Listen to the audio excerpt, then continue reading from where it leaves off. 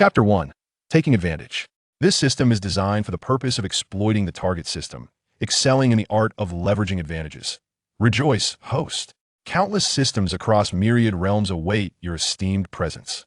In the kingdom of Clark, within the city of Soto, a young boy clad in splendid attire walked the streets, his mouth agape, seemingly taken aback by some startling revelation. Pardon the interruption, but hold your applause for a moment. What is it, young host? Is your function solely to take advantage of the target system? Does it lack any other capabilities? What occurs if the target system is not identified? Host, I have high hopes for you. Best of luck. Don't play coy. Come fort. It has been 8 long years since I traversed to this wretched place.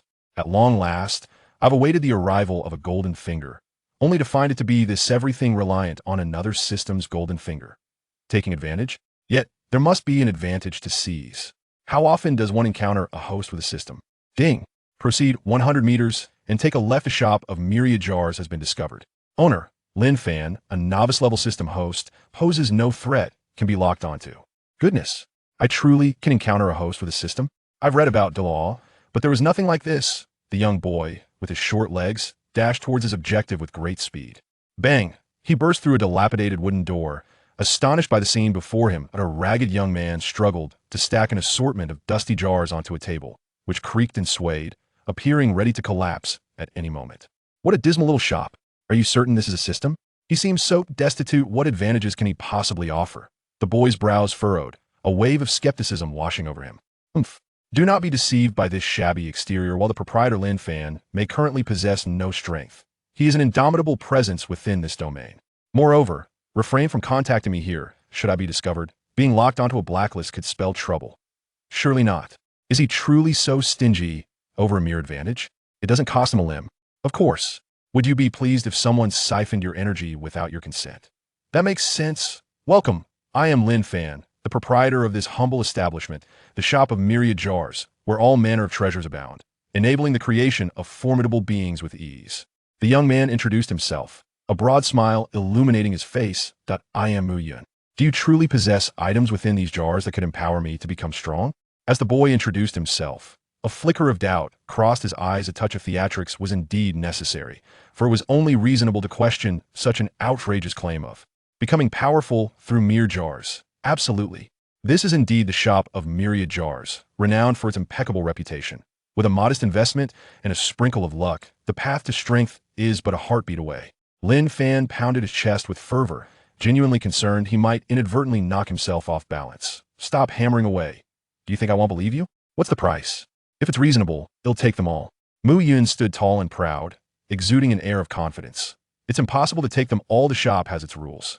Each person can purchase a maximum of 10 jars within 7 days, and each jar costs 100,000 gold soul coins, Lin Fan said, a flicker of concern crossing his eyes. 100,000 gold soul coins is no trifling sum. While it may be worth it considering the treasures potentially contained within the jars, the shop is newly opened and its reputation yet to be established. Such a price might vary. Well, frighten away customers. The young boy across from him, though well-dressed, may not be able to afford such an extravagant sum. That's quite expensive. Lin, as the manager of a new store, want you run any promotions? After all, I'm the first customer to visit your establishment. Surely you can offer a discount. Mu Yun furrowed his brows, appearing somewhat troubled. After a moment's contemplation, Lin Fan gritted his teeth, determined to make a strong start. Selling the jars would benefit him as the manager, for with each sale, he would receive a manager-exclusive jar, thereby acquiring genuine strength. Currently, he was invincible within the confines of the shop, but would be utterly weak outside its walls. All right, let's celebrate the grand opening with a special discount. 1 jar for 10,000 gold soul coins. This is a one-time offer. How many jars would you like? Young Mu Yun. Clang. With a large package thudding onto the table, little Mu Yun regained his swagger. Hey, race 100,000 gold soul coins. It'll take 10 jars. Lin Fan's expression morphed into one of confusion. The package had appeared out of thin air. This was storage equipment. Such items are rare in the Douluo world. And to casually produce 100,000 gold soul coins indicated that he possessed far more wealth than Lin had initially surmised, despite the boy's earlier display of hesitation. Is he putting on an act? Could it be that he had been outsmarted by a child? Lin Fan gritted his teeth and brought over 10 jars, still a novice manager unable to employ many ostentatious tactics at this stage. Mu Yun wasted no time. seizing the specialized hammer and striking down with practiced precision, exhibiting an alarming level of familiarity. Could it be that this was not his first time smashing jars? Why was he so adept? Lin Fan found himself spiraling into self-doubt once more. Manager Lin, stop daydreaming. Quickly, help me see what treasures I've obtained. Mu Yun jumped with excitement, urging him on. Lin Fan let out a quiet sigh of relief. This reaction seemed more appropriate. Perhaps he had been overthinking things. Let me see your results. As Lin Fan glanced over, his eyes widened in disbelief, and he rubbed them to ensure he wasn't imagining things. Purple, purple, purple, purple, purple, purple, purple, purple, gold. He had actually opened 9 purples and 1 gold. This was simply outrageous. The items within the jars are categorized as follows: ordinary level white, rare level blue, perfect level purple, legendary level gold, and epic level colorful.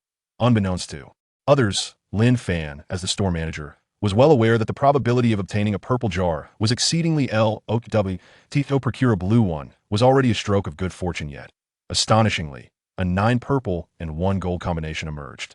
Even the child of destiny, or dare I say, the heavens themselves, could not have conjured such an outcome, for the system does not favor anyone, not even divine intervention. Well, what do you think? Have we uncovered something remarkable? Speak up. Manager Lin, Mu Yun exclaimed, his excitement palpable as he rubbed his hands together and bounced about, his face radiating innocence. 3 awakening pills from martial spirits, which allow for a secondary awakening post-absorption, a soul power enhancement elixir, which directly increases soul power without any side effects. A cell reinforcement serum, which enhances physical attributes upon injection, also with no adverse effects. Chapter 2.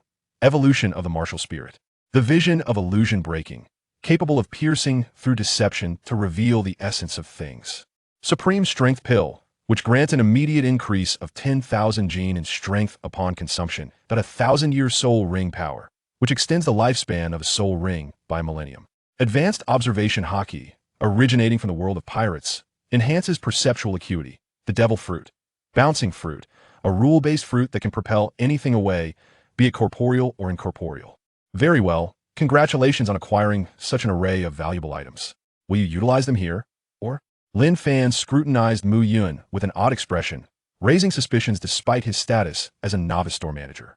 The emergence of a devil fruit from the pirate world on the very first day of opening, before any interdimensional connections have been established, was decidedly strange. Good things must be used promptly. Keeping them on hand is unsafe. I shall use them all right now. Without hesitation, Mu Yun summoned his martial spirit. Suddenly, a plump pig materialized out of thin air, pinning the little Mu Yun beneath it. Meow. With an ear-piercing cry, Lin Fan spat out his tea. Is that a cat? Yes, an orange cat, Mu Yun replied, struggling to extract himself from beneath the orange feline, his face etched with frustration. Every time I summon him, he appears atop my head and invariably crushes me beneath him. No amount of preparation seems to help. It's utterly maddening. They say out of 10 orange cats, 9 are fat, and the last one squashes the bed. Yours is certainly no exception, Lin Fan remarked, his eyes betraying skepticism regarding the combat prowess of this orange cat martial spirit. Manager Lin, there's no need for doubt. This fellow's combat capability is difficult to describe. My martial spirit mutated during awakening. That IT has all the traits of a feline martial spirit: speed, sharp claws, fangs, grace, stealth, and shadowy evasion, yet it has entirely evaded these attributes, retaining only the singular skill, an adorable slap. No sooner had he spoken than the orange cat playfully swatted Mu Yun on the back, light and gentle, exuding an undeniable charm. Mu Yun involuntarily emitted a sound that seemed out of place for someone of his age. Lin Fan was once again left astonished. What was occurring? It was so enchanting that he felt an inexplicable urge to rush over and receive a gentle smack himself. The fellow's patting lacks any semblance of aggression. It merely induces comfort and exquisite comfort, as if all fatigue and worries have been effortlessly whisked away. Mu Yun, with a resigned expression, pinched the pudgy paw of the orange cat, its softness undeniably delightful. Patting away fatigue sounds rather appealing. Establishing a massage parlor would surely be lucrative. The earnings in this industry are quite substantial, and should one fortuitously align with a wealthy patron, how many years of toil could be spared? Lin Fan, who had nearly become animated by his own words, abruptly halted, feeling a touch of embarrassment. What was he even saying? The other party was merely a child 6, 7, or perhaps 8 years old. Far too young for such notions. Mu Yun, however, was unfazed. Instinctively, he rubbed his nose. It seemed he had already traversed the path Lin Fan was describing. Since awakening the Orange Cat's martial soul, he had ascended to the pinnacle of the industry within a mere 2 years, commanding a hefty appearance fee. Otherwise, he wouldn't have casually spent 100,000 gold soul coins. Yet it was precisely due to his excessive accumulation of wealth through such methods that his notoriety reached his family, leading to a coalition of elders who sanctioned him, ultimately expelling him from the clan. Fortunately, he had garnered the support of several influential clients, discreetly aiding him in preserving his fortune. Otherwise, he would have been left with nothing. Alas, it is all a tale of sorrow. Strength, strength. I yearn for strength. Whenever Mu Yun recalled the greedy visages of those elders attempting to seize his hard-earned wealth, an insatiable desire for power surged within him. At present, an opportunity had arisen. Big Orange, consume this devil fruit. After a brief contemplation, Mu Yun issued the command. The Orange Cat martial soul unhesitatingly devoured the fruit. When it came to eating, it was a seasoned expert. There was nothing it dared not consume. Little Mu Yun was quite generous, purchasing every conceivable morsel of food, regardless of its peculiarities or taste. Big Orange welcomed all and feasted heartily. Mu Yun harbored a whimsical hope that perhaps, by chance, Big Orange might undergo a transformation. However, reality proved starkly disappointing. There was no mutation, only continuous weight gain, effectively turning it into a chubby orange pig. At this moment, Lin Fan was once again astounded by little Mu Yun's audacity. You're not consuming the devil fruit yourself? You're giving it to the martial soul? Moreover, how can it actually eat? A martial soul is merely a manifestation of ability, not a true entity capable of consuming sustenance. Did I ask this truly a martial soul or a beast of yours? Faced with Lin Fan's bewilderment, Mu Yun rolled his eyes. How would I know? If an explanation is required, one could only say that mutations are always possible. His primary concern lay with Big Orange's condition. If the devil fruit yielded no effect, he would truly be at a loss, devoid of any recourse. As time passed gradually, Big Orange's appearance remained unchanged. Alas, it seems ineffective. I told you, giving a martial soul a devil fruit would serve no purpose, wasting a golden legend. Lin Fan sighed, expressing regret. This was a golden legend devil fruit, and consuming it should have assuredly led to ascendance, becoming a powerful being sooner or later. Yet in Mu Yun's eyes, there was no trace of disappointment. Rather, he grew increasingly exhilarated. Though the appearance of the Orange Cat's spirit remained unchanged, and its skill was still merely a charming swipe, there was a notable addition, a set of parentheses following the skill name. Charming swipe. Mu Yun pondered for a moment, a smile curling at the corners of his mouth. Big Orange consumed those 3 spirit awakening elixirs. Awoo! As the Orange Cat's spirit completed its meal, Xiao Mu Yun could not contain his laughter. It worked! Come, come, come, I shall grant you the observation hockey, and this broken illusion spirit eye as well. Orange Cat's spirit variant awakened. Innate ability, broken illusion spirit eye, advanced observation hockey. Innate combat skill, charming swipe fatigue, damage poison. Dizziness, hallucination, petrification, and other abnormal states. Comprehended combat skills. Cat air cannon. By continuously striking the air, it compresses to form a cat paw-shaped air cannon, delivering immense power. Cat slap can send others or oneself flying to a designated or random location without harm. Space opening palm by. Repeatedly striking spatial barriers. It opens up space, requiring special spatial materials as a medium. Goodness, this truly feels like exchanging a bird's gun for a cannon. Big Orange, you have finally become formidable. Let's see who dares to call you a useless spirit now. I wonder who still dares to say, I can only live as a... Cough, cough, cough. Almost revealing a little secret, Mu Yun cast a furtive glance at Lin Fan before picking up other items. Next, it's my turn. Chapter 3, Selection of Spirit Rings. Cell Enhancement Elixir, activate. Soul Power Enhancement Elixir, activate. Premium Strength Pill, activate. With the consumption of the elixirs, Mu Yun felt an exhilarating surge of vitality coursing through his body, as if each cell rejoiced in jubilation. Coupled with the overflowing soul power, even after his utmost compression, it reached a point of saturation, giving him the sensation that without a breakthrough, he might explode. After all, he had awakened his spirit for 2 years, having long reached the standard of level 10 soul power necessary for a breakthrough. However, he had repeatedly compressed his soul power to solidify his foundation, which was why he had delayed his advancement. Now he was at his limit, on the verge of a violent eruption. Hemp without spirit rings, what good is it to prance about? Remain quiet. Faced with such peril, Mu Yun remained unflustered, slapping his forehead, and the soul power that was about to spiral out of control instantly settled down. Seeing his deft movements, Lin Fan's eyes brightened. It seemed that the effect of the charming swipe was far more potent than the world perceived. Even without this evolution, it was certainly not a mere trivial spirit that only brought joy to the body and mind. Noting Lin Fan's reaction, Mu Yun grinned. It appeared his little secret had been uncovered. As a traveler, he understood the significance of survival. After the first instance of the orange cat spirit striking him, he realized that the charming swipe not only alleviated fatigue, swiftly restoring his body to peak condition, but also had the capacity to break the shackles of human life. The human race is inherently frail, undeniably positioned at the tail end among the myriad of celestial races. Not to mention the godly, demonic, spiritual, and mythical beings, which are inherently powerful even when compared to ordinary beasts. The physical prowess of humans is seldom superior. This predicament arises from the shackles of life, akin to a multitude of locks that firmly confine the potential of human physicality in the realm of Douluo continent. The hierarchy of martial spirits is delineated as follows: Spirit Master, Great Spirit Master, Spirit Elder, Spirit Ancestor, Spirit King, Spirit Emperor, Spirit Saint, Spirit Daw, and Title Daw. Essentially, it is about unlocking the constraints of life, elevating one's existence to a higher plane, ultimately transcending the mortal realm to attain divinity. The specific method employed is through spirit rings, harnessing their immense energy to break free from these shackles. However, Mu Yun's martial spirit abilities exhibit a hint of uniqueness. It circumvents the spirit rings to directly shatter the bonds of life.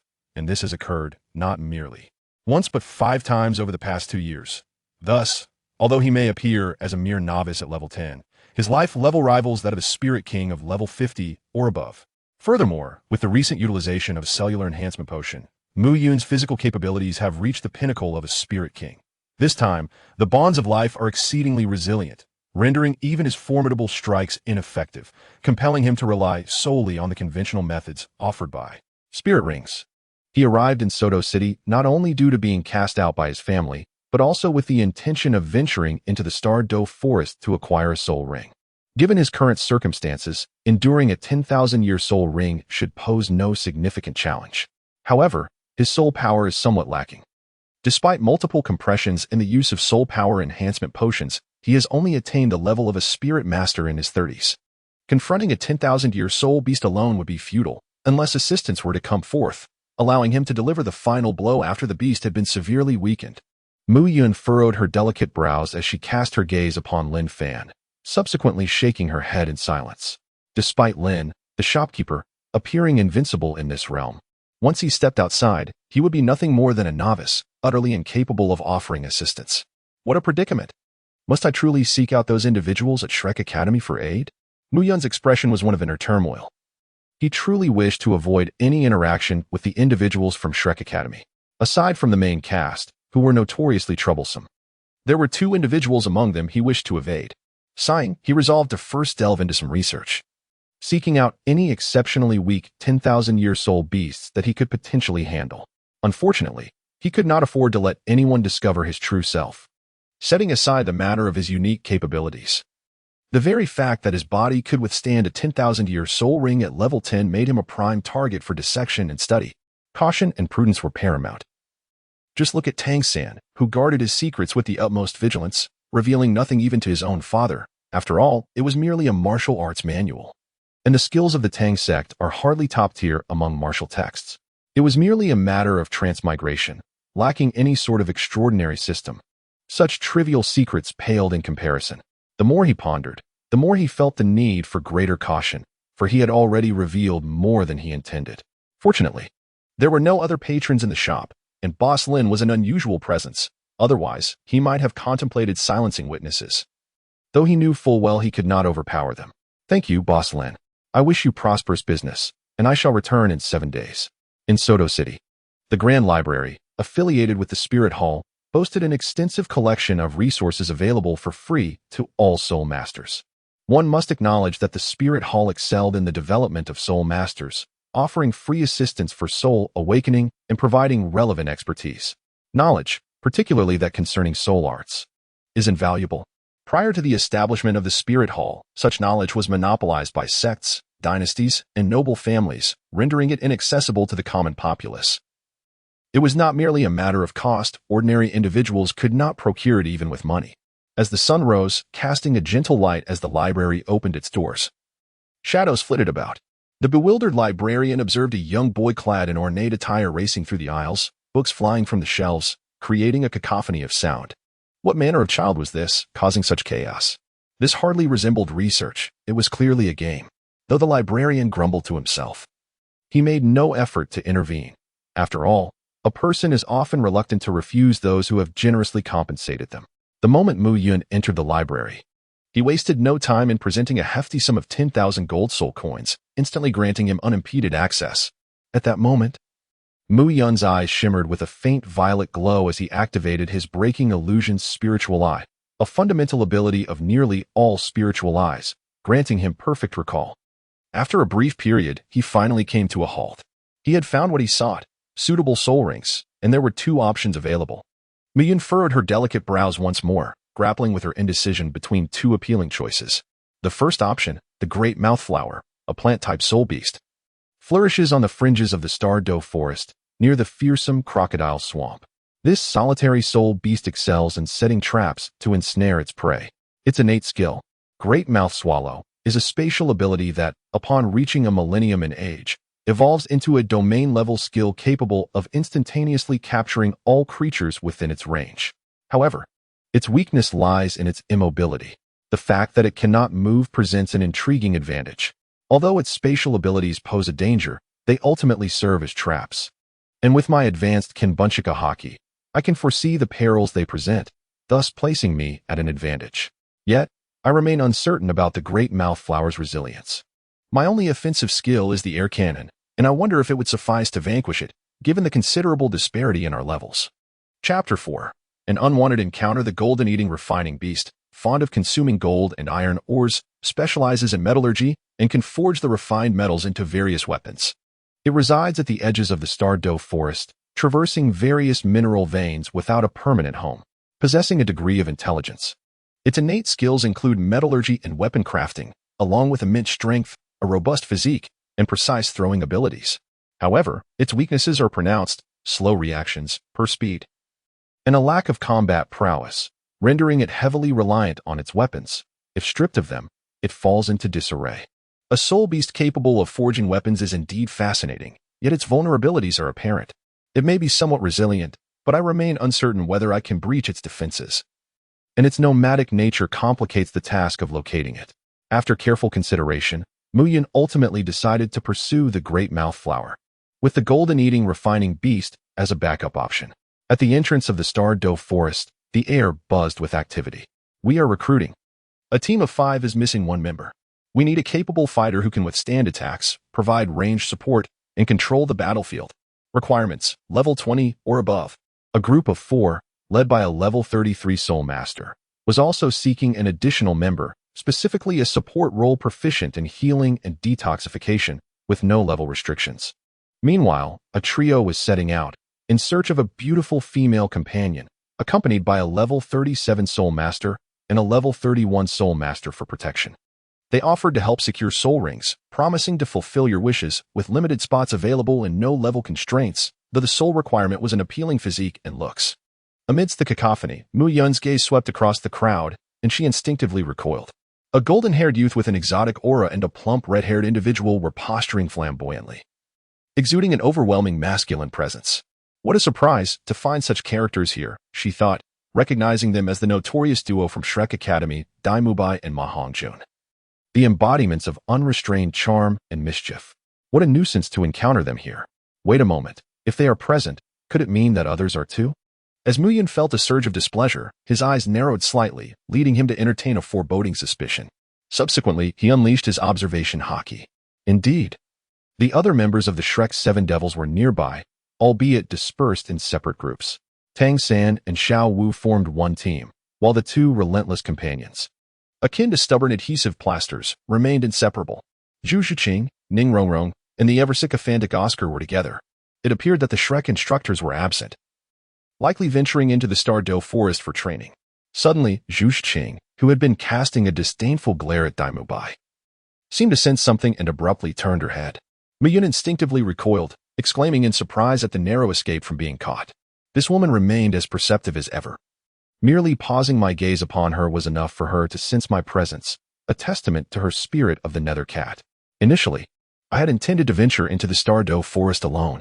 Although somewhat conspicuous, it was manageable, as no one would recognize me, and I could merely disguise my face. However, the situation had changed. Dai Mubai was not a significant concern. Despite being familiar with my identity, our acquaintance was not profound. And given that we had not met for over a year, he would likely fail to recognize me. Yet, Zhu Zhuqing would undoubtedly be able to identify me. Even without seeing my face, she could discern my presence through scent. It was this very girl who had cornered me recently, leading to my expulsion from the family. Despite having bathed, changed, and even disguised myself, altering my route entirely, I was still unable to evade her pursuit, resulting in an embarrassing confrontation. A throng of individuals surged in, creating a scene akin to a public embarrassment. Fortunately, the one with me was a large orange cat, and given my youth, I sat quietly to the side. In reality, I was simply quick to react, or else it would have escalated into a significant scandal. Alas, I had no choice but to find a team to blend into. Before long, I stumbled upon a group. You are led by a soul sovereign. 3 are needed. And you require support, correct? Although the level requirement was open, one could not be too lax about it. Observing the small child before me, the woman responsible for recruitment wore an expression of amusement. You appear to be no more than 8 years old, likely only at level 11 or 12. Our team's mission involves the bloodthirsty poison bee, a spirit beast of level 30, known for its pack behavior. We cannot ensure your safety if you enter with us. Dear lady, you're mistaken. I am not at level 11 or 12. I am merely at level 10. Moreover, the bloodthirsty poison bee possesses a singular innate skill, a flying venomous stinger. Its attack trajectory is quite evident, and its speed is not particularly swift. Furthermore, it is not lethally toxic. It merely causes continuous bleeding and paralysis effects, which are not fatal. With timely healing, this poison will hardly affect combat effectiveness. With a sincere twinkle in his eyes, Muyin appeared utterly unconcerned. The countless hours spent poring over books in the Grand Library had not been in vain. He had now emerged as a theoretical master, rivaling even the esteemed Yu Xiaojiang. However, the shame of the blue electric Tyrannosaurus Rex, which had led to the failed awakening of his martial soul and transformed him into a farcical existence, had caused many to draw comparisons between him and his peers over the past 2 years, creating a sense of camaraderie among the unfortunate. What more do you wish to say? Queried a middle-aged man as he approached. Lu Yen, what has transpired? Captain, this child seeks to join our ranks, and I am currently rejecting him. The middle-aged man's brows furrowed slightly. If he is unsuitable, then swiftly seek someone more fitting. Do not waste my time. Assisting your brother in acquiring a soul ring has already cost me a considerable sum. I am a person whose time is worth hundreds of gold soul coins per minute. All right, I shall expedite the search. However, suitable auxiliary soul masters are indeed scarce, making them difficult to find at this time. There was previously a young girl from the 7-colored glass sect who possessed auxiliary capabilities, but her focus was not on recovery or detoxification. Additionally, there is a young boy who is a food-type auxiliary soul master. He does possess recovery and detoxification abilities. Yet he is perpetually enamored with that young girl from the 7-colored glass sect and pays me no mind. Observing her distress nearly bringing her to tears, Muyun could not help but smile wryly. If you truly have no other options, why not give me a chance? To be candid, auxiliary soul masters who simultaneously possess recovery and detoxification abilities do exist, but they are few and far between, and typically not below a level of 20. As for the food-type auxiliary soul master you encountered, he is a rare exception among many. Thus, your choices are quite limited. Finally, allow me to offer a piece of advice, if you do not select me. Rather than embarking on a futile search akin to seeking a needle in a haystack for a qualified auxiliary soul master, it would be more prudent to invest in some recovery and detoxification potions. The cost would likely be only a few thousand gold soul coins. A trivial amount considering your captain can effortlessly earn hundreds of gold soul coins in mere moments. Surely, a little from his earnings would suffice. The middle-aged man grimaced, realizing that his fee for assisting in acquiring the soul ring was merely 1,000 gold soul coins. As for the notion of earning hundreds of gold soul coins per minute, it was evident that such claims were mere embellishments. If he truly had such earning potential, he would not be toiling away for others. Enough of this chatter. It is settled. You shall be the one. Chapter 5. Plans cannot keep pace with changes in the starry great forest. The scene before Mu Yin profoundly altered his perception of the standard combat proficiency within the Douluo world. On their side, Lu Yan's elder brother, a level 30 soul master wielding the guerrilla martial spirit, stood firmly at the forefront, his feet grounded in dual-colored spirit rings of white and yellow, roaring with fervor.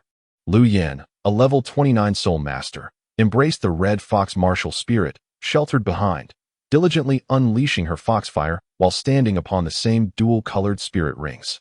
Meanwhile, their soul level 33 soul sovereign, adorned with 3 spirit rings of white, yellow, and yellow, exerted considerable effort to summon boulders cascading from the heavens. However, the configuration of their spirit rings was far from optimal.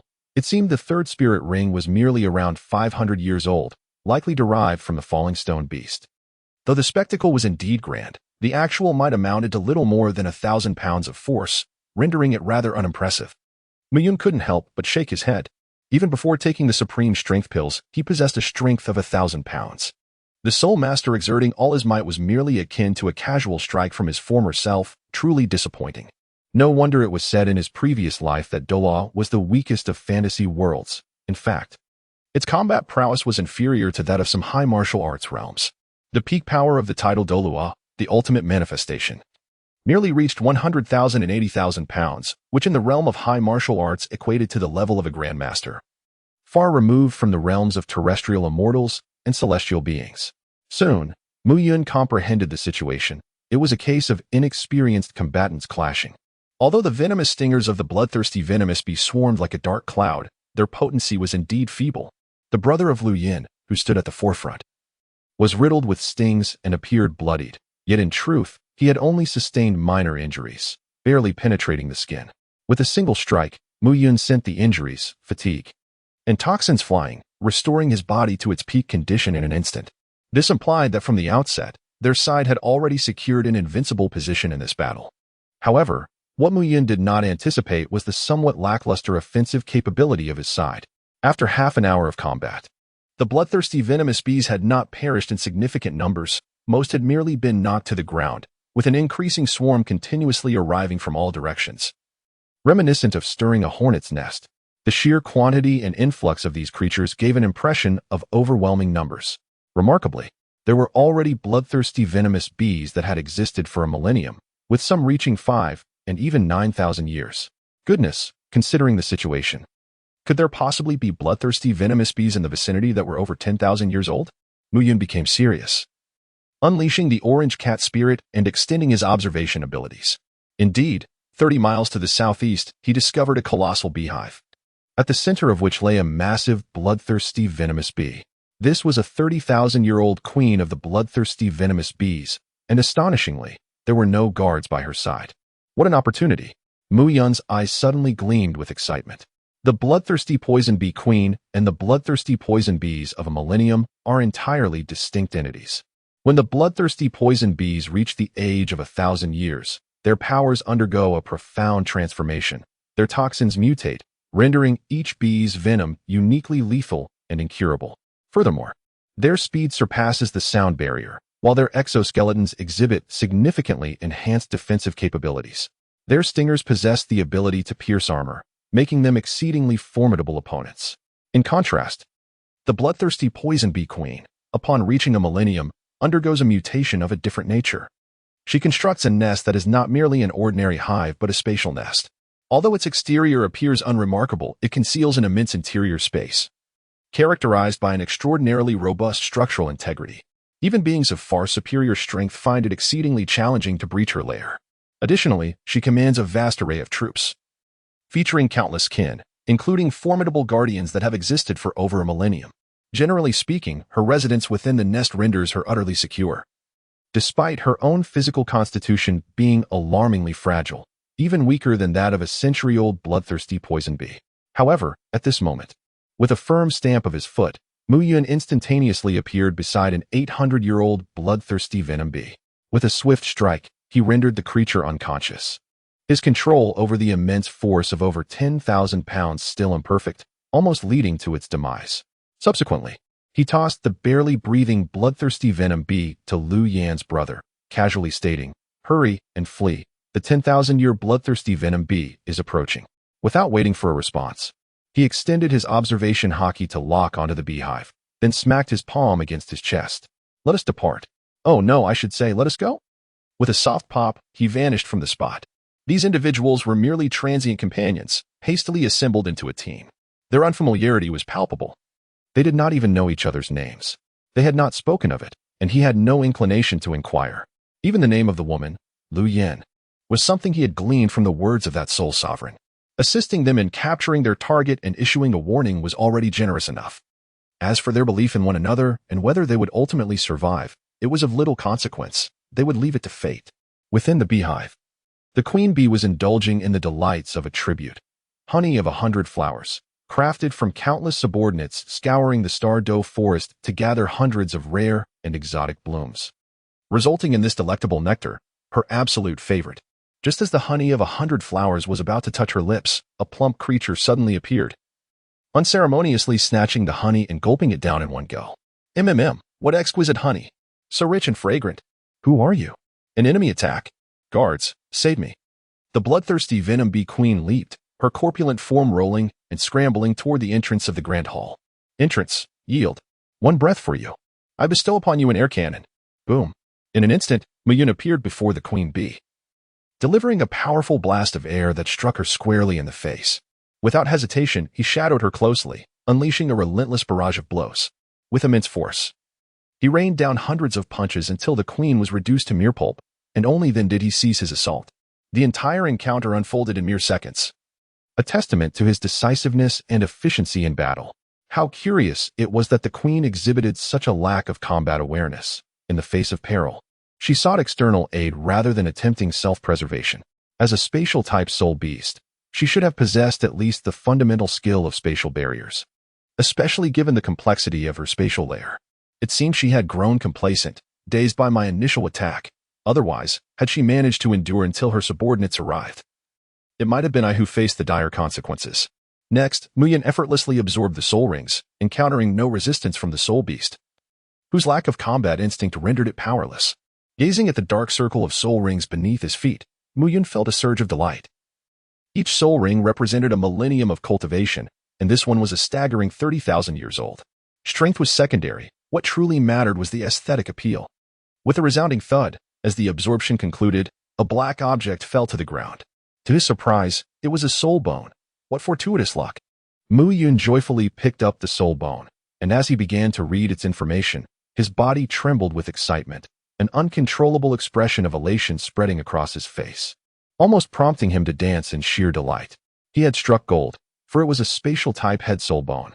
Specifically the Chapter 6 Space Divine Technique, Queen Bee Head Soul Bone. This artifact, a sovereign of space, possessed the innate skill of space control and contained the lair of the spatial queen bee, with a bloodthirsty 30,000-year-old soul ring from the venomous bee queen. It came equipped with the skills of space leap and space phasing. Space leap allowed one to focus their attention on spatial coordinates, enabling instantaneous movement to that location. Space phasing transformed the body from solid to ethereal, allowing one to merge into the fabric of space, rendering them immune to all physical attacks. To my astonishment, a single soul ring could host two divine skills, both remarkable in their own right. The space leap bore resemblance to the instant transmission from Dragon Ball, akin to traversing the cosmos in the blink of an eye. The other skill was reminiscent of elemental transformation in One Piece. These were indeed extraordinary escape techniques, and yet, it had failed to employ either before I defeated it. While the initial failure could be understood given its frantic state, it was hard to fathom why it did not utilize the second divine skill. Muyun reminisced for a moment, recalling that there indeed was a fleeting instance of ethereality. Yet it was swiftly dispelled by a firm slap. At this juncture, he also comprehended that the adorable strike of the orange cat's martial spirit was not merely a tangible assault. It could transcend the boundaries of reality and illusion, even dislodging the elusive concept of emotion, let alone the mere ephemeral nature of elemental phantoms. This was nothing short of a celestial nemesis. How unfortunate for you. As Muyun joyfully refined the soul bone, which served as the very heart of the entire lair's space, the lair itself began to be absorbed into the soul bone. However, the smile on Muyun's face gradually began to stiffen, for he found himself surrounded by a dense throng of bloodthirsty venomous bees. encircled in layers both within and without. Among them, there were 8 venomous bees that had lived for over 10 millennia. Now, if I were to say that I merely passed through this place, that your leader was not slain by my hand, and that the disappearance of the hive bears no relation to me, would you believe me? Miyun touched the tip of his nose, eyes filled with sincerity. Suddenly, 8 eternally bloodthirsty venomous bees transformed into supersonic bombers, descending upon him from all directions. His home, so spacious and comfortable, where he had resided for many years, had vanished in an instant. That beloved, revered, yet lazy elder sister was also gone. Who could possibly endure such a loss? Space Leap. Mu Yun pressed his finger against his brow, instantly activating his extraordinary skill. As a seasoned fan of the Dragon Ball series, he deemed a sense of ritual necessary, even if the gesture held little significance. Before vanishing, he had time to make a playful face and give a cheeky gesture. He was certainly not like that useless queen bee. With his mastery of observation haki, sensing spatial coordinates was a mere trifle. With a blink of an eye, Mu Yun found himself back in Soto City, right at the entrance of the Heavenly Jar Shop. Ah, is that not little Mu Yun? Back so soon? Lin Fan remarked, leaning against the doorframe. It's only been a day. You need to wait 7 days before you can smash jars again. Hiki, I encountered some danger in the Stardow Forest, so I snapped myself back, Mu Yun replied with a grin, concealing the truth of his spatial leap by claiming he had returned by snapping his fingers. After all, both methods resulted in his sudden appearance. How's business today, boss? Alas, don't even mention it. Aside from you, there hasn't been a single customer. A few came by, but the moment I quoted the price, they walked away, cursing me as a swindler. It's quite unfair.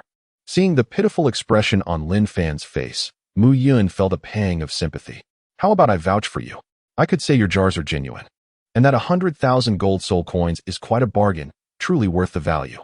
Does that even help? Under Lin Fan's hopeful gaze, little Mu Yun chuckled. Not really. I lack any reputation, so no one would believe me. But while my words may not hold weight, I know someone whose words do carry influence. She is both innocent and wealthy. When it comes to riches, few surpass her family in this world, and she is particularly gullible. A mischievous smile curled at the corners of Mu Yun's lips as he reminisced about a day 2 years prior. On that occasion, he had awakened his orange cat martial spirit, feeling rather discontent while basking in the sun by the riverbank. A little girl in a pink dress had skipped over to console him, and upon hearing that the orange cat martial spirit could bring comfort to others, she insisted on trying it out. The result? She dashed away, her cheeks flushed, and she never returned. It turned out she was his very first client, albeit one who had fled without payment. He had nearly forgotten the incident, especially since she hadn't even shared her name. However, today, upon catching a glimpse of Ning Rongrong from the Seven Treasures glazed tile school, her visage gradually merged with that of the little girl from his memory. Despite the saying that girls change significantly every year, her figure had transformed considerably while her face still bore a resemblance to that of her younger self. So, thank you for that. But why are you so enthusiastic? Mu Yun's demeanor intrigued Lin Fan. Haha, I am well known as a warm-hearted young gentleman. Since I have nothing but idle time on my hands, I shall seek someone out tomorrow. She ventured into the starry forest today and is likely to return only by tomorrow. Mu Yun chuckled and waved his hand as he departed. To say that his enthusiasm and eagerness to assist others bore any significance would be misleading. His motivation was primarily rooted in self-interest. Lin Fan's business was faltering, and without sales of jars, there would be no return of the exclusive jars. He was utterly destitute, so how could he afford to take advantage of anyone? After waiting an entire day without any developments, he speculated that the 10 jars he purchased were discounted items, which his system did not acknowledge, resulting in no jars being returned. It felt as though he had traded a watermelon for a sesame seed, saving 90,000 gold soul coins yet losing an exclusive jar. One meant solely for the store manager, undoubtedly distinct from those available for sale, capable of yielding substantial profits. What a loss! Grumbling all the way back to his residence, he had just reclined on his bed when suddenly his pupils constricted and he sprang upright. Who? Show yourself. Then, shadows twisted, and a figure emerged from the darkness. Impressive. You've improved. You actually detected my presence, she remarked with a smirk. Much better than before. I shadowed you for several hours last time, and you were completely oblivious. Upon hearing the familiar voice, Mu Yun's teeth clenched in anger. Zhu Zhiqing, you scoundrel. When did you learn a spatial soul skill to use against me, your own brother? You've not only severed my financial avenues but also exiled me from our home, denying me even the use of our family name. Tell me, why have you treated me this way? Do you think you can justify it? Ignoring Mu Yun's furious outburst, Zhu Zhuqing casually pulled over a chair, elegantly seated herself, and crossed her legs with a playful bounce. A glint of cunning flickered in her eyes as she smiled and said, "Isn't this precisely what you desired? Over the past 2 years, you've been playing the fool, acting with caution and remaining low-key, even going so far as to sully your own reputations. All to accumulate wealth and distance yourself from the gaze of the Douluo Empire's royal family. Am I wrong?" Chapter 7. Mending old grievances. Though your martial soul awakening was a failure, leading to a detrimental transformation, you possess a full innate soul power of level 10. This is quite rare in the annals of martial soul awakenings, and for this reason alone, the Douluo royal family would never allow your growth. Furthermore, as the legitimate heir of the Zhu family, destined to inherit the position of family head, they would not dare take that risk. The Douluo royal family's approach towards our Zhu family over the past century has been clear. While women may excel, they must marry royal princes, leading to infighting. And ultimately, the survivor, no matter how exceptional, will inevitably be absorbed by the royal family. As for the men, they are allowed to be mediocre. The outstanding ones either perish or vanish, with the lucky ones rendered useless, at least preserving their lives. Our father's ascension to family head was merely a matter of selecting the best among the disabled, and his prowess, a result of resources poured into him, was merely for appearances. In reality, his combat strength likely wouldn't measure up against even a moderately skilled soul saint. Although I was previously unaware of the methods you employed to suppress your innate soul power at level 10 for 2 full years without acquiring soul rings, it has recently become evident that such suppression is no longer tenable. Your father has received word that someone has plotted in advance and is merely waiting for your departure to obtain soul rings in order to confront you. Thus, he found a reason to send you away, even going so far as to strip you of your rightful claim to the family inheritance. This was ultimately a measure taken to safeguard your well-being, so please do not harbor resentment towards him. Mu Yun gazed at the stunning figure before him. With cascading black hair and an exquisite visage, whose pair of beautiful eyes held a hint of coldness tinged with a semblance of lifelessness, Zhu Zhuqing. In a gentle tone, he remarked, "You mentioned that someone has made arrangements in advance. May I inquire as to who this someone refers to? Is it merely the starry royal family?" Zhu Zhuqing fell into a momentary silence, her eyes widening in astonishment. "You actually know? Those old fellows within the clan have meddled quite a bit, haven't they? The royal family's aim is to eradicate threats, yet their true intention is likely aimed at my modest wealth, isn't it?" Mu Yun squinted slightly, beginning to recall the elders who often targeted him, jotting down their appearances in a small notebook, planning to settle the score later. Small change. Surely. Over these past 2 years, you must have amassed at least 10 million gold soul coins, haven't you? That hardly qualifies as small change. Zhu Zhuqing gritted her teeth, her small fangs clicking together. She was not one to indulge in spending. Over the years, even with her New Year's money included, her savings had not exceeded 100,000 gold soul coins. Meanwhile, this little brat relied on his martial soul and his charming ways to garner wealth, sweeping in millions of gold soul coins. Such unfairness was beyond comprehension. Hee. All of this wealth is the result of my hard work. Don't be envious now. I would never be envious. Oh, is that so? Perhaps you will find yourself envious very soon, or even asking to borrow money from me. Never. By the way, my brilliant elder sister, I came to Soa City to unwind and perhaps evade some misfortune. What brings you here? Mu Yun sprawled lazily across the bed, utterly exhausted after a day of exertion. Although he could utilize the abilities of his orange cat martial soul to dispel fatigue, there was no need to overexert himself. Sleep was essential. There is a Shrek Academy here, reputed to enroll only monsters, and with commendable faculty, I am here to grow stronger. A glimmer of hope. Perhaps the last flicker of hope flashed in Zhu Zhuqing's eyes. While it may be true that they only accept monsters, the claim of having excellent faculty borders on deception. The admission standards are set so high that only a handful meet the criteria. Principal Fred is so impoverished that he probably can hardly pay the teachers' salaries anymore. Mu Yun chuckled, recalling how Shrek refused to accept students while refusing to refund the registration fees, even resorting to displaying soul rings to intimidate people. Wasn't that simply a form of deceit? I said, "Oh, my clever sister, you can't possibly be drawn to Daimubai, that irresponsible and unscrupulous rogue, can you?" No, it's not that I'm pursuing him. Zhu Zhuqing stammered for the first time, a hint of panic in her voice. Was she trying to awaken his fighting spirit and compete for that position? You better think it through. There are only two outcomes from this. If you fail, you perish. If you succeed, my sister, Zhu Zhiyun, meets her demise. What can I do then? I don't want my sister to die, but I also do not wish to meet my own end, Zhu Zhuqing said helplessly, the desolation in her eyes deepening.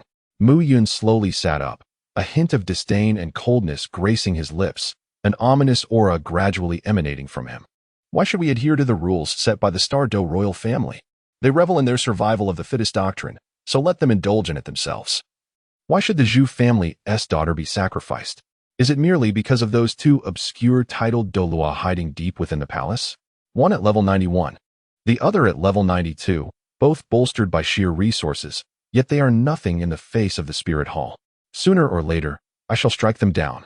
Zhu Zhuqing covered her crimson lips, her face a mask of shock and disbelief, exclaiming, "This aura, are you a soul king?" "No. I am merely a 20th level little soul master who has just acquired my first spirit ring," Mu Yun replied, retracting his aura and returning to a languid demeanor. 20th level? Don't be ridiculous. Our Shrek Academy has several Soul King instructors, and their aura is not nearly as formidable. Wait a moment. You just obtained your spirit ring, and you're already at level 20? What age is your acquired spirit ring? The first spirit ring has a limit of 423 years.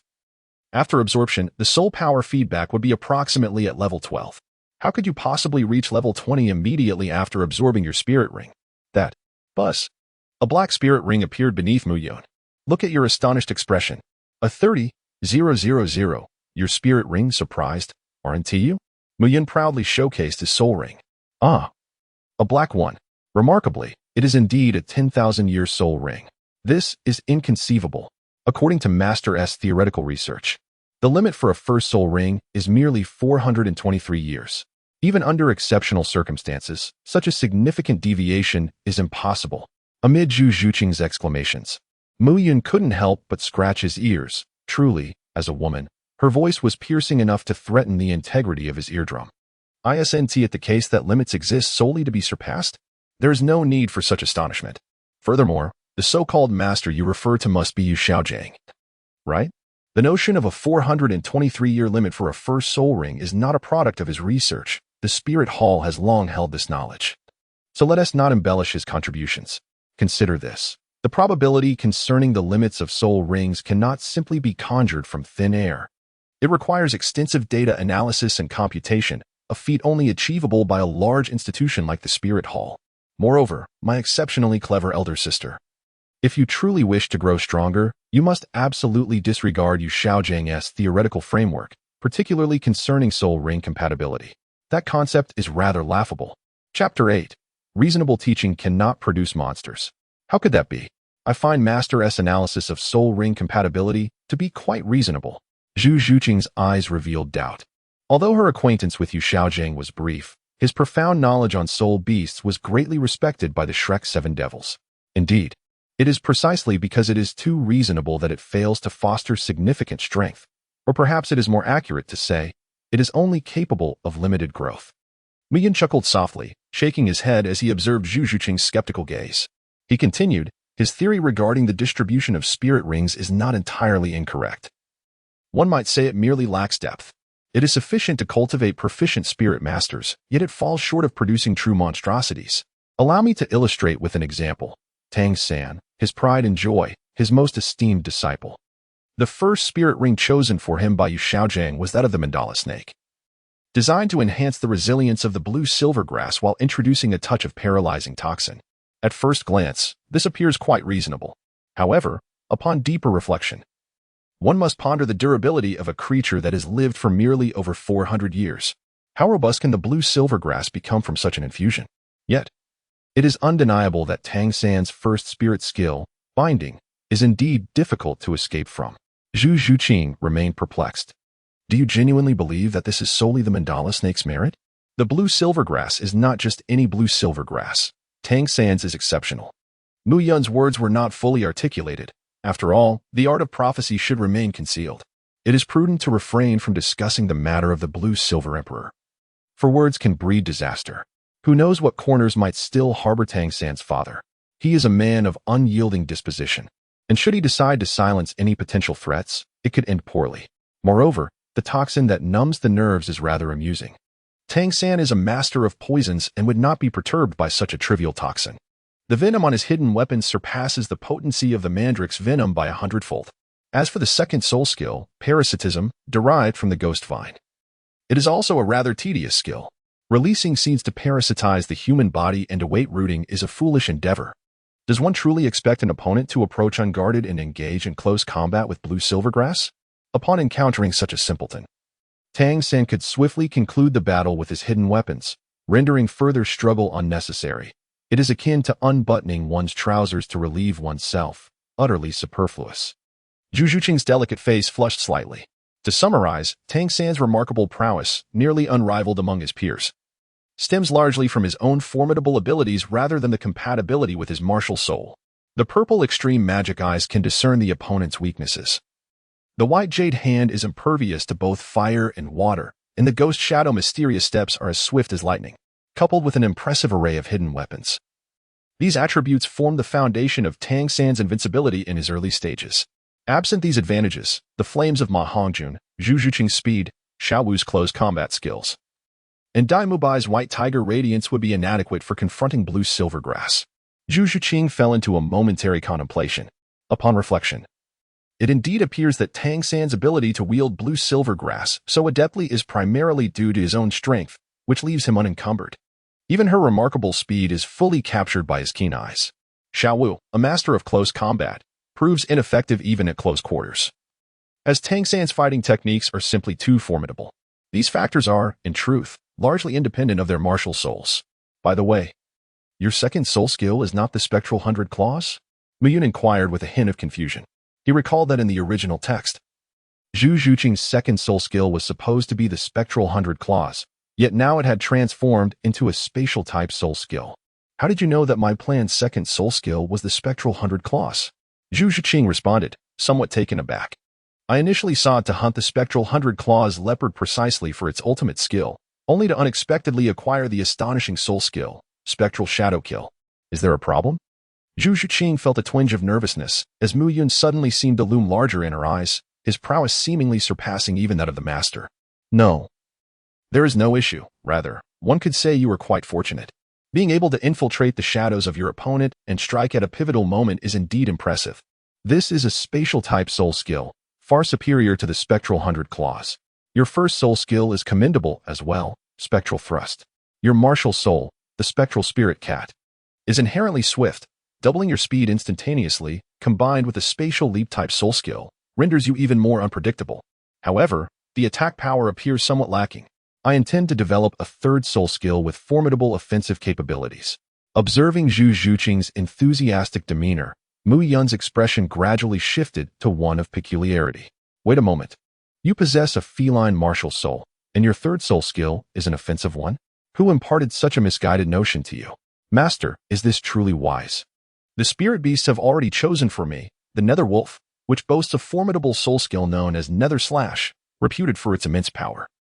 Mu Yun could hardly contain his laughter. The Nether Wolf and Nether Slash, I am well aware of. It entails bringing both hands together above one's head, merging the claws on each finger, and after infusing it with soul power, it manifests a blade of darkness. Indeed, the destructive capacity of this skill is noteworthy, and at the soul sovereign level, it is considered formidable. However, this technique necessitates a minimum of 10 seconds of charge time. As a speed-oriented and spatial assassin, why would you engage in charging? Are you attempting to transition into a heavy offensive role, brawling with others on the field? Do you think you were Daimubai? That rogue tiger? Mu Yunyu's frustration escalated as he contemplated the nature of the nether cat martial soul, which, at its core, is still a feline, adept in speed and stealth. Why squander soul rings on enhancing attack capabilities? A cat is a cat. It is foolish to engage in a head-on confrontation with the likes of the blue electric tyrant dragon or the white tiger martial souls. Do you truly believe that Dai Mubai's formidable third soul skill, the white tiger's diamond transformation, would allow your little cat's claws to inflict any significant damage? What can I do about it? The weakness in her attack has long troubled Zhu Zhuqing. Against someone as resilient as Dai Mubai, whose defense is remarkably tough, many adversaries can easily inflict wounds, but achieving a swift victory remains a daunting challenge. lacking the means for a decisive blow. Ah, my clever elder sister. Have you not considered equipping yourself with a dagger? Or perhaps crafting two claw-shaped weapons? Must you rely solely on your fingernails to scratch at foes?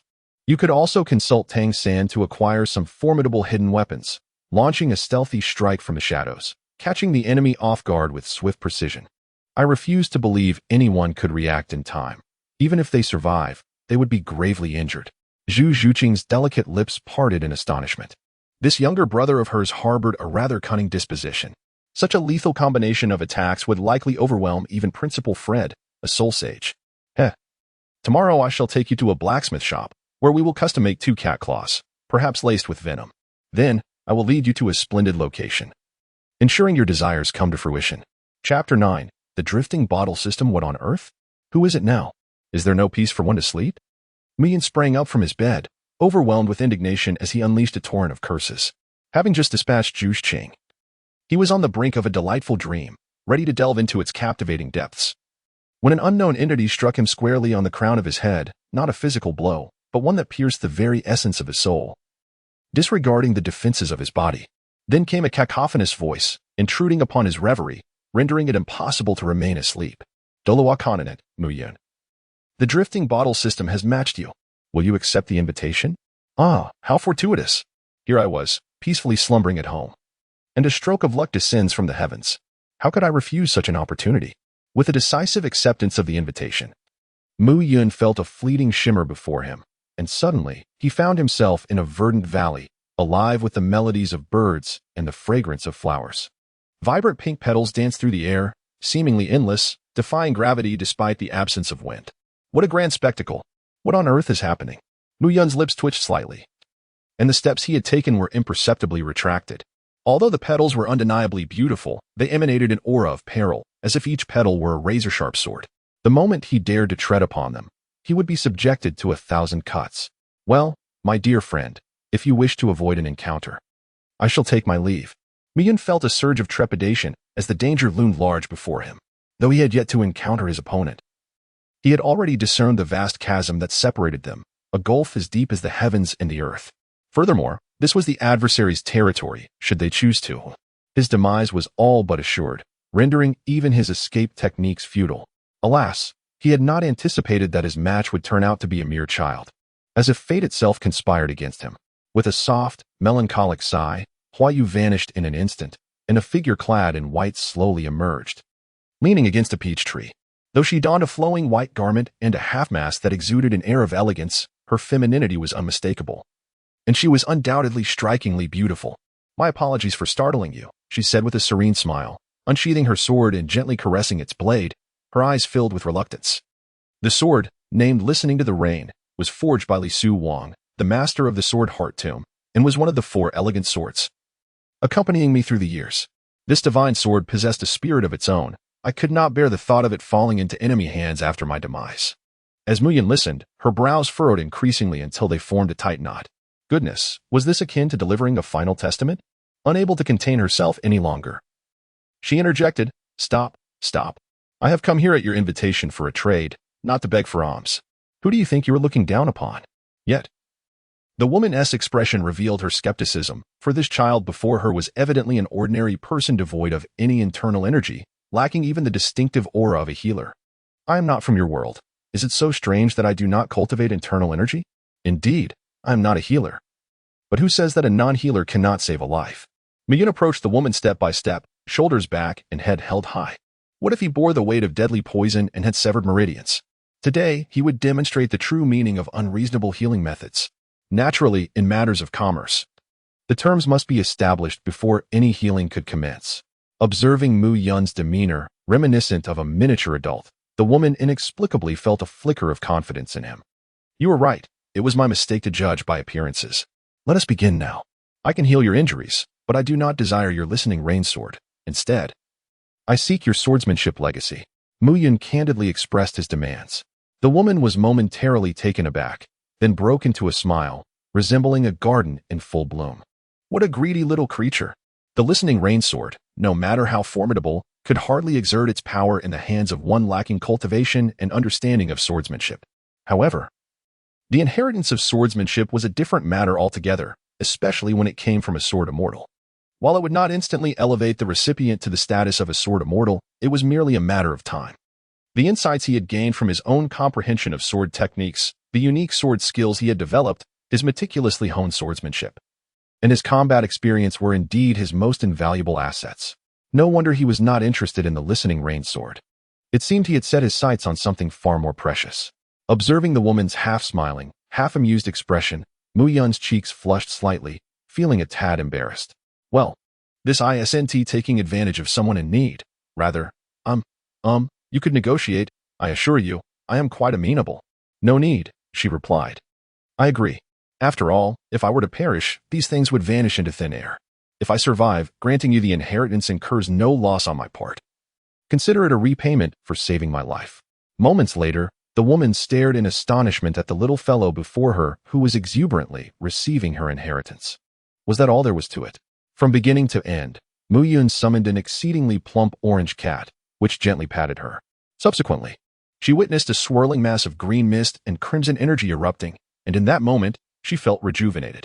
The venom evaporated, all injuries healed, and the severed meridians were completely restored, as if none of this had ever transpired. No, in fact, even the lingering hidden injuries accumulated over the years vanished without a trace. She sensed an unprecedented vitality coursing through her, feeling as if she could effortlessly transcend into the realm of true ethereal wandering. These two ethereal manifestations represent the injuries you once bore. Ordinarily, they ought to be transferred to a living being.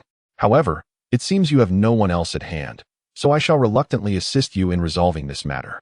Mu Yun thoughtfully instructed the orange cat spirit to compress the two masses of gas into thin cakes for safekeeping. It was no jest. These were precious substances capable of inflicting lethal poison upon even the mightiest of adversaries, a true instrument of destruction that must not be squandered.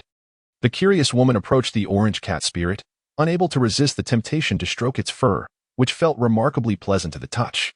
Mu Yun's martial spirit exhibits a mutation akin to that of Yu Shaojiang, possessing the remarkable ability to shift between reality and illusion, existing independently. Behold my martial spirit. It is part of the intricate system of our world. One can awaken their martial spirit through a certain ritual at the tender age of 6. Might I then inquire if I could give it a try? A glimmer of anticipation dances in her eyes. I am uncertain, but it is worth exploring. Fear not. This endeavor shall come at no cost. Consider it a delightful benefit. Mu Yun casually took out several awakening stones, arranging them into a formation based on memory, and then infused it with soul power. Boom! A magnificent giant sword materialized above the woman's head. It truly worked, and how powerful it was. Mu Yun was propelled backward by the formidable aura of the giant sword martial soul, a flash of ecstasy flickering in his eyes. His conjecture had been validated. Though the martial soul system in Douluo was somewhat superficial and lacking in strength, it provided a comprehensive enhancement for those who were already formidable. Indeed, it could shatter shackles and lead to further advancement. Chapter 10, Comprehending Sword Techniques: The Legacy of the Snow Moon Sword Immortal, Lihani. Encompassed various sword techniques: the still water sword art, moonlit flowers at dawn, dewy red and green smoke, paper falling into the clouds, sword heart technique, dual-wield swordsmanship, August snowfall, spring breeze, and snow blanketing the vast sky. Upon returning to the Douluo continent from the trading space, Mu Yun was invigorated, his weariness vanishing instantly. He immediately transported himself to the Stardow Forest, eager to practice these sword techniques. Thanks to the activation of the Breakthrough Spirit Eye, he grasped these techniques with remarkable speed, mastering them completely after merely 3 repetitions. After a night of relentless practice, he integrated these sword techniques and adapted them to suit his unique style. Cat's Void Strike. This technique unleashes a blade of orange cat-shaped sword energy, delivering immense single-target damage capable of piercing spatial barriers. 1,000 cats shattering the void. A collective assault, where 1,000 cat-shaped sword energy surge forth, wielding tremendous power, but also demanding significant energy. Cat's Floral Whirl. A sword domain where blossoms fill the sky, each plum blossom representing a different state: poisoned, injured, dazed, weakened, or dying, ensuring chaos for anyone caught within. Ordinary sword. The same technique manifests different effects, embodying a rather cunning strike. Moreover, he discovered that in the Douluo world, soul power could also propel sword techniques without the need to convert internal energy. The Snow Moon Sword Immortal, Lihani, would likely be an unparalleled figure in the Douluo realm, possibly only rivaled by the likes of Tangchen or Poseidon, given their possession of divine artifacts. As for others, ding. The system has successfully seized an advantage from the drifting bottle system, allowing for one drifting bottle invitation to be sent out weekly. Muyun suddenly paused, his expression one of disbelief. What do you mean? Are you suggesting that I can actively send out invitations for trading through the drifting bottle from now on? Indeed. Though it is limited to once every 7 days, whereas the original version has a cooldown of merely 1 day. That is quite remarkable. Are you implying that I am taking advantage of the system? He inquired, puzzled. This seems to be a form of plundering the functionalities of the opposing system. Unlike the previous multiverse jar system, taking advantage can vary greatly. There are significant advantages as well as minor ones, and they come in many forms, came the reply. I see. Can I use the drifting bottle now? It is currently on cooldown. Please wait 7 days. Additionally, do you possess anything valuable to trade with others at this moment? It is not every day that one encounters a formidable being in a dying state like the Snow Moon Sword Immortal, allowing you to gain such an advantage. Hee. I cured her poison, healed her injuries, saved her life, and even helped her awaken her martial soul, enabling her to break through to the divine travel realm. How can that be seen as me taking advantage of her? She has not lost out. Did you not hear her express her gratitude to me in the end? Muyun, filled with exuberance, had successfully acquired several awakening stones, making this venture exceedingly profitable. The only regret was the absence of a fine sword. In the world of Douluo, exceptional swords are scarce. Notably, the renowned Azura sword is currently in the possession of Tangchen in the City of Slaughter. A relic meant for the inheritors of the Azura. It is unlikely that I could wield it. The only other notable sword user is the sword Douluo from the 7 Treasure Glazed Tile sect, but I have yet to hear of him possessing any remarkable swords. There is no alternative. I must find an opportunity to visit the Metal City, Gangshin, to seek out Lu Gao for a sword. Besides his exceptional skills, he possesses an abundance of rare metal resources. I must go soon, lest those valuable items fall into Tang San's hands. Having devised this plan, Mu Yun returned to his residence, where the dawn had already broken, rendering it impossible to resume his unfinished dream. He gave himself a slap to dispel the fatigue. Mu Yun, I have arrived. Open the door. Coming. My brilliant elder sister, today you are quite courteous, remembering to knock instead of sneaking in with your soul skills. Mu Yun responded while opening the door. Oh dear, what nonsense are you spouting? There are others present. Zhu Zhiqing exclaimed, her temper flaring. Wishing she could rush over and silence Mu Yun's reckless words. Little did Zhu Zhiqing realize she had undergone significant transformation, particularly in Mu Yun's presence. As if any potential tragedies could be effortlessly resolved, leaving no room for concern. As Mu Yun peered in, she beheld a simple, flowing white dress, a sleek bob that framed a delicate visage, and an air of serene nobility. Despite her tender years, it was evident that she embodied the grace of an elegant young lady of high society. Ning Rongrong, the daughter of the Lord of the 7 Treasure Glazed Tile School. My dear friend, was introduced affectionately by Zhu Zhiqing. Greetings. I apologize for the intrusion and kindly ask for your understanding. Ning Rongrong courteously lifted her skirt and offered a polite bow. Oh, do come in, Mu Yun responded with a slight nod. It seemed this young girl had forgotten herself. It was understandable, as 2 years had passed since their fleeting encounter, which had not left a lasting impression, and perhaps it was for the best that the memory faded. I heard from Qingqing that you possess unique insights into martial souls, even surpassing that of the master. Out of curiosity, I decided to follow her lead, Ning Rongrong said, her eyes sparkling with anticipation. I would like to inquire your thoughts on our 7 Treasure Glazed Tile School's martial soul, the 7 Treasure Glazed Tower. What is there to observe? Came the reply. It is merely a pure auxiliary martial soul, with fixed soul skills at each level of the 7 Treasure Glazed Tile School. There is no need to consider soul rings, rendering it fundamentally devoid of operational complexity. Mu Yun, appearing utterly unconcerned, casually remarked, So, what you wish to inquire about is how you, possessing the 7 Treasure Glazed Tile sect, can become stronger, correct? Indeed, Ning Rongrong replied, her small fists clenched in frustration. While others can enhance their strength through the combination of soul rings, I am relegated to merely providing support from the sidelines, unable to contribute in any other way. I find this situation unsatisfactory. Mu Yun pondered for a moment and then spoke lightly. The enhancement effect of the 7 Treasure Glazed Tile is indeed formidable. The reason you perceive yourself as weak lies not in your martial soul, but rather in your own limitations. What does that imply? Allow me to provide an example. Dai Mu Bai, do you not find him exceptionally powerful after utilizing his 3rd soul skill, the White Tiger's Diamond Transformation, with formidable attack and defense? Hehe. In truth, the augmentation to his attack and defense from this soul skill is merely a doubling. His strength emanates from his inherent physical prowess, while the soul skill merely embellishes his capabilities. Of course, his robust physical attributes are partly attributable to his white tiger martial soul. Yet I firmly believe that his strength primarily stems from his own diligent training. I have heard that your 7-treasure glaze sect boasts a sword Douluo. Indeed. Sword Grandpa is a title Douluo, possessing extraordinary prowess. Ning Rongrong's expression shimmered with excitement. If he were to refrain from employing any soul skills, or even his martial soul, would he then be rendered weak?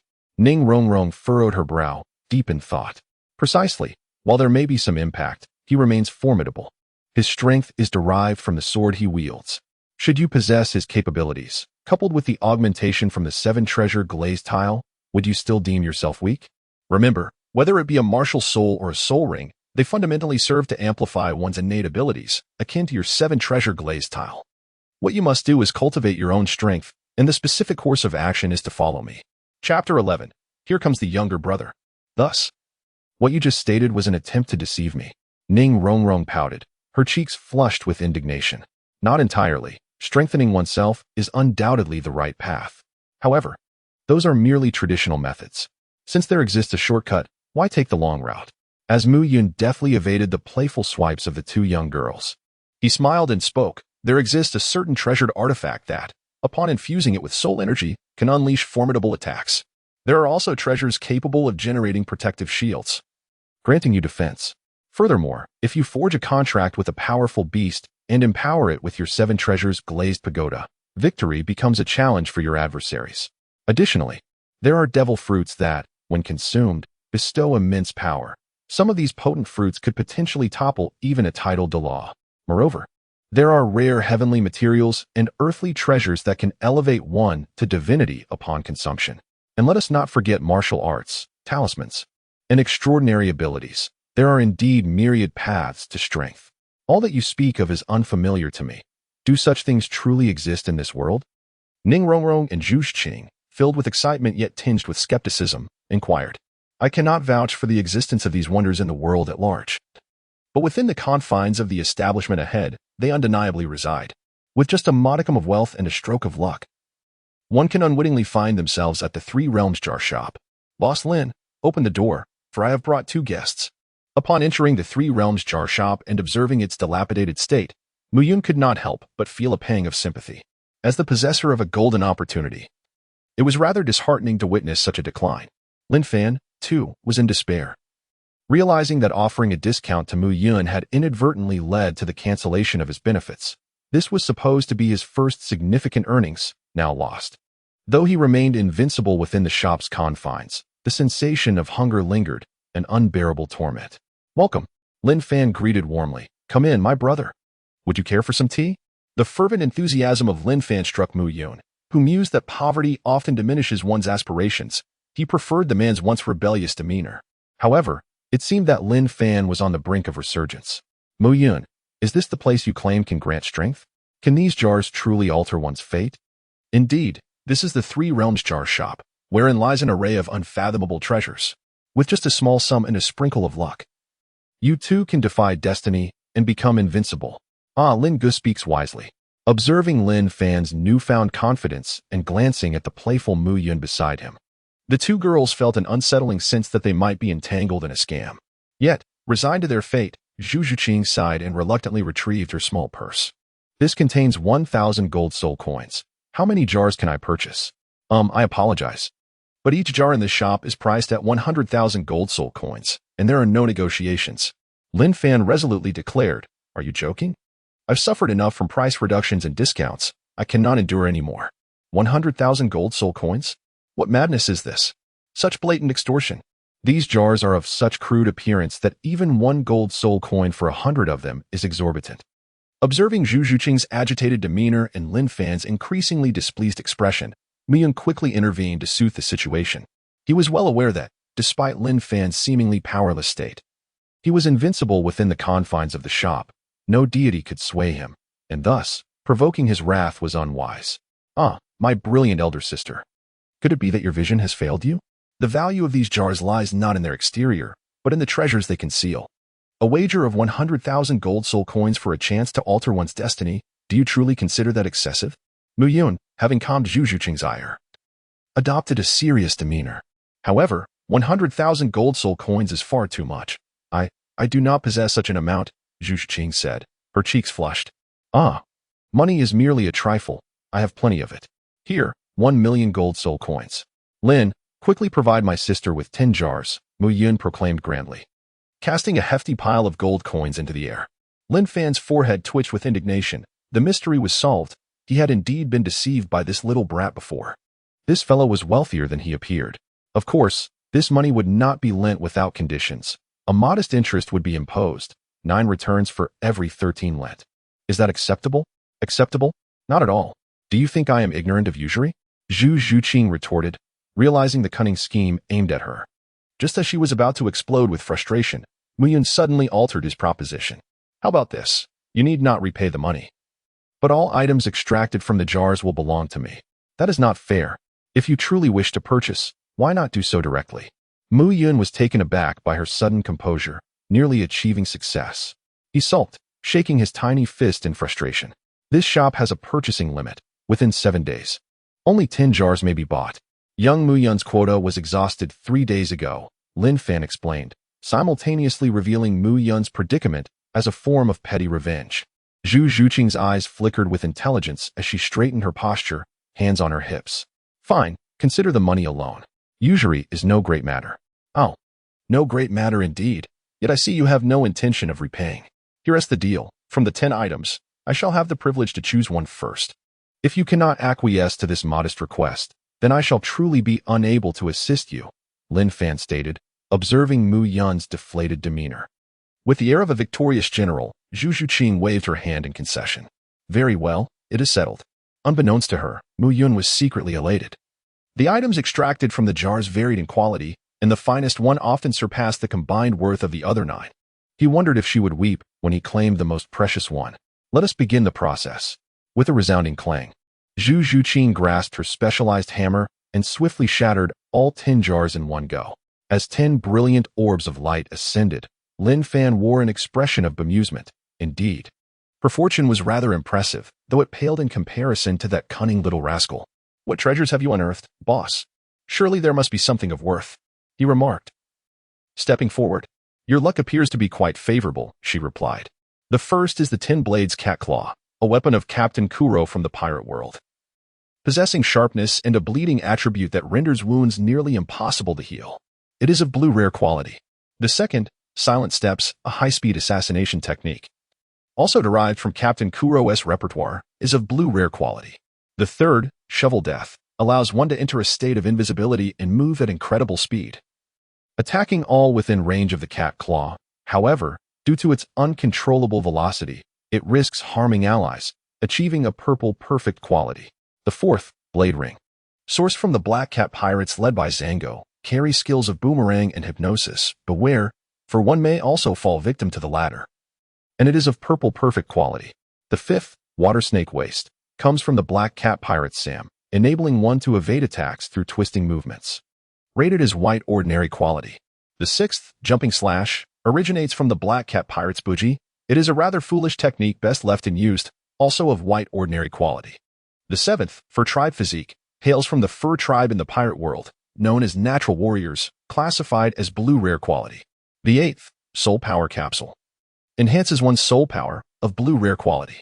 The ninth, Demon Blade Thousand Edges, from the Assassin World S Shadow Assassin Chi, focuses solely on offense without defense, unparalleled and composed of thousands of fragments, making it difficult to master, attaining a purple perfect quality.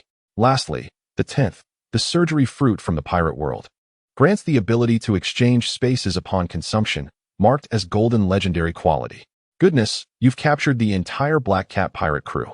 Such extraordinary luck, especially to have obtained the Surgery Fruit, the most unique of all devil fruits. Lin Fan marveled, recognizing the Surgery Fruit as a secret tied to eternal life in the pirate realm, a tantalizing prospect indeed. With 2 whites, 4 blues, 3 purples, and 1 gold. This haul was impressive, second only to the young master Mu Yun.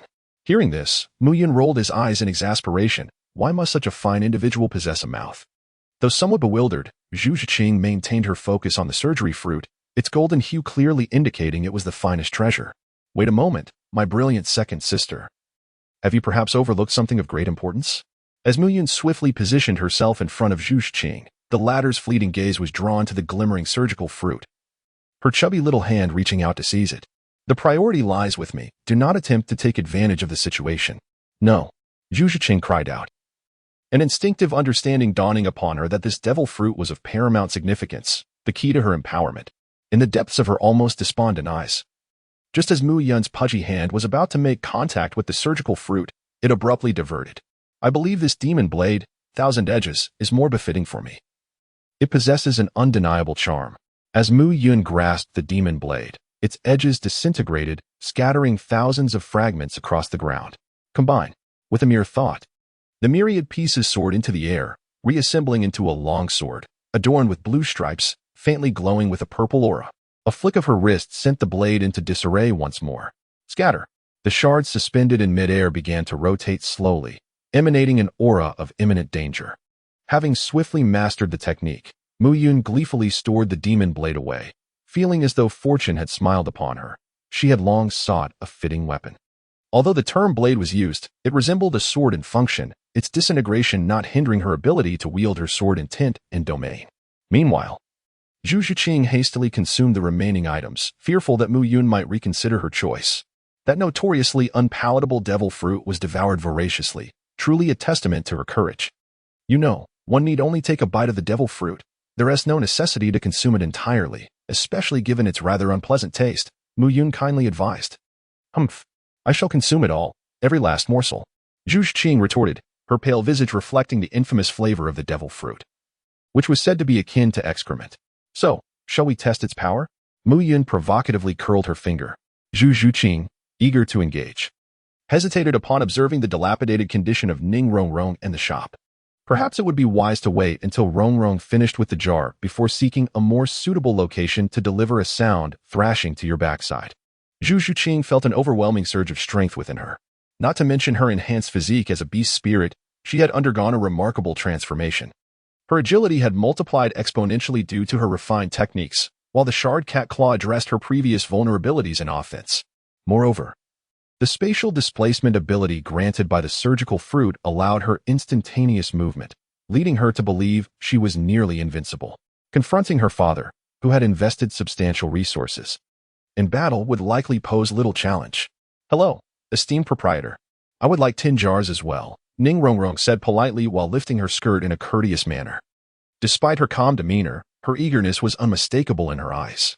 Truly, as the young lady of the 7 treasure glazed tile school, a mere 1 million gold soul coins was but a trifling sum. Just look at you. TSK. Mu Yun approached Zhu Zhiqing with a disdainful expression. Humph. There is simply no comparison. The master of the 7 treasure glazed tile school possesses remarkable acumen in business, in terms of wealth. The Spirit Hall and all the major empires cannot hold a candle to it. As for our family, it is but a hollow shell, barely managing to cover daily expenses. I have ventured into the family treasury, and I must say, it is utterly pristine, unlike you, who seems to have a knack for earning money from women. My funds are accumulated through frugality, leaving me with little. Zhu Zhiqing, known for her sharp tongue, was unyielding. Hey. While it's fine to speak your mind, it's inappropriate to expose my shortcomings in front of others. My money is hard-earned, a mutual agreement, a fair exchange. If I can earn it, it is indeed our skill. Unlike your family's tiger dye, who has to spend money to find women, shouldn't such things be profitable? Look at me, I don't even need to lift a finger. With a mere flick of my paw, gold soul coins come rolling in. Which family's tiger dye are you referring to? Stop disparaging others. I, Zhu Zhiqing, refuse to acknowledge such a rogue. Speak further, and I shall make you pay. While the siblings exchanged barbs, Ning Rongrong began to smash jars. She did not break them all at once, but rather 2 at a time, as everyone has their own sense of ritual. Clang, clang. 2 orbs of purple brilliance emerged. So, what do we have? Are they treasures? Ning Rongrong asked eagerly. One was a replica of the Haotian Tower, capable of attracting stellar power. Practicing within it would refine one's physique. Furthermore, its defensive capabilities were formidable, and it could unleash attacks using the gathered starlight. Although merely a replica, it was still a commendable treasure of perfect purple quality. The other was a replica of the Demon Suppression Tower, possessing the power to suppress malevolence. Essentially, it functioned as a cage for capturing demons and could also harness the powers of the imprisoned creatures to combat foes. Its rank was modest, easily containing second-tier demonic beasts. And it too was an item of perfect purple quality. Chapter 13. The Girl Favored by the Tower Goodness. Treasures have emerged from the jars. Has Manager Lin connected to the realm of cultivation? Muyin felt a pang of envy mixed with jealousy. Treasures. In the Douluo realm. The strongest weapons are the Sea King's trident and the blood sword of Shura. These so-called divine artifacts merely carry a trace of divine power. Far inferior to true treasures. Lin Fan was also somewhat bewildered. The jar yielding devil fruits so early was already unusual. And now it had even produced 2 treasures of such high caliber.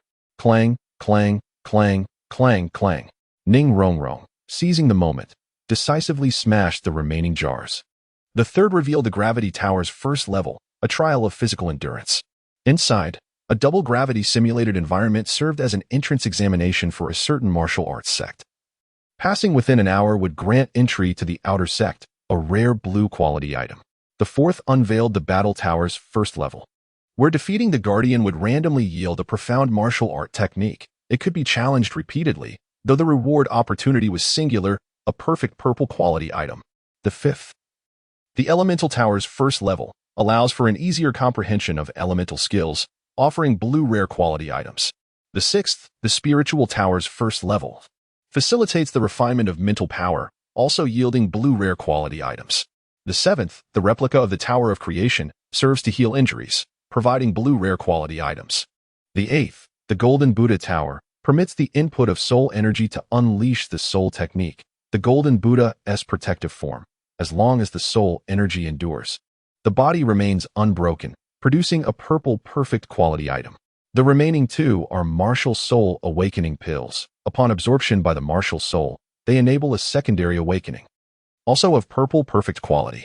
How remarkable it is that this tower so favors you. 5 blue and 5 purple items.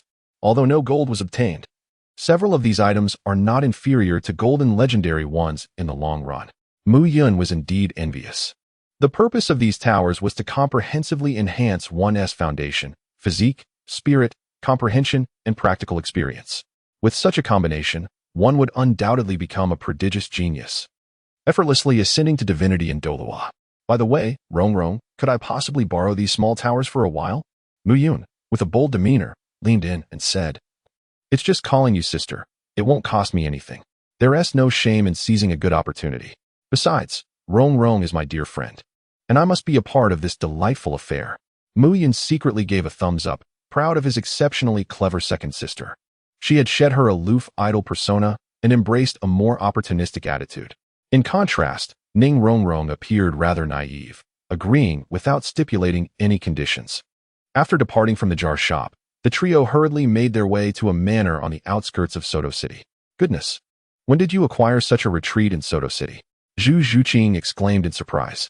She had conducted a thorough investigation into her brother, but had only discovered a modest villa, which explained why she had previously attempted to catch him off guard.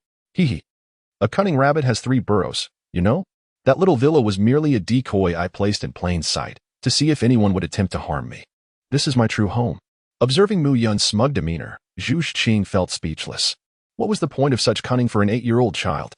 Was he not concerned about becoming prematurely bald? "All right, this will do. It is quite safe here," Mu Yun declared, gesturing to a spacious area. "Is it truly feasible?" she questioned. "Though these towers may seem small, once restored to their original form, they may not reach the heavens. But there are indeed few structures in Soto City larger than them. They will undoubtedly be quite conspicuous. Furthermore, there isn't enough space to accommodate them all." With a sly snap of his fingers, Mu Yun beckoned them to look again. Both Ning Rongrong and Zhu Zhuqing were left astounded. In the blink of an eye, their surroundings transformed. No longer were they in the quaint, antiquated manor, but in a resplendent palace, its vast expanse stretching infinitely beyond sight. The bloodthirsty poison bee queen had a penchant for grand displays, commanding legions in the millions. A smaller venue would simply not suffice. "What sorcery is this?" Zhu Zhuqing inquired, her astonishment evident. "Oh, it's nothing extraordinary," Mu Yun replied nonchalantly.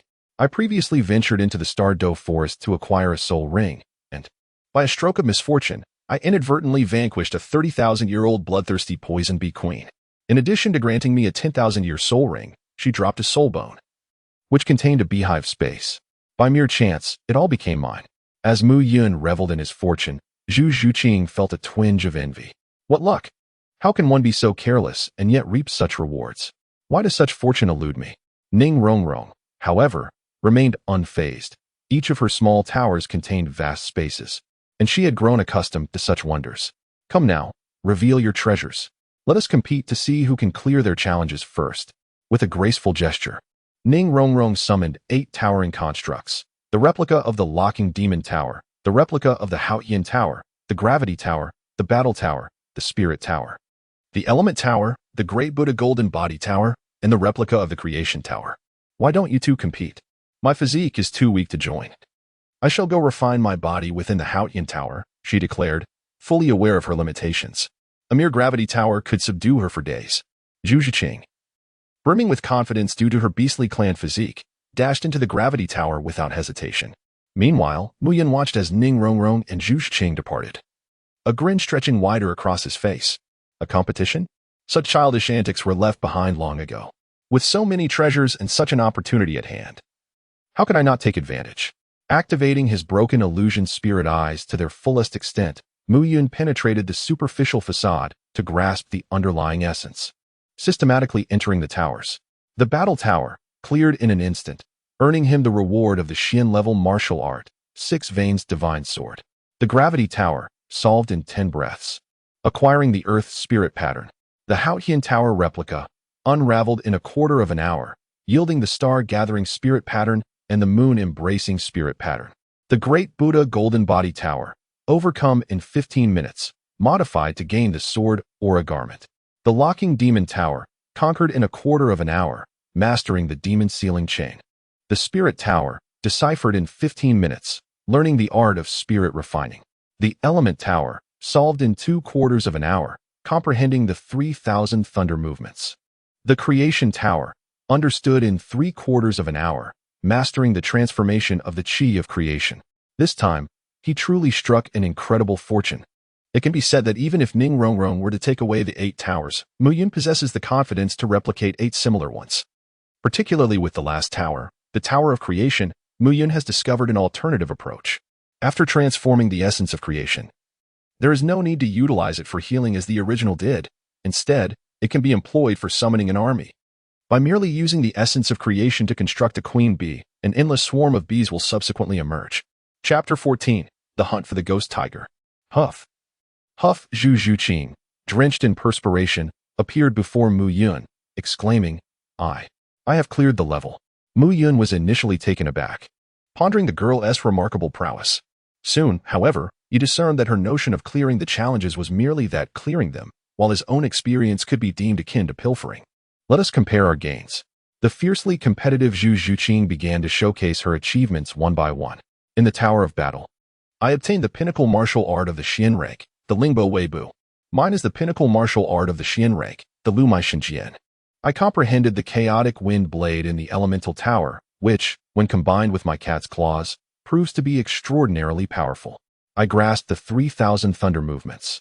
Moreover, in the Great Buddha's Golden Body Tower, I learned the Spirit Cat Battle Garb, significantly enhancing my defensive capabilities.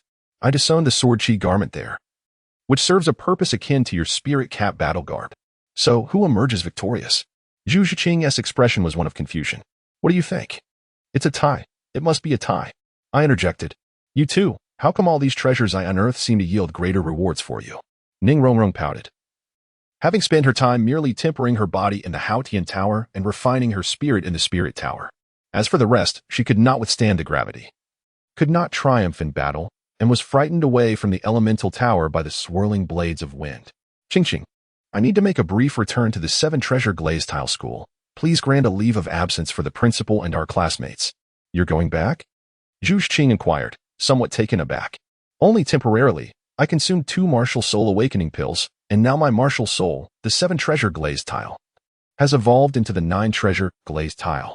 This is a significant event for our school, and I must inform my father, Ning Rongrong exclaimed with excitement. Although her gains were not as grand as those of Zhu Zhiqing and Mu Yun, The enhancement of her body and spirit was remarkably evident. This was merely the beginning. And with her tower, she could refine herself anytime, anywhere, truly empowering herself. Furthermore, her return was primarily to gather resources and rally support. The 7 Treasure Glazed Tile School, if nothing else, had ample funds and numerous people. After all, what could 1,000,000 gold soul coins accomplish in 7 days? Who could be looked down upon? First, let us bring in 100 individuals and set a modest target. It's that extravagant. Very well then, I am already at level 30. Tomorrow, I shall venture into the Douluo forest to hunt for a soul ring before returning to school to help you request a leave. Zhu Zhuqing's gaze fell upon Mu Yun. You will accompany me into the Douluo forest tomorrow. No refusals. Initially, she had intended to join the Shrek's 7 devils under the guidance of their teacher to hunt for soul rings, but her horizons had broadened, and she no longer wished to heed Yu Xiaojiang's suggestions regarding offensive soul rings. She preferred the freedom of venturing out alone. Indeed, I must also hunt for my 2nd soul ring, so let us go together. Mu Yun held no objections regarding the present Zhu Zhuqing. However, the same could not be said for her previous self. Back then, her lack of strength coupled with her disobedience rendered her difficult to manage. Now though, even an ordinary soul king of over level 50 would likely be dispatched in an instant. Her speed was indeed astonishing. And even Mu Yun found Zhu Zhuqing's current limit of velocity quite formidable. Without the use of sword domain and observation haki, he would find it challenging to cope. The adage speed is invincible was not a mere fabrication. The following day, within the Douluo forest, Zhu Zhuqing furrowed her brows as she surveyed the formidable black tiger before her, a creature exceeding 10 meters in length and standing over 3 meters tall. Its forehead adorned with a white kingly pattern emanating a perilous aura. The ghost tiger, with commendable speed and striking power, possesses the innate ability of shadow clone, making it exceptionally suited for you. I have specifically selected a 10,000-year-old specimen. Is it not splendid? A mere 1,000-year purple soul ring would hardly suffice for my brilliant elder sister, Mu Yun suggested with a cheerful smile. A 10,000-year soul beast. And one as formidable as the ghost tiger at that. Do you hold me in such high regard? Zhu Zhuqing questioned, her skepticism evident. Isn't it rather audacious to pursue a 10,000-year soul ring for my 3rd soul ring? Observing Zhu Zhuqing's conflicted demeanor, her eyes gleaming with anticipation, Mu Yun playfully nudged her. Come on, it's merely a 10,000-year soul beast. There is no need to dawdle. With a fierce roar, Zhu Zhuqing charged forward. The ghost tiger following suit with a thunderous growl, resembling a bolt of black lightning. Confronted by the looming threat of the tiger, Zhu Zhuqing's gaze remained icy. In a swift, almost surreal motion, she twisted her waist, evading the tiger's assault as if her upper and lower body were disconnected. Simultaneously, her claw-like hands slashed through the tiger's abdomen. The ghost tiger let out a pained cry, tumbling across the ground before quickly rising to assume a defensive stance. In that moment, Zhu Zhuqing elegantly turned, her claws poised, as she adjusted a pair of non-existent glasses. It truly isn't that formidable, its speed is merely average. Not as extraordinary as one might expect. Tell me, are you genuinely a 10,000-year soul beast ghost tiger? Or perhaps a counterfeit? Mu Yun was utterly astonished. Was this action truly the manifestation of Clo? The ghost tiger seemed to feel insulted, charging forth in a fit of rage once more. Meanwhile, Zhu Zhuqing let her arms fall, her 10-blade cat claws swaying rhythmically from side to side, resembling a pendulum. Suddenly, she vanished from sight, and the towering trees surrounding them began to topple. Strikingly, deep wounds, revealing bone, appeared on the ghost tiger's body, blood gushing forth in torrents. At that moment, Mu Yun retreated to a safe distance. The indiscriminate attack was perilously dangerous. At last, the furious ghost tiger unleashed a brilliant light from the king's symbol on its forehead, and a multitude of black tigers roared as they darted in every direction. Ah, it appears it intends to flee. Just a reminder. The shadow clones of the ghost tiger are corporeal. Should even one escape, it would not be deemed defeated, merely weakened for a time. And your soul ring would be rendered useless, Mu Yun languidly advised. Do you require assistance? Not necessary. Room. Zhu Zhuqing's icy voice resonated as a white membrane of light expanded outward from her center, instantly enveloping all of the ghost tigers. With a gentle sweep of her 10-blade cat claws, every ghost tiger was cleaved into fragments. Remarkably, not a single drop of blood was shed. The eyes of the severed heads displayed a flicker of terror. They were alive, yet utterly powerless. As Zhu Zhuqing retracted her fruit ability, the ghost tigers perished instantly, and a black soul ring began to rise slowly. Zhu Zhuqing gracefully approached the soul ring to commence her absorption. Mu Yun initially intended to offer assistance, but ultimately chose to withdraw, deeming it unnecessary. The heart of the fierce tiger was vanquished, and the malevolent spirit of the tiger was utterly shattered by Zhu Zhuqing's decisive move.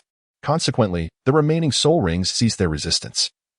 All that was required was for her body to withstand the energy feedback from the 10,000-year soul ring. It was not long before Zhu Zhuqing completed the absorption of the soul ring, ascending directly to the 33rd rank of Soul Master. With a resonating hum, Zhu Zhuqing manifested clones one after another. The soul skill was indeed impressive, particularly after being refined in the Spirit Tower, as these shadowy duplicates possessed her full combat prowess. Mu Yun, thank you. Chapter 15, The Soul Beast with a System. Mu Yun, what is the matter with you? Isn't that the gold-devouring artifact beast your target? After our lengthy search, we finally found it. Yet you didn't slay it to seize the soul ring. Instead, you turned and fled without a word. Zhu Zhuqing exclaimed, shaking off Mu Yun's small hand, eager to rush back and engage in battle. Slay it? My exceedingly intelligent elder sister. It seems you have lost sight of yourself after contemplating the defeat of a 10,000-year soul beast. Mu Yun wiped the cold sweat from his forehead, feeling a surge of relief.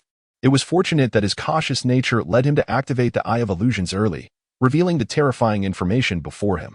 What is the matter? I believe it's just an ordinary 10,000-year soul beast, devoid of any sense of danger. Moreover, the records on the gold-eating smithing beast do not indicate it belongs to a formidable race. What are you afraid of? Zhu Zhuqing inquired, perplexed. It is precisely this that renders it perilous, he replied. Your martial soul, the nether spirit cat, excels in perception, while my martial soul, the orange cat, is also quite attuned to danger. Despite activating my observation hockey within the jar, I failed to sense any threat from our adversary. This, in fact, underscores that their level far surpasses ours, coupled with an exceptionally cautious disposition. Such entities must never be provoked. Mu Yun felt a lingering trepidation just moments ago. He had glimpsed the information regarding his opponent, a soul beast that had transformed over 900,000 years, adept in the art of survival. Had lived undetected in the Stardow forest, its prowess unnoticed even by the dominant soul beast dwelling in its depths. With a cautious disposition, it refrained from action unless absolutely necessary, and when it did strike, there were no survivors. Furthermore, this entity was the possessor of a weaponsmithing system, a third-tier artifact-level smith. Moreover, the entirety of its dazzlingly ostentatious equipment was alarming. Headgear, robes, battle boots, weapons, shields, as well as earrings and necklaces. Most terrifying of all were the rings, each finger adorned, their potential powers unknown. A fully armed and luxurious arsenal. Who would dare to confront such a being? Even the protagonist would be compelled to kneel in its presence. At that moment, a strange voice resonated behind him. Little one, your eyes are rather extraordinary. Jianyu. Cat's whisker dance. In response to the unexpected utterance, Mu Yun exhibited no signs of astonishment, as though he had anticipated it. He instantaneously unleashed a domain-type sword technique, causing a cascade of floral petals to fill the air. Humph. The figure cloaked in black, struck by several petals, gradually materialized, emitting muffled groans. An intriguing technique. It has compelled me from the void. Some petals manage to bypass my defensive artifacts and strike my true form directly. Poison, dizziness, paralysis, petrification, binding, and even the blush of a skeleton's spring toxin. Regrettably, they were all too feeble. Their cumulative control time barely lasted a breath. The figure in black slowly raised its right hand, clearly preparing to break free from its constraints, as 5 rings shimmered with radiant energy, signaling an impending formidable strike. One breath is sufficient. The orange tabby cat, possessing a martial spirit, manifested with an astonishing speed that belied its size, swiftly approaching the figure cloaked in black. Its plump little paws gently made contact. To the astonishment of the cloaked individual, it revealed a soul skill of a regulatory nature, exclaiming, "Little one, we shall meet again." With that, it vanished from sight. Remarkably, after enduring the full force of my adorable strike, it managed to utter a few words before departing. Truly impressive. Mu Yun finally let out a sigh of relief. The harm would undoubtedly not reach the other party, but at least for the next 3 days, they were safe. The full force of a playful strike was sufficient to send the opponent flying for 3 days and nights, disregarding their strength or weakness. What transpired? Did someone just appear? Where did they go? Zhu Zhuqing, realizing the situation belatedly, rushed over. He has been sent on a journey. Mu Yun waved his hand, his expression slightly grave. "I am about to hunt the great mouth flower. If you do not wish to accompany me, you may return." "No," came the reply, "in matters of reciprocity. Since you assisted me in hunting the ghost tiger, I shall likewise aid you in your pursuit of the great mouth flower." Muyin pondered for a moment before nodding. "You may accompany me, but we must establish 3 rules. Without my consent, do not act recklessly. The big mouth flower is not akin to the ghost tiger. Your speed will be of no use against it." "Humph. It's merely a stationary plant-type soul beast, undoubtedly easier to handle than the ghost tiger. Just wait and see how swiftly I shall vanquish it." The inflated Zhu Zhuqing now felt invincible. Do not place blind faith in the records about soul beasts. Spatial-type soul beasts are far more perilous than you can fathom. I understand.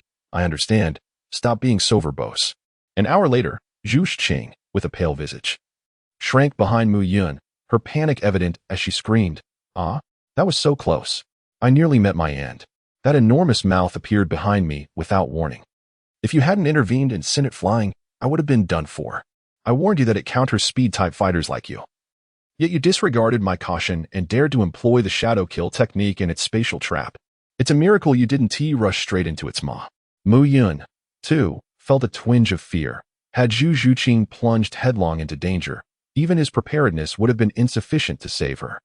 As for the big mouth flower, it had undoubtedly fallen into Mu Yun's grasp, its opportunity arising precisely when Zhu Zhuqing was attacked. The big mouth flower, while feeding, temporarily lowers its defenses, allowing it to expose its spatial form. Typically, it remains concealed within the void, eluding even those far more powerful than itself. In this context, Zhu Zhuqing served as bait to draw it out. With a decisive strike, Mu Yun sent the big mouth flower flying. Once it left its territory, it became considerably easier to handle. A binding chain was swiftly deployed to restrict its ability to retreat into the void, before he tossed it, tightly bound like a dumpling, into the beehive. Within the beehive, Mu Yun was the master, and the big mouth flower was merely prey on the chopping block. Wait a moment. I shall first deal with the big mouth flower. 10 minutes later, Mu Yun reappeared, invigorated and refreshed. As a level 28 soul master, he wielded the domain-type soul skill, Spatial Trap, as well as the soul skill, Spatial Strangulation. What a bountiful harvest! Within the hive, Mu Yun endeavored to integrate these 2 soul skills into his sword domain. As anticipated, the chaotic elegance of his cat-s floral dance became significantly more fortified, with the control area expanding to twice its original size.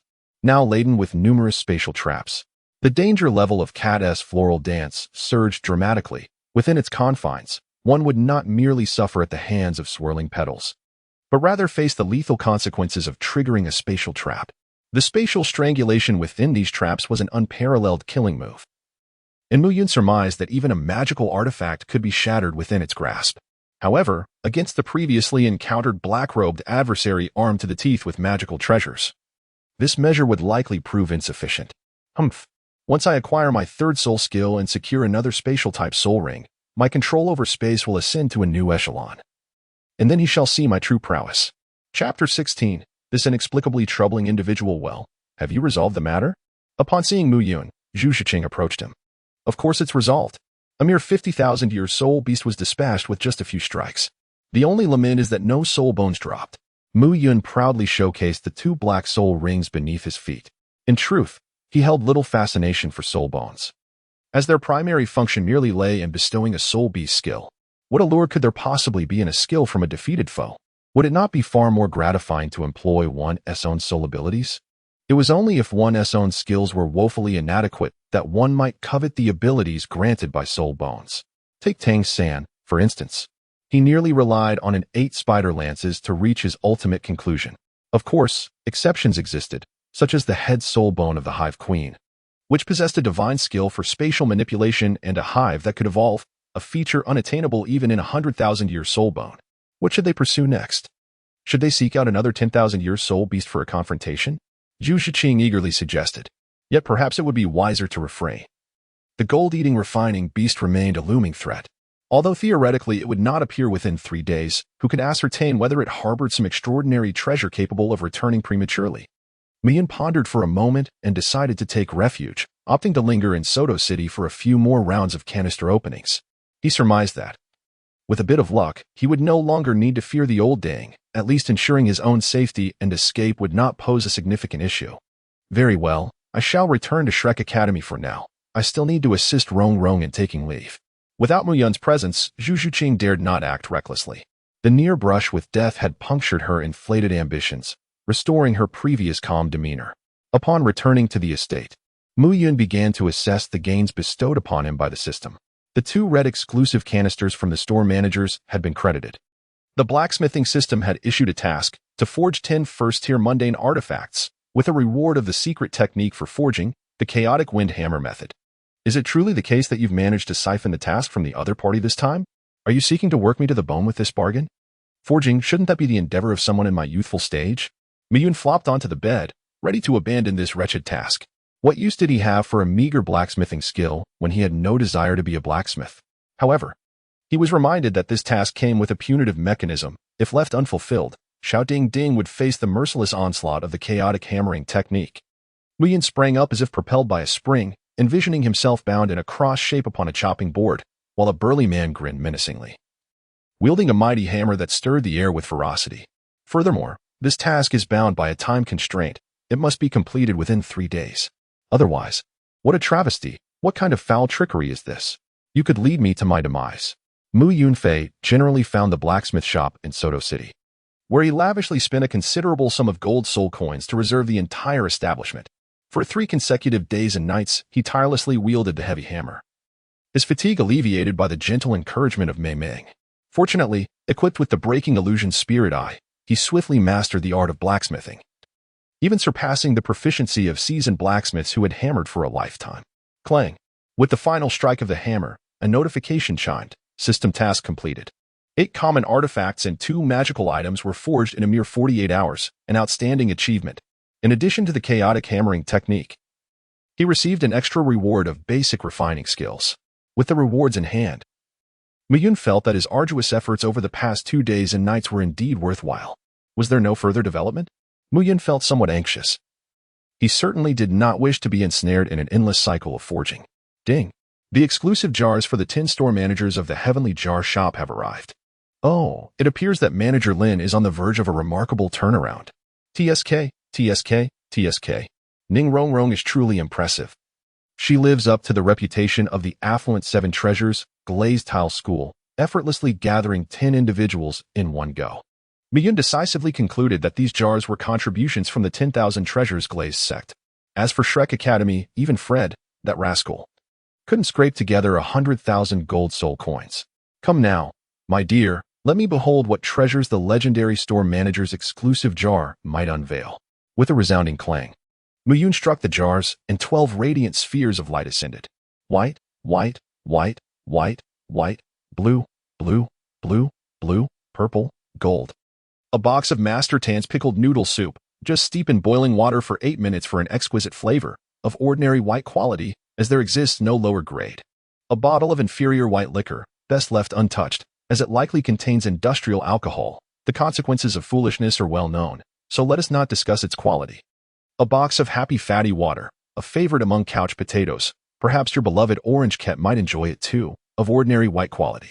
A pair of black stockings, those in the know will understand, of ordinary white quality. A Jinhua ham, renowned for its delightful flavor, of ordinary white quality. A box of a certain monkey's snail noodle soup. Its taste is hard to describe. Your feline friend likely wouldn't appreciate it, though your orange cat might be an exception. Of ordinary white quality. Soul Power Capsules 3, which directly enhance soul power without side effects, of rare blue quality. A common strength elixir, which increases strength by 1,000. Of rare blue quality. An exquisite strength elixir, which increases strength by 10,000, of perfect purple quality. The Void Sword Body. A unique constitution that grants a high affinity for space to its bearer, of legendary golden quality. Foggy heavens. System, come forth. Just take a look at what you have presented me. These treasures are inferior to those from the ordinary jars I previously opened. How dare you claim these to be the store manager's exclusive jars? Had it not been for the final golden legend, I would have thought you were treating me as a scrapyard. The agitation of Mu Yunqi stemmed primarily from the profound disparity between his expectations and reality. Dear host, might there exist a possibility that such a rate of treasure acquisition is indeed the norm, while your previous experience, along with that of the 2 young ladies, was rather extraordinary? This could be likened to a legendary bug, which, having now been rectified, has resulted in the current state of affairs. In truth, the emergence of a golden legend is already quite commendable, and moreover, this golden legend is anything but ordinary. Mu Yun contemplated for a moment and expressed his agreement. The void sword body, a physique of extraordinary nature, must originate from a realm of higher dimensions, and it is precisely what he requires at this juncture. Although the breaking illusion spirit eye enables him to effortlessly master sword techniques and domains, its power remains somewhat limited, as it is ultimately an ordinary constitution. A mortal is confined by inherent limitations. However, with the advent of the void sword body, both his sword techniques and spatial control have experienced significant enhancement, unlocking new potential and paving the way for a more expansive journey ahead. Mu Yun suddenly thought of Lin Fan. Given the current rate of treasure discovery, poor manager Lin would need quite some time to turn his fortunes around.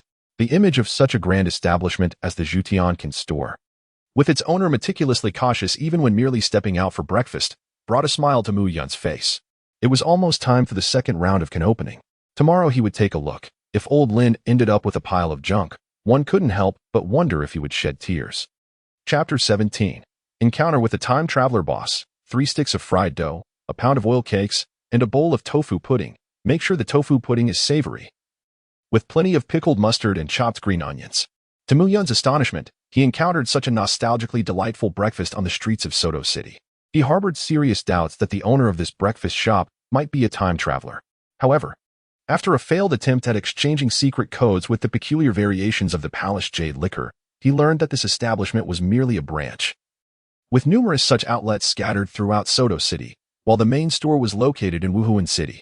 The mastermind behind it was rumored to be a prominent figure with considerable influence. Suddenly, a cacophony erupted from outside. The city lord's guard is on duty. All bystanders must vacate the area. A formidable procession, clad in gleaming armor, marched by, prompting merchants to hastily shut their doors and secure their locks. Mu Yun was multitasking, savoring his meal while observing the scene with keen attention. He noticed a well-trained squad encircling a young man. At last, they had cornered him. Though Mu Yun wondered why the higher-ups prevented them from storming the establishment to apprehend him, nevertheless, they urged him to accompany them, as their superior wished to meet him, warning him not to provoke them into violence. The young man, appearing somewhat disheveled in his ordinary attire, resembled a beggar, albeit one without holes in his shoes. "Oh, must you all be such a nuisance? I simply stepped out for breakfast, and you choose to disrupt my outing. Your constant surveillance of my little shop is severely impacting my sales. It's quite distressing," he exclaimed. "As for the esteemed individual you mentioned, I have no interest in meeting him. If he has business, he may visit my humble establishment, but only with sufficient gold soul coins. If he is a pauper, he should keep his distance. I have no time for the likes of him. Enough of your insolence. Seize him," shouted the soldiers, who charged at him like wolves, wielding shields and short clubs. In that moment, Mu Yun felt an odd familiarity, reminiscent of encounters with the city management team.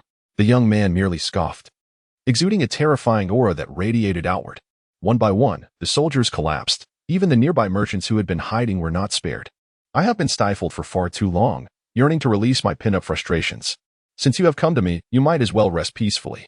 The tantalizing aromas of spicy soup, tofu pudding, and deep-fried dough sticks wafted through the air, igniting a nostalgic longing within him. "I'm coming," he declared, racing towards the source of the scents. Upon pushing open the door, he beheld a young boy, blissfully enjoying his breakfast of fried dough sticks and tofu pudding, radiating pure joy.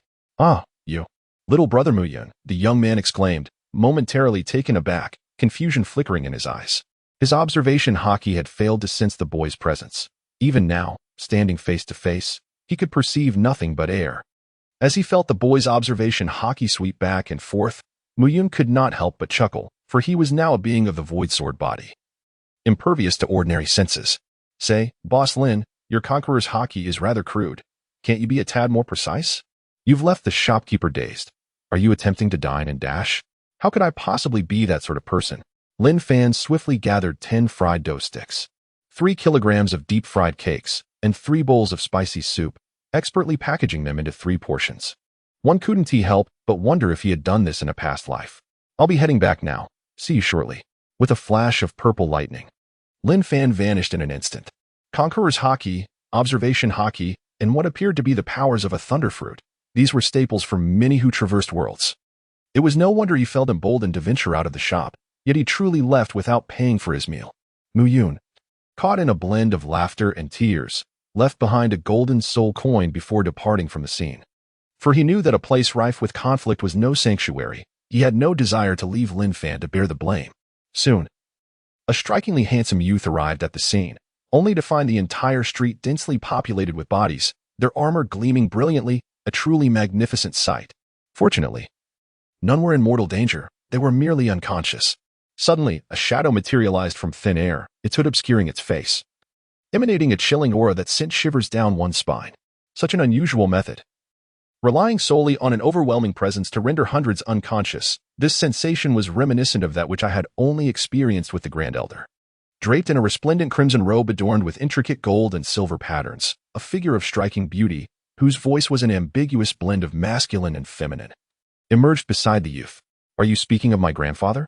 the young man inquired, furrowing his brow in confusion. "It is not the Grand Elder Douluo." The sensation described by old Chrysanthemum must be the Grand Elder's divine power. Only such a level of strength could achieve this feat. The ominous figure spoke with a hint of trepidation.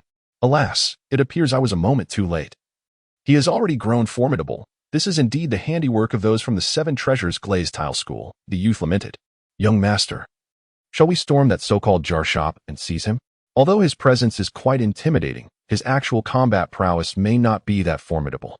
With my 95-level Chrysanthemum Douluo and 95-level Old Ghost, capturing an obscure individual should pose little challenge. Furthermore, with our martial soul fusion technique, the dual polar stasis domain, I believe there is no one we cannot apprehend," the confident Chrysanthemum Douluo suggested. The youth, however, replied with a measured tone. "Perhaps we may consider that should we encounter him outside in the future. But recklessly barging into a shop to seize someone is an act of folly we ought to avoid. Then, since we cannot control him, we shall abide by his rules. Uncle Ghost, return to the Spirit Hall immediately and procure as many golden soul coins as possible. Additionally, Uncle Chrysanthemum, gather all the liquid assets from my enterprises. Since we cannot seize the opportunity presented by the jar shop, we shall instead integrate ourselves into it. This grand fortune shall still belong to me." The young man clenched his fist tightly and departed with his two powerful titled Douluo companions. After a considerable time, a figure stepped forth from the void. In Mu Yun's eyes, a purple radiance flickered. Shui Qinghe, the first prince of the Heavenly Empire, is, in truth, the esteemed lord of the Spirit Hall, Qianrenxue. Possessing the six-winged angel as his martial soul and holding the rank of Soul King at level 59. A transmigrator and the bearer of the celestial summoning system. He finds himself in an intricate web of identity. What a remarkable scenario, is it not, where one nestles within another's abode? Mu Yun's expression was peculiar. It seemed this Douluo was rather unconventional. With several systems already intervening, one must wonder if Tang San, a character who relies heavily on the halo of the protagonist, can still navigate this chaos. When the narrative of the protagonist encounters external aids, the outcome may not be favorable. This world is becoming increasingly intriguing. With the celestial summoning system in play, let us hope it does not disappoint. Ding. The celestial summoning system's advantageous acquisition is complete. The host is requested to accept it promptly. Chapter 18. Summoning success. The host of the celestial summoning system, Qianrenxue, has accomplished 2 summoning tasks, resulting in advantageous outcomes. As the host, you are also entitled to 2 summoning attempts. Is there no task for me to complete this time? No. Those 2 tasks have already been fulfilled by Qianrenxue. The first was to eliminate Shui Qinghe and successfully assume his identity. And the second was to successfully recruit the Chrysanthemum Douluo and the Ghost Douluo. She completed the tasks, and I am reaping the rewards. What a splendid game this time. Mu Yun gave a thumbs up to the void, reveling in the delightful ease of gaining rewards without effort. Summon, commence. Moments later, 2 figures emerged from the abyss. One, with azure locks and crystalline eyes, bore a delicate visage, a truly adorable young boy, rivaling even his own charm. This was the slime monster, Rimuru Tempest. Endowed with 2 unique skills, Great Sage and Predator. The other figure showcased golden hair, cerulean eyes, and adorned in a flowing gown of ethereal colors. Complete with pointed ears and ruby lips, wielding a branch-like staff. This water spirit was named Asuna, possessing the abilities of flight at will, alongside wind and water elemental magic. To his astonishment, he had summoned these 2 remarkable beings. Mu Yun's eyes sparkled with excitement. Although Rimuru was the weakest of the magical creatures, the slime possessed the extraordinary predator skill, enabling it to consume any formidable foe and inherit all of their abilities and strengths. Furthermore, upon devouring them, Rimuru could release these beings as loyal subordinates. The Great Sage encompassed remarkable abilities such as thought acceleration, analysis and appraisal, parallel calculation, chant break, and the vast expanse of all things, seemingly surpassing even his own broken illusionary eye and prowess. Asuna, too, was impressive. Not only was she stunningly beautiful, adept in magic, but she also excelled in culinary arts, sewing, and various practical skills, making her an ideal candidate for a housekeeper, an esteemed one at that, without any misinterpretation. The trio entered the shop of the multiverse jar, greeted by a warm welcome. Lin Fan stood astonished, his mouth agape, as he struggled to comprehend the astonishing information regarding the three individuals before him. Mu Yun, a human of level 30, possesses the formidable Soul Master rank, wielding the Orange Cat martial spirit and the Void Sword physique, with a combat assessment of 999. Rimuru, a creature of the magical realm, stands at level 1. Endowed with the unique skills of Great Sage and Predator, boasting a combat evaluation that ranges from 1 to infinity. Asuna, an elf of level 99, is a Grand Magus with an impressive combat assessment of 999. What is the meaning of this? How can such beings exist? This defies all logic. It is no wonder Lin Fan is astonished. These two are clearly not entities of this world. How can there be such beings as magical creatures and elves in the Douluo continent? Mu Yun remained unfazed, addressing Boss Lin with a calm demeanor. Stay composed, stay composed. You are the proprietor of the Celestial Jar Shop. What could possibly be more illogical than your very existence? Moreover, I have faith that within your jars, you could unveil entities even more extraordinary than they. Additionally, allow me to furnish you with a piece of intelligence. The orchestrators behind today's ambush are individuals from the Spirit Hall, and intriguingly, she is a traveler possessing a system. Therefore, exercise caution. The mightiest in this realm may not necessarily be semi-divine beings like Qian Douluo or Poseidon Tangchen, and the limits may not solely be defined by those so-called gods. It is quite possible that other system bearers may ensnare you during your outings, and it is uncertain whether they might employ means to usurp your golden finger. Upon hearing this, Lin Fan was drenched in cold sweat. How perilous! He had not anticipated that he was not the only one in this world endowed with a golden finger system. The implications were chilling. If those ambushing him were merely from the Spirit Hall or other factions, it would pose little concern, as their intentions would solely revolve around the jars. However, if the adversaries were indeed travelers with their own golden finger systems, their motives could be perilous, perhaps even aimed at seizing his system. His current strength was far from invincible. While the elementalization of the Thunder Fruit was an unbeatable force in this world, it was limited to this realm. Numerous methods exist across the myriad of universes that could counter elementalization. Thank you, my brother. Your warning is indeed timely. And regarding the price of the jars, do you think it could be? Heh, friendship aside, rules must not be broken. I must remind you, young brother, that I am merely a worker here, relying on patrons like you for sustenance, you understand. This time, Lin Fan was not easily deceived.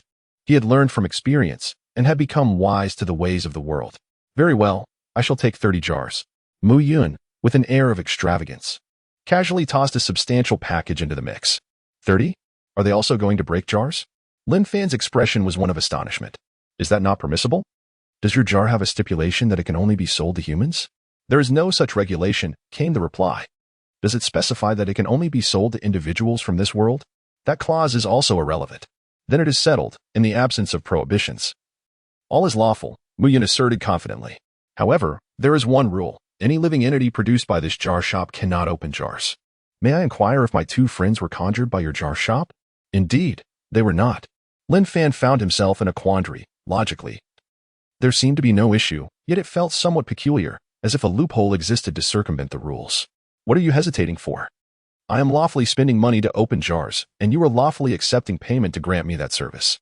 No one can find fault with this arrangement. We are justified. So what is there to fear?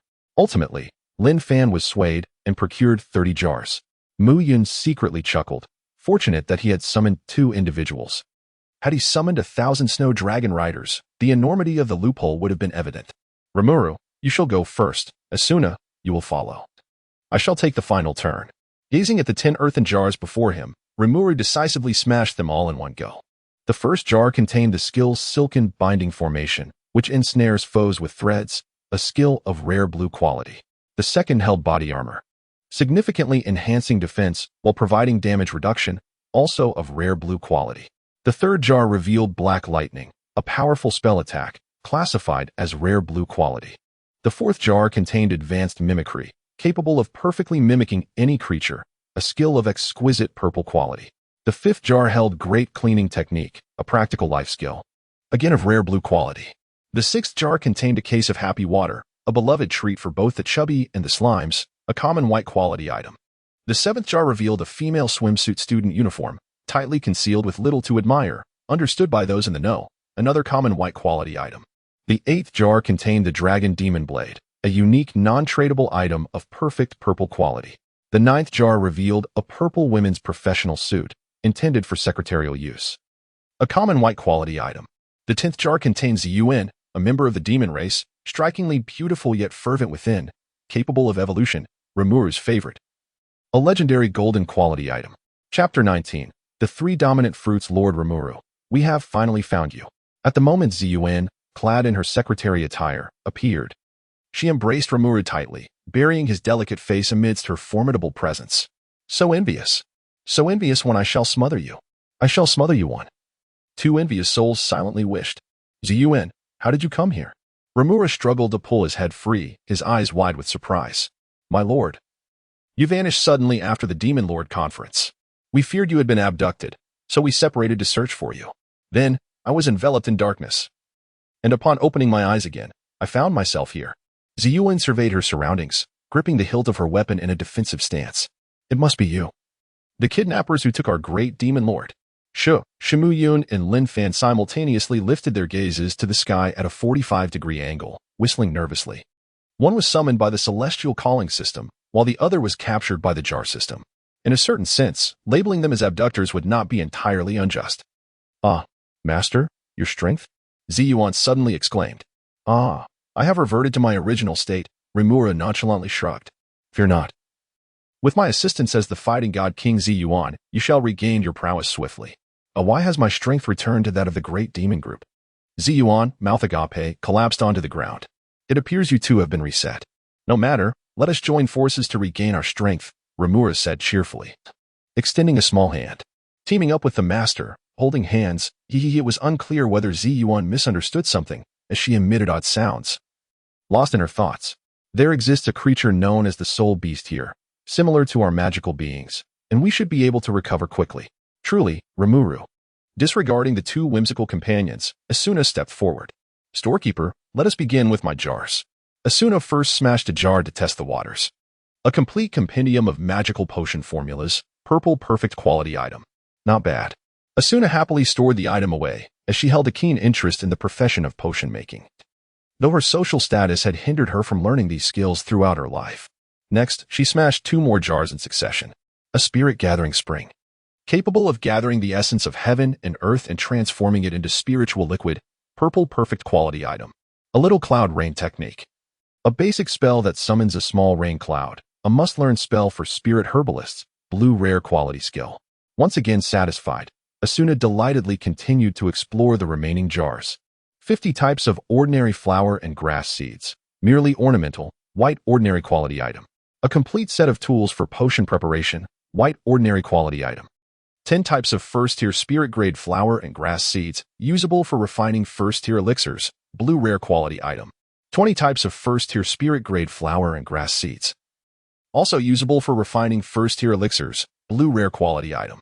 Spirit-grade soil of 10 directions, exclusive soil for planting spirit-grade flowers and grasses, blue rare quality item. Basic alchemy inheritance.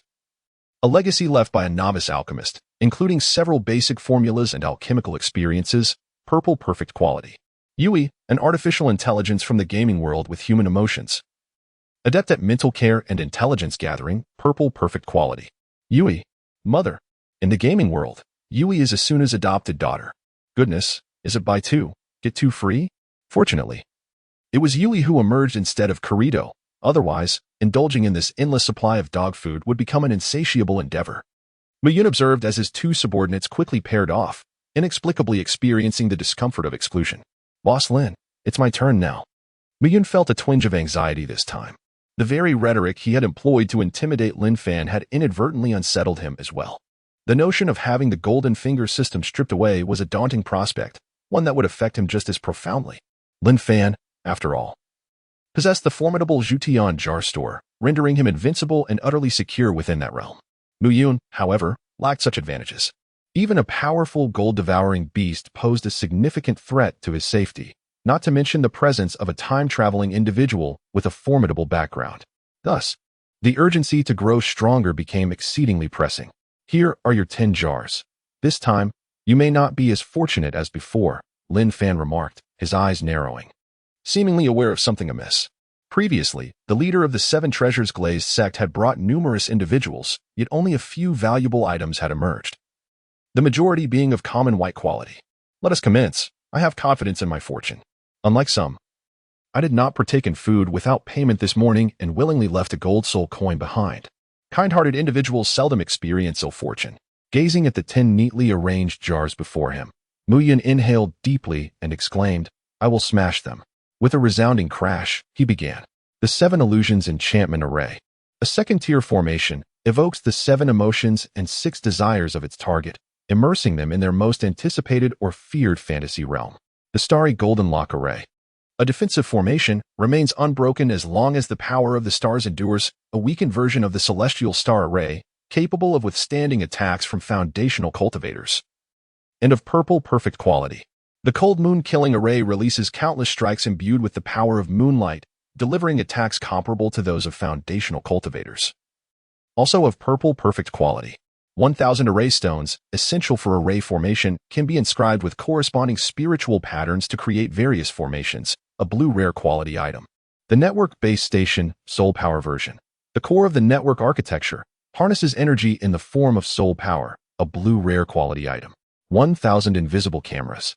Common white quality items. Advanced Conqueror's Haki, a symbol of sovereignty from the world of pirates, a purple perfect quality skill. Advanced Armament Haki, an essential skill for the strong. Capable of countering elemental devil fruits, also of purple perfect quality. The Supreme Strength Pill, which can augment strength by 10,000 pounds, a purple perfect quality item. The Douluo Fruit, a space-type devil fruit that can open a spatial gateway to any location previously visited, a golden legendary quality item. Wow, with 1 white, 2 blue, 6 purple, and 1 gold. It appears that my fortune remains as splendid as ever. Mu Yun wore a satisfied expression, initially anticipating a mere half of ordinary white quality items. Yet the outcome far exceeded his expectations. The 3 indispensable skills for the formidable beings of the pirate world, Observation Haki, Armament Haki, and Conqueror's Haki, were all acquired. Along with a spatial-type Douluo Fruit. He intended to consume this personally, sensing its potential benefit to his void sword body. Chapter 20. The arrival of the ghost Douluo strangely, despite having reduced the treasure drop rate. Lin Fan could not comprehend how he had still obtained such an abundance of exceptional items. Having departed from the jar shop, Mu Yun refrained from wandering aimlessly and swiftly made his way to the manor. However, midway through his journey, in a remote area, he suddenly halted. "Sigh, what a nuisance. You, a dignified titled Douluo, are tailing an 8-year-old boy.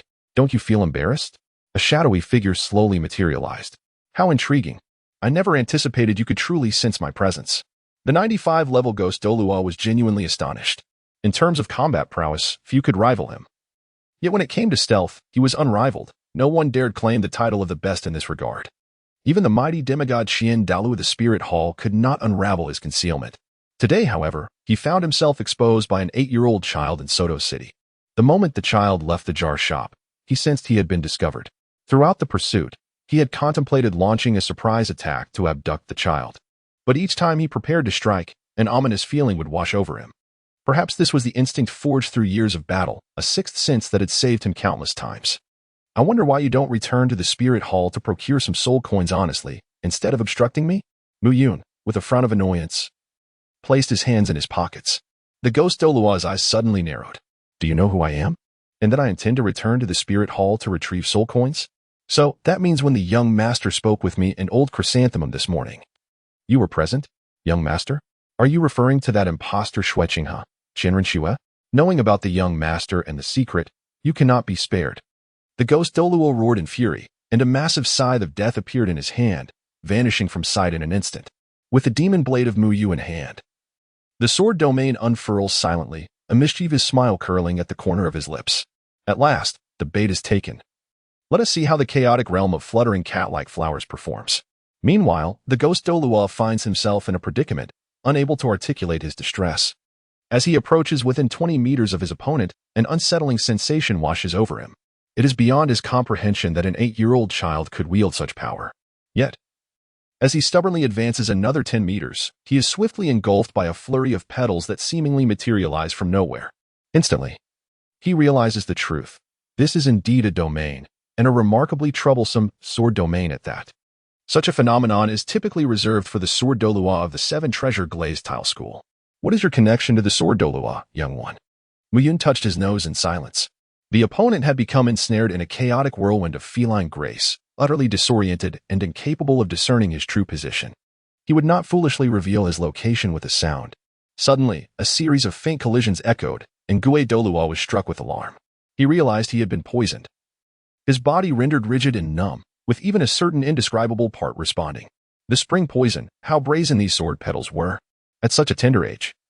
Having endured so much yet still possessing the vitality to curse at me, it appears my poison lacks sufficient potency. I shall have to devise a means to enhance it further. Mu Yun retrieved a small notebook, diligently documenting the reactions of the experimental subject while casually sketching several improvement plans. Half an hour later, the disheveled ghost Douluo suddenly trembled, transforming into multiple shadows that surged in all directions. Was this an attempt to flee? Oh, but no, it became clear. Mu Yun coldly smiled, raising a hand to halt the approach of Asuna and Rimuru, indicating that he was well aware of the situation. Suddenly, one of the numerous shadows cast by the ghost Douluo surged forward with remarkable speed, charging in a straight line towards Mu Yun. I have long since identified your location. Prepare to meet your demise. As the ghost Douluo closed in within 5 meters, Mu Yun revealed a broad grin and mockingly declared, "The closer you are, the quicker your end." The ghost Douluo felt an immediate chill enveloping him, a sense of impending danger. In the next moment, he found his foot plunging into the void below. A space trap. Alarmed, the ghost Douluo attempted to extricate his leg. Indeed, he managed to pull it out, but only partially. In that fleeting instant, he caught sight of the gaping maw of the flower within the spatial trap. His foot and the remaining portion of his leg had already been mercilessly shredded. I shall fight you to the death. Ignoring his injuries, the ghost Douluo brandished his scythe of death and began to slash wildly. So it is, your body is indeed formed from ghostly energy, no wonder. Even with your leg torn apart by the spatial chaos, you still possess the strength to retaliate. Calm and unhurried, Mu Yun delivered a resounding slap. With a resounding pop, the formidable scythe of death vanished into thin air upon contacting Mu Yun's chubby little hand, much like a bursting soap bubble. What on earth is happening? The ghost Douluo gazed at his empty hands, bewildered. Where has my massive scythe gone? Is this some sort of magic trick? It has no physical form. This complicates matters considerably. Mu Yun, feeling somewhat disheartened, moved his limbs slightly. In this situation, ghost Douluo was not truly invincible. It merely required the exhaustion of his soul power, followed by the complete annihilation of his essence to achieve a definitive demise. This task, however, was exceedingly time-consuming. Since he could not be killed outright, it would be prudent to first deliver a sound beating before sending him flying. Mu Yun's fists turned black, imbued with the power of armament hockey, as he charged forth, delivering a flurry of strikes to the face of the ghost Douluo. With a swift motion, he sent the opponent on a metaphorical journey with a resounding slap. Humph! Do they truly believe that a lack of physical form grants them immunity? There are numerous methods to deal with such situations. We shall meet again, and I will strike once more. After vanquishing the enemy, I shall impart my teachings, such as the privilege of the protagonist, exhilarating. Mu, who was that ominous fellow earlier? Is he your adversary? As the battle concluded, Asuna and Rimuru approached. Well, sort of. What do you think of his strength? Asuna pondered momentarily. He seems to be at the level of a great sorcerer. But in the face of magic, he is rendered insignificant. Magic is the bane of those without a physical form. Zishuan also scoffed. He is merely a battle general. Nothing particularly formidable. Rimuru chimed in. He's hardly a challenge. Upon returning to the manor, Mu Yun began delegating tasks. Yui, I entrust you with the network architecture. Understood, Commander. Little Yui responded energetically, saluting. As an artificial intelligence, this task was well within her expertise. Asuna, plant those flowers and herbs, then concoct a batch of magical potions. I have a need for them. Certainly. Finally, addressing Rimuru, he instructed, you and Zishuan shall venture to the Star Doe forest to swiftly regain your strength. And you may also recruit some followers along the way. Mu Yun had absolute faith in Rimuru's ability to gather subordinates. After all, he had amassed a considerable number, enough to establish a nation. Chapter 21. The god of Willow ascends to greatness. When the ghost Douluo reappears, he shall not be so easily dealt with. This time, he fell victim to his own arrogance, carelessly stepping into my domain trap, and I had the upper hand, preventing him from unleashing any formidable soul techniques. His greatest strength lies in his fusion technique with the chrysanthemum Douluo, a dual attribute domain capable of simultaneously restraining an opponent's movements and soul power. However, he has now lost a leg. Although his unique physique allows for recovery, it will incur a loss of soul power essence. Restoring that essence will not be an easy feat, so he should not trouble me for the next few months. Ding. The cooldown for the message bottle system has expired, and it is now available for use. A moment later, a notification appeared. Match successful. Please proceed to the trading space to complete the transaction. Entering the trading space, he beheld a figure clad in a fur skirt, cradling a large bottle, wobbling as it emerged from the spatial portal. Alalahu struck me with a bottle? I shall pound them into submission. Confronted by the irate little child, Mu Yun, initially disheartened by what he believed to be a squandered opportunity for trade, suddenly transformed his demeanor as if performing a miraculous act, his smile blooming. In this splendid realm, the items available for exchange included advanced beast milk, freshly extracted from the wild mother cow. This milk is imbued with vitality comparable to potent elixirs. Stone Village body refinement soup, an ancient, rudimentary yet effective medicinal bath technique. Azure Scale Eagle treasure technique, a profound skill derived from the formidable Azure Scale Eagle, enabling one to ride the winds and unleash slashing gusts. Swanee treasure technique, upon mastery, one can summon a phantom of the Swanee, endowed with a fraction of its fierce prowess. Willow deity method, bestowing unparalleled regenerative abilities and the power of rebirth. Each transformation significantly elevates one's life tier. Additionally, there were several cuts of meat sourced from ferocious beasts and an assortment of herbs of exceptional quality from the wild. This was no mere child. This was a veritable mobile treasure trove. As he reflected on the items he could offer in return, Mu Yun felt a twinge of embarrassment. His offerings seemed vastly inferior in comparison. The items he had on hand, aside from a few trifles, were primarily suited for foundational cultivation. In contrast, the treasures presented by the child, such as the Willow deity method, were elite techniques even in advanced stages, while the Swanee treasure technique held significant prestige. Even the unknown herbs and meat were rare gems in the world of cultivation. How about we proceed with the trade now? Is there anything among my items that piques your interest? Little Sure How exclaimed excitedly, twirling around as if he had stumbled upon something captivating. This one, and that one. Mu Yun was astonished. The selection of the most inferior items, such as Lao Tan sauerkraut noodles, low-quality white liquor, Happy Fat Boy water, Jinhua ham, and snail noodles, left much to be desired. Little Sure How, meanwhile, was sniffing with an expression of sheer ecstasy, drool escaping from the corners of his mouth, captivated by the delectable aroma that promised delightful flavors. I shall take this chaotic wind hammer technique. The village elder and the others will surely appreciate it. The rudimentary weapon forging technique sounded rather impressive, and with some refinement, the ordinary bones of the villagers might be transformed into something formidable. As for the 8 mundane weapons and 2 magical artifacts, Sure How showed no interest. With a mere twist, one of the magical swords shattered, for its material was merely common iron. Even with the inscribed spiritual patterns elevating it to an artifact, it could not withstand the immense strength of a rambunctious child. Mu Yun believed that this mischievous child possessed a strength exceeding 100,000 pounds. He dismissed the ordinary quality of the strength elixir, deeming its enhancement insufficient, as even the weakest child would scorn it. The children refined by the great cauldron of Stone Village exhibited an absurd level of power. The 6 Meridian's divine sword was disregarded as its offensive capability could scarcely penetrate the child's hide, while the sword chi armor was deemed inadequate due to its feeble defense. He took a liking to the earth spirit patterns, star gathering patterns, moon wrapping patterns, and the divine refinement technique, as these methods of auxiliary cultivation were far more advanced than the rudimentary practice of running in circles with stones that his village employed. Ultimately, he also selected the 3,000 thunder movements, for the swiftness bestowed by lightning was universally commendable across any realm.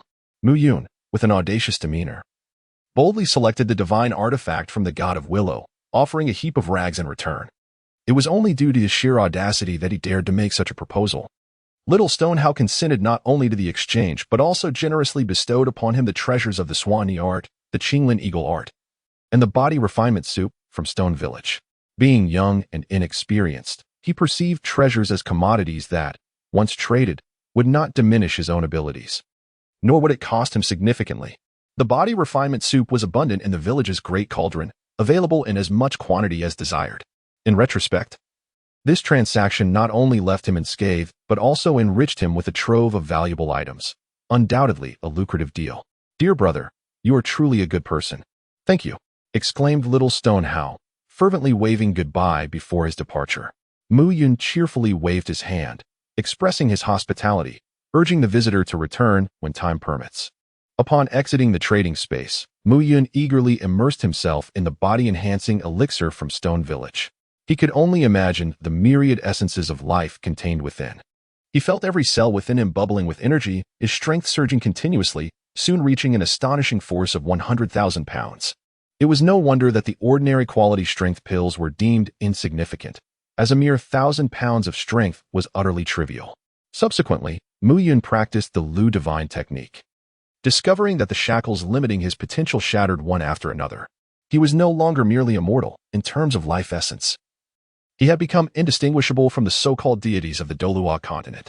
His soul power began to transform into divine strength. And even the color of his spirit rings shifted from black to red. It became clear why passing the divine trials rewarded one with the longevity of soul rings. This was an inevitable process of transforming soul power into divine strength. As I had already attained a divine body, it was natural for my soul power to transmute into divine power. The essence of my soul power had altered, and thus the spirit rings would naturally change as well. This Lu Divine technique is truly formidable. This is merely the beginning, and my body has already shed its mortal coil. The elevation is so profound that it effectively bypasses the cultivation system of the Douluo world, enabling a direct transformation into a divine body, achieving greatness in a single leap. Mu Yun narrowed his eyes, seemingly sensing the existence of the entrance to the divine realm. One lies within the Hall of Martial Spirits, another on Sea God Island. One more in the City of Slaughter, and yet another deep within the Douluo Forest. However, that particular entrance appears to be sealed. Chapter 22. The Cloud and Smoke Dual-Winged Thunder Lion King. Deep within the Douluo Forest, a colossal lion manifests, adorned with dragon horns and dual wings. Its body crackling with purple arcs of lightning, while golden mist swirls at its feet like auspicious clouds. Opposite it stands a diminutive youth, behind whom looms a massive spectral figure that bears an uncanny resemblance to the lion before him, possessing similar dragon horns, dual wings, arcs of thunder, and golden mist. Roar. "Young one, how is it that you can wield the ancestral art of my forebear?" The lion spoke with human-like articulation, revealing a look of bewilderment. This lion is known as the Cloud and Smoke Dual-Winged Thunder Lion King, said to share a bloodline connection with the mythical swan and night beast. Mu Yun's journey was specifically to seek it out. He chuckled, "Lion King, become my soul ring." With unyielding directness, Mu Yun articulated his intention. Boom. A terrifying aura surged forth from the body of the Smoke and Cloud Double-Winged Thunder Lion King. "Youngster, do you comprehend the words you utter? I am the Thunder Lion King, a soul beast of 200,000 years. In the face of such a formidable presence, Mu Yun merely smiled nonchalantly. Not even the hem of his garment stirred. Were it any other powerful soul beast, Mu Yun might not have exhibited such ease. However, against the Smoke and Cloud Double-Winged Thunder Lion King, Mu Yun's Sway and I Treasure technique unleashed an overwhelming suppression. Do not react so intensely. At your level, you should understand that becoming a soul ring does not equate to complete annihilation. Once one ascends to divinity and enters the divine realm, resurrection is not an insurmountable task. With a delicate touch of his toes, Mu Yun instantaneously appeared before the Thunder Lion King of the Mist and Cloud, meeting its gaze at eye level. Becoming a deity? You speak so lightly of it, as if declaring divinity were as simple as uttering the words. Cease your boasting. Do you truly believe yourself capable? The voice of the Thunder Lion King of Mist and Cloud was abruptly silenced, its already enormous eyes bulging in astonishment. As Mu Yun stood, two crimson soul rings manifested beneath his feet. With the completion of the divine power transformation, the original black soul ring had metamorphosed into a vibrant red. The aura emanating from him exerted immense pressure upon the Smoke and Cloud Dual-Winged Thunder Lion King, nearly halting the flow of soul power within its body. Divine power, no. A divine body, how could you possess such a form? This is inconceivable. You are not even a titled Douluo, merely a lowly great soul master. How could you possibly wield divine power? Do you still think my future ascent to divinity is mere bravado? The smoke and cloud dual-winged Thunder Lion King fell into silence, realizing there was little left to say. Forget the future. You have already achieved divinity in the present, have you not? You must contemplate this carefully. Your kind requires 1,000,000 years of cultivation to attain divinity, and you are still far from that mark. Are you truly willing to endure such a lengthy wait? Moreover, the passage to the divine realm appears to be blocked, even if you were to become a 1,000,000-year soul beast. Entry into the divine realm to become a beast god would be unattainable. However, if you follow me, it would be different. By accompanying me through alternative channels to enter the divine realm and absorbing divine energy, the path to divinity would be significantly easier. Muyun articulated his thoughts with clarity and persuasion. After much contemplation, the smoke and cloud dual-winged Thunder Lion King finally spoke. To have me yield is simple. You need only defeat me. I have no desire to be ruled by a weakling. Very well, I shall grant you that opportunity. An hour later, the smoke and cloud dual-winged Thunder Lion King, battered and bruised, conceded defeat and chose to voluntarily sacrifice itself. There was no other way. Once the Swan Niche treasure technique was activated, the divine abilities of the smoke and cloud dual-winged Thunder Lion King were thoroughly suppressed. It could only rely on its formidable physique and incredible speed in battle, yet Muyun was utterly unperturbed by either.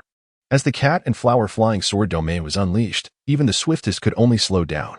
The spatial traps and void strangulation were not to be trifled with. The faster one flew, the graver the consequences. As for physical prowess, one must remember that Muyun had already attained a divine body. The vast disparity in life levels posed insurmountable challenges for a mere beast. With the completion of the smoke and cloud dual-winged Thunder Lion King's sacrifice, Muyun's cultivation surged directly to level 40, even overflowing before reverting to level 39 after converting the divine power. Not only did he acquire a Crimson Soul Ring, but he also gained 2 external soul bones, the Purple Thunder Dragon Horn and the Smoke and Cloud Wings. Purple Thunder Dragon Horn, capable of summoning myriad purple lightning bolts for widespread bombardment, while amplifying all lightning-based spells tenfold. Smoke and Cloud Wings bestows unparalleled speed, and the golden mist entering the body induces a petrifying effect. Additionally, the Soul Ring granted him 2 soul skills, Dominance of Power, doubles one's attack and defense capabilities. Beast King Intimidation has the strength of adversaries. Moreover, Muyun glanced helplessly at his shoulder, where a golden, miniature lion stood firmly, curiously assessing its own physical condition. Is this power truly divine? It feels extraordinary, the little lion remarked, articulating words with surprising clarity. After the smoke cloud dual-winged Thunder Lion King was sacrificed to become a soul ring, Muyun discovered that within the ring resided the will of the Lion King. Inspired by this revelation, he conjured a corporeal form, using divine power and the essence of creation, subsequently infusing it with the Lion King's will. Thus, the smoke cloud dual-winged Thunder Lion King was revived, albeit in an alternate state. However, Muyun found himself rather vexed as the little lion preferred to remain outside the hive, incessantly chattering with curiosity. Boss, what shall we do now? Should we venture to Stardew Lake? There are 2 formidable beings there, the sky blue bull python and the titan great ape. Should we not go and teach them a lesson? The depths of the sea also harbor the deep-sea demon whale king, the evil demon orca king, and the soul-devouring great white shark. The Arctic ice field boasts several formidable 10,000-year soul beasts as well.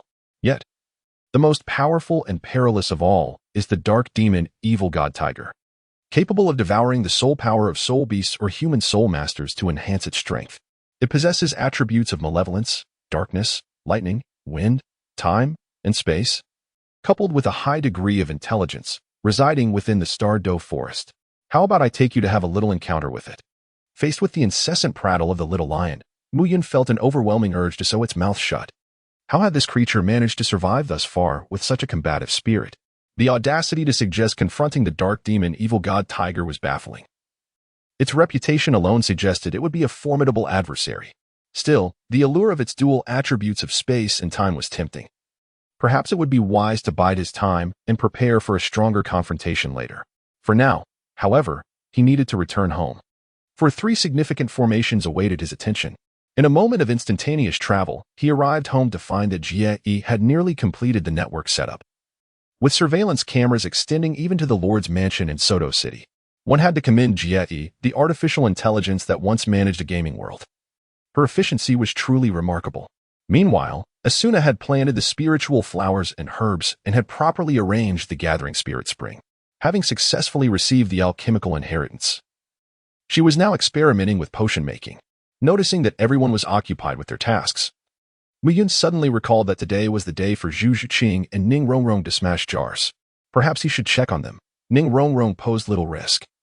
Protected by Bone Douluo and Sword Douluo, while Qian Rinxue would be unable to trouble her. However, Zhu Zhuqing's situation was somewhat precarious. Despite her impressive speed and spatial leap soul skills, encountering a tidal Douluo's domain could prove dangerous. Chapter 23, Kapumi Hawk in the southern part of Soto City.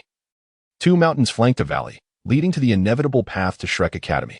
I am Fred, the principal of Shrek Academy, an 83rd level Soul Douluo. Who are you? And why do you obstruct our passage? Wearing a pair of black-framed crystal glasses that lent him an air of cunning, Fred, who harbored a proud disposition, regarded the individuals before him with a measure of apprehension. I am Zhao Wujia, a teacher at Shrek Academy, known as the Immutable King, an 81st level Soul Douluo. The robust and muscular Zhao Wujia followed closely behind. Next came the esteemed master, Yu Xiaojiang, who hesitated to step forward and introduce himself, feeling somewhat embarrassed as a mere level 29 Soul Master. Behind them were the 7 prodigies of Shrek Academy, their youthful curiosity directed toward the front. Indeed, Shrek Academy was the place.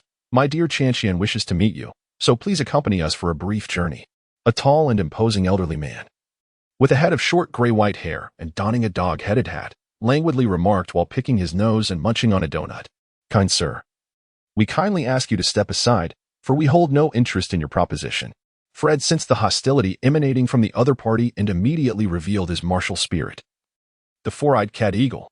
His martial spirit manifested, extending a pair of colossal wings from his back, unleashing 10 razor-sharp energy blades. An intriguing strike. Allow me to handle this. A towering figure advanced, with short black hair and an eagle-like piercing gaze.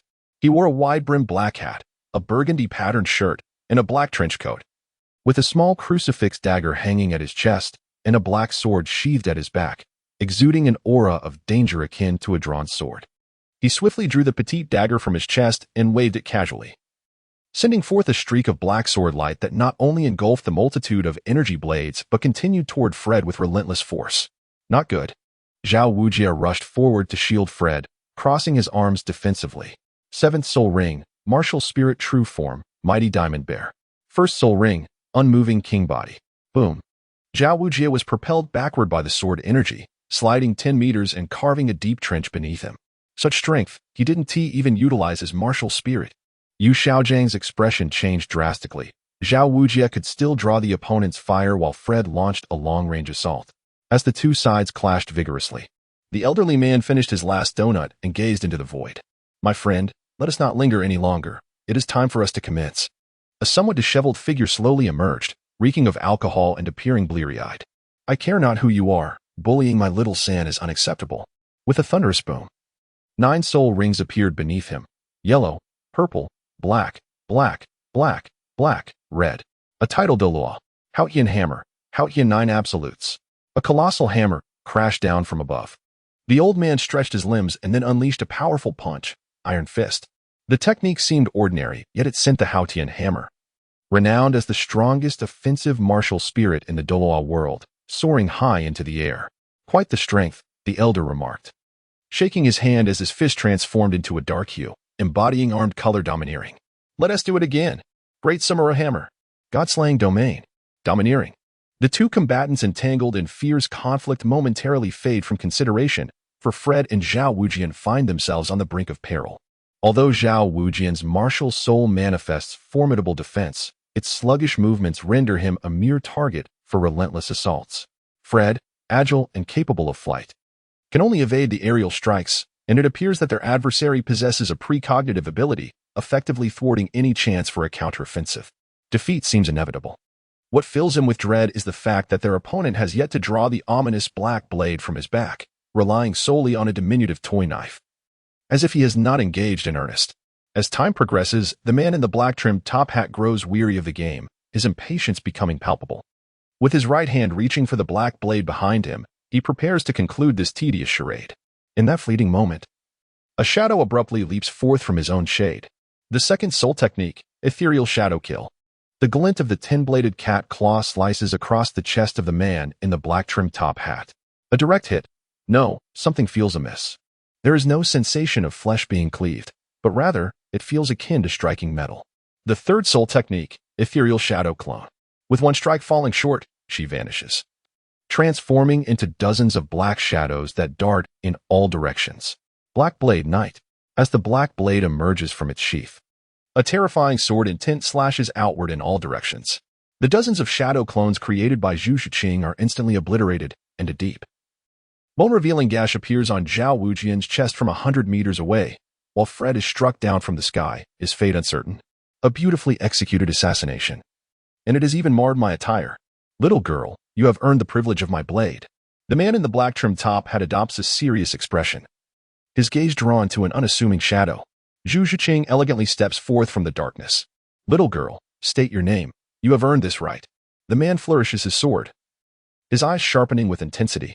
I am Zhu Shiqing, the martial soul being the ethereal spirit cat, a student of Shrek Academy, level 33 soul master, at your service. Zhu Shiqing's demeanor is cool and composed, 3 soul rings materializing beneath her feet, 2 yellow and 1 black. I am Dracul Mihawk, the greatest swordsman in the pirate world. My blade is named Black Blade Knight. Little girl, let me witness your full strength. As you wish. Spirit Cat Battle Attire. First soul technique, Ethereal Thrust. Third soul technique, Ethereal Shadow Clone. Second soul technique, Ethereal Shadow Kill. Elemental attack, Chaotic Windblade. Martial arts movement, Ripple Step. Let the battle commence. In the face of the dazzling array of strikes, Hawkeye Mihawk merely waves his sword lightly, rendering all attacks and Zhu Shiqing's shadow clones into mere illusions. Meanwhile, Zhu Shiqing's true form stands not far from Mihawk, cradling a white sphere of light in her hands.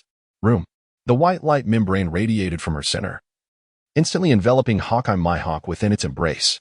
With a sudden sweep of her claw, the 10 blades struck with precision cut, just as she believed success was at hand.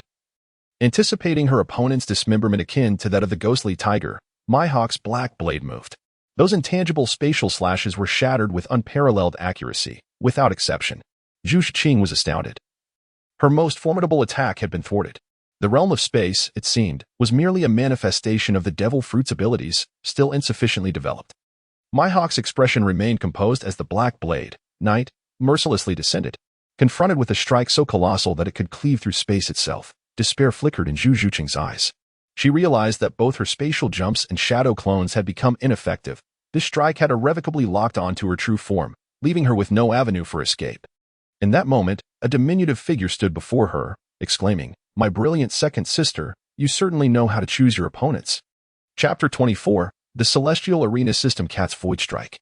As the demon blade, Thousand Blades, was drawn, an orange cat unleashed a wave of sword energy that not only obliterated Mihawk's strike, but also rebounded to strike back at him. Shatter the Void Sword.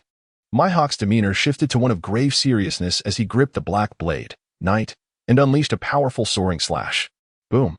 2 strikes imbued with the power to shatter space collided, creating a massive rift in the sky, with chaotic spatial currents violently surging forth. Muyun swiftly grasped Zhu Shiqing, retreating rapidly, for plunging into the chaotic currents of space was far from a trivial affair. Even his void sword body would struggle to endure such tumult. At that moment, the other 2 individuals approached. "Ah, what a commotion you've stirred up, Hawkeye Mihawk," Carp remarked, picking his nose as he observed the gaping rift in space that refused to close. This world indeed seemed fragile. One could hardly exert their full strength. Fortunately, Whitebeard had not arrived, for had he done so, this realm would surely be obliterated by a mere punch. Muyun was utterly bewildered. Both the formidable Hawkeye Mihawk and Carp had appeared.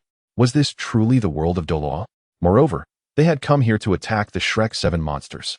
It was evident that this was the doing of Qian Renxue, the time traveler, who sought to forcibly alter the narrative and eliminate threats ahead of time. However, it was unexpected that she had summoned such powerful beings from the pirate world, which seemed rather unfair. What to do? This mission appeared to be quite challenging. Carp, in a nonchalant manner, remarked that if a mission were to fail, it was no great matter. He was quite adept at slacking off. Mihawk, furrowing his brow and gazing at the sky, expressed his disinterest, lamenting the lack of full power in this world, which rendered it rather dull. He then cast a glance at Muyun, stating, I hope to one day engage you in a full-fledged battle. With that, the two departed. Oh dear, Yunzi, what brings you here? Exclaimed Zhu Zhuqing, who had narrowly escaped death, filled with joy. Could I not come? If I hadn't tea, you would have been in grave peril. Mu Yun felt a deep sense of helplessness as he wandered through the jar shop, only to discover that Zhu Zhuqing and the others had yet to arrive. Utilizing his observation hockey, he sensed a considerable commotion. At that moment, the members of Shrek Academy approached, their expressions a mixture of astonishment and uncertainty as they gazed at Zhu Zhuqing. When did this girl become so formidable? The assassination attempt just now was something even Fred, an 83rd level Soul Douluo, could not confidently evade. The subsequent barrage of attacks was so relentless that only someone like Zhao Wujie, a primary offensive and defensive Soul Douluo, could withstand it. Most terrifying of all was the final display, which seemed to resemble a domain. Was such mastery typical for a soul sage of over 30 levels? Only Ning Rongrong was privy to the true nature of the events. Are you all here to smash jars? Mu Yun inquired, puzzled by the others. We're here to register for battles at the Soul Arena in Soto City. Of course, Rongrong and I also plan to smash some jars, Zhu Zhuqing replied with enthusiasm. Are the rest of you not going to smash jars at the arena? Huh, don't even mention it. The jar shop's treasure drop rate is dismally low right now. The 7 Treasure Glazed Tile School had a dreadful experience smashing jars earlier. Only Sect Master Ning and the 2 titled Douluos managed to procure a few blue rare quality items, while the rest yielded nothing but ordinary white quality items, which provide no assistance to our strength whatsoever. Our Shrek Academy is in dire financial straits. We can hardly scrape together 100,000 gold soul coins to smash jars, so we plan to earn some money at the arena first. You're speaking as if you possess wealth. Ning Rongrong genuinely has money. Do you? I may not have riches, but I have you, jar-breaking brother. Could you lend me 100,000 gold soul coins for a moment? With a sense of resignation, Mu Yun produced 1 million gold soul coins, feeling that the several tens of millions he had painstakingly earned would not sustain him for long. He must devise a means to acquire more funds. At the Soto City Great Soul Arena, while the Shrek 7 Devils were occupied with the registration process, Mu Yun, seeking to alleviate his boredom, unleashed his observation hockey to scan the surroundings. Suddenly, his expression stiffened as he spotted an individual within the core chamber of the Grand Arena. This was Yibao, the proprietor of the Soto City Great Soul Arena and the owner of the Multiverse Arena system, capable of selecting outstanding contestants from various minor worlds to partake in the grand festivities of the Multiverse Arena. Should they achieve commendable rankings, the recommenders would receive substantial rewards. Remarkably, he had not anticipated that this arena was not confined to the Douluo world but could also facilitate cross-dimensional participation in the illustrious Multiverse Arena. Mu Yun's eyes sparkled with excitement. He was not particularly concerned with winning or losing in the competition. What truly captivated him was the grand event itself. The opportunity to engage with the elite from various realms. These exceptional individuals might possess systems of their own, which could potentially grant him significant advantages. Ding. The system of the Celestial Arena has successfully completed its allocation of benefits. The host is granted 3 recommendation slots to participate in the grand gathering of the Celestial Arena. Mu Yun pondered intently. Carp and Mihawk were the mightiest individuals within his reach. However, regardless of their formidable strength, neither could he seek their assistance nor would they dare to offer it, for such a course could easily lead to enmity. His secrets must remain undisclosed to them. The registration for this month's competitive gathering was nearing its conclusion, urging interested participants to sign up promptly. Soon, he resolved to finalize his spots. He registered 3 individuals, Mu Yun, Zhu Zhuqing, and Asuna. Rimuru and Cheyenne were still honing their abilities in the Starry Forest, and it was uncertain when they would return. Moreover, as a duo, they exceeded the available slots, necessitating their inclusion in a future event. Ding. This gathering would span 3 days, commencing tomorrow. Having gained an advantage from the system, Mu Yun's spirits soared as he hummed a cheerful tune and began to stroll leisurely. Suddenly, a familiar aura enveloped him. Mu Yun abruptly turned around, only to find a stranger clad in a black robe, whose expression was marked by an unsettling grimace as he fixated his gaze upon him. Mu Yun pondered for a moment, then broke into a broad smile, revealing 8 gleaming teeth. Ah, it's you. What brings you all this way? Do you intend to kill me? The gold-eating beast, even in its human form, could not escape the scrutiny of Mu Yun's void spirit eye. What is the matter with you? Just a few days have passed, and you have ascended to divinity? The figure in the black robe, with bloodshot eyes, was filled with envy and resentment. It was no wonder the gold-eating beast was driven to madness. ever since it had been outmaneuvered by Mu Yun. It had tirelessly returned from the far reaches of the Douluo continent, painstakingly pinpointing its location, only to discover that it seemed unable to prevail. Ascending to divinity, was this not a privilege reserved for those who had attained the rank of title Douluo? How could a mere soul respect of over 30 levels suddenly become a deity? Was this not an egregious form of cheating? After all, it too possessed a golden finger system, yet was denied such treatment, laboring for countless years only to remain a small soul beast, distant from divinity. Where was the fairness in this? It was an insult to beasts. Chapter 25, The Trio of Death. Is this the celestial arena? It seems lacking in the grandeur of the Soto City Grand Arena. By the way, how did you acquire such a peculiar ability? Zhu Zhuqing gazed curiously at the colossal arena before her and the competitors surrounding it, having just participated in both individual and duo matches at the Soto City Grand Arena. She had smashed tin jars at the Celestial Jar Shop and was about to take a rest when Mu Yun enlisted her, abruptly transporting her to this unfamiliar locale without any prior understanding of the situation. Meanwhile, Mu Yun was intently scanning the large screen for the names of his team and their opponents. Soon, the scrolling display revealed their names alongside the details of their adversaries. In the Douluo world, Mu Yun, Zhu Zhuqing, Asuna versus in the Death world, Urahara Kisuk, Shifenjuan Yuruchi, and Ji Rin Tetsuzai. Alas, luck does not seem to be on our side. It appears we are destined for a swift exit. Mu Yun sighed, pondering the significant disparity between the realms. If the Douluo world serves as the foundational level within the fantasy genre, then the world of the death gods stands as the pinnacle, a realm defined by battles of soul-level prowess, truly sophisticated. My dear sister, I must inform you that I am now exceptionally powerful. Just recently, I unleashed the Conqueror's Haki, Armament Haki, Observation Haki, and the 6 styles of the Navy. So, have you become overly confident once more? Nonetheless, with the combination of the 3 types of Haki, along with your speed and spatial leaps, it might not be impossible for you to hold your ground in battle. Mu Yun's brows relaxed as she considered that Zhu Zhuqing might have a chance against Shifenjuan Ye, as they were both swift competitors. As for Asuna facing Healing Tizai, the clash of magic against demon arts would likely be a long and drawn-out affair, given that both possessed good temperaments. Her own match against Urahara Kisuk was equally uncertain. Urahara, the former head of the Technical Development Bureau after leaving the Soul Society, might not excel in combat. Soon, it was their turn to take the stage. In the arena, Mu Yun gazed at the trio opposite her. Urahara Kisuk, with his slightly tousled light yellow hair, deep green short coat, green and white striped fisherman's hat, wooden clogs, and origami fan. Shifenjuan Ye, sporting a purple ponytail, golden eyes, and a sun-kissed complexion, and Healing Tizai, dressed in a work uniform, reflective glasses, and thick, dark mustaches. I shall take the lead. That black cat is mine, Zhu Zhuqing declared as she stepped forward with poise, pointing at Shifenjuan Ye. You come here. Oh, whose little wildcat is this? Come here so I can pamper you. Shifenjuan Ye licked his claw, vanishing from his original spot in an instant. Truly, he was the 2nd Division Captain of the Godi 13 and the former commander of the Stealth Forces. Known as Shunshinye, he struck first with decisive swiftness.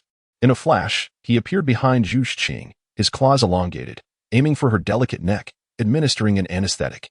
Without a glance back, Zhu Zhuqing twisted her waist, her serpentine grace allowing her to evade the attack while simultaneously executing a swift upward slash with her 10 blades cat claw. Shifenjuan Ye tilted his head slightly to avoid the 10 blades cat claw, rolling backwards several times to create distance.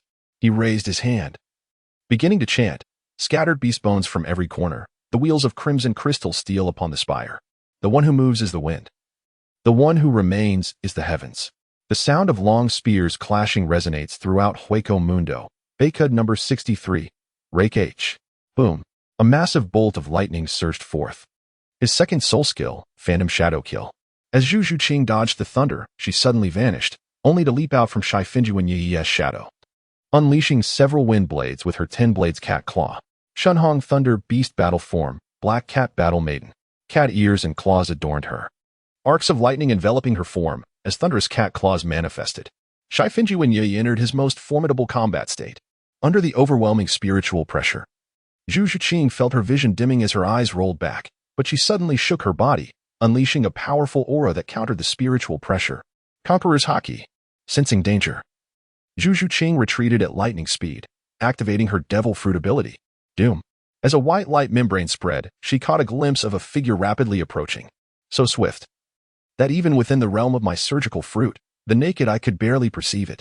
Zhu Zhuqing hastily activated her observation haki and armament haki, barely managing to keep pace with her opponent's movements. Unbeknownst to her, this was not even the full extent of Shifenjuan Yuruchi's speed. Currently, Yuruchi was constrained within a physical form, significantly limiting her velocity. Were she in her Shinigami spirit state, she could accelerate at least tenfold. Observing the commotion on their side, Asuna approached, lifting her skirt with grace and extending a polite greeting. "Sir, shall we engage in combat over there?" Ganj Tetsuzai glanced at Urahara Kisuke and replied with calm assurance, "Shopkeeper, I shall proceed ahead." Go ahead. I have no issues here," Urahara Kisuke responded. Adjusting his green and white-striped fisherman's hat, a broad smile gracing his lips. Holding the demonic blade Qianren, Muyin advanced with measured steps. "Let us commence, Mr. Urahara Kisuke." With a thunderous roar, 3,000 thunderous movements. Space leap, a mere ordinary strike, slash. He was not deceived by the seemingly nonchalant demeanor of the shopkeeper. One who held a high position in the world of soul reapers and had survived countless battles was surely no novice. To confront such an opponent, one must strike first and dictate the pace of the battle. Clang. Urahara Kisuke effortlessly unsheathed his blade to parry Mu Yun's sudden onslaught. Suddenly, his expression shifted to one of intrigue as he deftly waved his weapon, deflecting the demonic blade Qianren. "Young one, your approach is rather insidious." On the surface, it appeared that Mu Yun had merely executed a single strike, yet, in reality, he had unleashed a flurry of blows at an astonishing velocity, all while maintaining the same stance. What left Urahara Kisuke utterly speechless was that these numerous strikes had inflicted upon him a myriad of debilitating effects: poisoning, dizziness, paralysis, and more. Had his body not been a mere puppet, victory would have been swiftly determined. His tactics were exceedingly treacherous. "Hiki, it seems we are evenly matched. Do you think I am unaware of the smoke bombs you conceal? Those contain a potent sleeping gas, capable of putting even an elephant into a slumber for 3 days and nights with just a single breath?" Muyin chuckled softly, suddenly raising his hand to press down a hidden dagger that had stealthily emerged from a concealed position. "Mr. Urahara Kisuke, how could you possibly intend to deceive an innocent 8-year-old boy like me? Surely, that is rather lacking in martial ethics," he remarked. Urahara Kisuke furrowed his brow, the first sign of seriousness gracing his expression. "Could it be that you are aware of the true function of this dagger sheath?" he inquired. "It merely serves to extract a person's soul. Truly, it is befitting of the former director of the Technical Development Bureau, as the tools he creates are exceedingly perilous." Miyun displayed a demeanor of apprehension, her gaze flitting about as she incessantly sought opportunities to launch an attack. "Mr. Urahara Kisuke, might I implore you to engage more earnestly? Let us dispense with the trivial tricks," she said. "As you wish." Chapter 26. Destruction of Binding Techniques and the Soul-Cutting Blade. The 30-second technique of destruction, Yellow Fire Flash. Cat's Pound Strike. The 81st Binding Technique, Segment Void. The 61st Binding Technique, Six Light Prison. The 99th Technique of Destruction, 5 Dragons, Extinguish. The Void Trap, Devour. An hour later, Mu Yun sheathed her demonic blade, conceding, "I shall cease. You have triumphed."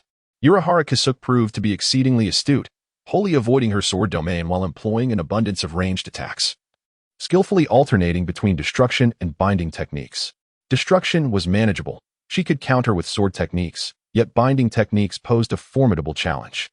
The sheer variety of control skills was daunting, and even her observation haki was insufficient, as it had yet to reach the level of foresight into the future. Furthermore, Zhu Zhuqing and Asuna had already been defeated, rendering her continued efforts futile. Returning to the lounge, Miyun approached Urahara Kisuke with a cheerful smile. "I hear you are the proprietor of a sundry shop. Pray tell, what piqued your interest in me, you little rascal who rises early for no profit?" Urahara Kisuke replied languidly, "Destruction, binding, and the soul-cutting blade. Your appetite is considerable. I am curious what you can offer in trade. Divine Refinement Technique, Demon Binding Chains." And 3,000 thunderclaps. Muyun had come prepared. Still insufficient. The demon binding chains have many similar functions within binding techniques. And while the divine refinement technique is akin to our method of cultivating spiritual pressure, its efficacy is merely superior. However, the acceleration effect of 3,000 thunderclaps is commendable. Urahara Kisuke shook the miniature abacus in his hand. "Thus, an increase in funds is necessary. Then I shall add 3 more. Earth Spirit Inscription, Star Gathering Inscription, and moon-embracing inscription. Yet still inadequate. These three inscriptions are primarily used for tempering the physical body. And as Shinigami, we possess no corporeal form, rendering them useless. Do not underestimate my youth, presuming me oblivious. It is true that Shinigami lack a physical body. Yet we utilize substitute bodies when necessary. However, not all substitute bodies are created equal. There are distinctions in quality. Even the finest substitute may fail to fully unleash the power of a Shinigami, particularly one as formidable as yourselves. Yet, if you were to inscribe the star-gathering and moon-embracing inscriptions upon a substitute body, continuously subjecting it to the baptism of stellar and lunar energies, the quality would undoubtedly ascend to an extraordinary level, enabling the complete manifestation of a Shinigami's might. Furthermore, such inscriptions that enhance material quality are invaluable treasures for a researcher such as yourself, would you not agree? Observing the unyielding demeanor of Mu Yun, Urahara Kasuke reluctantly acquiesced to the transaction. After all, these two types of spiritual patterns were not solely applicable to the creation of a Gigan. Numerous research projects would undoubtedly reach new heights with their incorporation. Upon departing from the celestial arena, Zhu Zhiqing eagerly commenced her exploration of her newfound techniques. This time, she fought with exhilarating fervor and, having learned Shuinpo from Shihu and Yoruchi, her speed had notably increased. Furthermore, her Zanpakuto had fused with her 10 blades, and she was now focused on discovering how to unleash the cat claw Zanpakuto. As for Asuna, her primary interest lay in Bakudo and Heido. She realized that both Bakudo and Heido not only possessed formidable power, but also required minimal energy expenditure. In contrast, to achieve such potency with magic, one would need to reach at least the 3rd tier. Casting spells of that caliber twice would deplete one's magical energy. However, with Bakudo and Heido, it felt as though there was virtually no consumption at all, and the Zanpakuto in her grasp resembled a wand. Mu Yun brought the newly acquired Zanpakuto close to the demon blade Qianren, watching in awe as the Zanpakuto seamlessly merged with the demon blade, flowing like water. How should one interpret this? It seems one must engage their heart to truly feel it. Mu Yun sensed for a while, attempting various postures with little response, and soon felt disheartened. Surely, it cannot be so simple. Awaken, demon blade of 1,000 edges. It cannot be merely this straightforward. Thud, thud, thud. Mu Yun stared in astonishment at the blade in his hand. The rhythm of his heartbeat quickened. The demon blade, Qianren, had truly awakened and was on the verge of its initial release. Boom. The demon blade radiated a terrifying aura as an immense figure slowly emerged from the void. To my surprise, the manifestation of my Zanpakuto's initial release took the form of an orange cat swordswoman. Standing upright, the gigantic orange cat towered 2 stories high, wielding a colossal demon blade at its side, exuding a cool demeanor that was utterly striking. Come, let us test and see what formidable power lies within. With palpable excitement, Mu Yun and the orange cat teleported deep into the starry forest. The orange cat unsheathed its blade, letting out a resounding meow. In an instant, a colossal black crescent moon soared forth. Good heavens, is this the legendary moon crescent slash? Mu Yun's eyes widened in astonishment. Wherever the black crescent passed, trees were obliterated, and all life was extinguished. Even the mountains and soil disintegrated into nothingness, leaving behind an endless spatial rift, far larger than the one created during the fierce clash with Mihawk. The moon crescent slash was never meant to possess such overwhelming power. Its destructive capability had surpassed the limits of this world. It seemed that this technique could not be employed frequently. At that moment, the orange cat, having unleashed the moon crescent slash, showed no signs of restraint. With a flick of its tiny paw, the gigantic blade transformed into countless petals, which surged forth like a torrential wave, overwhelming everything in sight. This petal torrent possessed the ability to track enemies relentlessly, ensuring that once locked on, it would not relent until death ensued, aptly named the Sea of Death Petals. As Mu Yun observed the space collapsing in the wake of the petal torrent and the fragments of space drifting aimlessly, he suddenly realized that this skill, too, could not be used lightly. Sooner or later, it would leave the Douluo continent in ruins. Sigh, the world is far too frail. It truly is disheartening. At this moment, Mu Yun finally comprehended the sentiments of Hawkeye Mihawk. Without even exerting a modicum of effort, the world appeared on the brink of devastation. Having reached level 40, it was time to prepare for the next Soul Ring. The previous battle with Urahara Kasuke revealed his defensive shortcomings. Had his defense been sufficiently robust, he could have unreservedly employed teleportation to relentlessly pursue Urahara. Initially, He had set his sights on the gold-eating smithing beast, whose soul ring would undoubtedly possess immense power. A 90,000-year-old soul beast, perilously close to the 100,000-year mark. Its greatest strength lay in its defense. It was said that a madman wielding the Shura bloodsword had pursued it for an entire month, yet not a single scratch marred its skin. Should it willingly sacrifice itself to become his soul ring, he might acquire a truly invincible golden body skill, one that could withstand the annihilation of the Douluo continent itself. Alas, the gold-eating smithing beast had not been deceived previously. It refused to sacrifice itself voluntarily, leaving him powerless against it. He had already attempted to breach its defenses. But even when ensnared in his spatial trap, it remained unscathed, its defenses impervious to spatial strangulation. However, he found himself equally at an impasse. While he could not slay it, he could certainly send it flying. Chapter 27. The Ancient Star Tree, Periphery of the Douluo Forest. Muyun gazed in disbelief at the modest mound of earth before him, where a seemingly inconspicuous little willow tree intertwined with a plethora of flowers and grasses. How cleverly you have concealed yourself, my elusive friend. Had it not been for the betrayal of the gold-eating beast, I would never have fathomed that the soul beast. The star-viewing willow had resided here on the outskirts of the Douluo forest for 300,000 years. Indeed, the most perilous locales often harbor the greatest safety. This place serves as the very entrance to the Douluo forest, frequented by countless passers-by, yet none have discerned your presence. Otherwise, given the disposition of the Spirit Hall's operatives, they would have long since descended upon you with lethal intent. At that moment, the silent willow suddenly trembled, its branches and leaves swelling rapidly in Muyun's eyes. An illusion? No, this is your true form. Before Muyun, the scenery transformed rapidly. The earth and hills morphed into the cosmos, the flowers and grasses transfigured into twinkling stars, and the stargazing willow became an ancient tree of stars rooted in the void. How peculiar! Are you not the stargazing willow? How did you transform into an ancient tree of stars? Muyun's violet eyes shimmered, and the information perceived by the broken illusion spirit eyes appeared to undergo transformations. A thought resonated within me. Indeed, I was once the stargazing willow. However, 1,000,000 years prior, I attained mastery in stargazing and grasped a fragment of the immense power of the celestial star formation. My essence transcended this realm, taking root in the void to absorb cosmic energy, and I have since evolved into the ancient tree of celestial stars. Muyun felt a shiver run down his spine. To have transcended this realm 1,000,000 years ago, how immensely powerful must that being be? How audacious of him to entertain such thoughts about confronting such an existence. Was he akin to an old man committing suicide? Aunt Lu, I must confess, this is all merely a trivial misunderstanding. Do you believe me? Muyun treaded carefully, his gaze reflecting an earnestness that was unmistakable.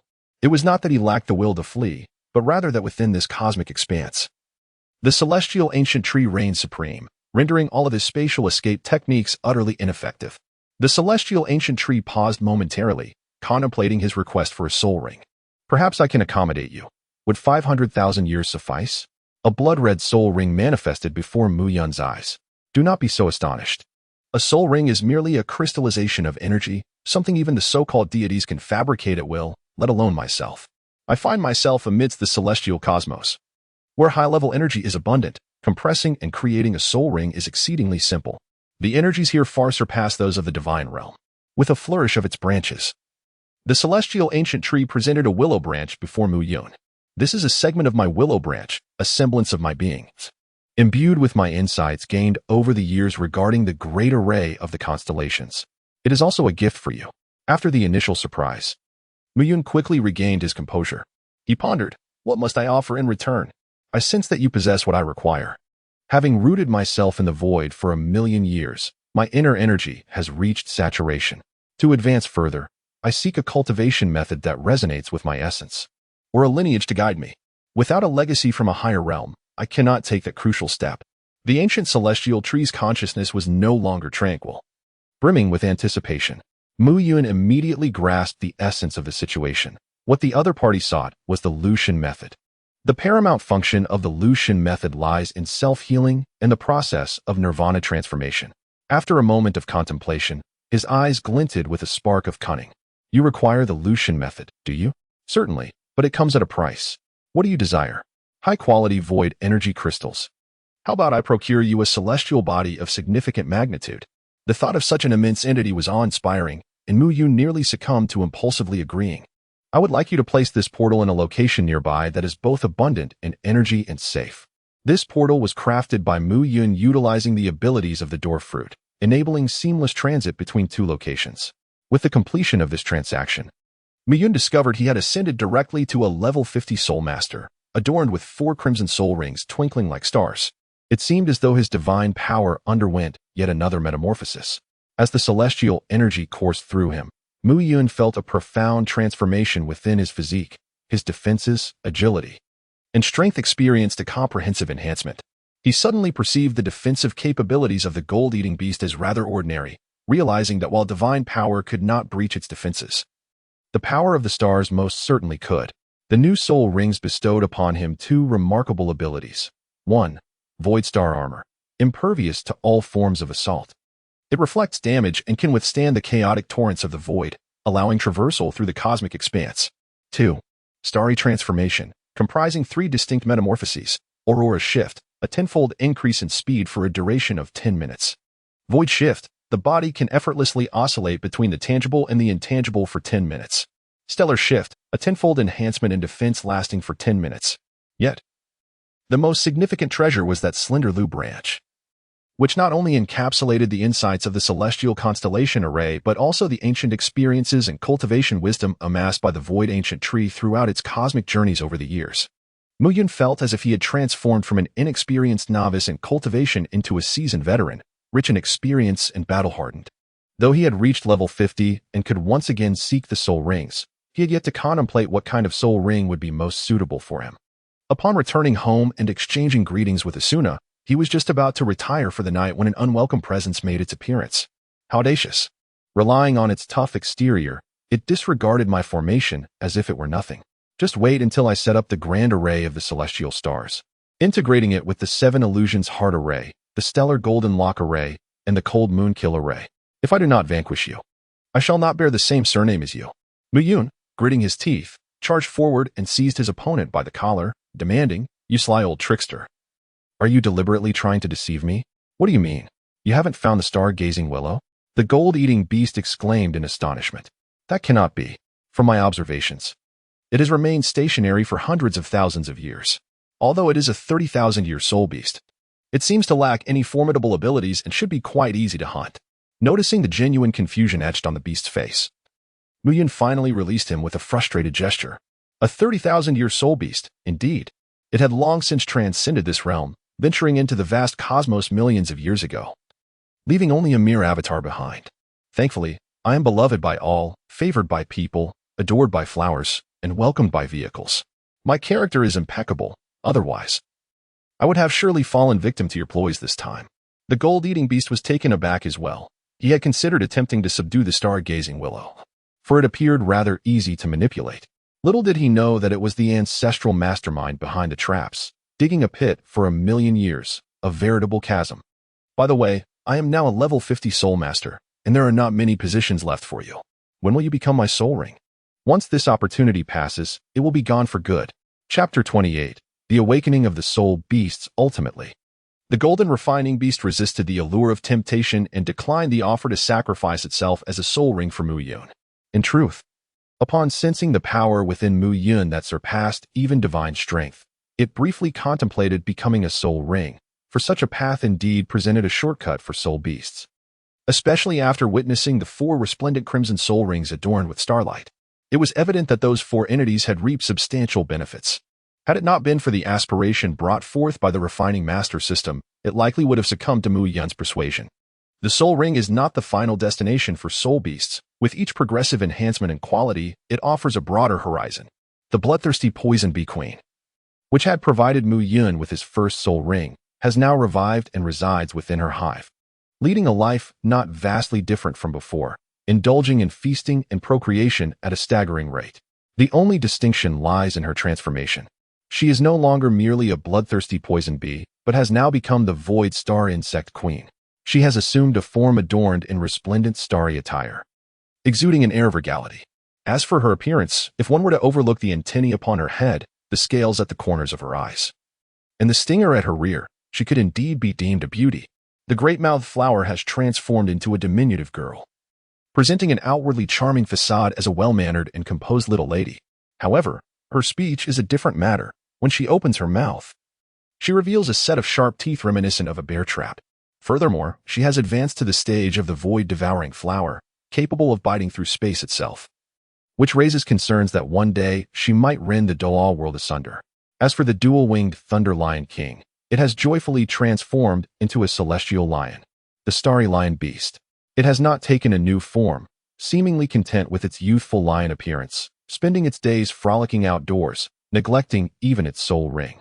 The newly joined starry ancient tree avatar manifests as a graceful and dignified elder sister, appearing indistinguishable from a human. Muyin also bestowed upon them distinct names: Insect Queen, Flower, Little Lion, and Sister Tree. Although the golden devouring beast did not consent to sacrifice itself to become a soul ring, it agreed to serve as Mu Yun's subordinate. The foremost smith under Mu Yun, Ajin, possesses remarkable talent in the art of forging. However, his progress as a second-tier smith, limited to crafting only magical artifacts, is hampered by the quality of materials at his disposal. A skilled artisan cannot create without resources. Thus, without the requisite materials, he is unable to forge third-tier spiritual implements.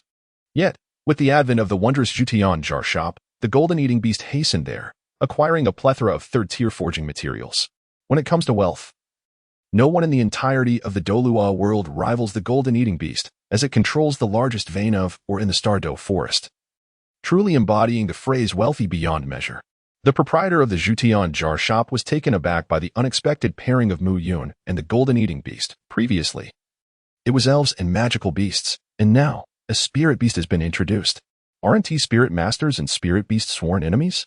To Mu Yun's dismay, misfortune was on the horizon.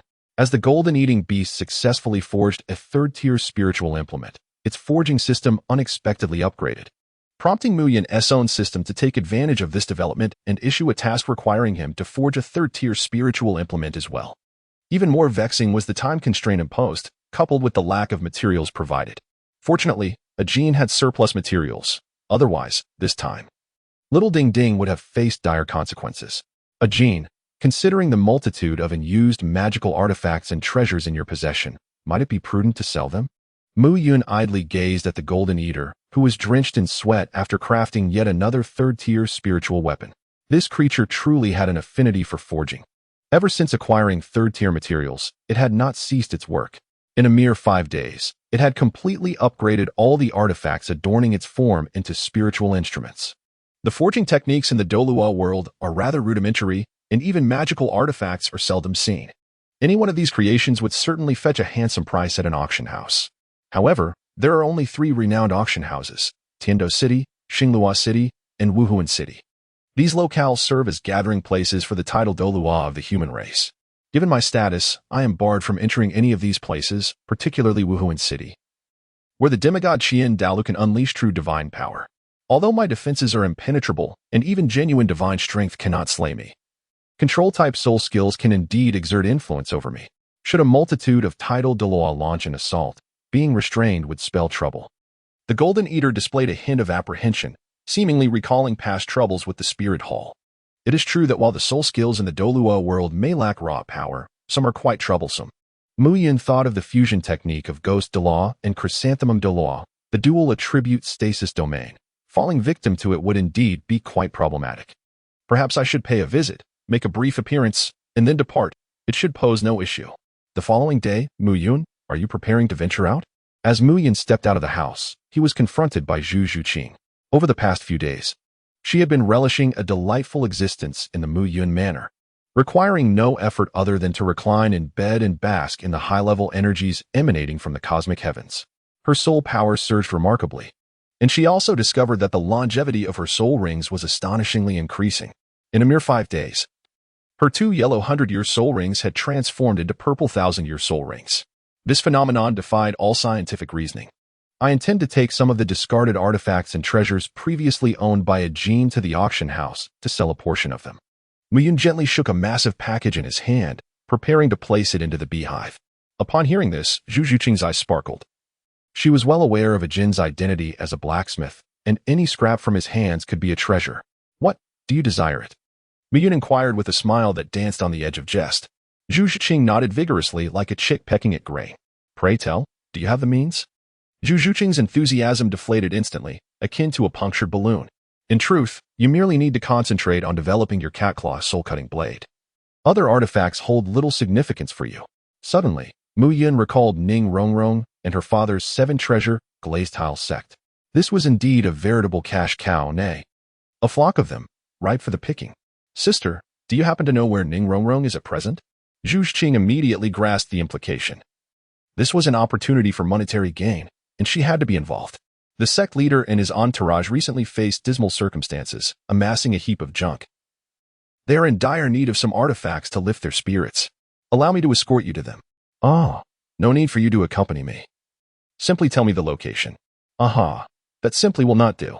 How could you abandon your beloved second sister in such a lucrative endeavor? Zhu Zhiqing swiftly wrapped her arms around Mu Yun from behind, perhaps more accurately locking his throat, fearing that he might vanish in an instant. Stop, stop, stop. Release me. I shall accompany you. Chapter 29, The Bar of Celestial Hunters. Mu Yun, why have you halted? Zhu Zhiqing inquired. The members of the 7-treasure glazed tile sect are lodging at the hotel just ahead. Sister, I have an urgent matter to attend to. I entrust the sale of the artifacts to you. Set a high price, artifacts starting at 200,000 gold soul coins, and treasures at 500,000 gold soul coins, with 2/10 of the revenue allocated to you. After hastily relaying his instructions, Mu Yun vanished in the blink of an eye. How peculiar. I wonder what he has suddenly discovered in such a mysterious manner. Nevertheless, this presents a prime opportunity for profit. While Zhu Zhiqing prepared to target the 7-treasure glazed tile sect, Mu Yun found himself in an empty alleyway in Soto City. He extended his hands, probing left and right, seemingly searching for something.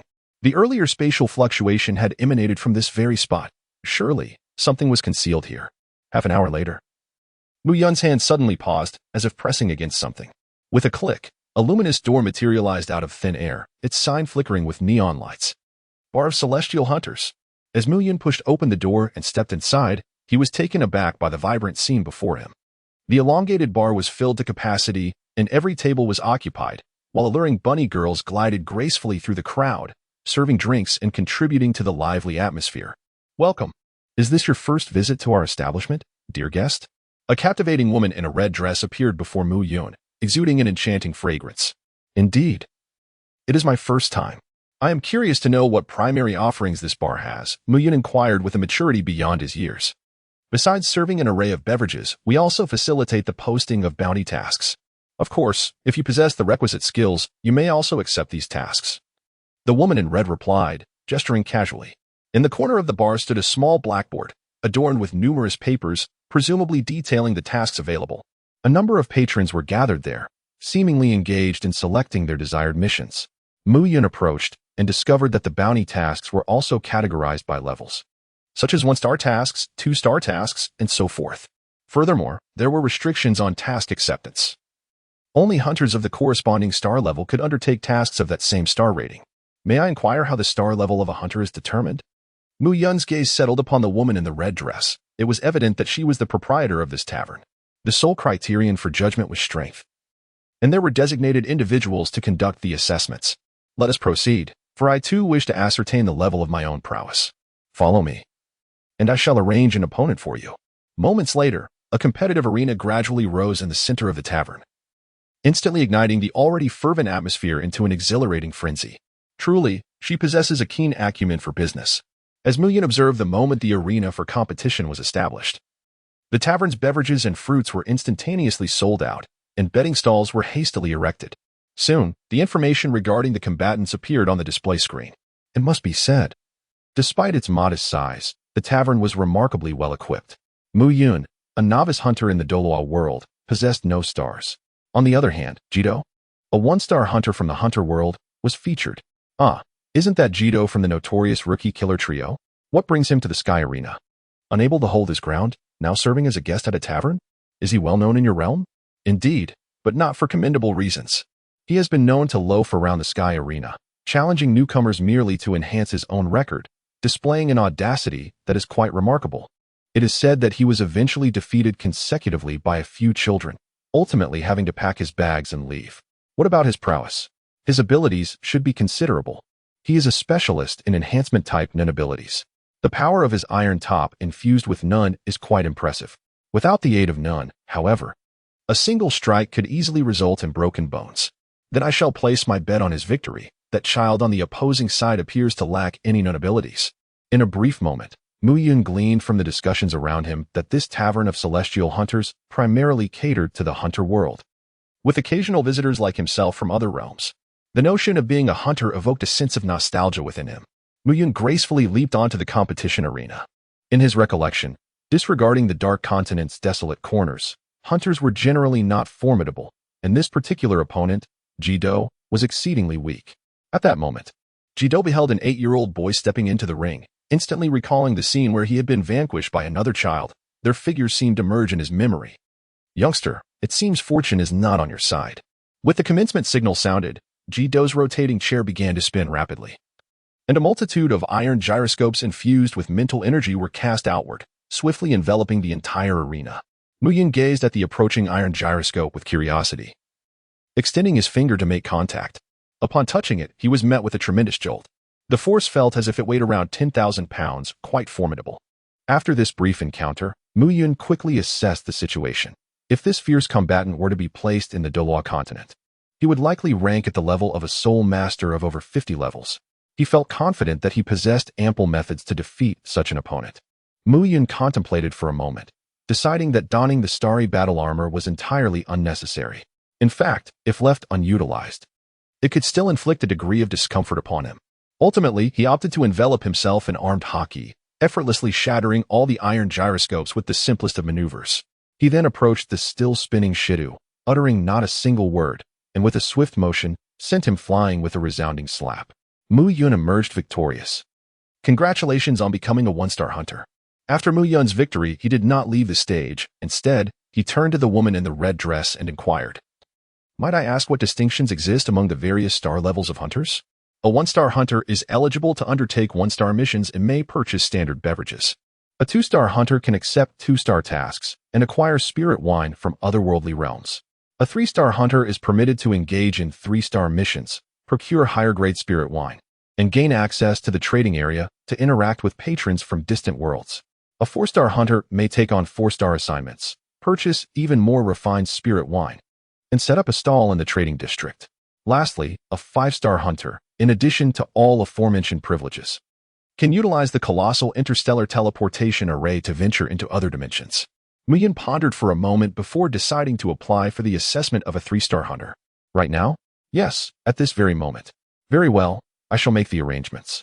Soon after, a figure gradually emerged onto the arena, draped in bearskin attire and boots, with wild gray hair resembling that of a porcupine. Standing at an imposing height of 2.5 meters, a ferocious aura radiated uncontrollably from him, far surpassing that of the previous combatant. Woken, a three-star hunter in the world of hunters, was a principal force of the brigade and an S-rank wanted criminal. What in the world? How could it be him? A figure so dangerous is actually a resident of the tavern. Spiders, he thought. Every member of the brigade is an S-rank wanted criminal. Although they are few in number, they are said to possess national-level combat power. The child was in for a rough time. In Woken's eyes, there was no distinction between adults and children. Chapter 30. The pained Netero upon the competitive arena. Woken cracked his neck, producing a series of ominous sounds as he glanced disdainfully at the diminutive Mu Yun before directing his ire towards the woman in the red dress. I distinctly remember stating upon my entry into the tavern that if any strong individuals were to be arranged for me, I expected someone formidable. Yet you present me with a mere child. What is the meaning of this? The woman in red wore an expression of helplessness. I have no choice. The other three-star hunters are all on missions and unavailable. You are the only one with time to spare. This is a complete waste of my time. I'm leaving. Woken casually threw a punch and turned to exit. In his estimation, even a casual punch, devoid of any energy, could unleash destruction equivalent to tens of thousands of pounds. A mere child stood no chance. Suddenly, a youthful voice pierced the air beside him. Are you conceding defeat? What? Woken turned in shock, only to see a leg flashing toward him at lightning speed. He hastily raised his left arm to defend himself. Boom. Like a small giant. Woken was sent flying horizontally, rolling over a dozen times on the ground before finally stabilizing his footing and sliding several more meters before coming to a halt. What immense power. Woken shook his somewhat numb left arm, his expression gradually transforming into one of ferocity, his eyes brimming with combat fervor. The force of that kick must have been at least 300,000 pounds. Had he not employed his nun to harden his arm in time, it would likely have been broken. The resilience of his body, honed through countless trials, had failed to withstand the blow from this child. And the child's speed was equally terrifying. He had not detected how the opponent had appeared so suddenly. Child, congratulations. You have successfully piqued the interest of Woken. With his legs slightly bent, Woken unleashed a torrent of energy, his porcupine-like hair standing on end as he prepared to charge. Come forth, lad, and experience the might of Woken's devastating punch. Boom. As fragments of stone flew in all directions, the explosion beneath his feet caused him to vanish in an instant. Straight punches, hooks, uppercuts, elbow strikes, and sweeping kicks. An unrelenting barrage pursued Mu Yun, swiftly transforming the arena into a scene of utter devastation, with deep craters from the impact of fists scattered everywhere. Although the speed was astonishing, it was rendered futile under the perception of Kenbunchika hockey, allowing for a response that kept pace. The sheer destructive force of his fists was estimated to be in the realm of 1,000,000 pounds. Claiming that they possessed missile-level destructive power was not merely an exaggeration. As Mu Yun evaded and retreated, he managed to dodge Wajin's tempestuous fists for an extended period, remarkably without sustaining a single blow. Kid, is dodging your only skill? You cannot hope to defeat me, Wajin, merely by evasion, Wajin said, his frustration palpable as he continued to strike. Mu Yun silently concurred. This behemoth clearly possessed boundless stamina, likely capable of enduring relentless combat for days and nights without fatigue. He had no time to engage in a battle of attrition with such an opponent. Very well, let me demonstrate my prowess. Armament Haki, activate. Mu Yun was enveloped entirely in darkness, the ominous aura of the Conqueror's Haki entwining him. With a tremor beneath his feet, Mu Yun summoned forth 4 blood-red soul rings. 4th soul skill, Aurora Transformation. 4th soul skill, Stellar Transformation. As he unleashed his full power, his speed and defense surged tenfold, rendering Mu Yun a veritable tank. Charging relentlessly against Wajin, embodying the adage that in the realm of martial arts, nothing is impervious but speed. Wajin, left with no choice but to endure the onslaught, could only shield his head and assume a defensive stance, biding his time for a counterattack. Ah. Tough skin and resilient flesh, do you believe this will thwart me? Mu Yun let out a cold snort, activating his armament Haki, flowing cherry blossom. With a resounding thud, his fist struck Wajin's abdomen. Though Wajin had been enduring blows without suffering significant damage, he suddenly coughed up blood.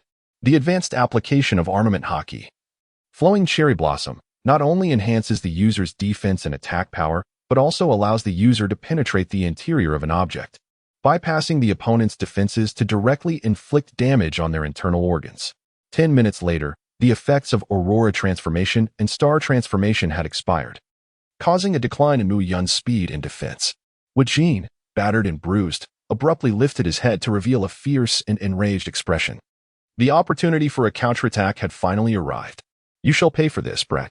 Super destructive fist. In the face of Wajin's desperate counterattack, Mu Yun could not help but admire the resilience of his opponent's physique. Even after bypassing Wajin's physical defenses to strike at his organs, he still failed to deliver a fatal blow. Ah, if you think you can stage a comeback, you are sorely mistaken. Allow me to enlighten you. I am not a brawler. I am, in fact, a swordsman. With a swift motion, Mu Yun instantly distanced himself. A feat of spatial leap that one such as Wajin, whose mind is clouded with muscle, could scarcely comprehend. The demon blade, Qianren, slowly unsheathed. Awaken. Demon blade, Qianren, a colossal orange cat, standing a full 2 stories tall on its hind legs, made its entrance. This space should be able to withstand your onslaught. Orange cat sword maiden, draw your blade. Meow.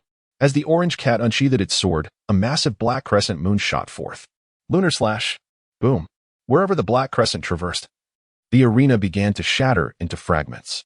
Without a moment's hesitation, Wajin unleashed his latent energy and fled. As it was evident that he was not as foolhardy as he appeared, it was clear he could not endure this attack. Would he remain here to meet his demise? Despite the destruction of the arena, the Black Crescent continued its relentless flight, threatening to obliterate the entire Hunter's Tavern. Suddenly, a slender figure emerged. Young one, are you intent on destroying my Hunter's Tavern? Ding, the proprietor of the tavern, Nitaro, made his appearance, and the system began to take advantage of the situation. Mu Yun awkwardly scratched his head, initially intending to force the master of this realm to reveal himself in order to gain some advantage. But he never anticipated the destruction of this place. He would never stoop to biting the hand that feeds him. Well, it seems my tactic can neither be initiated nor withdrawn, so I must rely on you, old man, to resolve this matter. Good luck.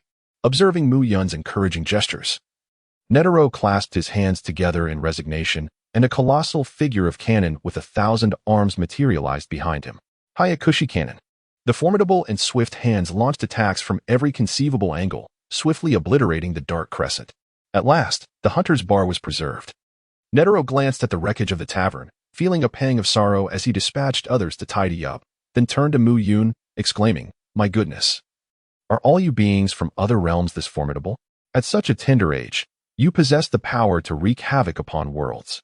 The power of shattering space is also known as the ability to destroy worlds. Mu Yun understood that his limited capacity could perhaps ravage the Douluo world.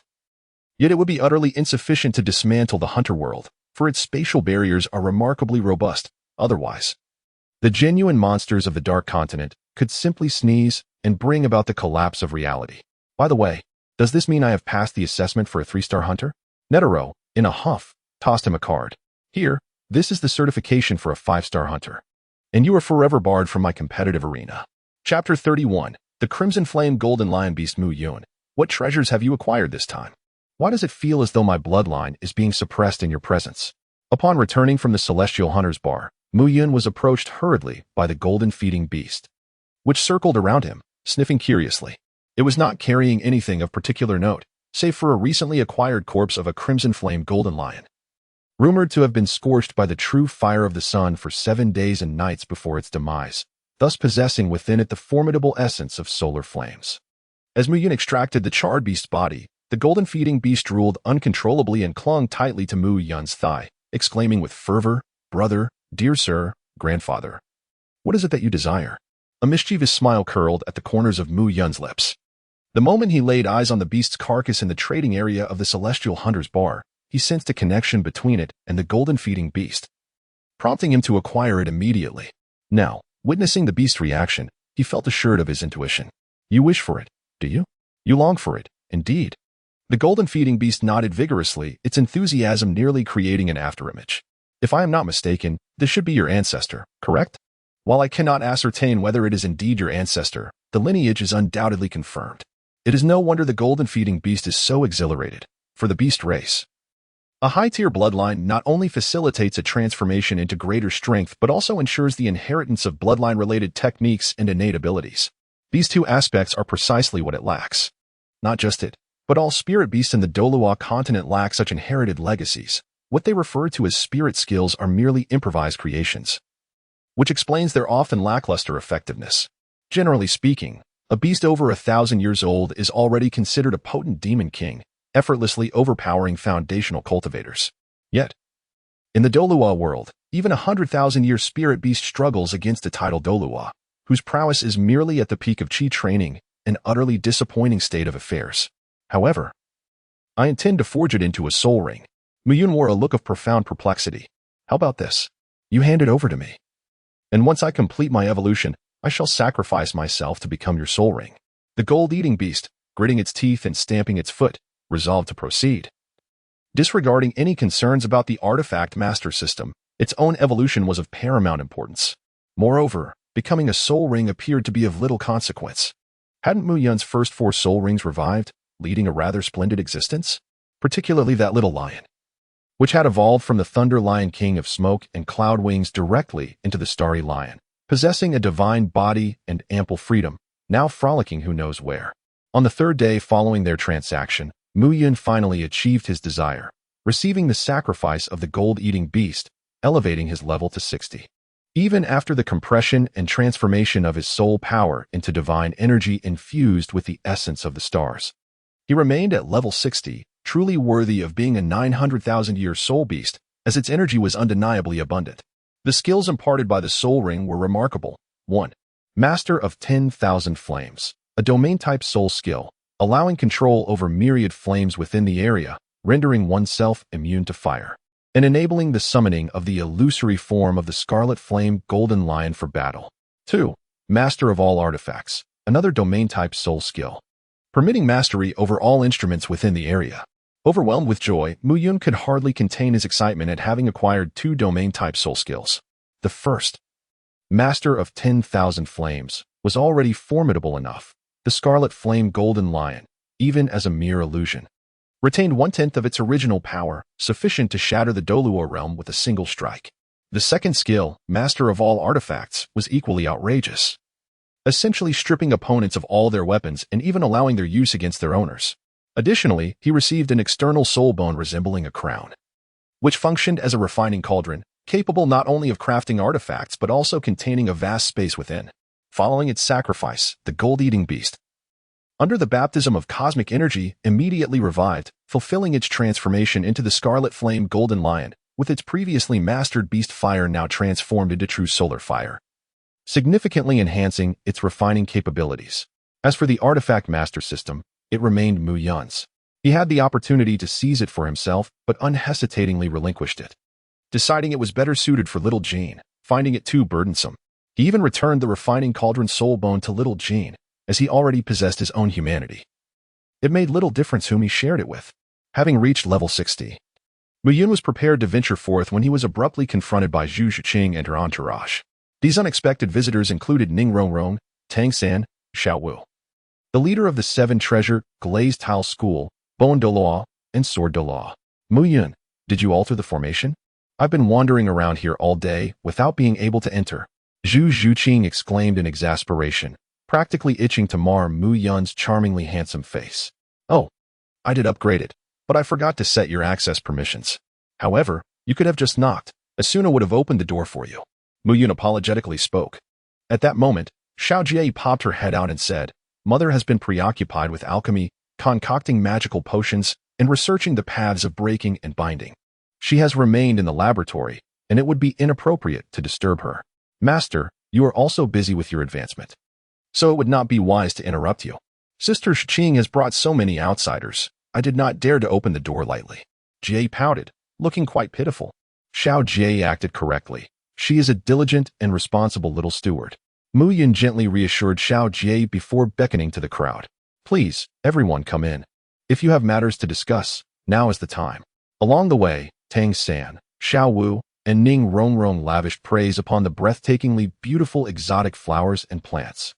In contrast, Bone Douluo and Sword Douluo remained closely tethered to Ning Ziyuan, visibly anxious. As title Douluos, their sensitivity to danger was acute, and ever since entering this manor, an incessant feeling of peril had loomed over them, as if a single misstep could lead to irrevocable doom. It was not until they reached the reception room that this chilling sensation finally dissipated. Sister, did you not go to sell artifacts and treasures? Why have you returned with someone instead?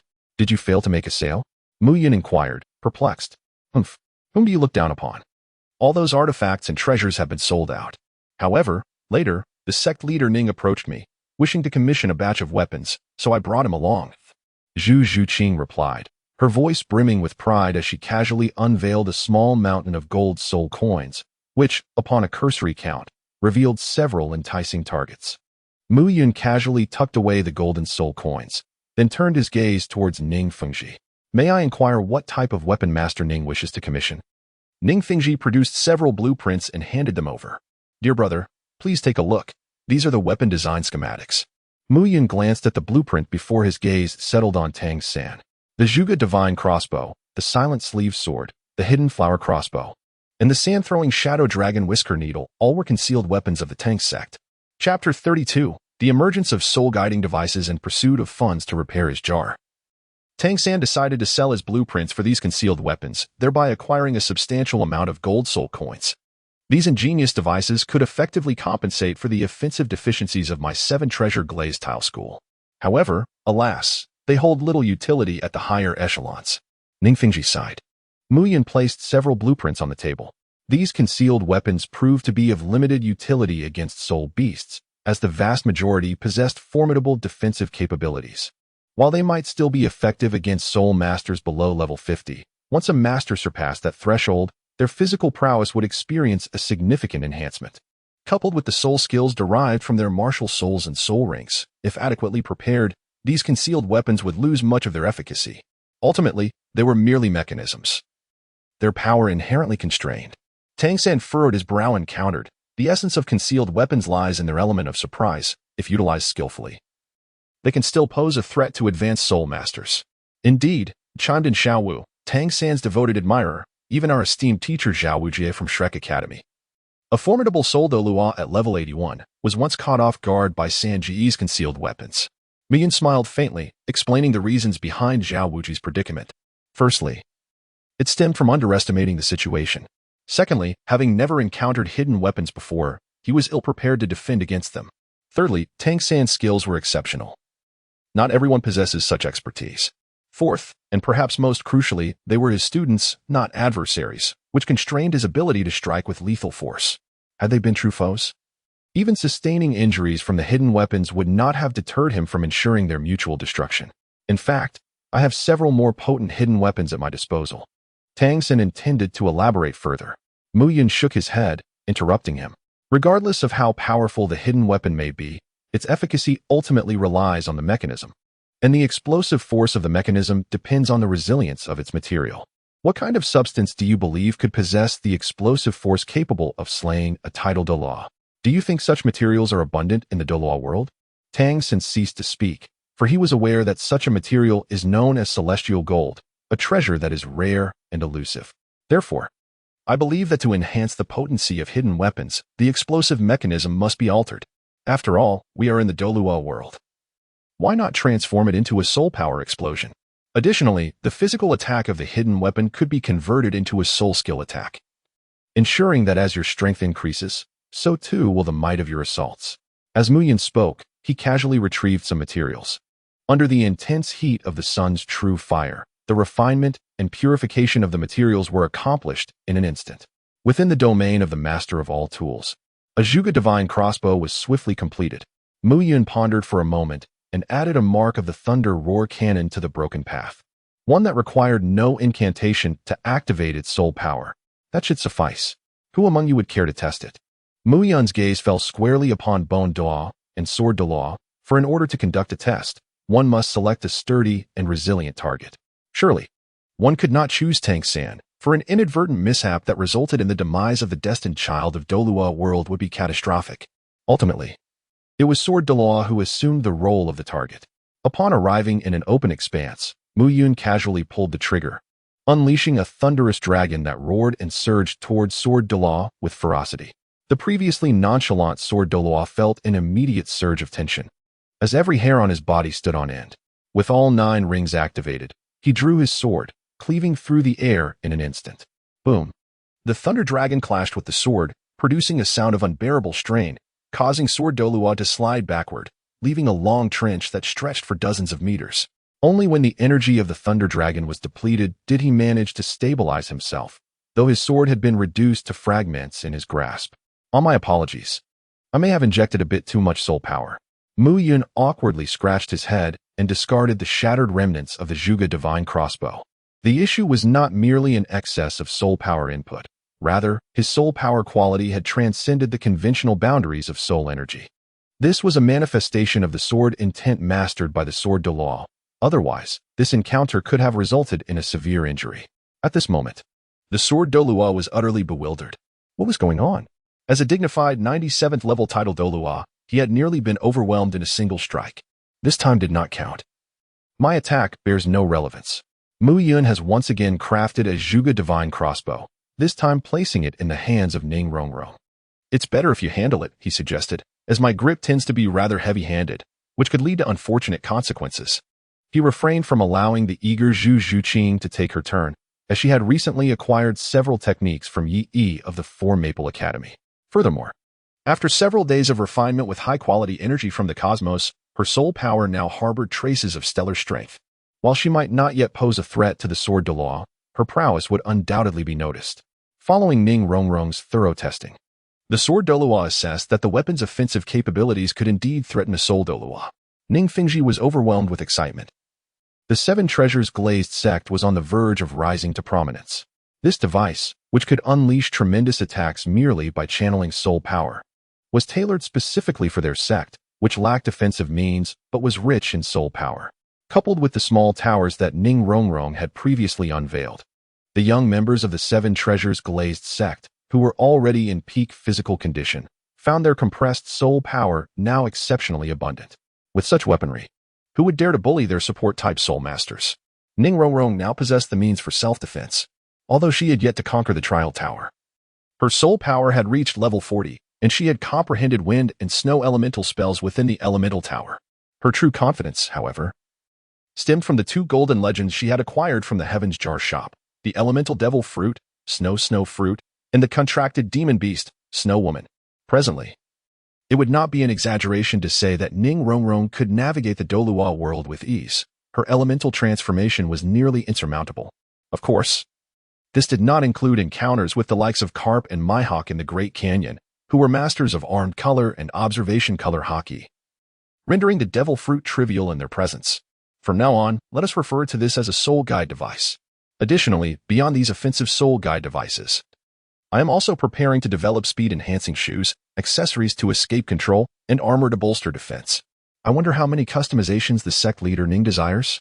It is worth noting that due to the advantages gained from the refiner system, Mu Yun possesses refining skills previously overlooked.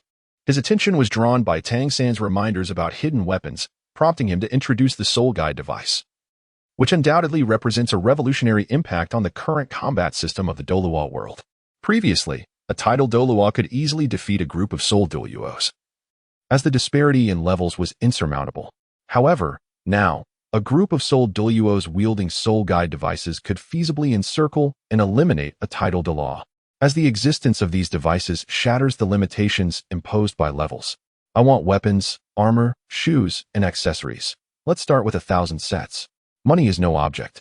Ning Fengji waved his hand decisively, placing the order without a flicker of an eye, demonstrating what it truly means to be extravagantly wealthy. Chapter 33. The Return of the Ghost Douluo Ding. Gained an advantage. Competitive arena, spiritual wine supplier, dimensional travel ability. The door fruit has awakened, ability upgraded. New capability. Any door, allowing random dimensional travel, with a cooldown period of 7 days. The cooling period lasts for 7 days, thus we must patiently await the time, as we cannot afford to miss the opportunity to break open the jars. The funds for the order have been accepted by Mu Yun, and the task has been entrusted to Xiao Jin. Asuna, let us proceed together to shatter the jars. As she made her fiery entrance, Asuna had now truly become a novice alchemist. She had fully absorbed and comprehended the inheritance, able to concoct some elementary elixirs of exquisite quality adorned with pill patterns. A feat even the original novice alchemist who bequeathed the knowledge would find challenging to accomplish. Rimuru had not made an appearance in recent days, presumably having preyed upon a formidable soul beast, while Ziyuan, a character singularly focused on Rimuru, could be safely disregarded. In Soto City, at the all-world jar shop, Lin Fan gazed in silence at the 5 individuals before him, more specifically, at 2 of them, Kapu and Mihawk. It was evident that they were akin to the recently appeared Rimuru and Asuna, summoned entities not of this world. The faux youth behind them was likely the interloper with a system who had designs on them. With this realization, Lin Fan instinctively displayed a hint of hostility. It was this scoundrel who had forced him to endure 7 consecutive days of instant noodles, not daring to step outside. Upon encountering Mihawk and Kapu today, Lin Fan felt reassured that his caution was warranted. The might of the thunder fruit paled in comparison to these 2, and thanks to Mu Yun's warning, he had narrowly avoided disaster. Boss, we would like 50 jars, please, Qian Rinqiue said politely, producing 500 gold soul coins with a benevolent smile, as if she had never harbored any ill intentions toward Lin Fan. Lin Fan was tempted to hurl the 500 gold soul coins back at her and declare his refusal to do business, but alas, he could not. The all-world jar shop granted him invincibility within its confines, yet imposed restrictions. As long as the patrons adhered to the rules, he was unable to resort to violence. Violations included attacking the shopkeeper, stealing jars, or damaging the establishment, with the other party exhibiting no infractions and having made their payment. Lin Fan had no choice but to retrieve the jars. Young master, allow me to take the first swing. A figure in black robes stepped forward, their visage twisted and emanating an aura of fury. Qian Rinqiue sighed, calm yourself, Ghost Douluo. Remember my words, one must never resort to violence here. Typically inscrutable, Ghost Douluo appeared to have undergone some ordeal. Days prior, he had sustained grave physical injuries, and it seemed his spirit had also been adversely affected. Despite his unresolved wounds, he had come today to shatter jars, wearing an expression steeped in resentment, seemingly harboring a grudge against the jar shop itself. With a resounding crash, 10 jars were shattered. Lin Fan glanced over, lazily remarking, "In soulgrass, capable of absorbing wandering souls from the world.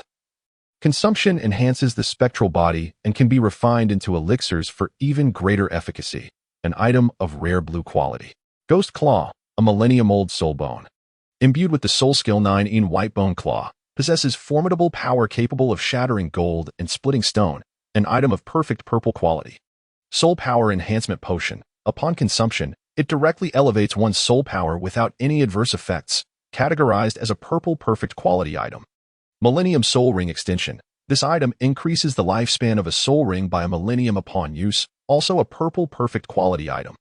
Ghostly Shadow Technique. An unparalleled skill from the Tang sect, classified as a blue rare quality item. Devil Pepper. An exceedingly spicy chili. Caution is advised as it may inflict non-lethal harm to sensitive areas, a white ordinary quality item.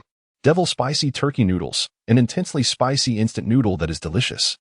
Provided one is not averse to heat, a white ordinary quality item. A roll of toilet paper. Soft and comfortable, it addresses your concerns effectively, a white ordinary quality item. A bottle of cow tears. When applied to the eyes, it grants the ability to perceive wandering souls for a duration of 10 minutes. Classified as a blue rare quality item. Circle Casting Curse. By squatting and drawing circles while reciting the target's name or inscribing their birth details on paper and striking it with a shoe, one can effectively invoke misfortune upon them. An ordinary white quality skill.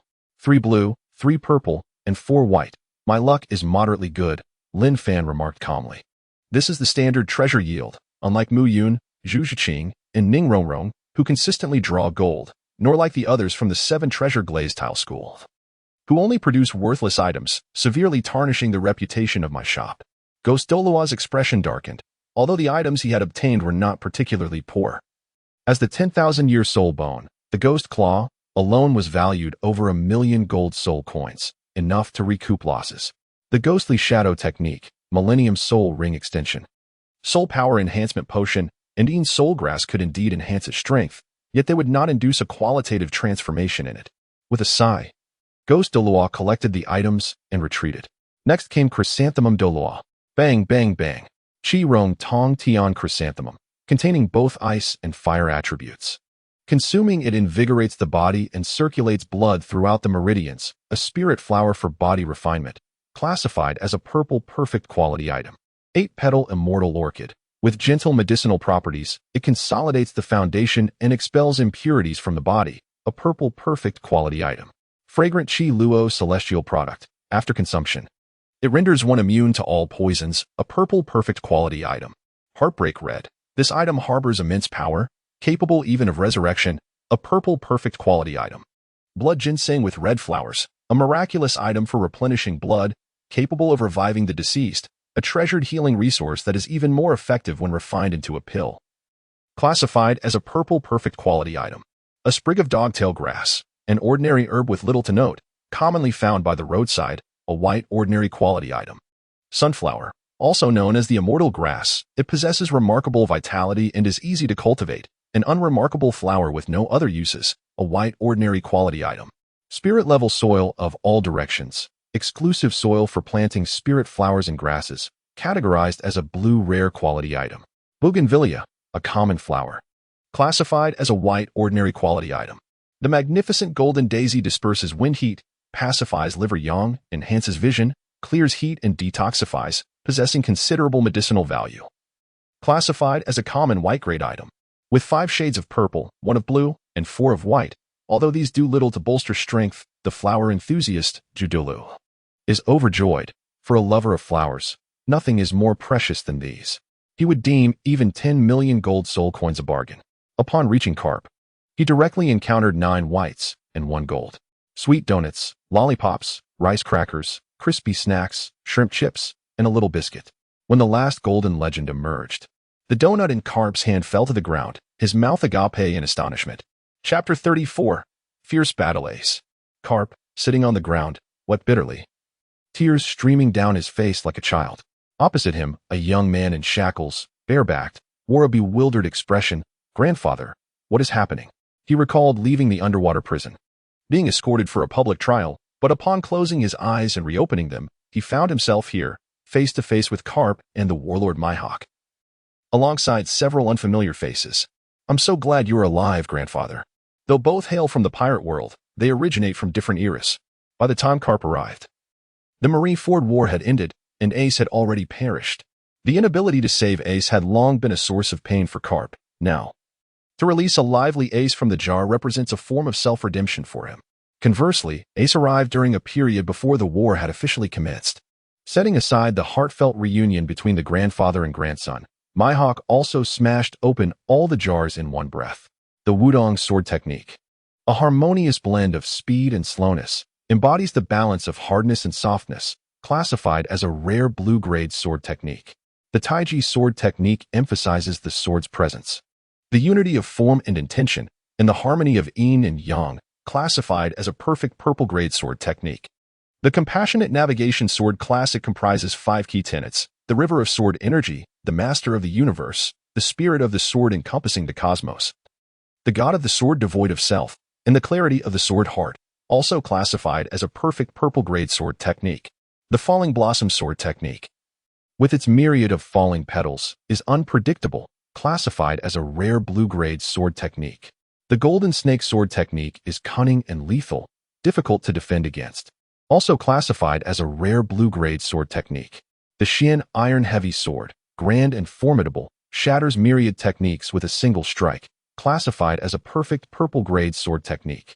The Dugu 9 Swords emphasize the philosophy of formlessness surpassing form, anticipating the enemy's moves and exploiting their weaknesses, classified as a perfect purple-grade sword technique. The 6 Meridians Divine Sword, formless yet substantial, is a profound martial art that transforms sword intent into sword energy, classified as a perfect purple-grade sword technique. The Evil Repelling Sword Technique features bizarre and rapid moves, yet harbors an insurmountable flaw. To practice this divine skill, one must first undergo self-castration. Without removing that 2 tails of flesh, one risks falling into madness and self-immolation, classified as a perfect purple-grade sword technique. The swordsmanship of the Fragmented Nation encompasses 4 realms: Absolute Life, Breaking Wind, Astonishing Dragon, and Shattering Heaven. When mastered to perfection, it possesses the ability to fracture the void. This extraordinary sword technique transcends the pinnacle of martial arts, boasting a legendary quality of golden hue, 2 blue, 7 purple, and 1 gold. Indeed, it is a collection of sword techniques befitting the greatest swordsman in the world of pirates, an undeniable sword enthusiast. Mihawk was immensely pleased, carefully stowing away all the sword techniques, preparing to return for thorough study. Eventually, they encountered Qian Renshue, who did not hastily smash the jar, but instead offered Lin Fan a faint smile. "Shopkeeper Lin, do you harbor any misunderstandings towards me? I have always sensed your animosity." "Huh? Do you think I am blind? My observation hockey is not mere decoration. Over these past few days, Garp and Mihawk have been loitering nearby for a reason. Surely it is for my golden finger system? The insatiable nature of humanity leads one to swallow the elephant. You already possess a system yet dare to covet another? Do you not feel your greed is excessive?" Lin Fan retorted, gritting his teeth in anger. "Oh, you've caught me. Is not greed the very essence of humanity? Now that a chance for dual systems has revealed itself. Of course, I must give it a try." Despite being exposed, Qian Renshue remained unperturbed, exuding an air of righteousness in her villainy. "Humph, were it not for your bodyguards. Garp and Mihawk, do you believe I couldn't eliminate you in an instant? Do not think that your companions, Ghost Douluo and Chrysanthemum Douluo, could halt my intentions should I wish for your demise," Lin Fan scoffed, arcs of lightning dancing around him.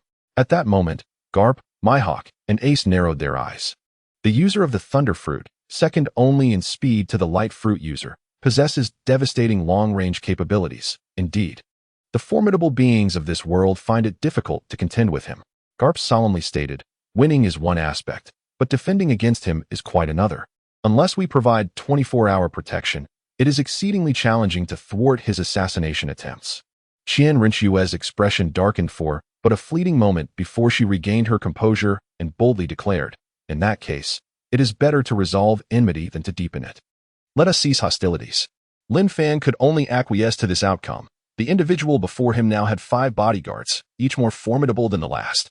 Truth be told, the dual attribute stillness domain technique of Ghost Douluo and Chrysanthemum Douluo poses a significant threat to him. Once restrained, Garp would undoubtedly use his love iron fist to render him incapacitated. At this juncture, an unexpected voice rang out. "Oh, I say, Boss Lin, so this is how you reconcile? You are far too timid, surely.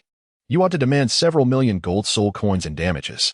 Entering with a swagger, Muyin ambled in with hands behind his back. Greeting Ghost Douluo with a casual wave. "Oh, is that not Ghost Douluo? Returned from your travels? Are you not delighted? It's you, little brat.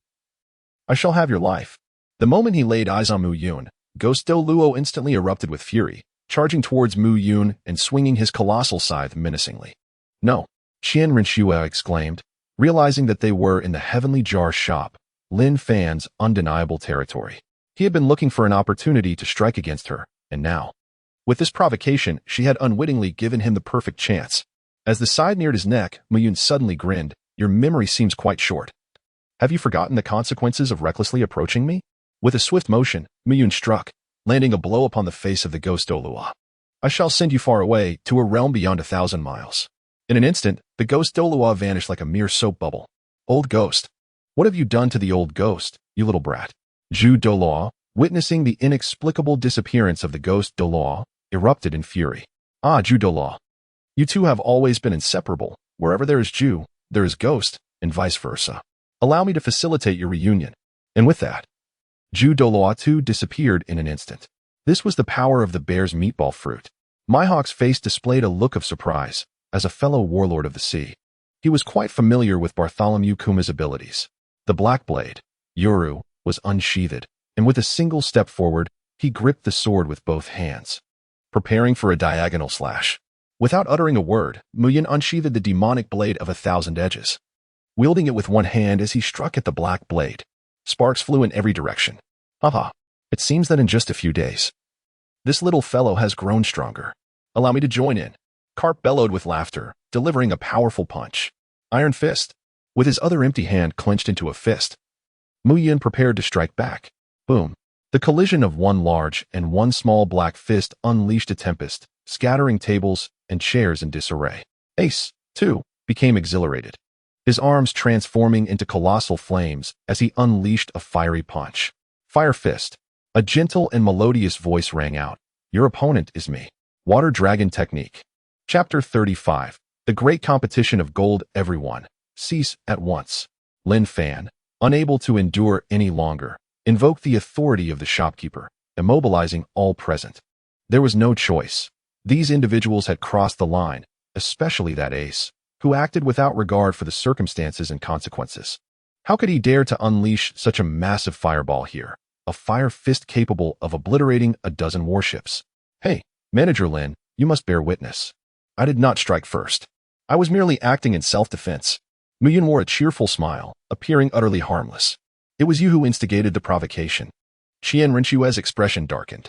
"I remarked, you, with your ambiguous demeanor, do your eyes serve merely as decoration? I suggest you carefully review the shop's regulations. They prohibit physical violence, not the art of conversation." Mu Yun, with an air of triumph, pointed at a tattered sign hanging in the jar shop and proclaimed confidently, "Thus, the transgressors are you. My actions are entirely without fault. Manager Lin, am I not correct?" Qian Rinxue's face flushed with indignation, rendering her speechless. Theoretically, there was no error. If that is the case, then a penalty must be imposed. I propose a fine of 10 million gold soul coins, or confinement in a small dark room for 7 days, Mu Yun declared with a mischievous grin. Lin Fan discreetly gave a thumbs up, admiring the execution, as he too sought an opportunity to deal with him. "Little Qian, accept the penalty. I have already attempted to escape this confinement, and it is utterly inescapable. It must be a method beyond the rules. I certainly wish to avoid that small dark room. It would suffocate me," Kapu boisterously remarked. This altercation, in truth, was not solely about the conflict at hand. It also served as an opportunity to test the manager's capabilities. Mu Yun struggled to test his abilities. The power of the void proved ineffective, and the capabilities of the meatball fruit were equally futile, for the level of confinement was excessively high. After paying a hefty fine of 10 million, Qian Rinxue hastily shattered 10 jars, eager to escape this place, as the sensation of having her life in someone else's hands was profoundly unsettling. The Angelic Staff, a soul guide, enhances soul skill potency by 50% while reducing consumption by 50%, a purple perfect quality item. The angelic battle garb, also a soul guide, automatically generates a defensive shield upon receiving an attack, capable of withstanding assaults at the title Douluo level, another purple perfect quality item. The angelic wings, a soul guide, doubles the wearer's speed, classified as a purple perfect quality item. The Millennium Soul Ring, which extends the lifespan of soul rings, is a purple perfect quality item. The Soul Power Enhancement Elixir, a purple perfect quality item. The Martial Soul Awakening Elixir, which allows for a secondary awakening of the martial soul, is also a purple perfect quality item. The Bibidong branded lace lingerie is a white ordinary quality item. The Chin Daolio style battle attire is a blue rare quality item. The Luffy style straw hat is a white ordinary quality item. The Angel Fruit, a mythical beast-type devil fruit, is a golden legendary quality item. To everyone's astonishment, the fog grass has turned golden. What on earth is Boss Lin doing?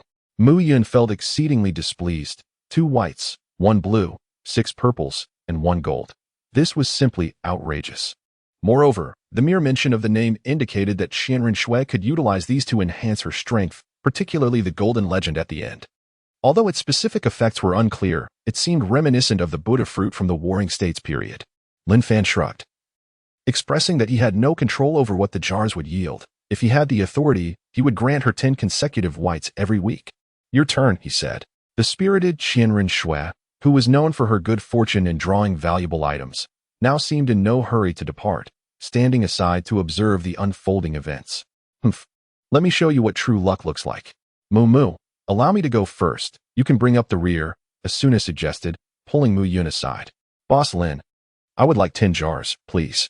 With a wave of his hand, 10 jars floated before Asuna.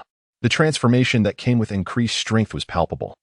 She exuded an air of sophistication befitting a skilled practitioner. Clang, clang, clang. 100 varieties of second-tier spiritual flowers and herbs, perfect quality in purple. A comprehensive guide to spiritual flowers and herbs, rare quality in blue. An elucidation of 8 alchemical methods, perfect quality in purple. A profound-grade alchemical furnace, perfect quality in purple.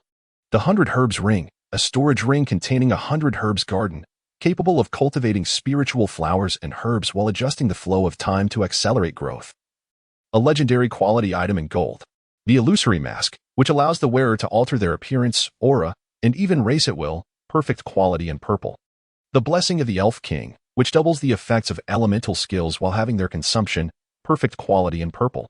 The exclusive skill of White Star, which summons sea beasts to fight on her behalf, perfect quality in purple. The Aquarius Star Spirit Key, which opens the gateway between the human realm and the star spirit realm, summoning the Aquarius Star Spirit, Aqua, to battle, perfect quality in purple. The Heart of the Sea Flame, ranked 15th on the list of extraordinary fires in the world of Dopa, a cerulean flame well-suited for alchemy, perfect quality in purple. 1 blue, 8 purples, and 1 gold. Did you see that? Now, this is what one would call true luck. Mu Yun, without the slightest hesitation, derisively mocked Qianren Shui while simultaneously praising Asuna. This girl was indeed remarkable, adept at alchemy and magic alike, having even created a miraculous artifact capable of storing items, cultivating spiritual flowers and herbs, and regulating the flow of time to hasten growth. Although it was officially referred to as a spiritual tool, which pertains to its quality rather than its capabilities, the extraordinary functions it possessed rendered it indistinguishable from a divine artifact. Ace stared in awe, his eyes wide, as he watched the ocean heart flame with drool cascading down. His flame fruit, despite its impressive development and a plethora of dazzling techniques, had a critical flaw. The flames were ultimately mere mortal fire, lacking the necessary temperature to withstand the might of Akainu's magma fruit ability, which had pierced through it without the possibility of recovery. In contrast, the ocean heart flame was a celestial fire, boasting a temperature far exceeding that of magma. Ace's instincts told him that if he could absorb this extraordinary flame, his power would undergo a monumental transformation. Regrettably, no matter how splendid it was, it did not belong to him. For Asuna, who cherished alchemy, the ocean heart flame was equally significant. Humph, do not bask in pride. These treasures were not conjured by you, so what is there to be boastful about? It is my turn now. I curse you to draw 10 white. In a fit of pique, Qianren Shui sulked to the side, crouching down to draw circles, her expression shifting between fierce grimaces and gritted teeth. Boss Lin. It's my turn now. This time I shall draw 3 goals and shatter the record. Mu Yun, brimming with confidence, personally prepared 10 jars. With a resounding crash, all the jars were shattered in one swift motion. The Lingbao General Store, adorned with intricate spatial shumi patterns, boasted an expansive interior, housing a spirit that required a master. Upon recognizing its master, one would gain absolute dominion over the spiritual treasures within. Externally, it could defend against attacks at the nascent soul level, while internally, it was capable of vanquishing entities at the Golden Core stage. Moreover, it could conceal itself within the void, undetectable by those at the transformation stage, representing a treasure of golden legendary quality. Chapter 36. Spirit Beasts. The first one yielded gold. Such as fate, such as destiny.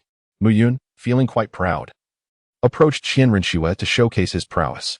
The second technique, 3 parts return to origin, encompasses the supreme martial arts of Heavenly Frost Fist, Wind God Leg, and Cloud Dispelling Palm. The amalgamation of these 3 is comparable to Earth-tier techniques, boasting a perfect purple quality. This is quite impressive. I shall teach it to Zhu Zhuqing later, as it is exceptionally suited for her. Mu Yun felt a profound satisfaction. The martial arts system within the Wind and Cloud world was remarkably potent. Some techniques transcended the realm of traditional martial arts, holding their own even in the world of cultivation. Thirdly, the technique known as 10,000 swords returning to the sect commanded the submission of countless swords, unleashing a tempest of sword intent akin to a torrential storm. It could also be employed in reverse, consolidating myriad swords into one, exponentially amplifying its power, a skill of exquisite purple quality. This could be seamlessly integrated into my sword domain, significantly augmenting my offensive capabilities. Fourthly, the ascendant step boasted a speed surpassing that of sound, impervious to the winds of the void, seemingly compressing distance into mere inches, a skill of splendid purple quality. While it appeared somewhat redundant compared to my spatial teleportation, it would prove invaluable in locales where such teleportation was rendered ineffective. Fifthly, the Celestial Palace Mirage possessed the ability to conjure various illusions within the minds of others, ensnaring their spirits in a haze, an ethereal martial art of purple perfection. This too could be assimilated into my sword domain. Sixthly, the Saintly Heart of the Ocean incantation could assimilate various forms of energy, a skill of exquisite purple quality. The sight of this nearly made Mu Yun leap with excitement. As for one who would likely traverse multiple realms in the future, this ability to absorb energies from disparate systems was nothing short of crucial.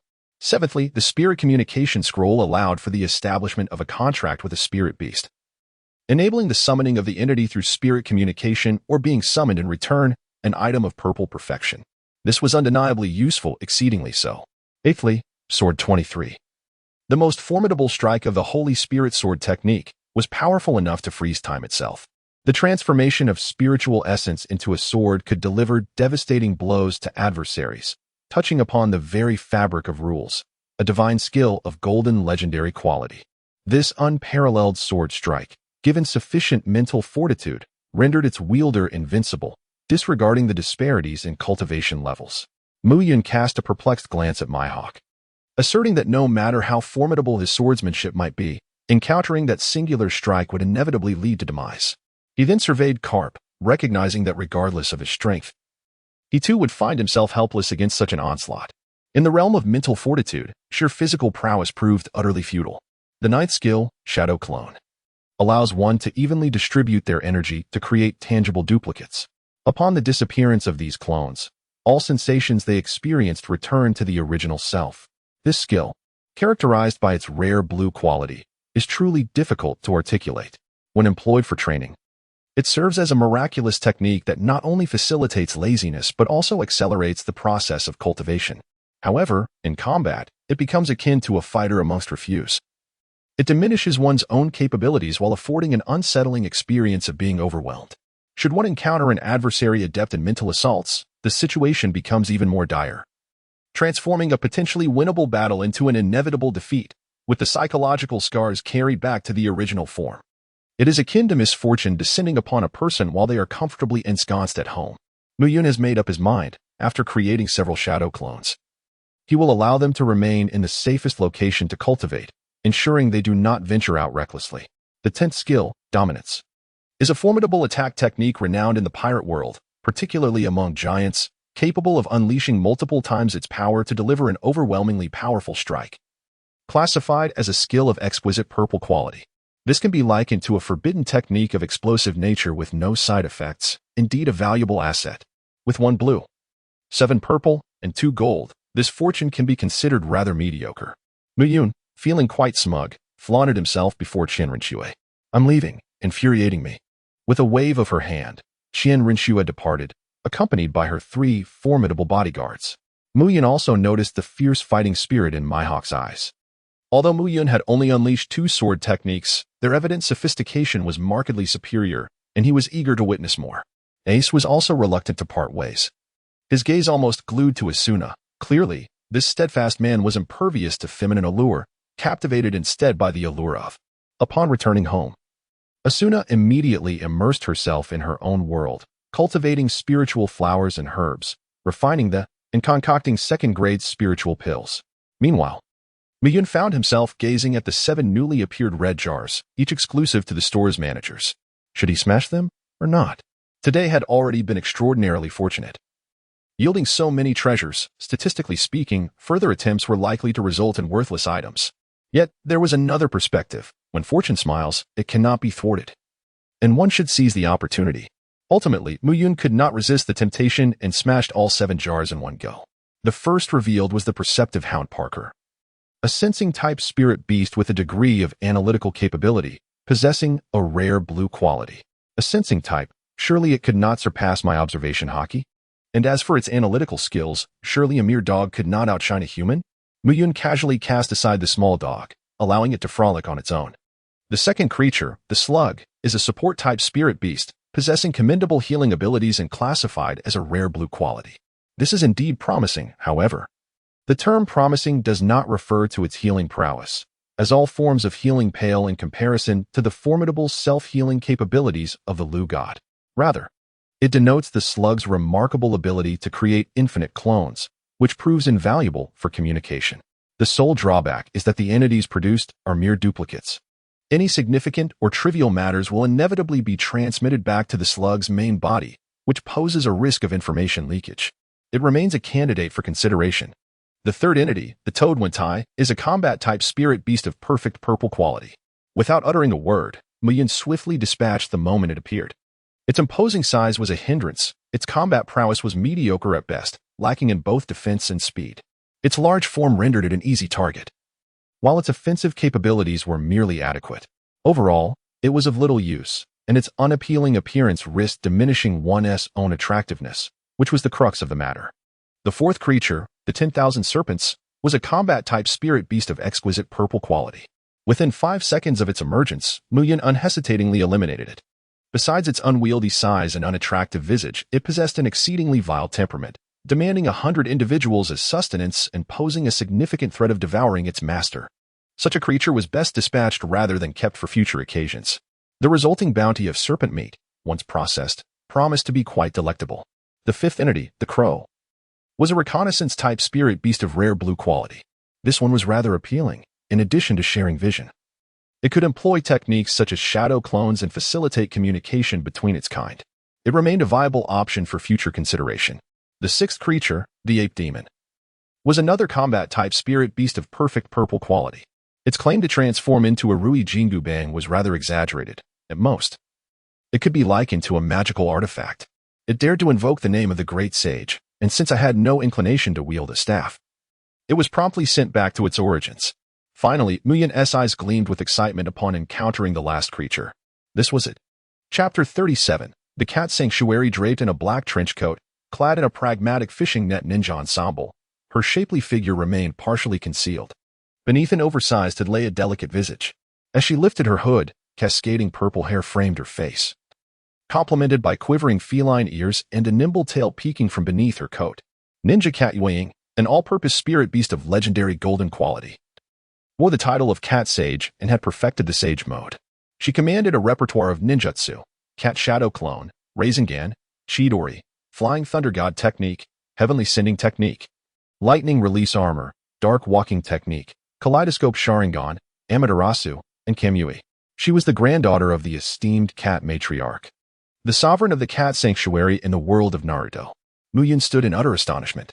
A cat sanctuary? What on earth? In the world of Naruto, there are only 3 renowned sanctuaries: Mayaboka Mountain, Sherbone Forest, and Richi Cave.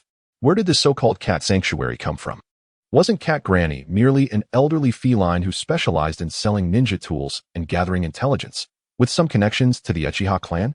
When did she ascend to the status of a sanctuary sovereign? Clearly, this individual hailed from a Naruto universe that deviates from the norm. Yet, such details were trivial. Strength was what truly mattered, and the feline woman possessed remarkable beauty, especially her large, windmill-like eyes and those fluffy cat ears, which instantly made one yearn to stroke them. Ninja Cat Xiaoyu was momentarily bewildered but quickly grasped the situation. A parallel world? I never anticipated that someone as young as you could summon me, the cat sage. It seems your prowess is quite impressive. Curiously, Ninja Cat Xiaoyu inhaled Mu Yun's scent. Indeed, it was the fragrance of natural energy. Mu Yun speculated that this natural energy, akin to the ethereal essence of heaven and earth, was comparable to the high-level energies drawn from the cosmic expanse. However, forging a spiritual contract with me would not be a simple task. It necessitates my approval. Observing the haughty demeanor of the cat spirit, Xiaoyu, Mu Yun cautiously inquired, "Are you suggesting we engage in combat?" "Indeed, I am invincible throughout the realm of ninjas. Mere fledglings are unworthy to enter into a pact with me." "Very well then. But let us relocate. I have no desire to personally devastate my own abode." Mu Yun retrieved the newly acquired arena, and in an instant, both he and his feline companion appeared upon the stage. "Oh, this ninja tool is quite intriguing," remarked the curious ninja cat, Xiaoyu, as it surveyed its surroundings with keen interest. Mu Yun was too apathetic to clarify that this was not a ninjutsu tool, but rather a system device acquired through opportunism. Explaining this to a cat was as futile as playing the lute to a cow. He also wished to take this opportunity to test the sturdiness of the competitive arena. An hour later, the ninja cat Xiaoyu, with drooping ears, departed from the arena, obediently signing a spirit contract with Mu Yun. There was no alternative. She was utterly restrained, whether in terms of speed or spatial abilities, and even the all-consuming Amaterasu was subdued by the true flames of the sun. Furthermore, the arena's spatial integrity proved remarkably robust. Neither the Flying Thunder God technique nor the Divine Might yielded significant results, as Mu Yun's Void Sword domain enveloped the entire area. Xiaoyu found herself in a state of considerable frustration. Ultimately, the colossal orange cat Sword Maiden appeared, sensing the imminent danger and promptly conceding defeat. The arena's spatial strength was indisputable, rendering it impervious to destruction, a testament to its professional-grade design. Mu Yun was quite pleased with this. Having tested the prowess of the cat ninja, Xiaoyu, it seemed that her abilities were second only to those of Carp and Mihawk, as her precognitive capabilities, derived from her observation haki, limited many of her techniques. "Mu Yun, I wish to return to the cat sanctuary to greet my grandmother. Would you care to join me?" Xiaoyu asked with an expectant expression. "Certainly. You may head back first, and then utilize reverse summoning to bring me along. Don't forget to leave a shadow clone. Otherwise, returning may prove troublesome." "Understood." Gazing at the bustling streets, alive with the flow of traffic and lined with an overwhelming array of taverns, casinos, hot springs, and various commercial establishments, Mu Yun remarked, "Is this a sanctuary or a commercial district?" He looked at Xiaoyu, who had transformed from her cat girl form into an adorable little white cat. "Meow, our cat sanctuary originally thrived through commerce, and it was only after acquiring sage-level combat prowess that it ascended to become the 4th great sanctuary of the ninja world. Yet, to this day, our primary business remains commerce, much unchanged from the past." As they navigated through the crowded streets, Mu Yun grew increasingly astonished. He observed that the vast majority of both vendors and customers were not from the ninja world, their strengths varying significantly. The most outrageous sight was a street vendor behind which sat a man, with golden hair, adorned in a pink feather coat, cropped trousers, pointed shoes, and donning red sunglasses. He, an extraordinary treasure from the world of pirates, a devil fruit. Consuming it grants you superhuman abilities, all for the price of 100 heavenly coins, limited quantity, first come, first served. Isn't that Don Quixote da Flamingo? Mu Yun thought in disbelief. How has a warlord of the sea ended up peddling goods on the street? Mu Yun rubbed his eyes, ensuring he had not mistaken the identity of the person before him, and then scrutinized the assortment of items displayed. There lay a synthetic devil fruit, notorious for its high mortality rate upon ingestion. Even those fortunate enough to survive often face severe after effects. In 2 words, it was utterly worthless. The fraudulent merchant. upon witnessing such a dismal appraisal, elicited a silent scoff from Mu Yun, who promptly turned to leave. He might have shown some interest had it been a genuine devil fruit, for while such treasures could manifest within the myriad realms, their emergence was far too capricious. Yet, barely 2 steps into his departure, a slender hand suddenly grasped his arm from behind. "Hey, don't be in such a hurry to leave," the voice trailed off abruptly. Mu Yun turned his pale visage, anger laced with a hint of vulnerability. "Release me." Mu Yun's other hand rested upon the hilt of the enchanted blade, Qianren, poised to strike down this scoundrel at a moment's notice. In a moment of carelessness, he found himself shackled by the sea stone cuffs wielded by none other than Don Quixote Doflamingo. "Heh, as expected, you too are a wielder of a devil fruit." Doflamingo chortled triumphantly. "Release me at once, or do you dare to tempt me to end your life right here?" Mu Yun expressed his impatience. "Oh, but I don't have the key," Doflamingo replied with feigned innocence, showcasing the sea stone cuffs binding his hands and feet. "What a predicament! Are you truly deranged? You harm yourself while seeking to drag me down with you?" Mu Yun now realizes that Don Quixote Doflamingo is currently imprisoned in the underwater prison, shackled by sea stone handcuffs. It is no surprise that the formidable warlord of the sea, a sovereign of the underworld, can only produce a few worthless artificial devil fruits to deceive others. He is, after all, merely a captive now. Chapter 38. The awakening of the fruits in the heavenly mall. Doflamingo's expression gradually twisted into a grotesque mask of rage. Ever since his confinement in the underwater prison, the daily torment of prison life has left him feeling utterly suffocated. His family has been shattered. His extensive network of illicit enterprises built over the years has crumbled, and the nation he once ruled is no longer his. All of this is the fault of that straw hat brat. Finally, one day, he inexplicably finds himself in this place, allowing him to temporarily forget his previous anguish. Yet now, this little brat has unwittingly reopened his wounds. Observing the seething anger of Doflamingo, Mu Yun felt a sense of satisfaction wash over him, smiling broadly. "An impotent fool, do not presume that everyone is like you, unable to escape from mere sea stone shackles. A key is all that is needed. Can one truly be brought to their knees by something so trivial?" Mu Yun casually took a piece of steel, and suddenly a flame appeared in his hand. The terrifying heat startled Doflamingo, who hurriedly retreated, fearing that this child might launch an attack. However, the intensity of the flame was so alarming that he believed even the sea prism stone handcuffs might melt. The steel melted instantly under the true flame of the sun, and Mu Yun enveloped the molten steel with his soul energy, pouring it into the keyhole of the sea prism stone handcuffs. Soon, a key to the handcuffs was crafted. In the original story, the user of the wax fruit unlocked the sea prism stone handcuffs in a similar manner. It was merely a matter of crafting a key. Such a task, devoid of technical complexity, was exceedingly simple for a master craftsman. With the handcuffs unfastened, Mu Yun glanced at the astonished Doflamingo and raised an eyebrow in triumph. Just as he was about to depart, Doflamingo intercepted him again, demanding that he unlock the sea prism stone handcuffs. "Oh, why should I? This requires skill, something the average person cannot accomplish," Mu Yun retorted. "Assist me in unlocking them, and these devil fruits shall be yours." "Huh, Doflamingo, are you trying to deceive a naive child? Your counterfeit products have such severe side effects that even dogs wouldn't touch them. Do you really think you can trick me?" Mu Yun replied, his expression one of disdain. "What do you require then? My current situation is dire. I lack even the freedom to offer anything of value.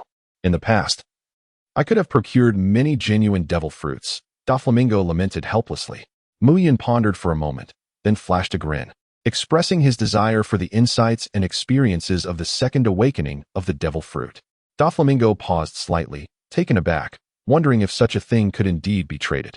Mu Yun's gaze fell upon the cat named Xiaoyu. "Xiaoyu, surely the ninja world possesses scrolls that record memories, does it not?" Xiaoyu scratched her neck and produced a jade tablet. "Scrolls are rather cumbersome. They require the arrangement of ceiling formations. Instead, let us use this recording jade tablet. Simply affix it to the center of the forehead, and it will conveniently capture the memories intended for transmission." The second awakening of Doflamingo's devil fruit is directed towards the transformation of matter, enabling everything in the vicinity to turn into strings. After reflecting on his memories and insights, Mu Yun swiftly unlocked his own unique second awakening of the devil fruit. The capabilities of the rumble fruit have transcended mere striking. It has now assimilated the surrounding matter, conjuring a colossal cat paw beneath him. Anyone within the confines of this paw will be subject to the dominion of the rumble fruit's powers, which Mu Yun has aptly named the absolute domain of the rumble fruit. The development of the Douluo fruit has resulted in a perilous labyrinth formed by numerous doors. To escape, one must navigate through these portals, yet what lies beyond each door remains uncertain. It could be a fearsome beast awaiting you. A haven of gentle maidens devoted to your comfort, a poignant recollection from the past, or even a spatial prison. There exists the possibility of being ensnared in a chaotic spatial current, leading to inevitable demise. In essence, the Douluo fruit presents an immense danger, far surpassing the risks posed by Bruno's air doors in the world of pirates. Guided by the nimble cat, Xiaoyu, Muyin finally arrived at the entrance of an unremarkable little shop after a series of twists and turns. Muyin's body stiffened slightly. This sensation bore a striking resemblance to that experienced within the celestial jar shop. Upon his entry, a chime sounded, revealing the system of the celestial mall, where the host, Granny Cat, had been unlocked to level 4. Muyin's clear, sparkling eyes shone with brilliance. Indeed, this elderly cat lady was also the possessor of the system, marking the most significant gain of this journey. "Grandma," she remarked, "he has forged a telepathic pact with me. Do not be deceived by his tender years. His prowess is quite formidable." The spirited kitten, Xiaoyu, bounded over, shaking the drowsy cat lady awake. The elderly lady sluggishly opened her wrinkled eyes and cast a glance at Muyin, who suddenly felt as though many of his hidden cards had been laid bare. Quite impressive second-tier cultivation. If all your cards were to be played, you could even slay a third-tier powerhouse. For someone of your age, such talent is indeed rare. The cat lady casually produced a purple card embossed with a tiny paw print. "Here, take this purple third-tier VIP card. Although you are still at second-tier, you are not far from third-tier. With this VIP card, you can enter my shop at any time to make purchases, all clearly priced, thus sparing you the trouble of coming to bother this old woman each time." Upon receiving the VIP card, Muyin promptly examined the array of goods available in the marketplace. Using magical artifacts as a reference, he discovered that items in the first-tier zone consisted solely of first-tier artifacts and first-tier elixirs. The second-tier zone offered second-tier treasures and second-tier spiritual pills, while the third-tier zone not only featured third-tier spiritual instruments and third-tier elixirs, but also included spells, divine abilities, and certain unique physical constitutions for sale. The contents of the fourth-tier zone remained beyond Muyin's reach, as his level was insufficient. The currency for transactions was the celestial coin, which could be acquired through two means. One was by recharging, as the marketplace system only accepted spirit stones, with one spirit stone being convertible into one celestial coin. The other method involved selling items, where a magical artifact could fetch 10 celestial coins, a treasure could bring in 100, and a spiritual instrument could yield 1,000. With special functionalities priced separately, Muyin was not in a hurry to sell his magical artifacts, as he lacked experience and was wary of being deceived due to his unfamiliarity with market prices. Additionally, he had not encountered any treasures that particularly piqued his interest. After departing from Granny Cat's establishment, Muyin took a leisurely stroll along the commercial street to familiarize himself with the pricing. He gauged that magical artifacts could be sold for approximately 15 spirit stones, while precious treasures were valued at around 150, albeit with a tax of 1/3. Rendering the transaction no different from trading directly in the marketplace. Ultimately, Muyin indulged in a sumptuous feast with the adorable cat spirit, Xiaoyu, at a tavern, followed by a delightful soak in a hot spring, before deciding to take his leave. Ding! The celestial marketplace system has been activated, granting the qualifications to establish the celestial marketplace with a level 1 authority. However, Muyin found the level 1 authority rather unsatisfactory, especially when compared to Granny Cat's marketplace, which boasted a level 4 status. Fortunately, he learned that he could upgrade his authority through trading. Chapter 39, System Upgrade Ding. The host has successfully completed 7 tasks related to the system activation, meeting the requirements for an upgrade. The integration and upgrade process has commenced. Celestial Jar Shop System, Recording, Drifting Bottle System, Recording, Artifact Refining Master System, Recording, Celestial Summoning System, Recording, Celestial Arena System, Recording, Celestial Tavern System, Recording, Celestial Marketplace System, Recording Ding. The system upgrade is complete. The new feature, Celestial Marketplace, has been unlocked, and the following constructions can now be established. Pill Pavilion requires the host to possess at least 100 types of pills, with no grade restrictions. Artifact Pavilion requires the host to possess at least 100 types of magical artifacts, with no grade restrictions. Curiosities Pavilion requires the host to possess at least 10 types of curiosities, which include items such as devil fruits, special physiques, innate talents, and soul bones. Tavern requires the host to possess at least 100 types of spiritual wines with no grade restrictions. Cultivation tower. Minimum requirement is spirit artifact level. To be provided by the host. Arena. Provided by the system, the host may arrange it at any time without requirements. Jar shop. The items within the jars are supplied by the host and will randomly appear in any jar, beyond the host's control. Drifting bottle workshop. Up to 10 drifting bottles may be produced daily, with materials containing void energy provided by the host. Dimensional portal, provided by the system. May be arranged at any time.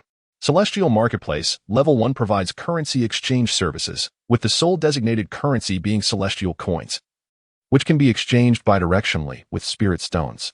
Additionally, the system offers a free panel query feature for the host. Curious about his current data, Muyun decided to check it.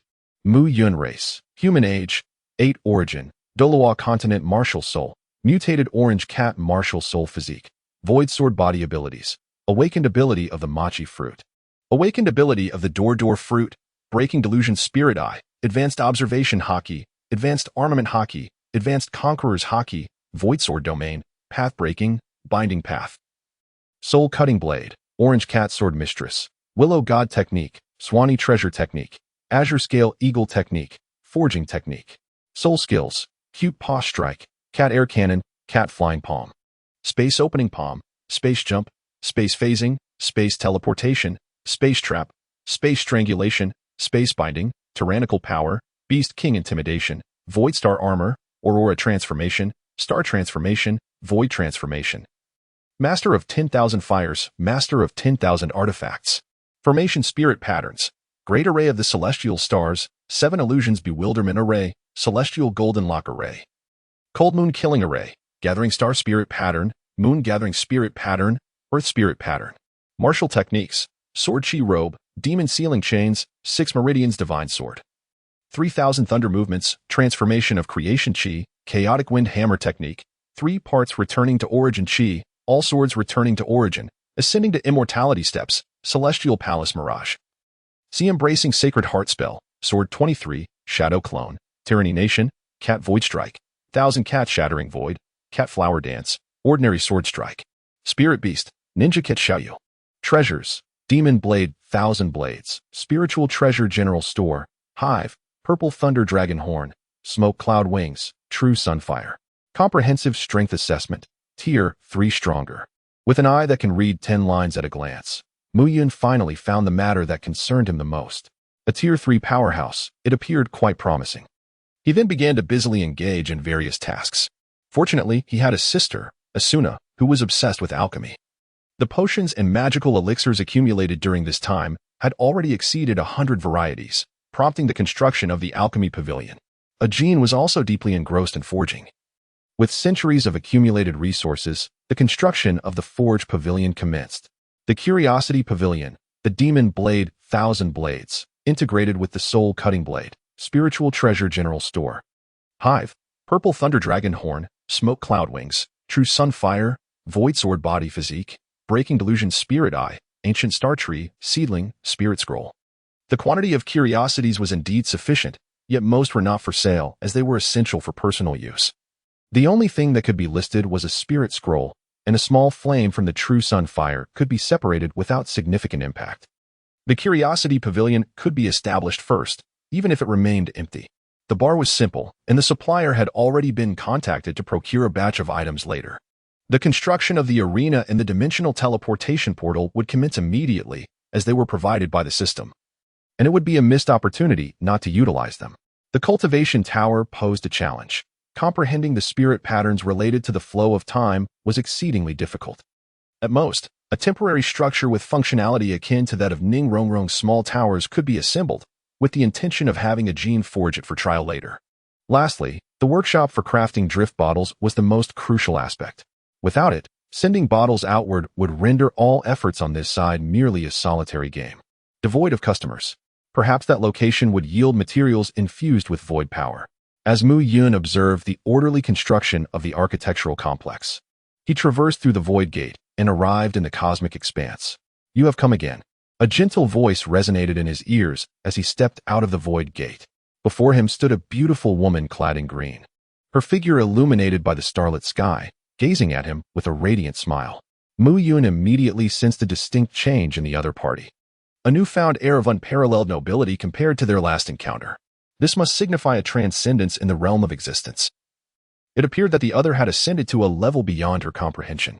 Clearly, the influence of that divine technique from Lu had been profoundly significant.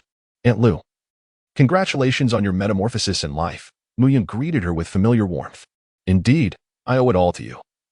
You have enabled me to perceive a world of higher dimensions. It won't be long before I can completely detach from this cosmic expanse and journey to that realm. The beautiful woman, transformed from the ancient star tree, replied with evident joy. That being said, Aunt Lu, I am in need of a spiritual material imbued with the power of the void. Do you happen to know where I might find such a thing? Upon hearing this, the beautiful woman beamed with delight, for they were in the very void of the universe, where all existing substances inherently possess the power of the void. And their quality was unparalleled. She casually summoned a massive meteorite, saying, take this for instance, with a little refinement. It becomes a top-tier material infused with the essence of the void. Of course, the most exquisite spiritual material is myself, she added, tossing over a branch as colossal as a mountain. For her boundless essence, such a minor loss was trivial. Oh, I feel rather embarrassed, Mu Yun responded. As Mu Yun expressed his apologies, his hands moved swiftly. The branches of the ancient star tree, with millions of years of history, possessed an astonishingly high grade of spiritual material. His meager illusory spiritual eye could only yield a plethora of question marks, rendering any identification impossible. Ultimately, however, he chose to use the colossal meteorite as the material for the drift bottle. After all, with the sun's true fire at his disposal, the crafting process would be remarkably simple. He decided to reserve the ancient star tree branches for himself. It would be far too extravagant to transform them into a drift bottle and cast them away. Chapter 40. The Clock and the Sunflower, Aunt Lu. I have another question I would like to consult you about. Mu Yun originally intended to step through the void gate to return to the Douluo continent, when a thought suddenly crossed his mind. What thought? He wished for his next spirit ring to possess attributes of time manipulation, ideally encompassing time acceleration, time stasis, and time reversal. Do you know which spirit beast in the Douluo world meets these criteria? Mu Yun gazed at the beautiful woman with eager anticipation.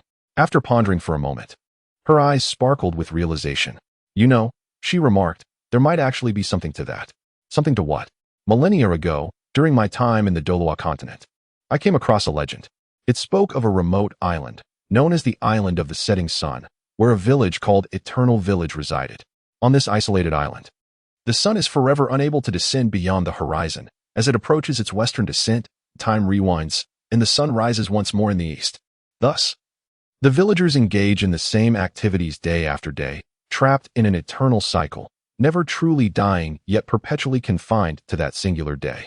Those who visit and linger too long, failing to depart before the sun rewinds, become part of the village, unable to escape its grasp.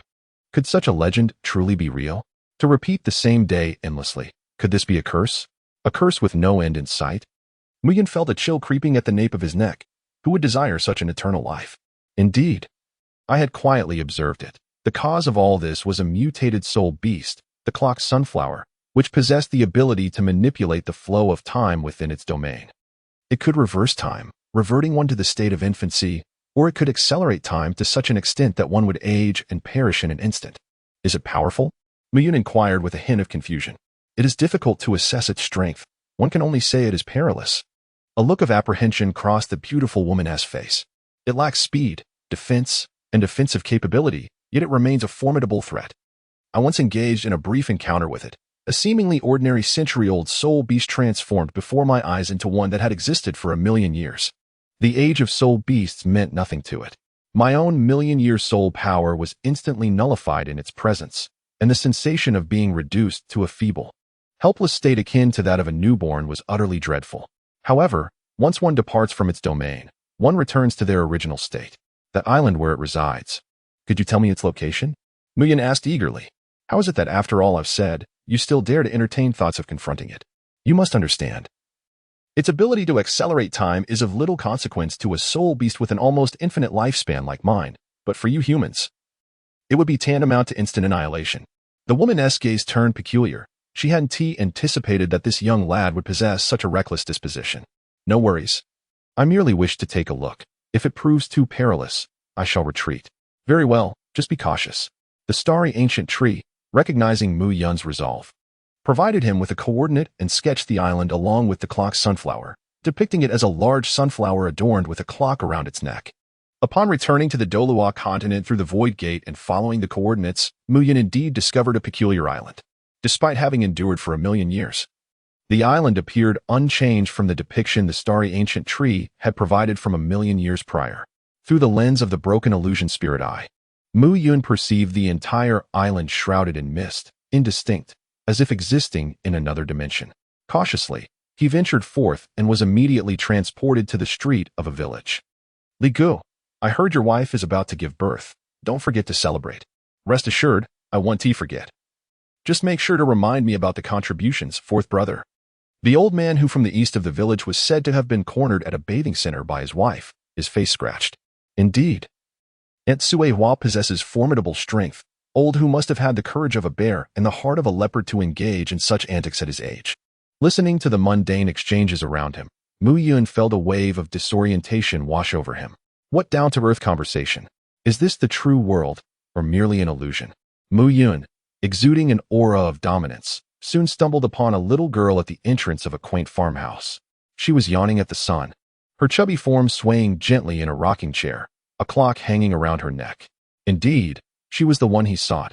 However, Mu Yun did not approach her immediately, but instead wandered through the village. He arrived at the banks of a small stream, where he caught a sizable fish and summoned his orange cat spirit. With a playful swipe, a burst of milky white energy was unleashed, causing the fish to age instantaneously into ashes, leaving nothing behind. It was evident that even the might of time, though formidable, remains a mere rule. My meatball fruit had undergone a second awakening, now capable of dispelling such rules, signifying that the power of time holds no sway over me. Mu Yun gazed excitedly at the misty orb of milky energy, and it was at this moment that he finally felt a sense of relief. He had been prepared to flee the island immediately if the experiment failed and he could not expel the temporal force from within the fish, resolutely avoiding any encounter with the clock's sunflower, for he had no desire to meet a sudden demise. Suddenly, as Mu Yun turned, the ground beneath him transformed into a colossal paw, and before him stood a soft, delicate girl. What have you done to my fish? Why has it vanished so abruptly? The girl's expression remained devoid of emotion, yet a chilling malice surged towards Mu Yun. Her instincts warned her that this child was perilous, possessing abilities that could indeed pose a threat to her world. Everything on the island existed in perpetuity, and the sudden disappearance of a fish did not go unnoticed by the clock's sunflower, the sovereign of this domain. Mu Yun felt a moment of tension as he realized that the other party was persistently attempting to alter his flow of time, only to be repelled by the absolute domain of the awakened meatball fruit. Subsequently, a mischievous smile appeared on Mu Yun's adorable face as he stepped closer, standing mere inches away. Come and be my soul ring. I require your presence.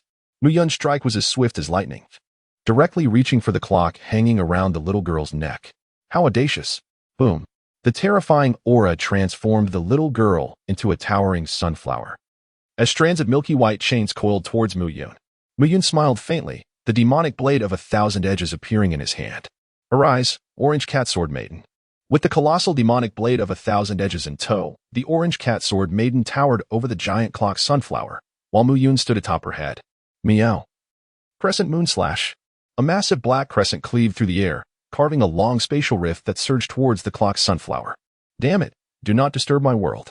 The clock's sunflower screeched in fury, unleashing a torrent of milky white temporal energy. In an instant, the black crescent vanished, and the damaged space reverted to its original state as if nothing had transpired. Chapter 41. The million-year soul ring rifts in space materialized, only to be swiftly mended. Sections of space collapsed, soon restored. The clock sunflower busied itself like a firefighter, frantically extinguishing the chaos, while Mu Yun behaved like an arsonist, wreaking havoc indiscriminately. You seem quite fond of this island, Mu Yun remarked with a mischievous grin, striking forth to create a black hole in space. Stop it, you villain! The clock's sunflower exclaimed, hastening forward to employ time reversal. You seem particularly concerned about the mountains and waters here. A great mountain was sent hurtling away by Mu Yun's strike. No, please. Stop, you evildoer. The clock sunflower, exasperated, expended considerable temporal energy to restore the mountain. However, I believe your greatest concern lies with the villagers. Muyun coldly brandished the demon blade, thousand edges, towards the village, his expression reminiscent of an emotionless villain. Stop, stop. I surrender. The clock sunflower transformed back into a little girl, her delicate face pale. Strange. Does this small village hold great significance for you? Muyun inquired with curiosity. The little girl bit her lip, stubbornly remaining silent. Oh, or perhaps it is the people of the village who matter to you. Observing the girl's dejected demeanor, Muyun surmised that he was correct. This place was indeed of great importance to the clock sunflower. Thus, despite knowing she was restrained by him, she could not escape, and for some reason, she dared not release her powers. Now, do share, what is the situation? You do not seem like a villain. Perhaps I could assist you. Before long, Muyun learned the entire story. Millions of years ago, there existed a remote island, home to a small village where the inhabitants were innocent and kind, leading a life free from conflict. She was just an ordinary sunflower, growing in a household. Her daily existence revolved around basking in the sun, accompanied by a girl who would lounge on a nearby chair, sharing stories with her, regardless of whether she could comprehend them. Until one fateful day, she underwent a transformation, evolving from an ordinary sunflower into a clock sunflower spirit beast. That very moment, as the sun dipped below the horizon, the island's volcano erupted, unleashing terrifying lava that engulfed the village, obliterating her home and the girl who had narrated stories to her every day. In her fury, she activated her soul skill, Time Stop Domain, freezing the island's time eternally at the moment before the volcanic eruption. This soul skill, employed for the first time, persisted for 1,000,000 years. She dared not cease. For once the gears of time began to turn, the fate of destruction would inevitably follow. Yet, what you are doing does not resolve the issue, does it? Repeating the same day for 1,000,000 years, how is that different from death? Perhaps it is even worse than dying. Muyun gazed silently at the clock sunflower, pondering that rather than saving the village, it seemed to be punishing the village chief, rendering him as if in a living hell. The clock sunflower blinked its clear, innocent eyes, evidently failing to grasp the essence of Muyun's words. To her, time held no significance. What was the difference between a day and 1,000,000 years? Regardless of how it passed, it was still passing. How about this? I will completely resolve the village's calamity and restore it to a truly normal existence. And you shall become my soul ring, enjoying a life of luxury and indulgence alongside me. What do you say? Muyun initiated his persuasive strategy. Soul ring? Is this what you mean? The little girl transformed into a circular ring, its hue shifting gracefully among white, yellow, purple, black, and red. I can assume any color you desire. Goodness, this is indeed extravagant. The ability to change its age is one thing, but how can it also alter its form? Muyun found himself somewhat bewildered. A soul ring is merely an energy crystallization of a soul beast, and the energy of a soul beast is derived from time. As long as enough time has passed, it can naturally transform into a soul ring without the necessity of dying. The clock sunflower shifted back from its ring form to that of the little girl. Muyun was utterly bewildered. The resurrection of his spirit beast into soul rings was already astonishing, but this was even more outrageous. It bypassed the process of death and rebirth, presenting him with a living soul ring. Was this truly a sight to behold in his long life? Well, I can accept this trivial matter. You should swiftly resolve the calamity plaguing the village. The sunflower-shaped clock transformed into a soul ring and surged into Muyun's body, causing his cultivation to soar instantaneously to the pinnacle of a level 70 soul emperor. He acquired soul skills, time acceleration, time reversal, and time suspension. More terrifyingly, all the soul rings transformed into dark golden hues of 1,000,000 years, adorned with resplendent starlight. The void worm, comfortably indulging in life within its hive, suddenly froze, as if it had instantaneously ascended to divinity. The void flower, left behind at home, felt an unusual itch in its teeth and approached the meteorite that Muyun had just retrieved from the cosmic expanse, taking a decisive bite that shattered the stone.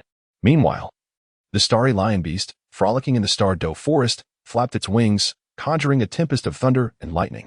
The tree sister, remaining at home, gazed curiously towards the distant ocean, experiencing a sudden elevation in her life level, nearing her true form. A Jean, drenched in sweat while forging a weapon, looked on in perplexity at the spirit tool nearing completion, which abruptly turned into a lump of charcoal. The true sunfire intensified unexpectedly, teetering on the brink of chaos. Perhaps, when the fourth-tier spiritual materials arrived, he could attempt the crafting of a fourth-tier spiritual treasure. In the heart of a distant island, a colossal active volcano loomed. Muyun leaped from its crater. The Lord of 10,000 Fires.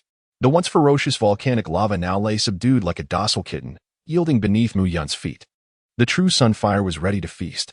Soon, the active volcano transformed into a dormant one, its fiery energies completely drained, rendering it incapable of eruption henceforth. With the crisis averted and the soul ring secured, Mu Yun returned to the Sachuo city estate. The long-awaited pair of magical beasts made their appearance, accompanied by several others. Rimuru had successfully hunted the 100,000-year spirit beast, Snow Demon Silkworm, the 100,000-year spirit beast, Dark Magic Spider, the 200,000-year spirit beast, Star Moon Butterfly, the 500,000-year spirit beast, Sunfire Phoenix, and the 500,000-year spirit beast, Storm Thunder Dragon. Power assessment indicated a peak second-tier status. What a remarkable feat! Rimuru, in just a few days, had devoured 5 soul beasts over 100,000 years old, leaving one to ponder where he had found them. Moreover, his strength surged from nothing to peak second tier, surpassing Mu Yun by a hair's breadth. Even more astonishing was his ability to regurgitate the prey he had consumed, gaining their powers while acquiring 5 absolutely loyal subordinates, a true buy one, get one free deal. Additionally, Ziyuan, as his vassal, also experienced a rise in power, synchronizing with Rimuru to reach peak second tier, sharing some of his abilities. Mu Yun even believed that if Rimuru and the others were allowed to roam the Stardow Forest for another year, they could conquer the entire Spirit Beast realm and establish a dominion over Douluo, creating a formidable Spirit Beast kingdom. Chapter 42. Aiming at the Million-Year Spirit Beast, the inaugural roundtable meeting at the Mu Yun Manor is now officially convened. Participants include Mu Yun, Asuna, Yui, Rimuru, Ziyuan, the Bug Queen, Huahua, the Little Lion, Sister Tree, Akin, Little Sunflower, Clock Sunflower, the Cat Ninja Xiaoyu, the Snow Demon Silkworm, the Dark Magic Spider, the Star Moon Butterfly, the Heavenly Fire Phoenix, and the Storm Thunder Dragon. The agenda for this meeting: the search for the Million-Year Spirit Beast. You are all native spirit beasts who have lived for countless years. Surely you possess some undisclosed intelligence on this matter? Mu Yun couldn't help but feel a sense of anticipation. Initially, he believed that the Douluo world was limited to just 8 soul beasts over 100,000 years old. However, to his astonishment, Rimuru returned from a brief excursion with 5 new additions, all of which he had never heard of before, and which were not even recorded in the library. The group exchanged glances, and ultimately, the Storm Thunder Dragon spoke up, revealing that the Sky Blue Bull Python and the Titan Great Ape were merely the surface rulers of the Stardow Forest. In truth, the real treasures lay hidden deep within the forest, where the million-year-old soul beasts resided within their own secret realms. As for the entrances to these secret realms, I am only aware of one, the Ice Crystal Cold Dragon, a million-year-old soul beast formed from condensed ice and snow, possessing the bloodlines of both the Dragon God and the Ice God. It is said to be the most formidable ice-type soul beast, with the ability to freeze time and space. The entrance to its realm is located in the icy plains. I am also familiar with another entrance, situated in the extreme ice land, which leads to the Ice Snow Spirit Phoenix, a million-year-old soul beast that bears a trace of the Ice God bloodline. It is jointly guarded by the Ice Soul Goddess, Xuannu, within the extreme ice land, declared the Fire Phoenix. I have heard whispers of a legend, one that speaks of a primordial secret realm deep within the Sunset Forest, where the radiant primordial destiny reincarnation Holy Butterfly resides, a million-year-old soul beast, and the king of myriad butterflies, endowed with attributes of light, destiny, and reincarnation. The Star Moon Butterfly remarked with uncertainty. The Aurora Red Fox also resides in the primordial realm of the Sunset Forest, possessing the attributes of ultimate fire and ultimate light. It is known for its cunning nature and ability to employ illusions, Ajin stated nonchalantly. In my previous venture into the depths of the Sunset Forest in search of a specific metal, I encountered it. Its flames were ferocious enough to breach the defenses of my treasures. At that time, I had to self-destruct several powerful artifacts to find an opportunity to escape. Otherwise, given its speed, I would have found it exceedingly difficult to evade capture. The Kuanping, a million-year-old soul beast, reigns in the sea as the Kuan, capable of devouring all, and in the skies as the Pong, soaring across the 9 heavens. It possesses unparalleled speed and spatial attributes. Being a descendant of the primordial divine beast bloodline and the guardian beast of the sea, blessed by the gods, typically resting in the waters near the sea god temple, remarked the ancient star tree's avatar, Sister Tree. The Starlight Wolf, a million-year-old soul beast, commands the power to manipulate starlight and can absorb energy from the cosmos almost infinitely, thereby enhancing its strength and speed. It possesses extraordinary perceptive abilities, capable of sensing subtle changes and dangers within the universe, and can create illusions by distorting light, confounding the vision and thoughts of its adversaries. It resides in the cosmic void and has been a long-time rival of my true self, both vying for the energy of the cosmos. Over the past several 100,000 years, it has frequently launched surprise attacks against my true form. While I might have been able to subdue it in other realms, in the cosmic expanse, it reigns supreme, able to absorb energy without limit. In addition to its formidable power and speed, its regenerative capabilities, fueled by the ceaseless energy of the cosmos, render it nearly immortal. Moreover, there exists the dark demon evil god tiger, which possesses the malevolent attributes bestowed by the evil deity. Its growth is not reliant on personal cultivation. Rather, it rapidly ascends by devouring other soul beasts or soul masters. This formidable creature dwells in the depths of the Douluo forest and is endowed with attributes of evil: darkness, lightning, wind, time, and space, exhibiting an exceptionally high level of intelligence.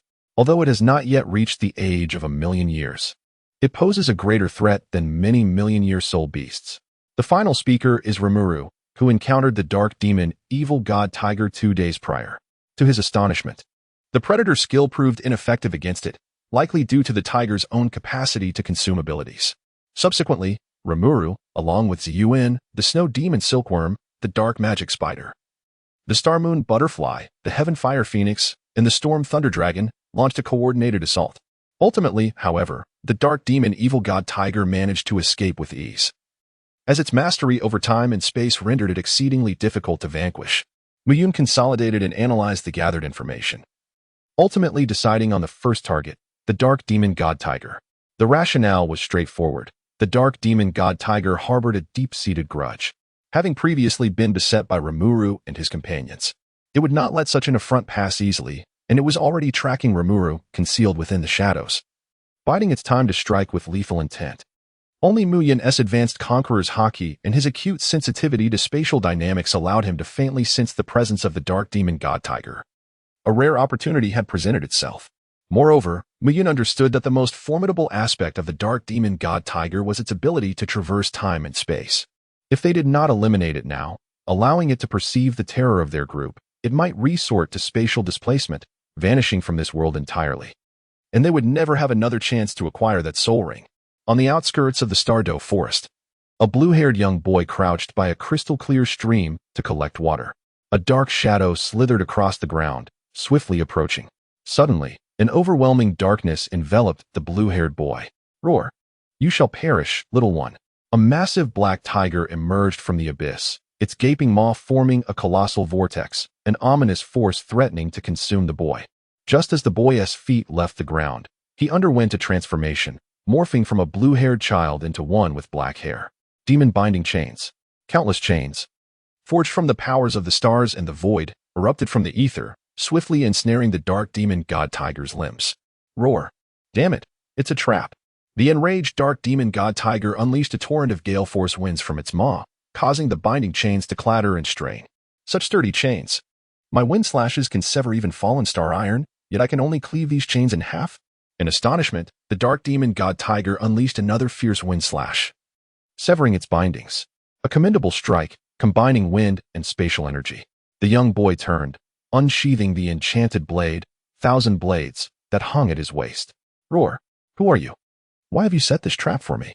The dark demon god tiger retreated slowly, only to realize it was encircled by several entities of comparable strength, including Rimuru and his allies. Damn it. Boy, I shall remember this debt. I will settle it with you later. Dark stealth. Spatial displacement. Just as the dark demon god tiger began to dissolve into a mass of darkness, a gentle yet authoritative voice resonated. Blessing of the Elven King. Binding technique number 61. 6 rods prison of light. Binding technique number 75. 5 pillars iron spike. Binding technique number 99. Forbidden. Chapter 43. The Orange Cat Martial Soul's unforeseen transformation. 6 radiant pillars firmly restrain the movements of the dark demon evil god tiger. 5 obsidian columns, arranged in a pentagonal formation, seal the creature's 5 limbs. A colossal stone tablet, marked with a swastika, descends from the heavens. 3 potent bindings forcibly extract the dark demon evil god tiger from its shadowy, ethereal state, rendering it utterly immobilized. At this moment, Muyun unsheathed the demon blade. Chinran. Appear, Ginger Cat Sword Maiden. Draw your sword. The colossal ginger cat brandished the oversized magical blade at its waist, gripping it tightly with both paws, raised high. A resonating hum echoed as an influx of energy surged from all directions. Dominion Nation Crescent Moon Charge. The ebony crescent cleaved through the void, executing a flawless fatal strike. Unlike previous encounters, Mu Yun refrained from coaxing the dark demon god tiger into sacrificing itself, for such a ploy was futile. The cunning and intelligent dark demon god tiger could very well betray its master, making its presence akin to a ticking time bomb. Moreover, it possessed the ace of space-time traversal, capable of escaping to other dimensions at any moment. If it were to steal his invaluable treasures while he slept, then he would have no refuge for his lamentations. Thus, it was best to annihilate it. Now, the bound dark demon god tiger found itself utterly helpless against the imminent fatal strike. It was rendered powerless, trapped in its confines. Boom. As the ebony crescent sliced through, the dark demon god tiger was obliterated, and a deep crimson soul ring slowly ascended. Just as everyone exhaled in relief, a flicker of black light shot forth, and a black hole materialized in the void above. The black light darted toward the black hole in the blink of an eye. Just as it was about to plunge into the abyss, a pudgy cat paw emerged from the void, seizing the black light. It was a black orb. Haha, you may escape, but this orb shall remain. With an adorable thump, a miniature black tiger was ejected from the orb, bewildered and clueless as it was drawn into the black hole. Containing the formidable energies of evil, thunder, wind, and strength. This is my hard-won trophy. It cannot be allowed to slip away. Just as Mu Yun reveled in his triumph, the ginger cat spirit unexpectedly performed a surprising act, swallowing the dark demon god tiger's core orb whole. What the hell, you glutton? I intended to refine that. Mu Yun was in a state of exasperation, while the orange cat's martial spirit seemed entirely satisfied, letting out a contented belch before undergoing a rapid transformation. A pair of fleshy wings unfurled from its back, one entwined with a fierce gale and the other enveloped in dark thunder. A black royal insignia appeared upon its forehead, and the orange stripes on its body deepened in hue. It had mutated once more. Mu Yun found himself at a loss for words, as his martial soul exhibited an unpredictable tendency to mutate. It had undergone a transformation upon awakening, another after consuming the fleshball fruit, and yet another when he acquired several soul bones in the Zanpakuto. Now, having ingested the life pearl of the dark demon evil god tiger, it had changed once more. The current form of his orange cat martial soul remained visually unchanged, still resembling the adorable, plump orange cat, but now adorned with a diminutive crown atop its head, the head soul bone hive. Flanking the crown were the pronged purple lightning dragon horns, and upon its back rested two pairs of wings, one pair of smoky cloud wings and another of wind and thunder wings. Its eyes shimmered with a deep purple hue, representative of the void spirit eye. At its waist hung the Zanpakuto, while the tip of its tail flickered with a small flame, sun true fire. Each intricate pattern on its body emanated a fierce aura, akin to sword rays poised to take flight at any moment. At that moment, Mu Yun wasted no time and approached to refine the soul ring left by the dark demon evil god tiger. Since the tiger had not reached 1,000,000 years of soul power, and a significant portion of its energy had been consumed by the orange cat martial soul, Mu Yun's level merely ascended to rank 75, Soul Saint, rather than capping out at the pinnacle. The soul skills bestowed by the soul ring included temporal and spatial traversal. This skill allows for interdimensional travel, however, without guidance from a cosmic star map. The risks are immense, with a high likelihood of becoming eternally lost in the turbulent currents of time and space. Absolute Dark Domain. This skill creates a realm of utter darkness, within which one is stripped of all five senses, devoured by the void, and rendered disoriented in time and memory. Devouring power, a force that plunders all, often referred to as the power of evil. Mu Yun's overall strength was at the peak of the 3rd tier. The absolute dark domain is rather alarming. The dark demon evil god tiger never had the chance to unleash its true potential before being vanquished by him. Had it utilized this absolute dark domain, any assault against it would have been rendered futile. If it had employed its devouring power to systematically dismantle its opponents, it is likely that they would have suffered heavy casualties, ultimately allowing it to turn the tide in its favor. Mu Yun wiped the cold sweat from his forehead, astonished by the terrifying nature of the dark demon evil god's realm. While darkness typically refers to the deprivation of sight, this was something altogether more sinister, devouring all, stripping away perception, and blurring the fabric of time and memory. Was this an imitation of the world within a black hole? The first collective endeavor had concluded successfully. The crisis averted, as Remuo led a throng of subordinates to triumphantly open the jars, leaving aside further details for the moment. Miyun invited Asuna, Ajin, and Yuki to enter the nearly completed trading marketplace. Observing the numerous shops that stood tall yet empty, Yuki fluttered about in confusion. Muyun briefly introduced the marketplace. Jie, would you take charge of managing it? Of course. It seems like it would be quite enjoyable. Muyun bestowed upon her the title of administrator, and soon, an abundance of data scrolled through Jie's eyes. Within a mere quarter of an hour, Jie had become thoroughly acquainted with the surroundings and acquired several formidable abilities. Firstly, the capacity to discern the strength of all visitors within the marketplace. Secondly, the ability to evaluate the grade of all items and provide pricing. Thirdly, the privilege to expel anyone from the marketplace, with the exception of Muyun. Fourthly, the power to manifest myriad forms within the marketplace. Fifthly, the capability of invincibility within the marketplace. Lastly, the authority to establish rules within this domain. Professional matters ought to be entrusted to those adept in them. With this burden shifted to Jie, Muyun felt a considerable sense of relief. Asuna, I entrust you with the position of head of the Alchemy Pavilion. Akin, you shall oversee the Artifact Pavilion. Oh dear, while I have an affinity for alchemy, I cannot possibly manage the stall for selling goods. Asuna vehemently gestured in refusal. Likewise, Akin echoed her sentiments, for as a soul beast, he had little desire to engage with the myriad of individuals. Both turned their gazes in unison towards Jie. Very well, let us delegate the workload to our remarkably capable Jie. After all, she can manifest countless forms. However, for the supply, we shall still rely on you.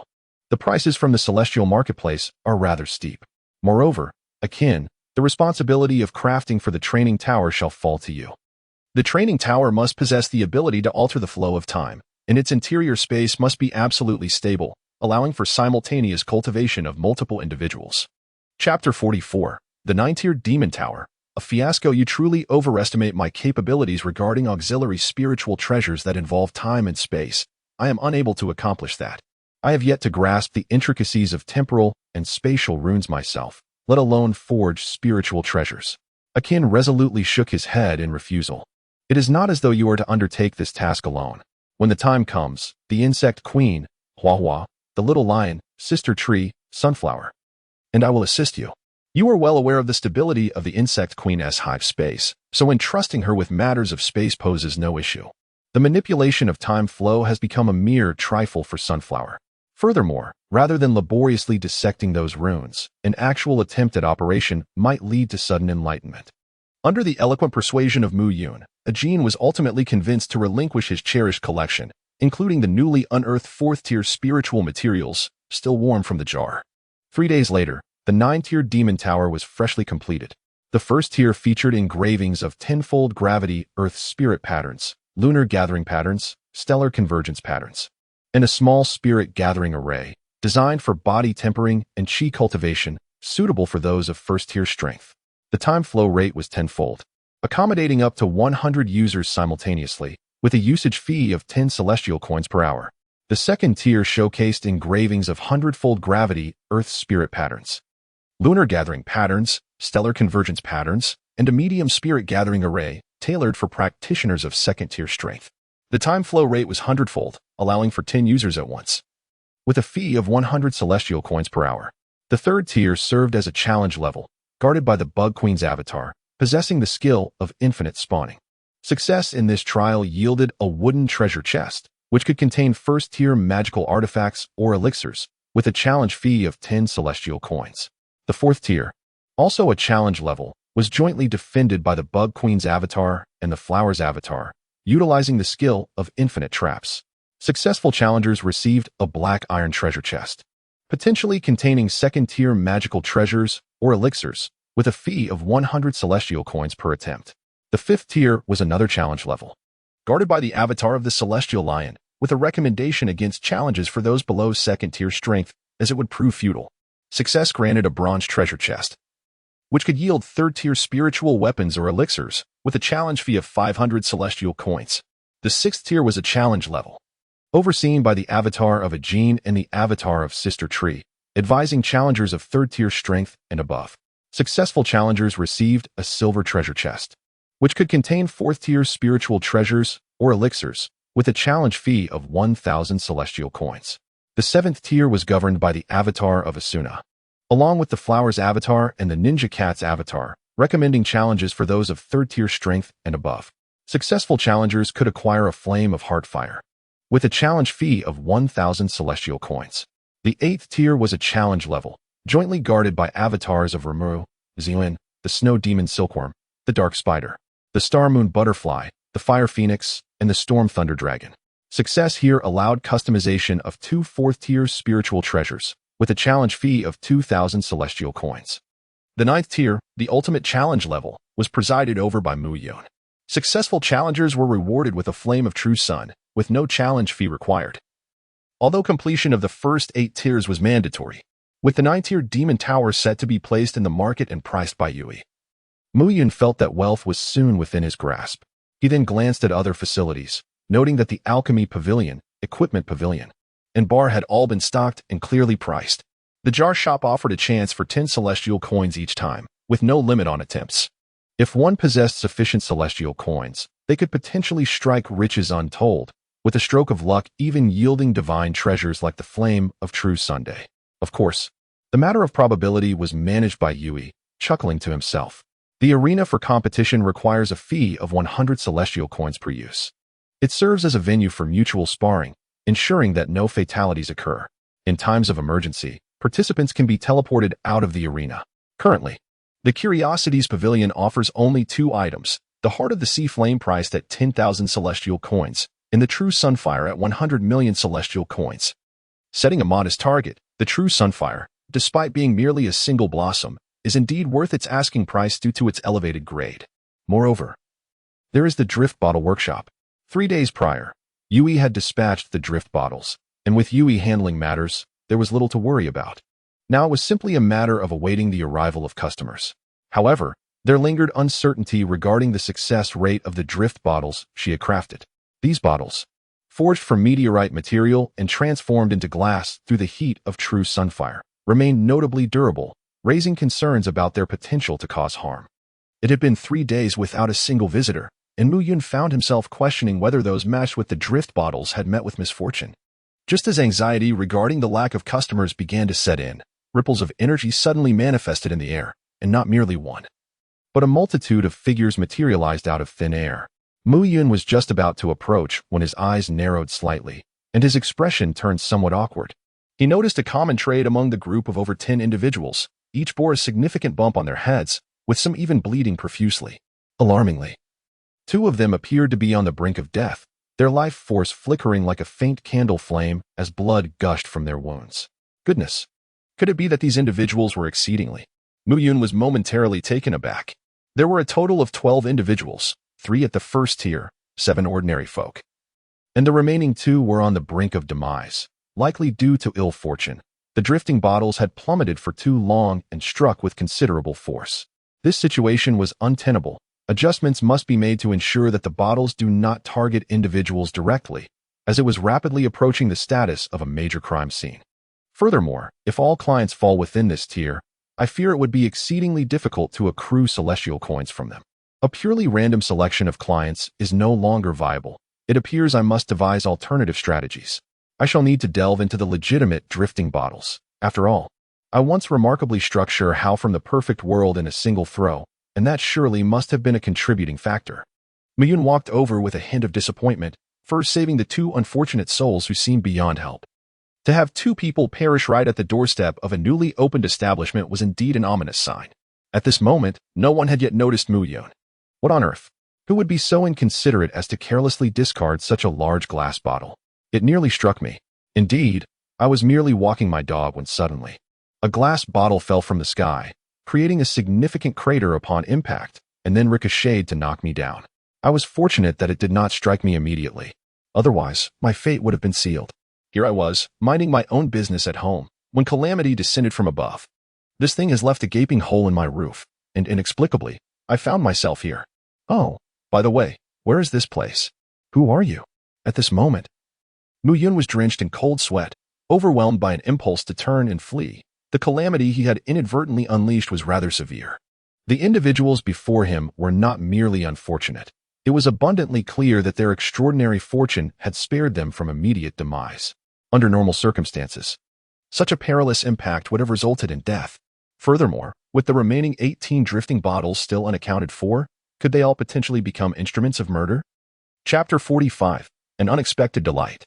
Wait a moment, it appears these individuals are not entirely devoid of merit.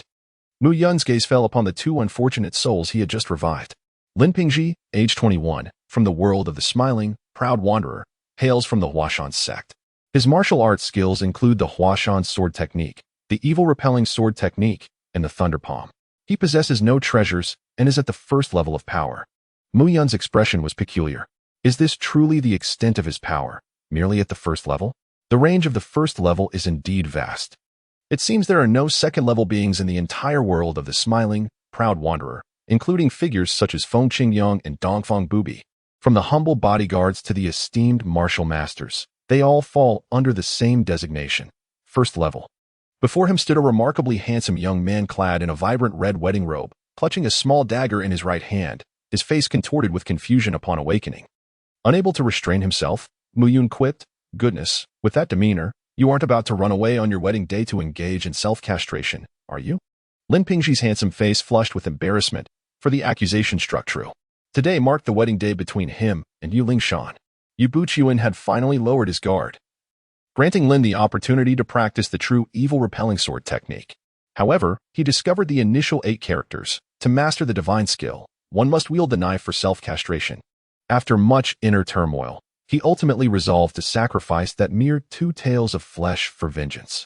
With a graceful flourish of his sword, he had executed a stunning move, looking quite dashing, only to be struck down at the last moment by an unidentified flying object, nearly meeting his demise. In a daze, he found himself in this strange place. As Mu Yun's gaze descended, he noticed a bloodless spot, indicating a failed self-castration. Hold your blade. Let us first examine the primary operations of this marketplace. Avenging a grievance does not necessitate sacrificing coin. A handful of market brochures landed in the hands of the gathered crowd. Moments later, a spark of hope ignited in Lin Pingji's eyes. "Pray tell, what is this Yutian coin?" The crowd leaned in, eager to listen. "It is a form of currency that can be exchanged for spirit stones, with 1 spirit stone redeemable for a single Yutian coin." The others appeared bewildered, seemingly unaware of what spirit stones were. Except for one individual, the unfortunate soul who shared Lin Pingji's ill fate, the one nearly crushed. Zhang Tai, age 20, world, mortal realm sect, 7 profound sect martial arts, elephant armor technique treasures, none strength. First stage. The individual that Mu Yun finds most intriguing is, in fact, himself. Despite his seemingly naive and feeble demeanor, he resides in a realm of formidable strength, the world of mortal cultivation, where beings of divine transformation exist. It is likely that this world belongs to a 5-tiered hierarchy, and if one considers the celestial realm post-ascension, the levels become even more indeterminate.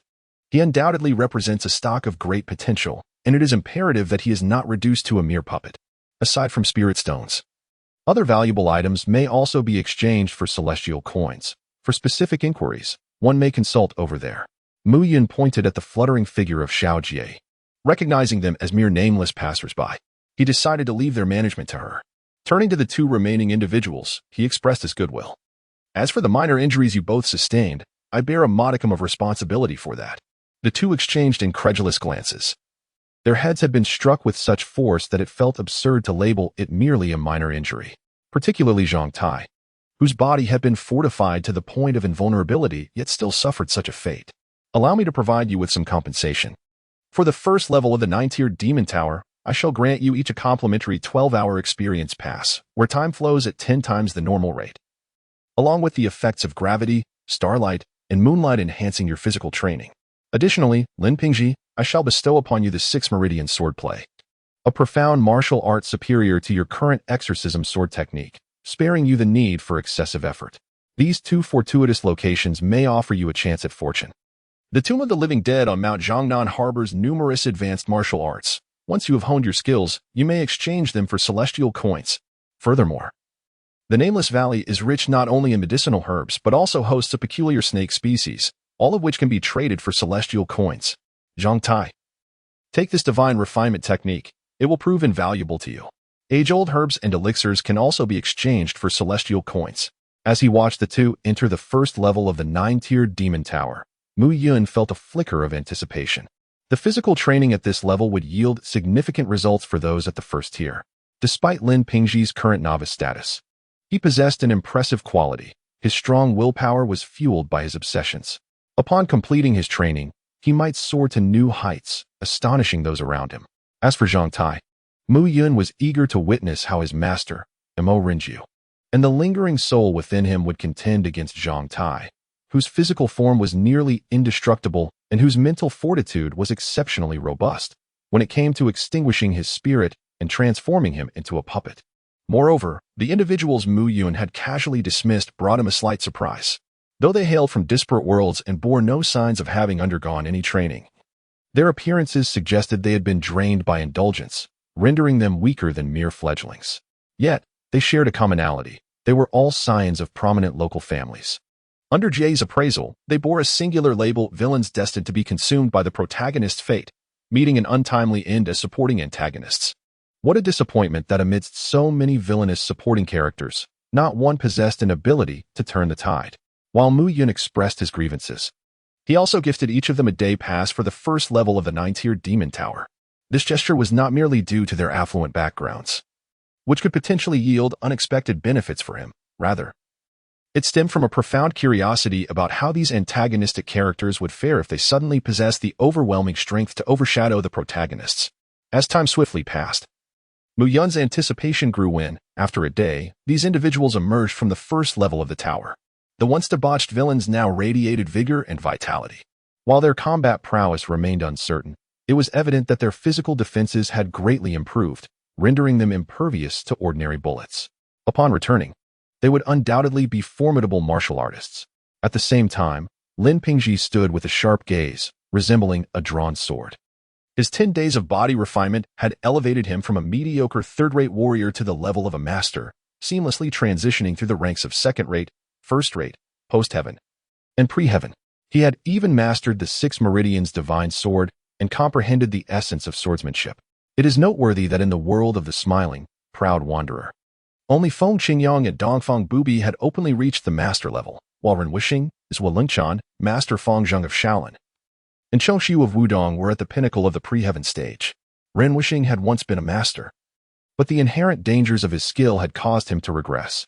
Now, Lin Pingji was essentially invincible upon his return. Avenging his grievances would pose no challenge, and there was no need for him to resort to violence, as the Lin family had to ensure its lineage continued.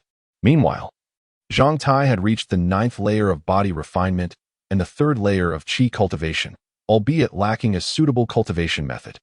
He had merely relied on an abundance of spiritual energy to force his way through, or else he would have advanced to the 3rd layer of qi cultivation. Chapter 46. A detour into the mortal realm. Shaolinzi, where have you been? It's been a day and a night, and I've been so worried about you. Yuling Shan gazed at her husband with teary eyes. After a day apart, he seemed even more handsome, exuding a delightful fragrance. Lin Pingji averted his gaze momentarily, feeling conflicted. His hypocritical master, Yu Buchuan, had schemed from the outset to seize his family's treasured, evil-repelling sword manual, including taking him as a disciple and marrying his daughter to him for that very purpose. His motives were far from pure. However, he had not directly participated in the murder of those from the Fuwei escort agency and therefore could not be deemed an enemy. Furthermore, his mother-in-law, Ning Zhongze, had genuinely treated him well, and Yuling Shan's innocent affection for him was sincere and devoid of ulterior motives. Previously, Lin Pingji had been a weakling whose despair twisted his soul in the face of adversity. Now, as a strong individual, he had adopted a more open-minded perspective. Sister, I apologize for drinking too much earlier and finding a place to catch some fresh air, only to unintentionally fall asleep, he said as he embraced Yuling Shan. Tomorrow, let us return to our ancestral home in Fujian. I wish to pay respects to my parents and the ancestors of the Lin family. Very well. I shall follow your lead. 3 days later, the Qingqing sect was left in disarray. Not a single soul remained, and the entire temple was utterly obliterated by a terrifying surge of sword energy, while the headmaster, Yu Songhai, had mysteriously vanished. 5 days later, the towering peaks of the northern desert were mercilessly cleaved apart by the same sword energy. Zhang Tai, While everyone else has departed, why do you linger here? Is there something amiss? Mu Yun gazed at the simple-minded giant before him, pondering how his visage bore no semblance to that of a mere 20-year-old. You see, I sense something amiss with my master. At times, his gaze towards me feels peculiar, and he persistently urges me to practice the elephant armor technique. He even insists I consume some strange elixirs, as if he is in a great hurry. This unnerves me somewhat, now that I have perfected my elephant armor technique. I can't shake the feeling that something sinister looms ahead. Zhang Tai appeared deeply conflicted, hesitating to depart. What do you suggest I do? Should I accompany you back? Mu Yun replied with a cheerful demeanor. Is that truly an option? Zhang Tai's eyes sparkled with anticipation as he realized that this seemingly youthful child was, in fact, the true leader of their realm. Mu Yun pondered seriously and felt that it was still somewhat perilous. Zhang Tai's return relied on the power of the system for dimensional travel, whereas his own journey would not receive the system's assistance. How about this? You can forge a spiritual contract with my familiar, and upon your return, summon it forth to invoke reverse summoning on my behalf. Perhaps this way, I will be able to traverse safely. Mu Yun summoned the spirit of the cat girl, Xiao Yu, to express her thoughts. It seemed reasonable enough to give it a try. Xiao Yu, the spirit cat, agreed, asserting that there was little risk involved. At worst, the summoning might fail, and she would remain unchanged, without any danger to her life. An hour later, the trio, 2 beings and 1 cat, found themselves in a secluded valley. Meow, we truly succeeded, Xiao Yu exclaimed, filled with exhilaration. However, a moment later, she sensed something was amiss. Wait, why can't I transform into my cat girl form? Moreover, I can feel my chakra undergoing a transformation. This world is terrifying. It is forcibly altering my energy. Xiao Yu began to panic as a formidable aura emanated from her being. Break the void spirit eye, activate, she declared. As a 4th-level demon beast, she was equivalent to a late-stage foundation-building cultivator. Don't panic, Xiao Yu. This must be your demon power. Try to control this newfound strength. Before long, Xiao Yu mastered the energy coursing through her. Meow. This power is astonishing, far more potent than the natural energy I wield in my sage mode. Then a troubling thought crossed her mind. Why do I feel as though something is about to condense within me? Am I on the verge of becoming pregnant? This cannot be possible. I have not even encountered a male cat, and I am still an untouched maiden. Xiao Yu was in a frenzy, pacing anxiously. You are not pregnant. It seems you are on the verge of condensing a demon core, preparing for your advancement. Mu Yun furrowed her brow, contemplating a grave concern. Xiao Yu, do hasten to test whether your ninjutsu remains functional. After a brief moment, she declared. The techniques of Shadow Clone, Rasengan, Chidori, and the Lightning Release Armor of the Body technique are operational. However, the Flying Thunder God, Heavenly Sin technique, and Kamui are rendered unusable. The solidity of this space is insurmountable. Although Amaterasu can still be summoned, its flames have been considerably diminished in potency. Both reverse summoning and summoning are viable, yet they can only be employed once a month, as they deplete the energy of the cat's sacred land. Frequent use would surely provoke the ire of the elder. Having grown accustomed to the demonic energy, Xiao Yu regained her vigor. With ninjutsu still at her disposal, what is there to fear? If all else fails, retreating to the sacred land is always an option. Mu Yun, what about you? Have you experienced any changes in your body? As for me, Mu Yun contemplated the vast, boundless sea of spiritual energy within him.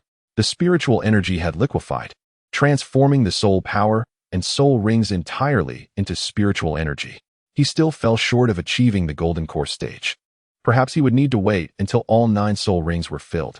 His orange cat martial spirit, along with the bug queen, Hua Hua, the little lion, sister tree, Akin, and the sunflower, resided within his dantian. When Mu Yun summoned them, they were all bewildered, each experiencing varying degrees of restriction. The little lion and Akin fared relatively well.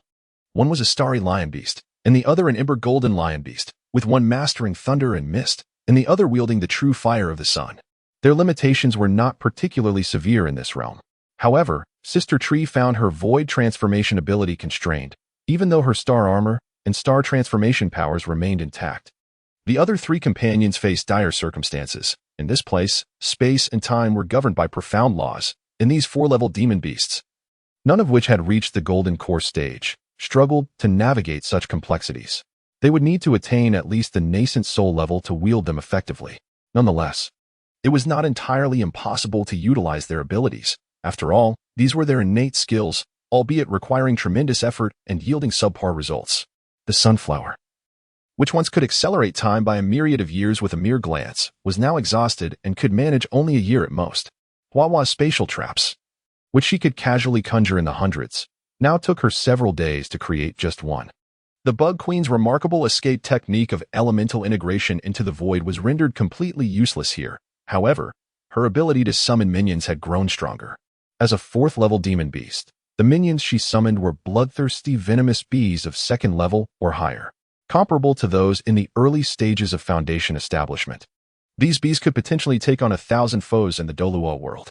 The Bug Queen could summon dozens at once, a truly divine skill. Yet, the most affected was Mu Yun himself. The orange cat martial spirit was no longer usable, as its soul techniques were far too formidable, either manipulating time and space or breaking rules, skills that were the most stringently restricted by the world. The Jampa blade could not be wielded either, as its initial release was unattainable. The orange cat sword maiden's attacks were simply too powerful. Now, the orange cat martial spirit resembled more of a talisman than a weapon. Chapter 47. First encounter with the old demon Han. His physique, the void sword body, and the breaking illusion spirit, I remained functional. His divine powers, the 3-color domineering chi, was usable, but the ability of the meatball fruit, derived from the orange cat martial spirit, could not be employed. The gate fruit ability was also restricted, with a cooldown of 30 days. Constructing a spatial door required spiritual materials infused with spatial power. The breaking path and binding path techniques were usable, as was the void sword domain. Soul techniques from the orange cat martial spirit were unusable, while others had transformed into magical arts. The array patterns and spiritual inscriptions, originally from the cultivation world, were all functional. The martial techniques and magical arts were all self-understood by the host and remained usable. Treasures such as the spiritual treasure general store, the hive, and true solar fire could still be utilized.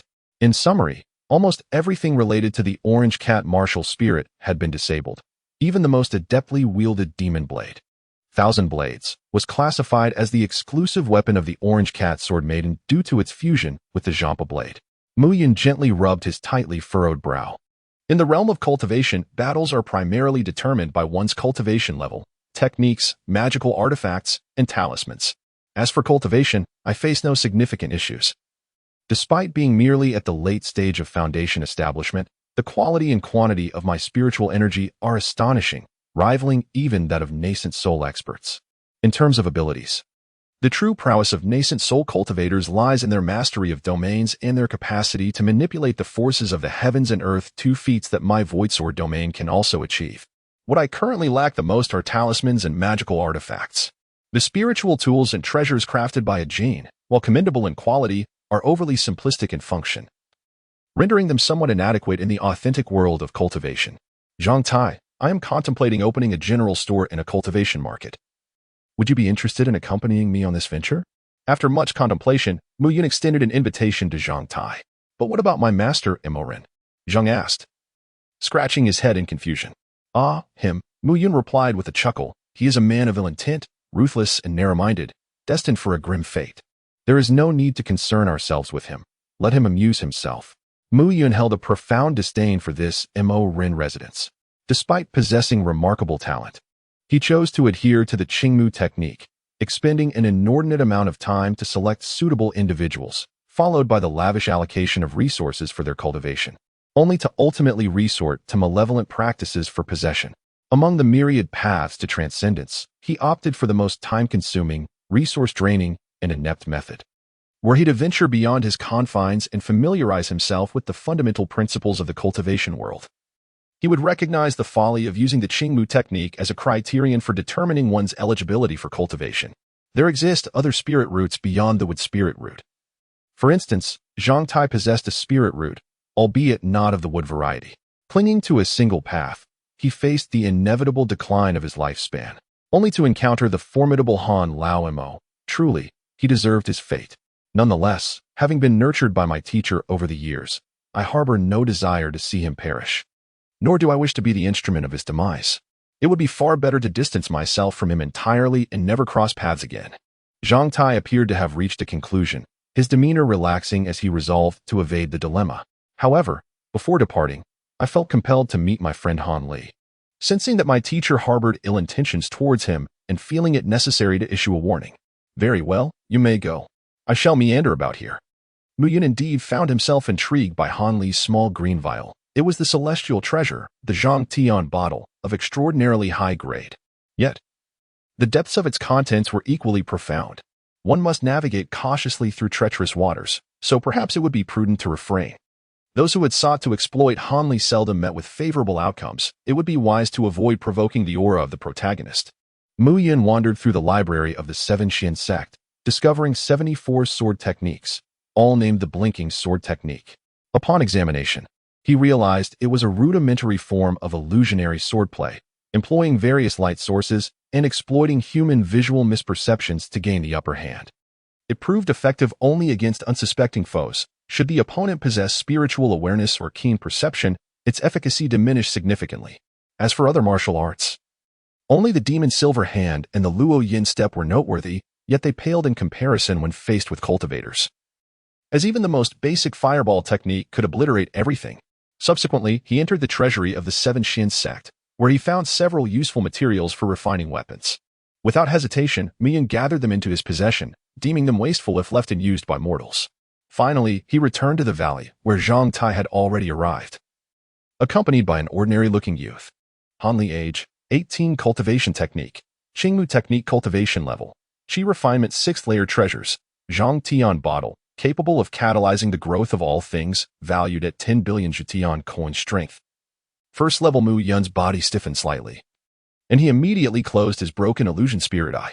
He felt a piercing gaze descend upon him from the skies, capable of extinguishing his very existence at any moment.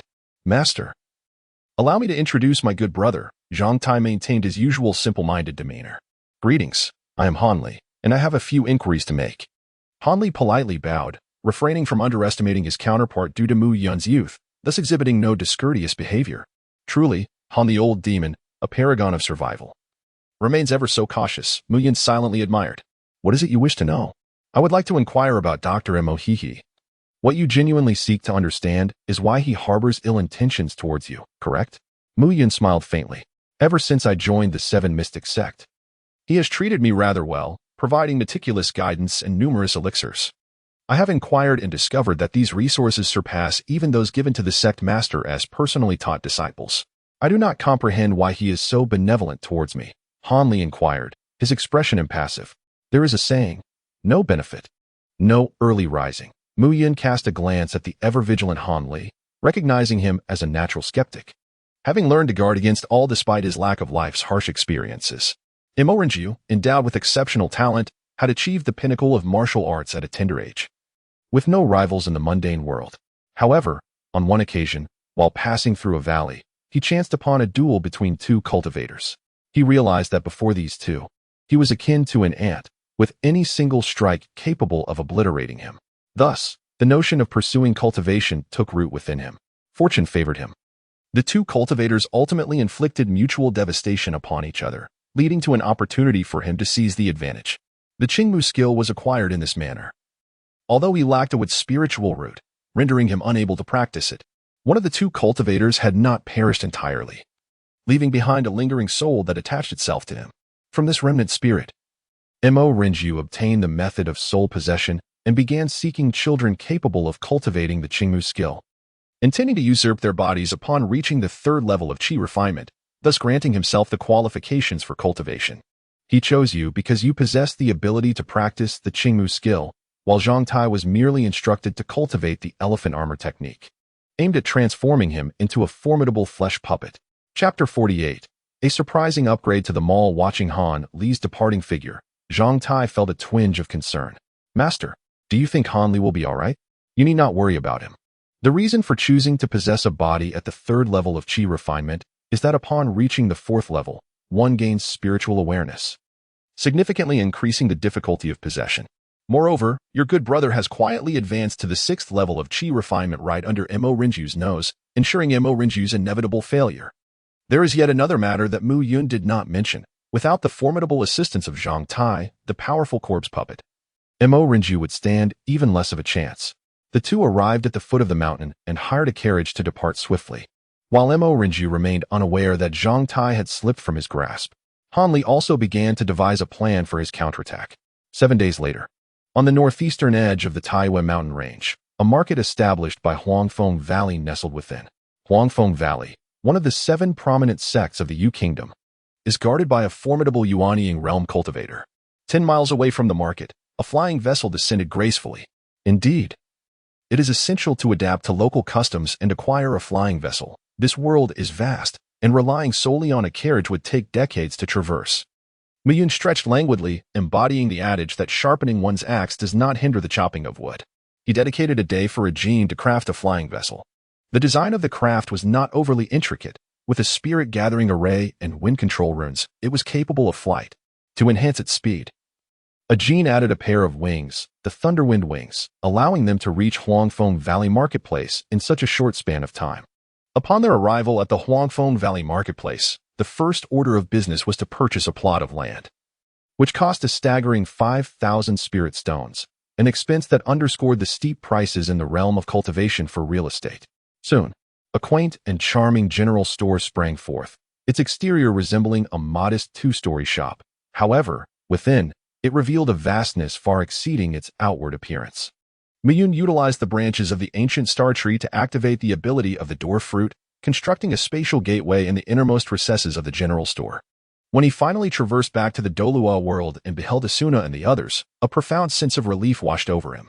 Though he had previously been able to enter his own market, returning to the Douluo continent had eluded him, leaving even the shadow clone he had previously established unreachable and entirely out of contact. Now, with the completion of the spatial door, a renewed sense of security returned. Upon his return to the Douluo continent, Miyun initially intended to break open some jars, only to discover that his shadow clone had already accomplished this task. Albeit with less fortune, it had yielded only 3 mirage masks, while the rest were of little worth. Shortly thereafter, he received a delightful surprise from GA. In merely 7 days, the market had amassed over 5 million celestial coins, with the unexpected source being those ordinary individuals he had previously underestimated.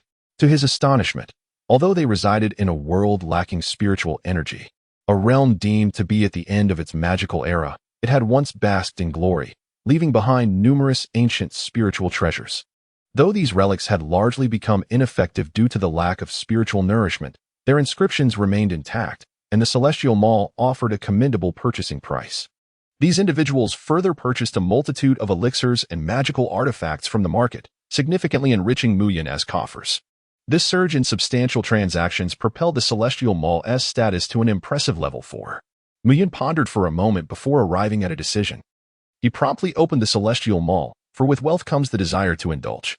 He first expended 10,000 celestial coins to acquire the recipe for the Foundation Establishment pill, followed by an additional 5,000 celestial coins to purchase 10 sets of Foundation Establishment materials.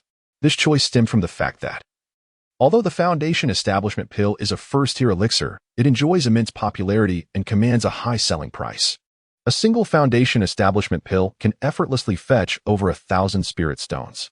While the difficulty of its refinement is considerable, even surpassing that of certain second-tier elixirs, it posed no challenge for Asuna. Subsequently, he procured a sword blueprint from the Celestial Mall, detailing the method to forge the Stellar Divine Wood Sword, consisting of a set of 108 blades, requiring merely wood attribute materials of over 10,000 years in age. Miyun believed that this set of spiritual treasures would exhibit remarkable power when paired with the Zhou Tian star array. Most importantly, it was affordable. Not that the crafting method of the Spirit Treasure Celestial Wood Sword was cheap, but rather the cost of materials was considerably reduced. The materials for those formidable spiritual treasures often exceeded 1 million celestial coins, which was quite alarming. It was precisely upon viewing these spiritual treasure-grade sword blueprints that Muyun realized what true spiritual treasures resembled. The so-called treasures previously crafted by a Jin were laughably crude, merely achieving the hardness requisite for the spiritual treasure grade, yet ultimately lacking in utility.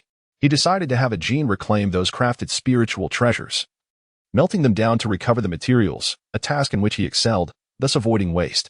Subsequently, Muyun procured the crafting methods for 7 spiritual artifacts: the Sun God Needle, the 6-Yang Divine Fire Mirror, the Thunderfire Bomb, the Tianqian Star Sand, the Vast Ocean Bottle, the Star Pearl, and the Soul Stabilizing Bell, alongside the corresponding fourth-tier spiritual materials, expending a staggering 4 million celestial coins in one fell swoop. While it was indeed a source of regret, necessary expenditures must be made. After all, the realm of cultivation is fraught with peril. Numerous instances exist of the weak triumphing over the strong. A powerful talisman or a perilous one-time artifact could potentially turn the tide in a dire moment. Thus it is prudent to be thoroughly armed for safety. Next, he planned to bring Asuna into the cultivation realm to concoct foundation establishment pills, while assigning a gene to craft the spiritual treasures. The malevolent capitalist. There is a certain exhilaration in exploiting one's subordinates. However, the process of traversing into the cultivation realm encountered an unexpected twist. That rascal Zhu Zhiqing had somehow opened a treasure in the jar shop that evaded Mu Yun's senses. Accompanying Ning Rongrong as they stealthily followed Mu Yun and Asuna into the cultivation realm. I wonder, my clever elder sister, are your parents aware of your mischievous escapades? Mu Yun gazed silently at the two stunning beauties who had just materialized before him. With a mischievous grin, he inquired, "Pray tell, what nefarious deeds have you been up to during your mysterious absence?" Zhu Zhiqing, brimming with curiosity, scanned the surroundings with an unabashed demeanor, while Ning Rongrong, her cheeks flushed with a hint of guilt, cast her gaze downward, avoiding his eyes. You should first ascertain how many soul abilities remain at your disposal, he sighed. Honestly, your strength is already lacking. If it were to be further diminished, I shudder to think what might be left. Mu Yun let out a sigh, casting a somewhat schadenfreude glance at the two. Moments later, there was a shift in energy. Other aspects remained largely unchanged, and the soul skills were still accessible. The most significant change seems to be that our physical attributes have grown considerably stronger, Zhu Zhiqing remarked while bouncing a few steps. I feel the same. My physical prowess has indeed enhanced greatly, and not only can I still utilize my soul skills, but those small towers appear to be even more formidable than they were in the Douluo world. Seemingly infused with energy, Ning Rongrong joyfully exclaimed. Mu Yun's eyes widened in disbelief. This is impossible. It is utterly unfair. Why am I the only one who has been weakened? Zhu Zhiqing. Could it be that your spatial soul skills and surgical fruit abilities have not been restricted? After the two beautiful women showcased their prowess, Mu Yun displayed a peculiar expression. The soul skills were indeed intact, as were the surgical fruit abilities. However, the effectiveness was simply dismal. Take the surgical fruit ability as an example. In the Douluo world, once activated, everything within the domain was obliterated. Here, the ability to cut depends primarily on the sharpness of the user's weapon, bearing little relation to the fruit's innate power. Zhu Zhiqing's 10 Blades Cat Claw is hardly even a magical artifact. In this realm, it likely couldn't even pierce the skin of iron. Ning Rongrong fared somewhat better. Being an auxiliary type, there was little that could be diminished. Yet, those soul-guiding devices crafted by a gene, which could inflict harm on title Douluo in the Douluo world, here possess power merely equivalent to a strike from a late-stage chi refining practitioner, hardly deserving of the title of a treasured artifact. It is no wonder they did not impose restrictions on you. With such diminished power, there is no threat whatsoever, so what need is there for limitations? Mu Yun suddenly had a suspicion that the constraints of this world were not merely confined to the temporal and spatial soul techniques, but rather to the divine powers capable of disrupting the very fabric of time and space. Mu Yun, Rongrong, and I are heading out for a stroll. We have yet to explore this otherworldly realm. Since discovering that they were no longer on Douluo continent, but in a world known as the Immortal Cultivation Realm, the two young ladies could hardly contain their curiosity. Outside lies the Yellow Maple Valley Market. You too must exercise caution. The cultivators in the Immortal Cultivation Realm are significantly more formidable than the soul masters of our Douluo continent. In any case, be careful, observing their carefree departure. Mu Yun realized that further admonitions would be futile. The harsh realities of the cultivation world could only be truly comprehended through personal experience. Now, he faced another pressing matter. His magical artifacts were woefully inadequate and urgently required an upgrade. The artifacts wielded by others unleashed attacks comparable to the Golden Core stage, while his own only produced the strength of the Chi refining stage. Such a disparity was utterly unacceptable. If it were solely his concern, it might be bearable. Even in the Immortal Cultivation Realm, he possessed the means for self-defense. However, with Zhu Zhiqing and Ning Rongrong accompanying him, and their penchant for wandering about, the issue of safety became increasingly precarious. Furthermore, this predicament necessitated his personal intervention. As a gene was currently engrossed in researching the methods of refining spiritual treasures and was unable to assist, With no other choice, Mu Yun returned to his system's marketplace, spending money to acquire several refining blueprints and the corresponding materials from the Heavenly Mall. He then entered the second layer of the 9-tiered Demon Tower and activated the 100-fold flow rate to commence his forging. For 3 days and nights, Mu Yun emerged from the tower, utterly exhausted. He had never felt such fatigue in his life. The 100-fold speed had essentially compelled him to work continuously for nearly a year. The magical artifacts he successfully crafted included 1. Wind Thunder Shuttle. This artifact boasts incredible speed akin to that of wind and thunder, capable of unleashing thunderous attacks with power comparable to a strike from a Golden Core Realm cultivator, and can be released 3 times consecutively. It can also generate a Gale Wind Shield to withstand assaults from the Golden Core Realm. 2. Silken Star Net. Crafted from a millennium of ice silkworm silk and tempered by the power of the stars. Even Golden Core Realm powerhouses find it difficult to escape once ensnared. 3. Thunder Roar Cannon. Capable of delivering continuous lightning strikes equivalent to the peak of the Foundation establishment stage. It can also store energy for a single shot comparable to the might of a Golden Core Realm blast. 4. Spirit Nourishing Jade Plate. This artifact not only nurtures the soul but also safeguards it against mental attacks. 5. Guardian Jade Plate. It can negate attacks from the Golden Core Realm up to 3 times. 6. Teleportation Jade Plate. In times of peril, shattering this plate will instantly transport the user back to the system's marketplace. He forged over a dozen sets of these 6 artifacts in one breath, especially the teleportation and guardian jade plates, crafting more than 100 of each, which accounted for the considerable time spent. As he stretched and yawned, his bleary eyes suddenly widened in shock. Rubbing them vigorously, he realized it was not an illusion. Standing in the previously empty plaza was a colossal luminous gate, surrounded by a crowd of over 20 people, most of whom were unfamiliar to him. Master. This luminous gate is a teleportation portal that unexpectedly appeared on the day you secluded yourself to forge. It seems to have transformed from the original teleportation array, though the reason for its sudden change in this location remains unclear.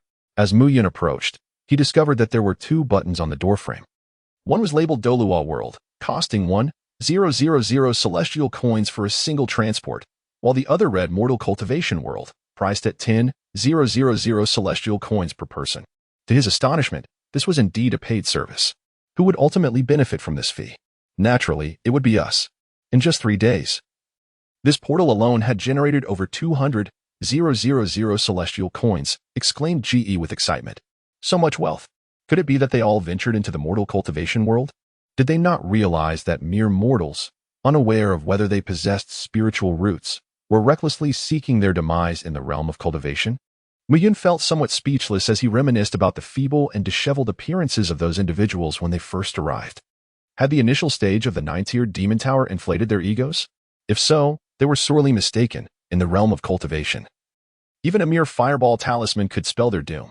Not everyone possesses the prowess of Zhang Tai, whose body refinement yielded such exceptional results. In truth, the majority of them had ventured into the Douluo world, with only Lin Pingji and his wife journeying to the mortal cultivation world. This revelation from GA left Mu Yun utterly bewildered. With over 200 individuals having crossed into the Douluo world, each costing 20,000 celestial coins, did this not imply the arrival of more than 200 newcomers? Goodness, was the Douluo world not becoming a sieve? It was already chaotic enough within. With the presence of the Jar Store, summoned system travelers, the Celestial Arena, and the Celestial Bar, adding oneself to the mix had already transformed it beyond recognition, and now, with the influx of over 200 outsiders, it had descended into utter turmoil. Furthermore, there were new developments in the Douluo continent. It seemed that Qian Rinxue had unleashed something peculiar in the Celestial Jar Store, for that very night, her entire group had mysteriously vanished. GA, being resourceful, not only managed the marketplace, but also oversaw intelligence for the Douluo world. Mu Yun, feeling quite exasperated, ran his fingers through his hair. The incessant commotion around him left him with a sense of overwhelming disarray. Yet, what did it matter how chaotic the Douluo world became? This predicament was not solely his own. Oh, perhaps it bore a slight connection to him. But what of it? Let the chaos reign. After all, he was merely 8 years old. Still a child. Such matters were best left for the Spirit Hall and the 2 great empires to grapple with. But where had all these people come from?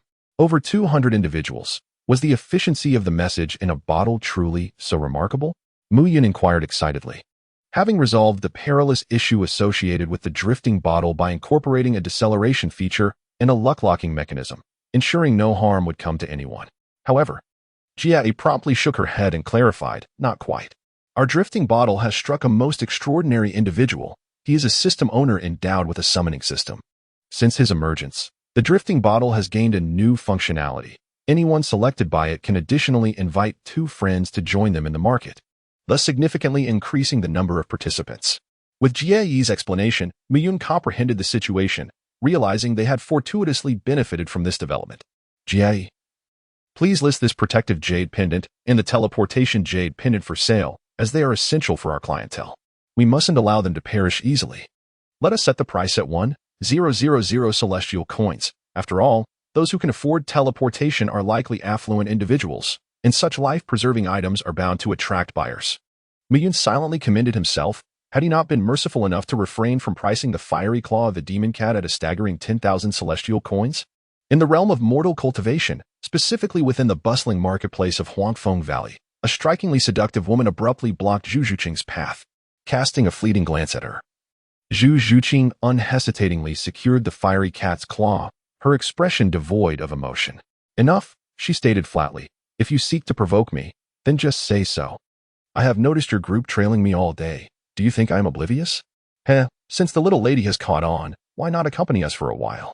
Our leader has taken quite an interest in both of you. 6 individuals encircled them from all directions. The onlookers soon dispersed, sensing trouble. These were members of the Black Tiger gang, and the 2 young women were surely in for a rough time.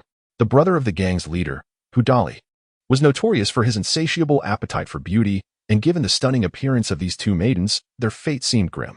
The leader of the Black Tiger gang was a foundational cultivator and a formidable body-refining expert, capable of challenging opponents beyond his level due to his dual cultivation of both body and spirit.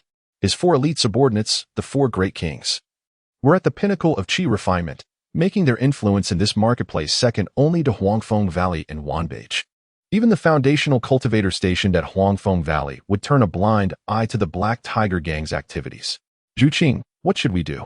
Ning Rongrong asked, her brow furrowed with concern, aware that Mu Yun was not present at the shop and wished to avoid conflict. Humph. We shall fight first and discuss later. And look at their demeanor. Even if we were to concede, they would not let us go, Zhu Zhuqing replied, her spirit ignited with a fierce determination. Her keen intuition warned her of the malice directed towards her, making it clear that a confrontation was inevitable. With the decision to engage in battle made, Ning Rongrong wasted no time in activating her skills. The 9 treasures turn out to be as brilliant as glass. The 9 treasures are renowned, the first being strength. The 9 treasures turn out to be as brilliant as glass. The 9 treasures are renowned, the second being speed. The 9 treasures turn out to be as brilliant as glass. The 9 treasures are renowned, the third being soul. The 9 treasures turn out to be as brilliant as glass. The 9 treasures are renowned, the fourth being defense. The 9 treasures turn out to be as brilliant as glass. The 9 treasures are renowned, the fifth being power.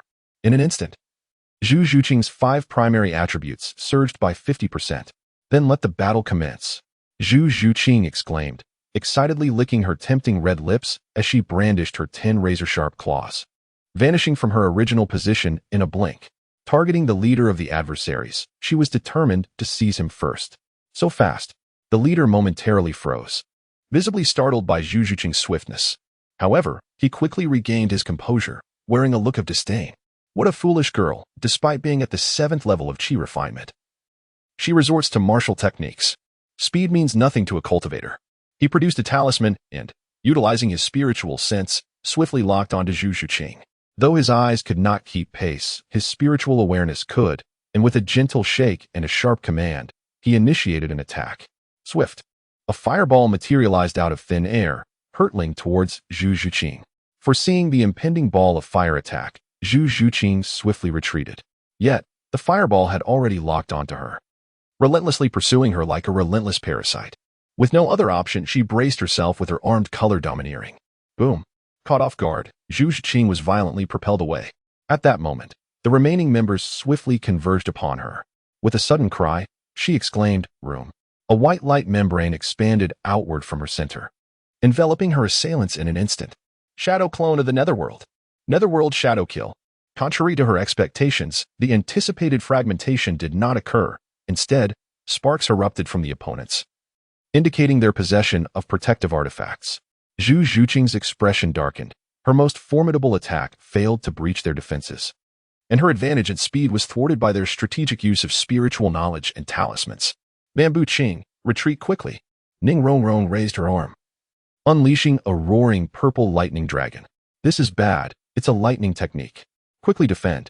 The members of the Black Tiger Gang were significantly alarmed by the lightning dragon, hastily employing their strongest defensive measures.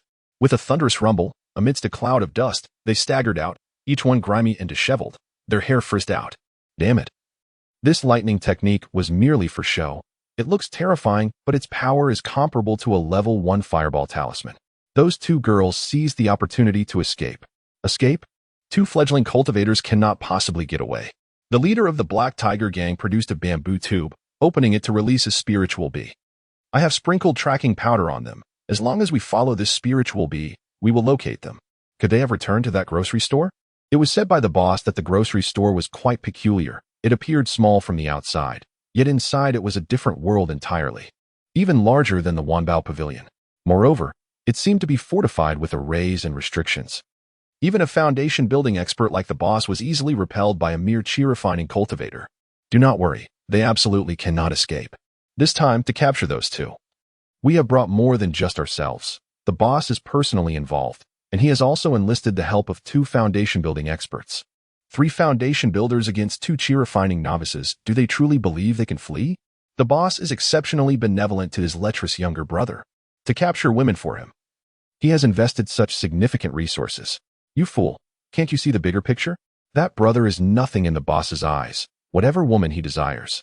The boss would not care. The boss's true objective lies with that grocery store. Just 2 days ago, that grocery store listed 100 foundation building pills, all of the highest quality. To present over 100 high-quality foundation building pills at once is a feat even the Huangfeng Valley struggles to achieve. Who could resist such temptation? If it weren't for the issues surrounding that grocery store, the boss would have stormed in long ago. At this moment, Zhu Zhuqing and Ning Rongrong wore grim expressions as they gazed at the nearby general store, yet found themselves unable to advance further. Among the 3 foundation establishment experts before them, one was unexpectedly a formation master. The 2 had barely set foot in this place when they became ensnared. Had it not been for Ning Rongrong promptly summoning the replica Hao Yin Tower, they would have surely been captured. Astonishing, another magical artifact, and a remarkable one at that. It was truly peculiar for a novice to possess such treasures. Chapter 51. The Might of the Thunder Roar Cannon. What should we do? Zhuqing? Should we call for help? Ning Rongrong asked, her delicate face etched with concern. Not yet. I have just acquired a formidable soul skill that I have yet to utilize. It is the perfect opportunity to test its power against them. If it proves ineffective, we shall then call for aid, Zhu Zhuqing replied, brimming with eagerness. True to her cat spirit's reckless nature. Very well, I too possess a skill that has remained untested and wish to try it out. The 2 young ladies exchanged glances, and simultaneously, a colossal figure materialized behind them. The imposing figure behind Ning Rongrong was a woman draped in a pristine white cloak, her features obscured. Hexagonal snowflakes elegantly cascaded around her, swiftly conjuring an icy realm. In her hands, she cradled a white treasure tower, emanating an intensely frigid aura. Snow fruit. Tower of Snow. Snow Maiden, frosty winter. The enormous Snow Maiden exhaled a breath of icy air, causing the white tower in her grasp to spin rapidly before it surged toward the 3 foundation establishment experts opposite them. Meanwhile, the formidable entity behind Zhu Zhuqing took the form of a black cat demon, with arcs of black lightning dancing across its body. 4th Soul Ring, Shadow Thunder Cat Demon. Meow. With a sharp cry from the cat demon, its entire form was enveloped in a layer of thunderous armor as it leaped into action. The eyes of the 3 adversaries narrowed simultaneously. Brother Hu, what is happening here? Could it be that the woman shares your affinity for beast mastery? The other cloaked figure did not appear to be human either. This technique resembles no ordinary spell. It bears the semblance of some divine ability. Enough talk. Brother Hu, you handle the cat demon, and Brother Lu, you take on the snow tower. I shall manipulate the formation to seize them when they are momentarily weakened after unleashing their abilities. With a roar, Hu Dali, the leader of the Black Tiger Gang, struck his waist pouch, unleashing a burst of black light that instantly transformed into a massive black tiger, which engaged in a fierce battle with the Shadow Thundercat demon. The other Foundation establishment expert, surnamed Lu, produced a small flag and waved it gently, releasing a wisp of mist that quickly morphed into a clawed dragon, which collided forcefully with the towering snow structure. The last of the Foundation establishment experts formed hand seals, summoning chains of formation that shot up from the ground, coiling toward Ning Rongrong and Zhu Shiqing. In haste, Ning Rongrong activated the replica Haotian Tower, casting a protective barrier around them. However, as the energy began to wane, the barrier rapidly grew unstable and ethereal. The two women exchanged a glance before simultaneously crying out, "Help! We cannot withstand this any longer." The Foundation-laying expert, who was adept in the art of formations, let out a cold chuckle. After all, she was merely an innocent little girl, now realizing the futility of her cries for help. Not to mention that they were ensnared within the formation, rendering her pleas inaudible. Even if they somehow reached the outside world, who would dare intervene and rescue them from their grasp? As his words lingered in the air, a tender voice echoed beside him. Why not dare? Just a few Foundation-laying ants, yet they truly believed themselves to be formidable figures. What person? The practitioner of formations had yet to finish his sentence when he slowly glanced downward, only to behold a young hand crackling with lightning emerging from her chest, delivering a heart-shattering blow. Truly commendable for a formation master. The defenses of the flesh are indeed feeble. With a playful grin, Mu Yun leapt out from behind him, winking at Zhu Zhuqing and her companion. My brilliant second sister and sister Rongrong must now grasp the formidable nature of the cultivation world, right? The sudden turn of events caused the expressions of the two Foundation establishment experts to shift dramatically. From the moment Mu Yun appeared to the demise of the formation master, nearly a second or two had passed. By the time they sensed the anomaly, it was already too late. "You audacious brat, do you comprehend the gravity of your actions?" roared Hu Dali, the leader of the Black Tiger gang, in a furious bellow. This formation master was not just a mere itinerant cultivator. He had been hired at great expense from the Wanbao Pavilion, and it was said that his family's ancestors served as a Golden Core elder there. Now, having met an inexplicable end, the wrath of a Golden Core expert was something he could scarcely endure. Mu Yun flicked his wrist, producing a handkerchief to wipe away the non-existent blood on his hands. "What are you clamoring about? You shall be next." No sooner had the words left his lips than Hu Dali, the leader of the Black Tiger gang, suddenly felt a chill creeping up his neck. Without turning around, he swung his enchanted blade backward in a swift motion. His reflexes were commendable. Alas, they proved futile. Mu Yun emerged behind him, wielding a uniquely designed weapon that modern individuals would recognize as a Gatling gun, a multi-barreled rotary firearm, with 6 barrels arranged in a circular formation. It could unleash over 200 rounds per minute, with an unceasing flow of energy and relentless firepower. Thunder War Cannon, commence fire. The deafening sound erupted as a torrential barrage of thunderous bullets, comparable in might to foundational attacks, rained down upon Hu Dali. All forms of protective artifacts, talismans, magical defenses, and even physical resilience were obliterated in an instant. Mu Yun exhaled a plume of smoke from the muzzle of his thunderous cannon. How dare you kill me? I am a disciple of the Beast Master sect. My master is."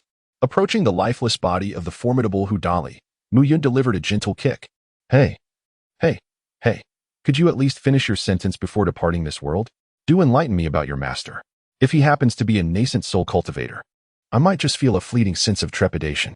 As Mu Yun spoke, he began to examine the corpse, extracting from the storage pouch a beast-taming manual and a spirit beast compendium, along with an assortment of materials for refining weapons and concocting elixirs, as well as tens of thousands of spirit stones. The spirit beast pouch lay empty, indicating he possessed only one tamed beast. At the moment of Hu Dali's demise, the Black Tiger perished alongside him, its spiritual energy dissipating and being voraciously consumed by the Thundercat demon, which has now ascended to the initial stage of the second level of Foundation establishment. Oh dear, do not be so eager to show off. There is still an enemy at large, and he is about to flee, exclaimed Zhu Zhuqing, her urgency palpable. Mu Yun squinted slightly, a subtle smile gracing his lips as he murmured to himself, "Since we have arrived, the death penalty may be evaded, yet the living shall not escape. Something must be left behind." He raised his arm once more, directing the Thunder Roar cannon towards the Lu clan cultivator. A low hum resonated through the air, as the void trembled, gathering an immense amount of energy from all directions. A circular light formed at the cannon's mouth, and a thunder dragon emerged, baring its fangs and claws as it lunged towards the Lu cultivator. The Lu cultivator's expression shifted dramatically, abandoning the battle with the serpentine dragon and the flag controlling it. He desperately propelled his flying vessel away, shouting, "Ancestor, save me!" Roar. The thunder dragon swiftly closed in behind him, poised to reduce him to ashes when a figure appeared in an instant. "Friend, please show mercy." A colossal golden bell shadow interposed itself against the thunder dragon. Boom. In the wake of the tremendous impact, the newcomer's sleeve billowed, swiftly pulling the Lu cultivator away. The golden bell shadow shattered under the force, while the thunder dragon became somewhat ethereal. The newcomer furrowed his brow. Realizing that this was indeed an attack from the golden core realm, my golden bell talisman could not fully withstand it. Chapter 52, Dread and the Rise of Two Maidens. Great Heaven Finger. Faced with the relentless pursuit of the thunder dragon, the newcomer lifted a hand and slowly extended a finger. A massive, pitch-black finger materialized in the air, striking the thunder dragon on its forehead. After a collision of energies, both the thunder dragon and the dark finger's energy were simultaneously depleted, vanishing without a trace. Whoosh! In an instant, Miyun vanished from his original position and reappeared before his opponent. The visitor's expression changed dramatically. "You possess spatial teleportation. Are you an ancient ancestor of the Yuaning?" "This is impossible." At that moment, Muyun was in high spirits. After thorough experimentation, he had finally confirmed that as long as he refrained from disrupting the fabric of space and merely employed spatial teleportation for show, this realm would remain indifferent. As for Zhu Zhuqing, she was not a void sword body. What could be accomplished in the Douluo world was unattainable in the realm of cultivation. Of course, the primary reason was her insufficient cultivation level. Should she ascend to the Golden Core stage, she might be able to execute a spatial teleportation comparable to that of the Yuaning realm. Boom.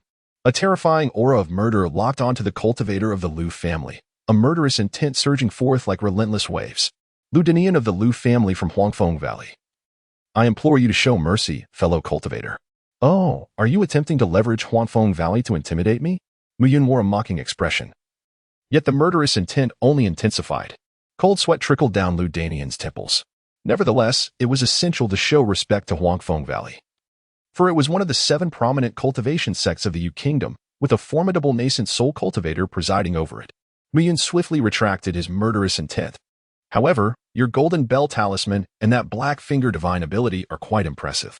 Observe the pained expression on Lu Danian's face. He is about to part with his 2 prized possessions. In a moment of inner turmoil, he produced 2 jade tablets, one containing the refinement method for the golden bell talisman, and the other holding the secret technique for the great heaven finger. This shall serve as a token of apology to my esteemed friend. With a beaming smile, Muyun tucked away the 2 jade tokens, including the one capable of controlling the flood dragon and the flag. Deeming this magical artifact quite commendable, capable of both offense and defense, he reluctantly accepted it. Subsequently, he cast his gaze around, releasing his conqueror's haki, signaling that the spectacle had concluded and it was time to disperse. As Muyun led Zhu Zhuqing and Ning Rongrong into the general store, several figures emerged from the shadows. Heh, seems you stumbled upon a formidable barrier, old Lu. I told you, a shop capable of producing over 100 superior foundation building pills must be backed by an intimidating force. From my observations, that general store likely possesses an integrated offensive and defensive spatial grade spiritual treasure. Even a nascent soul true monarch would find themselves at a disadvantage. Come now. You're merely stating the obvious after the fact. Otherwise, your formation master from the Wanao Pavilion wouldn't have met his demise here. Our Lu family has sustained no casualties this time. Bah, we've lost a supreme magical artifact, a secret technique, and a method for crafting a talisman treasure. That's worse than losing a life. Moreover, the deceased formation master wasn't even from our faction. His passing is fortuitous, sparing me from his incessant scrutiny. Let us disperse. Who knows where this suspected nascent soul true monarch has emerged from? Don't be fooled by their youthful appearance. They could very well be an ancient being masquerading as a child.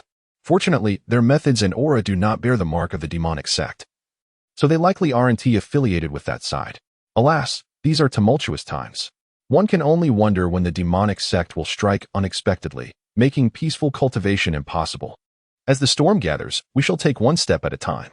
Within the spiritual treasure general store, Miyun handed the Azure Flood flag and the beast bag to Zhu Zhuqing, recognizing her limited offensive capabilities. He also distributed a set of 6 artifacts: Thunder Roar Cannon, Silken Star Net, Protective Jade Token, Spirit Gathering Jade Token, and Teleportation Jade Token to each of the store's staff, emphasizing that nothing is more valuable than life itself. In truth, what both of you truly need now is cultivation, To unleash the full potential of these artifacts, one must first attain the foundation building realm. With only the chi refining stage, the Thunder Roar cannon would likely be drained after a single use. Moreover, your devil fruit abilities require reaching the golden core stage. Otherwise, no matter how splendid the technique, it remains mere decoration. Additionally, Rong Rong, your demon lock tower holds significant potential here, as it can harness the strength of the beast within. Its power is entirely contingent upon the strength of those creatures. Sister, hand over your cat claws. I shall assist you in leveling them up. As for the path to empowerment, it is not arduous. The store stocks numerous first and second-tier auxiliary cultivation pills. Take some, and I will guide you to a location where you can swiftly reach the foundation building stage. Then, Miyun tossed the two into the second level of the 9-layered demon tower.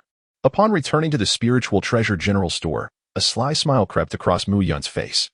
Heh, with this display of might, surely no one will dare to provoke my general store again. This time, the sudden release of over 100 top-tier foundational pills was his intention, aimed at drawing out the surrounding formidable entities, thereby showcasing his strength and making it clear that he was not to be trifled with, urging them to adhere to propriety in their dealings. As for Zhu Zhuqing and Ning Rongrong, one cannot help but chuckle. Is there a more enticing bait than enchanting beauties? Clearly, this strategy proved effective as the Huanfeng Valley, Wanbao Pavilion, and Spirit Beast sect all emerged. Of course, such trivial matters should remain unknown to Zhu Zhuqing. Otherwise, his handsome visage might very well be marred. Subsequently, Miyun spent several days idling in the general store, observing that no one dared to create disturbances. In fact, several cultivators from Huanfeng Valley at the Golden Core stage came to transact, extending gestures of goodwill, including Hong Fu, Li Huayuan, and Lei Wamping. Even the only nascent soul elder from Huanfeng Valley, old ancestor Linghu, stealthily approached, only to realize that the spiritual treasure general store was beyond his reach. As well as Mu Yun's formidable nature, thus, without a word, he quietly retreated. Miyun chose to turn a blind eye, refraining from exposing him. A nascent soul nearing the end of his lifespan was not someone he wished to provoke. Should the individual descend into madness and unleash a desperate fury, it would be rather challenging to contend with. Ultimately, observing that there was nothing amiss around him, he calculated that Zhu Zhuqing and Ning Rongrong should be emerging soon. Thus, he returned to the system marketplace, and together with the two of them, they made their way back to Douluo continent. Their soul rings were still incomplete. Yet the energy of a million-year soul ring was undeniably formidable, surpassing the progress made through diligent cultivation in the mortal realm. Upon their return to Douluo continent, it may have been merely a few days since they left, but for Zhu Zhuqing and Ning Rongrong, it felt as though an eternity had passed. They had spent over a year on the second level of the 9 layers of demonic tower, wholly dedicated to cultivation. A grueling experience indeed. However, they had successfully achieved the foundation establishment stage. Now, if they were to encounter Hudali and his companions again, defeating them would pose no challenge. Although Zhu Zhuqing, in her foundation establishment stage, could not yet teleport within the cultivation realm, her speed had reached a point where it eluded even spiritual senses. At least below the Golden Core stage, no one could hope to capture her. Ning Rongrong's ice-based attacks were also exceedingly potent. The snow fruit greatly enhanced her magical prowess. And even a minor ice arrow unleashed effects akin to natural disasters, capable of instilling fear in the hearts of many. Chapter 53. The New Landscape of Douluo. Is this truly the Douluo world? Zhu Zhuqing and Ning Rongrong stood in awe.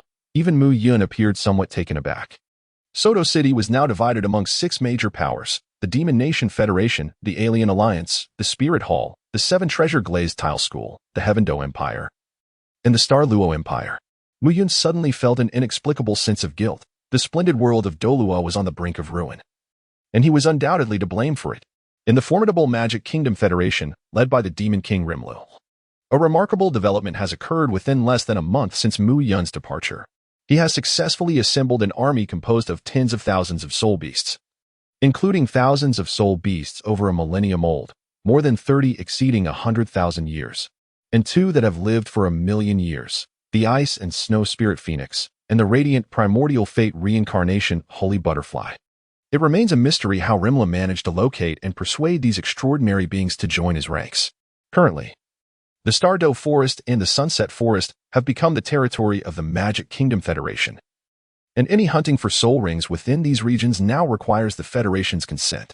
It can be said that Rimlu is a born ruler, exhibiting unparalleled speed in gathering his forces. Of course, the orchestrator behind this is Mu Yun, who summoned Rimlu. The second major power is the Alien Alliance, which has developed into a group of 1,000 individuals, all of whom have come through Mu Yun's system marketplace. Although these individuals may seem to struggle in their respective realms, often being outmatched by the main characters, upon arriving here, they have all soared to new heights. Their fortune is strong enough to make them worthy adversaries for the protagonists, equipped with luck, wealth, and the advantage of the multiverse jar store. They have experienced remarkable transformations after merely 2 rounds of jar smashing. Even the formidable Douluo has faced challenges against them, with over 20 individuals capable of overwhelming him. Fruits of ice, magma, thunder, flickering, and soul have all been produced by these individuals, who have self-proclaimed themselves as the 5 Grand Marshals of the Alien Alliance. In their first strike, they easily defeated dozens of titled Douluo from the Spirit Hall.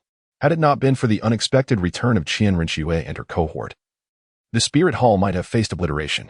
Currently, the Spirit Hall is presided over by Qian Rinxue, who has now ascended to the status of a second-tier powerhouse. Alongside her, apart from Carp, Mihawk, and Ace, she has also gained the formidable Whitebeard Edward, the Phoenix Marco, Diamond Jaws, and Flower Sword Bista, all of whom are second-tier powerhouses. Faced with such a dazzling array of talents, Bibi Dong has no choice but to yield, and Qian Douluo has expressed his complete support, making the transition of leadership within the Spirit Hall inevitable. In comparison, the Seven Treasures Glazed Tile School falls slightly short, primarily relying on the exquisite treasures left behind by Ning Rongrong, which can accommodate the entire sect while possessing formidable defensive, offensive, and flight capabilities. This enabled the safe relocation of the entire sect to Soto City. The current strong members of the Seven Treasures Glazed Tile School include Sword Douluo, Bone Douluo, and the sect leader Ning Ziyuan, all of whom are second-tier powerhouses. After pooling the entire sect's strength to smash jars, even with the worst luck, they managed to produce several second-tier powerhouses. The remaining powers, the Heaven Do Empire and the Star Luo Empire, are rather lacking. Qian Rinxue no longer needs to disguise herself as Xue Qinghe, having taken away a group of elite individuals upon her departure. Presently, the Heaven Do Empire relies solely on a few academies and the royal family for support. The situation is even more dire for the Star Luo Empire, whose palace has been breached, seemingly by the Alien Alliance. Those who traverse to other worlds often act without restraint, and it is not uncommon for them to loot a palace for the sake of smashing jars. Currently, the Star Luo royal family and several noble families have fled to Soto City, including Mu Yun's former family. Mu Yun, I'm somewhat concerned about the Seven Treasures Glazed Tile School. I shall return to check on them. Ning Rongrong departed in a state of anxiety. With her current power level, few could pose a threat to her, thus her safety was not a concern. Third brother, our family has relocated to Soto City. Let us return and take a look. Zhu Xing expressed her worries, considering that these individuals had fled from their former stronghold and she was uncertain about any potential casualties. Family? I bear the surname Mu, not Jill. Your family is yours, not mine, Mu Yun retorted through gritted teeth, filled with resentment. Do you not worry about our fathers, mothers, and elder sisters' safety? What is there to worry about? Our father is notoriously cowardly when faced with formidable foes. Do you think he would stay and fight? He would likely be the first to flee with the entire family in tow. As for the others, their fates are of no concern to me, and those elders would probably escape even faster than our father. Impatiently, Mu Yun waved his hand, urging the other to leave quickly if they were truly concerned, as he had no time to deal with that group of individuals. Once Zhu Shiqing stormed off in a huff, Mu Yun narrowed his eyes, his formidable observation haki silently enveloping the entirety of Soto City. Upon discovering the Magic Kingdom Federation, he could not help but be astonished. It was no wonder that the Magic Kingdom Federation held the position of the foremost power. The combined strength assessment of Rimuru and Cheyenne had already reached the 3rd tier, while the 2,000,000-year soul beasts were at the pinnacle of the 2nd tier. And the remaining soul beasts, each over 100,000 years old, were also 2nd tier. This undeniably attested to the formidable nature of Rimuru's predation ability. Any soul beast that fell prey to him not only transformed into a beast human form, but also possessed intelligence rivaling that of humans, with their strength elevated to new heights. It seemed unlikely that all the other factions combined could shake the Magic Kingdom Federation's status. When he turned his attention to the Alliance of Outlanders, he was left utterly astonished, for he recognized several familiar faces, clad in white with a half-mask, exuding an air of nobility and a chilling demeanor. She seemed to sense his observation haki as it swept past her. Her combined strength assessment stood at the 3rd tier. Goodness, was that not Li Hani? What was she doing here? Did my last encounter with her, where I was struck by her drifting bottle, somehow result in her being hit by mine this time? Moreover, the aura surrounding her suggested that she had encountered the frozen fruit from the celestial jar shop, and as a sword saint with inherent second-tier strength. She had awakened her martial soul previously, and now possessed the frozen fruit. It was no wonder she had ascended to third-tier strength. Yet, I wondered if she had added soul rings. Mu Yun was well aware of Li Hani's formidable prowess. Another strong figure from the Alliance of Outlanders was also familiar to him, a child donned in a beast-skin skirt, never parting with his oversized milk bottle. It was sure how from the perfect world. My heavens, how had I struck him again? The little one lay comfortably on a soft bed, enveloped in lightning. Evidently the one who had encountered the thunder fruit, also boasting third-tier strength. There was yet another strikingly handsome figure clad in a brilliant red wedding robe, engaged in a romantic interlude with a similarly adorned beauty amidst flowers and moonlight. Was that not Lin Pingji? Had he not entered the mundane world of cultivation? How had he ended up in the Douluo world? Had he been unable to thrive there and opted to change his surroundings? Yet, fortune seemed to favor him, as he had stumbled upon the shining fruit, elevating his overall strength to the pinnacle of the second tier. Beside him was presumably his wife, Yuling Shan, who was quite lovely as well. The couple, having been married for nearly a month, still wore their bright red wedding robes. Surely, they did not harbor some peculiar preference? Chapter 54. Puppeteer System. The fourth formidable figure of the Alliance of Outlanders. Lushan Identity. Transmigrator Origin. Fantasy 3 Kingdoms Possessed System. Call Friend System. Possessed Devil Fruit. Magma Fruit. Overall Strength. Pinnacle of the second tier. Innate Skill. Great Summoning Technique. Currently able to summon Zhuge Liang, Jia Yun, Guan Yu, Zhang Fei, Huang Zhong. Mu Yun finally uncovered the source of the surge in the number of visitors to the market, which stemmed from this individual's ability to summon companions. Upon discovering this person's identity as a traveler, along with their possession of the magma fruit and the great summoning technique, he could not help but think of a name, Emperor Guangwu of Han, Lu Xiao. Surely, this person's magma fruit ability does not allow for rain of molten rock to descend from the heavens? Yet the final individual left Mu Yun utterly bewildered. Imo Rinchiu, hailing from the world of mortal cultivation, is endowed with the puppet master system and possesses the devil fruit known as the soul fruit. His puppets include Li Tianyu, peak of second stage, Zhang Xiaomu, peak of second stage, and Luo Tianhong, peak of second stage, with an overall strength at the pinnacle of the second stage. Is this not Dr. Mo? How is it that he was not vanquished by the old devil Han, but instead found his way to the Douluo world, acquiring a system in the process? Could it be that he was also struck by my drifting bottle? Furthermore, the three puppets he commands seem somewhat incongruous. Mu Yun activated the Eye of Perception and meticulously scrutinized the information of the three corpse puppets, instantly engulfed by fury. This damn scoundrel, the identities of these three corpse puppets are actually those of otherworldly beings. While I can overlook your ruthless creation of corpse puppets, you dare to target my esteemed clients, causing me to suffer losses. This is utterly intolerable. Mu Yun vanished instantaneously from his original location, only to reappear before Imo Rinju in the next moment. Who is it?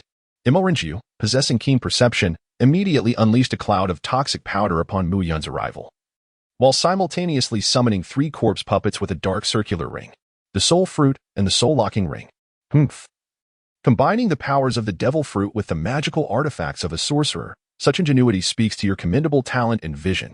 However, you have encroached upon my interests, and that is simply unacceptable. Mu Yun let out a cold snort, gently striking out a palm, causing the toxic mist to immediately retreat along its original path, directly penetrating into Imo Rinju's body. At that moment, the three corpse puppets simultaneously ceased their movements, dark energy emanating from their forms and returning to Imo Rinju. Gazing into the hollow eyes and rigid bodies of the corpse puppets, Mu Yun coldly tossed the soul lock ring forward. Release their souls at once, or I shall be compelled to eliminate you. Imo Rinju, enduring the torment of the toxic mist, grasped the soul lock ring and gave it a shake, which summoned three ethereal souls to drift forth. He looked at the child before him with a begrudging expression. Who are you? Following his failed attempt to seize Han Li's body, he had resigned himself to certain death. To his astonishment, he was struck by a drifting bottle, arriving at a marketplace, and subsequently traversing through a portal into the world of Douluo. What ensued could only be described as a series of fortuitous events. He first awakened the puppet master system, then fortuitously discovered the soul fruit, ultimately crafting three formidable corpse puppets. His interest in them stemmed from the fact that they had all undergone physical refinement in the first layer of the 9-tiered demon tower before entering the Douluo world. making them the ideal material for crafting corpse puppets in his eyes. In truth, he coveted House physique the most. The diminutive form was astonishingly powerful. He had initially planned to secretly craft a few more corpse puppets before making his move on Hao, but unexpectedly, he was swiftly dispatched by an unknown child who appeared from nowhere. Humph, you need not concern yourself with my identity. I can only reveal that the Void Marketplace is mine, and your presence here is solely due to my influence. At that moment, the three corpse puppets had regained a semblance of life, albeit in a feeble state, as they spoke. We are eternally grateful to the shopkeeper for saving our lives. They then directed a gaze filled with profound hatred and mingled with fear towards Emoringio. Miyun waved his hand and said, "You may leave now. But be cautious in the future." The fact that these three individuals had ascended to the pinnacle of the second tier indicated their considerable fortune and destiny, ensuring a continual influx of wealth for themselves. As for Emoringio, he was indeed a potential asset, having emerged from the realm of cultivation, which is replete with superior resources. Remember this, do not apply the principles of the cultivation world to the Douluo continent. If you wish to forge a corpse puppet, do so in your own realm. After issuing this warning, Miyun turned and departed with an air of nonchalance. Once Emoringio had neutralized his poison, he collapsed onto the bed, exhausted. To his astonishment, he had not perished. Initially, he believed he had struck the proverbial iron plate and was certain he would meet his demise. To his surprise, he had merely received a mild warning before being left alone. However, after regaining some strength, he promptly exited the Douluo world. There was no alternative. Having transformed an outsider into a corpse puppet, he had undoubtedly breached a significant taboo. The three individuals who had just departed would surely disseminate news of his actions, leading to an inevitable collective assault against him. Without the puppet, he would stand no chance against them. Remaining would be tantamount to awaiting death. Indeed. Shortly after Emoringio's departure, a dozen individuals stormed into his room, all second-tier outsiders. Damn it, that ruthless fellow has escaped. After leaving the Outsider Alliance, Miyun wandered aimlessly through the streets. Though the dark sky was drizzling, it could not encroach upon him in the slightest. As if he were in an entirely different world.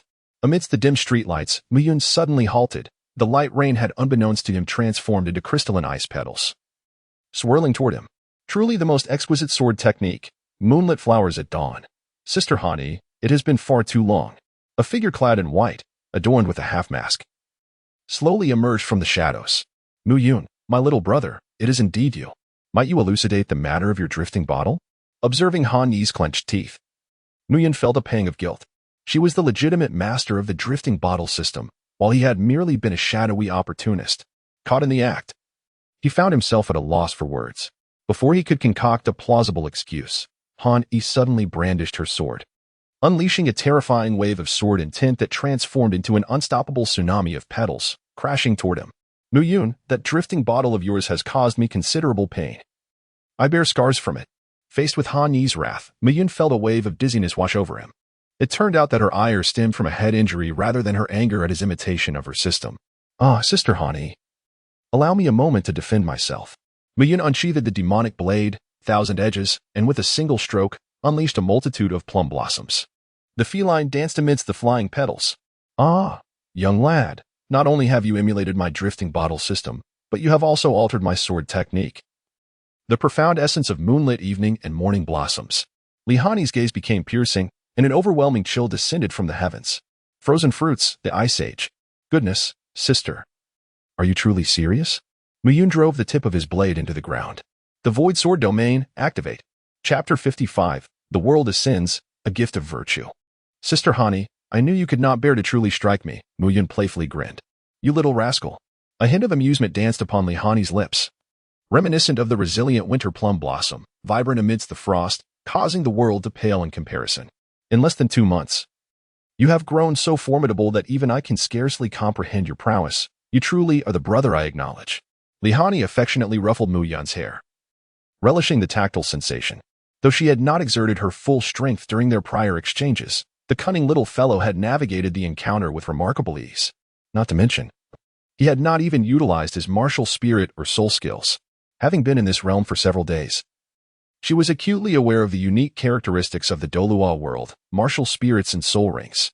Moreover, she had awakened her own martial spirit, understanding the significant enhancement it could provide to one's strength. Sister Hani, I wonder if you have added soul rings to your martial spirit? Do you need my assistance in hunting for soul rings? Muyun inquired with a cheerful smile. Lihani gently shook her head. I am a sword immortal. Devoted to the sword, sincere in my craft, my heart is solely occupied by the sword, devoid of all else. Only in this manner can I refine my sword heart and embark upon the path of the sword. While soul rings indeed offer a variety of soul skills. As the sword immortal Lihani, whatever skills I require, I shall comprehend. Whatever sword techniques I need, I shall create. My sword requires no external force, my sword. My path is the ultimate strength. At this moment, Lihani exuded an aura of confidence that illuminated Mu Yun's perception, as if a grand path materialized beneath her feet. Upon deep introspection, I found myself confronting an array of issues that, once acknowledged, left me astounded. My mutated martial soul, the orange cat, along with my mastery of swordsmanship.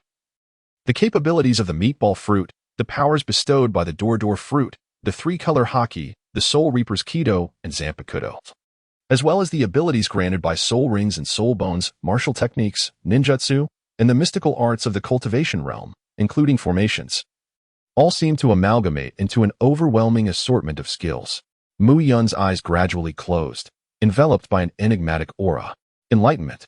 Lihani was taken aback, never anticipating that his words would propel the little one opposite him into a state of profound insight. Such an extraordinary opportunity is rare and invaluable. He then exuded a formidable sword intent, severing all prying gazes that lingered in the vicinity, safeguarding Mu Yun. Mu Yun remained in his unwavering posture, motionless for an entire day and night. When he finally opened his eyes once more, a terrifying surge of sword intent shot skyward, creating a gaping black void in the heavens above. Mu Yun gracefully leaped beyond the constraints of the Douluo continent, emerging into the vastness of the cosmic expanse.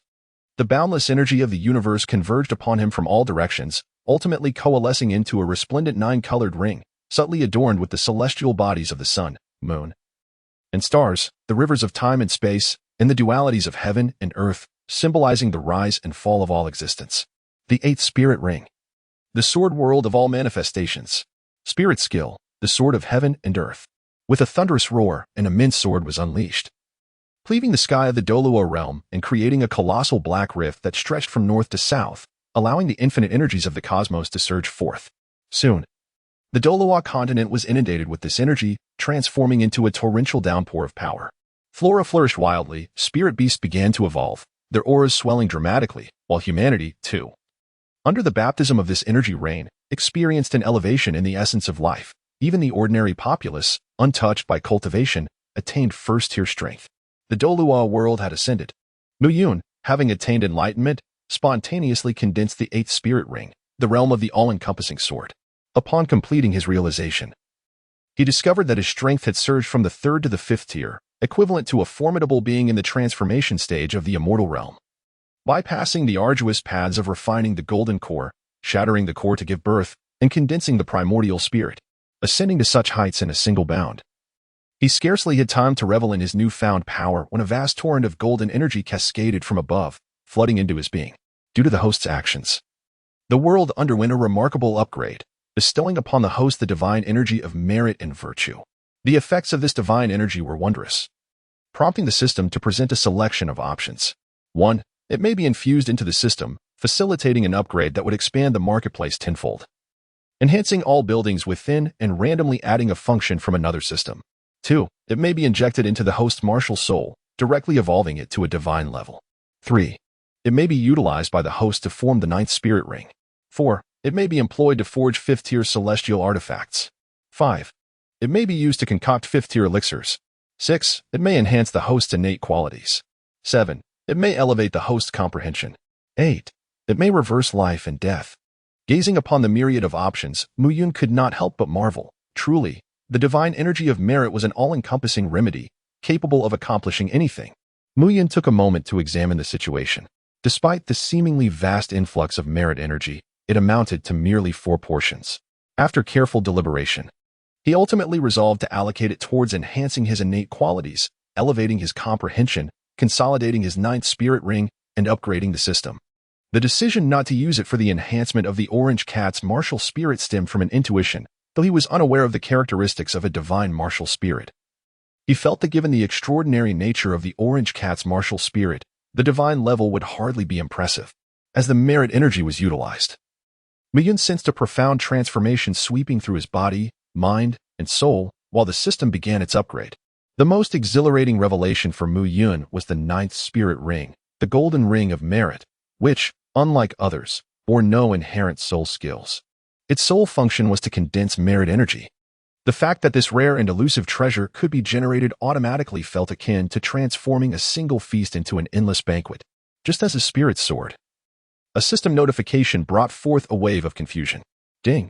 The system has detected Lin Pingji awakening the cross-dressing master system, granting the host the opportunity to benefit from this cross-dressing master. What on earth? Wasn't that Lin Pingji fellow supposed to have undergone self-castration? Why then had he transformed into a cross-dressing master? Moreover, his awakening of the cross-dressing master system was of no concern to Muyun. What was the purpose of capitalizing on this trivial advantage?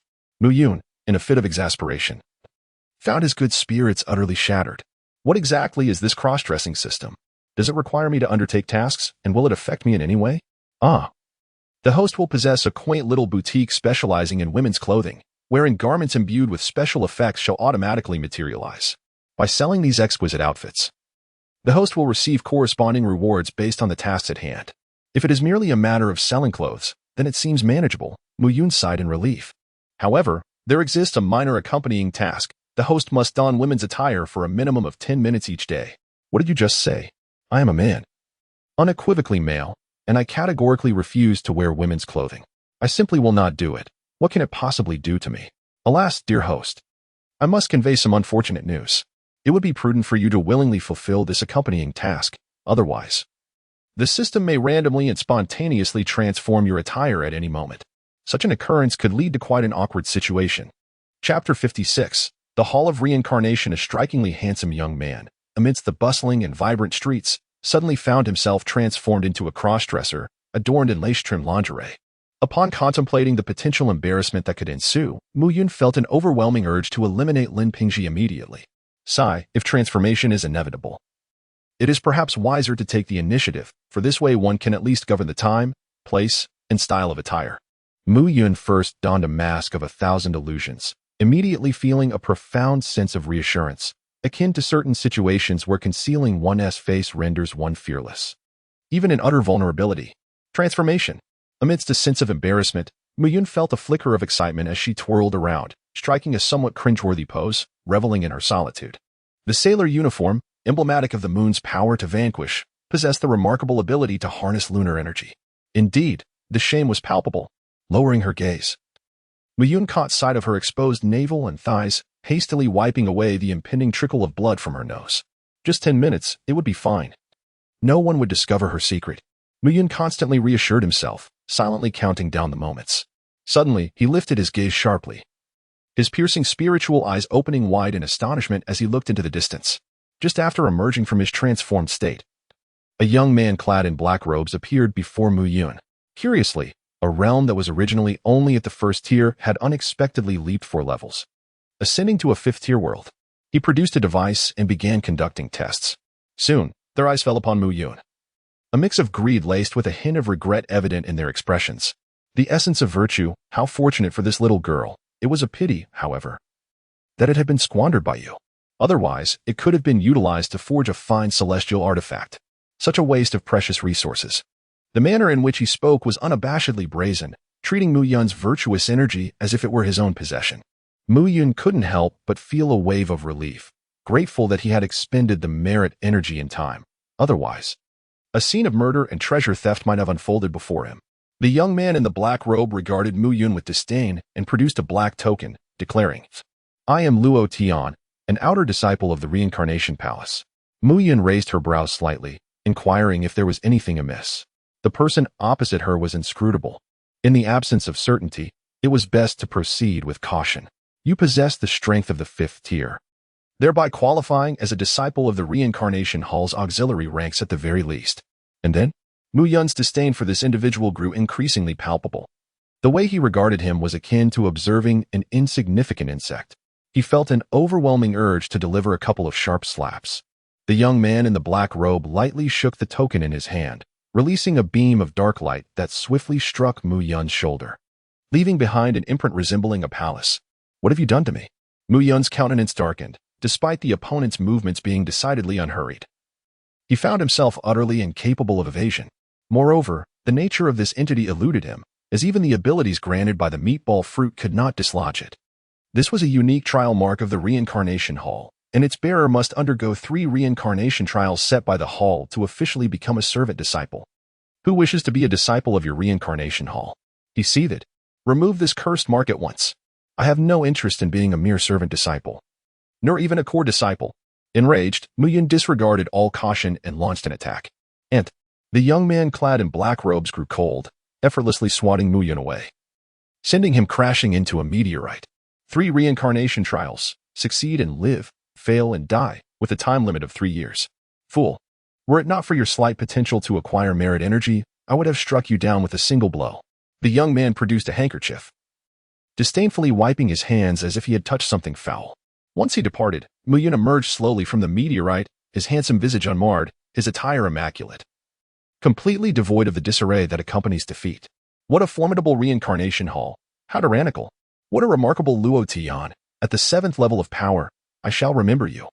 Although he was 2 levels above Mu Yun, the latter felt confident that confronting Luo Tian would not pose a significant challenge, even if he could not prevail. Escape should be feasible. However, that token from the reincarnation hall was exceedingly perilous, along with that enigmatic mark, instilling within him a disquieting sensation, as if someone were perpetually observing him from the shadows. Ding. Reincarnation system detected. Let the advantageous dealings commence. Mu Yun was filled with anticipation this time. To conquer 100 battles, one must know both oneself and one's adversary. However, he was utterly ignorant of the formidable entity known as the Reincarnation Palace, as well as the enigmatic reincarnation mark, which rendered him hesitant to act. Soon, some information regarding the Reincarnation Palace emerged. It was revealed that the Reincarnation Palace allowed individuals to traverse other worlds for training, and those who succeeded could acquire merit energy, from which the guide would reap 50% of the benefits. His guide was Luo Tian. Furthermore, the Reincarnation Palace was indeed a colossal institution, with even its lowest-ranking disciples being at the 5th tier, and above them were outer disciples, inner disciples, core disciples, direct disciples, stewards, guardians, elders, the sect leader, and the supreme elder. Among them existed sages, a concept that he could not yet comprehend. As for the reincarnation mark, it possessed a monitoring function. Even if he entered the trials, every action would be fully exposed to the guide's scrutiny, indicating that Luo Tian had a keen interest in his secrets. System. Is there any way to resolve this? I do not wish to have someone watching me at all times, Muyin inquired with displeasure. Ding. There is indeed a solution. You merely need to possess a higher authority than the reincarnation token he holds, the system replied. But I do not even possess a reincarnation token. How can I have higher authority? Muyin asked, puzzled. The Reincarnation Palace tokens come in 2 forms, the standard token, which requires passing 3 reincarnation trials and traveling to the headquarters of the Reincarnation Palace to obtain, and the internal token, which is granted to family disciples for trials, serving as a kind of privilege awarded to those at the elder level and above. The system had recently acquired the ability to issue internal tokens, but it was crucial to issue them sparingly to avoid detection. With this internal token, would Luo Tian still be able to monitor my every move? Muyin cautiously inquired. For this was the matter he held most dear. Naturally, it was out of the question, as a mere outer disciple. How could he dare to surveil the movements of the elder's family members? It was likely that upon discovering his possession of an internal token, they would flee as far as possible. Very well then, procure an internal token for me. Scare off that Luo Tian first, and we shall discuss the reincarnation trial later. I must prepare myself. Upon Mu Yun's re-entry into the Douluo world, he immediately sensed the differences. The spiritual energy of heaven and earth was remarkably vibrant, and the spatial barriers were exceedingly robust. It was no longer feasible to cleave through them with a single sword strike as before. At that moment, a graceful figure flew before him. Chapter 57. The Trial of the Late Han Dynasty during the waning years of the Eastern Han Dynasty. The emperor was weak while the ministers grew powerful, the royal family was mired in corruption and decay, and the prominent families held sway over the court, controlling the political affairs. Natural disasters abounded, leaving the populace in despair. As the sky rumbled, Zhang Jiao raised his arm and called forth the Yellow Turban Rebellion, igniting the flames of war across the vast expanse of the Divine Land within a few short years. In a picturesque village on the outskirts of Luoyang, a handsome young man languidly reclined by the riverbank, basking in the sun. A blade of grass hung from his mouth as he hummed an unknown tune. Humph. What nonsense is this reincarnation trial? Essentially, it is merely working for the reincarnation hall, aiding it in accumulating merit energy. Mu Yun was profoundly displeased. He had devoted several days in preparation for this trial, compelling a gene to work tirelessly to forge the celestial wood sword, the thunder firebomb, and the vast sea bottle. 3 treasured artifacts. Yet, upon the commencement of the reincarnation trial, he discovered that equipment of such esteemed rank could not be brought along, and furthermore, he was now a soul traversing in a body with woefully inadequate physical capabilities. He was relieved, however, that he had entrusted his corporeal form to Asuna before his departure. Leaving behind a shell of himself, who could fathom what calamity might have befallen it otherwise? The primary function of the reincarnation token was to tally the merit energy acquired. Humph. Fortunately, the flow of time here was 100 times faster. Otherwise, this journey would have been utterly disastrous. Meow. A plump orange cat stretched languidly, voicing its staunch protest against the disturbance to its slumber caused by Mu Yun. The orange cat's martial spirit had also arrived, but regrettably, it remained in its most primitive state, a feeble creature with 0 combat capability. Young master, urgent news.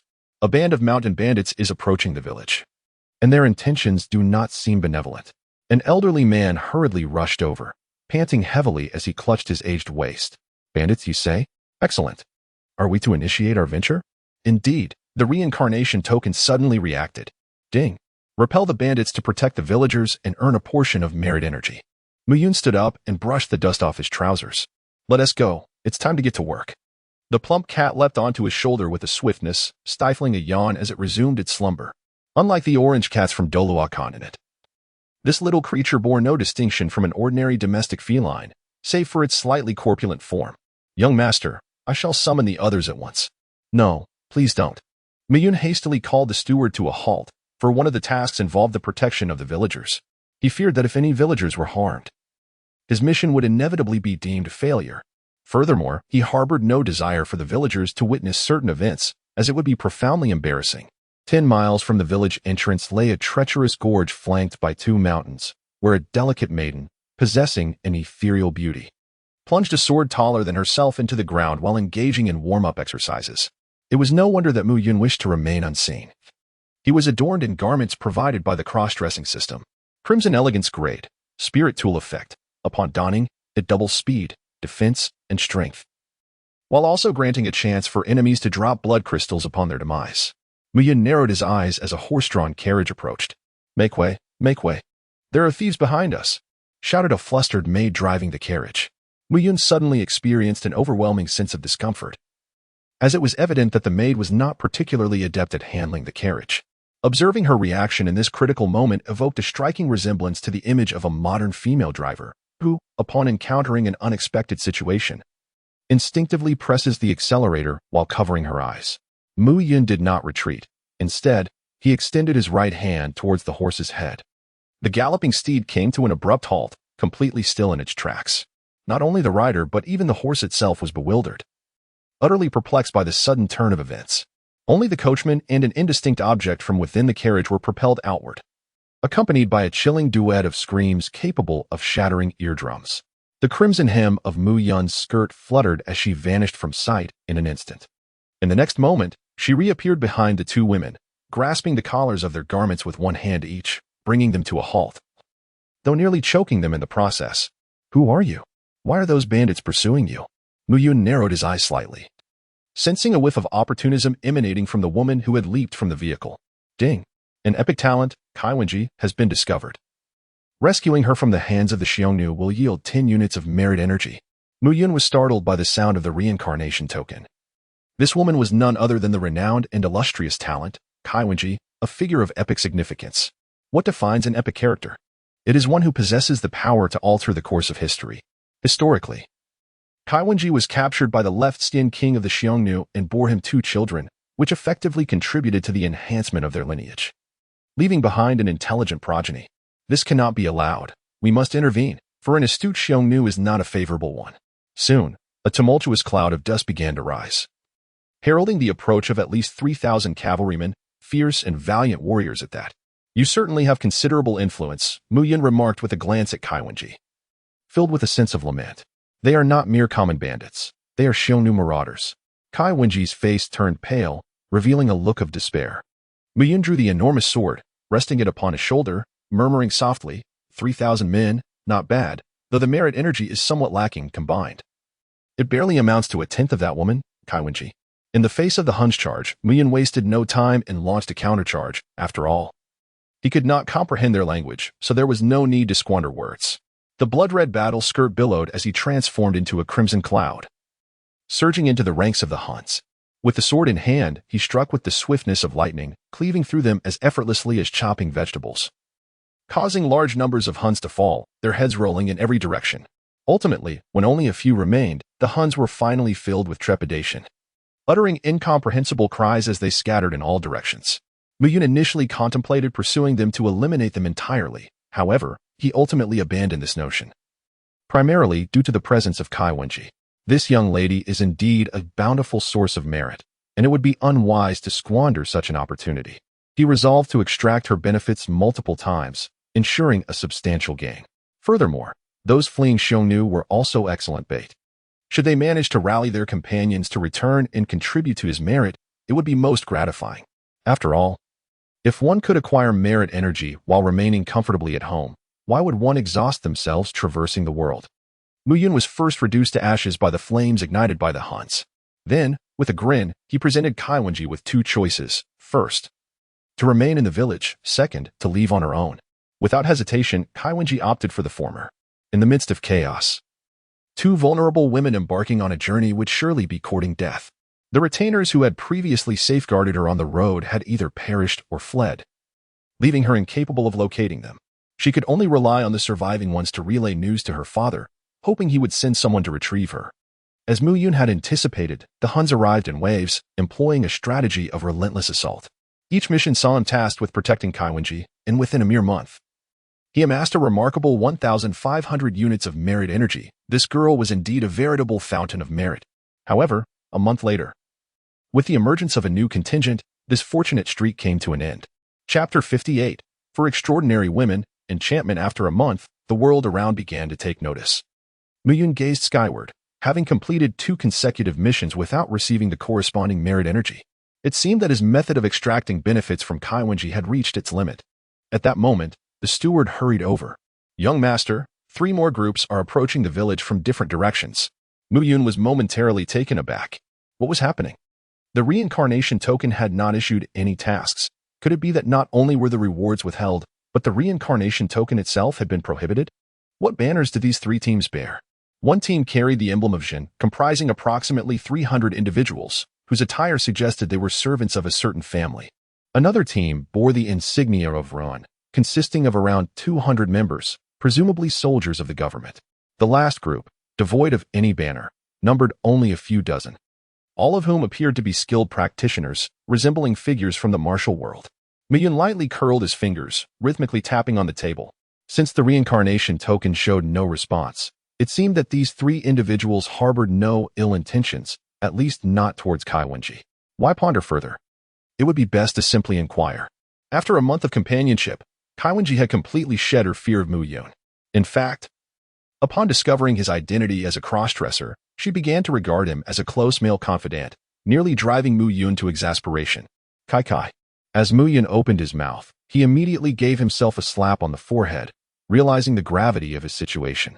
Alas, the role of a cross-dressing master had been played too convincingly, and he feared that if this continued, he might genuinely become inclined in that direction. This wretched system of Lin Pingji was indeed toxic. What is the matter? Has something happened, Mumu? Kai Wenji inquired, her delicate hand leaving the guqin, her tone casual yet concerned. It seemed that this persona could no longer be altered. A bitter smile crept across Mu Yun's lips as he recounted the circumstances surrounding the 3 teams. Jin, Ren, and some figures from the martial world, he summarized. Kai Wenji pondered for a moment before suddenly becoming animated. I understand. I know who they are. However, her excitement soon gave way to a touch of melancholy, tears welling up in her eyes. I never expected that the family and father I had hoped for would remain inactive. It appears they have given up on me. Yet, my dear sisters have not abandoned me. She then proceeded to elucidate further. Jin must refer to Jinmei, a member of the Jin family from Zhongshan. Not only is she exceptionally talented, but her strategic acumen rivals that of any man. It is a pity that she is a woman, otherwise she would undoubtedly make an outstanding military strategist. Ran must be my dear sister, Ren Ha Chang.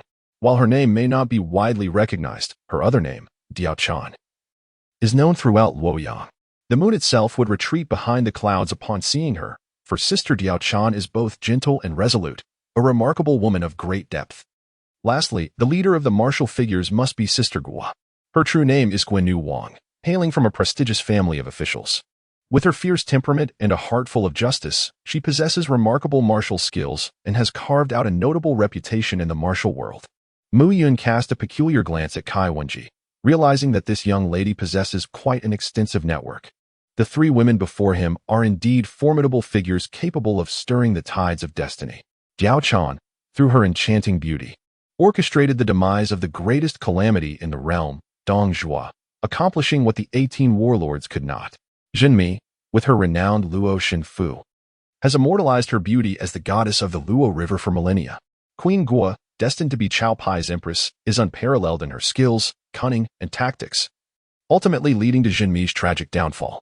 With these three relentless individuals, along with Kai Wenji, perhaps something remarkable can be achieved. Mu Yun's lips curled into a mischievous smile as he looked up at the sky. Did you not forbid me from exploiting loopholes for merit? Allow me to lay a grand trap for you. Upon welcoming the three teams into the village, the trio met Kai Wenji and discovered that she had not been captured here but rather rescued, finally allowing them to lower their guard. Mu Yun invited the four distinguished ladies into the reception room and pondered for a moment before speaking. What are your thoughts on the current state of the world? The four exchanged glances, and Junmi was the first to respond. The Yellow Turban rebels bring only destruction, not creation. Despite their current formidable presence, they lack the capacity for sustained power and are destined for a dismal fate. Kai Wenji then gently parted her lips, adding, the Han dynasty is not in a much better position. Although the Yellow Turban army is fated to fail, they have already undermined the foundations of the Han, giving rise to a host of warlords far more perilous than themselves. These individuals are the true grave diggers of the Han. Diao Chan furrowed her brow, asserting, in truth, there remain many loyal ministers within the Han. If the Yellow Turban army is vanquished and proper reforms are instituted, perhaps there is still hope for revival. Queen Gua then scoffed, shattering her illusions. Dear Diao Chan, do not deceive yourself. The Han dynasty has endured for over 4 centuries and has decayed to its core. Do you really believe the Yellow Turban uprising was merely the work of Zhang Jiao and his cohorts? Behind this turmoil lurks the influence of numerous powerful families. Without their backing, how could the Han have been brought to such a state of disarray? It is the aristocracy, embodied in the current warlords, that truly seeks to overthrow the Han. Mu Yun quietly listened to the insights of the 4 extraordinary women before suddenly posing a pointed question. Pray, which family do you foresee as the most promising in the future? General He Jin, without a doubt, one replied. He is currently in his prime, commanding a formidable army. And with the Empress as his sister, he wields considerable influence within the court. The Yuan family, another suggested. With 4 generations of high-ranking officials, their former students and associates are scattered throughout the realm, both in the court and beyond. I still maintain that the Han dynasty is not so easily toppled, interjected a third voice. After all, regions such as Jingzhou and Izhou remain firmly under the control of the Han royal family. Diao Chan, however, remains somewhat unconvinced. Humph. A bunch of schemers, and they are too far removed. When trouble arises, distant waters cannot quench present thirst, she remarked disdainfully. Mu Yun gazed at her with a smile that was neither fully a smile nor devoid of it. Pray tell, who do you favor, Queen Gua? Queen Gua furrowed her brow in deep contemplation, ultimately shaking her head with a look of disdain. In this realm, I discern no heroes worthy of kingship. They are either arrogant fools with grand aspirations yet meager abilities, or timid souls paralyzed by fear. Mu Yun gazed into her eyes and suddenly declared, in that case, why not let you occupy that position? At once, the 4 of them simultaneously spewed their tea, their faces etched with astonishment. This was inconceivable. Setting aside the family's heritage and the reputation among the populace, the mere fact of her being a woman rendered that position unattainable for me. Queen Gua promptly dismissed the notion, deeming such a daydream too audacious to even contemplate. Mu Yun smiled faintly, dismissing the notions of gender distinctions and family heritage.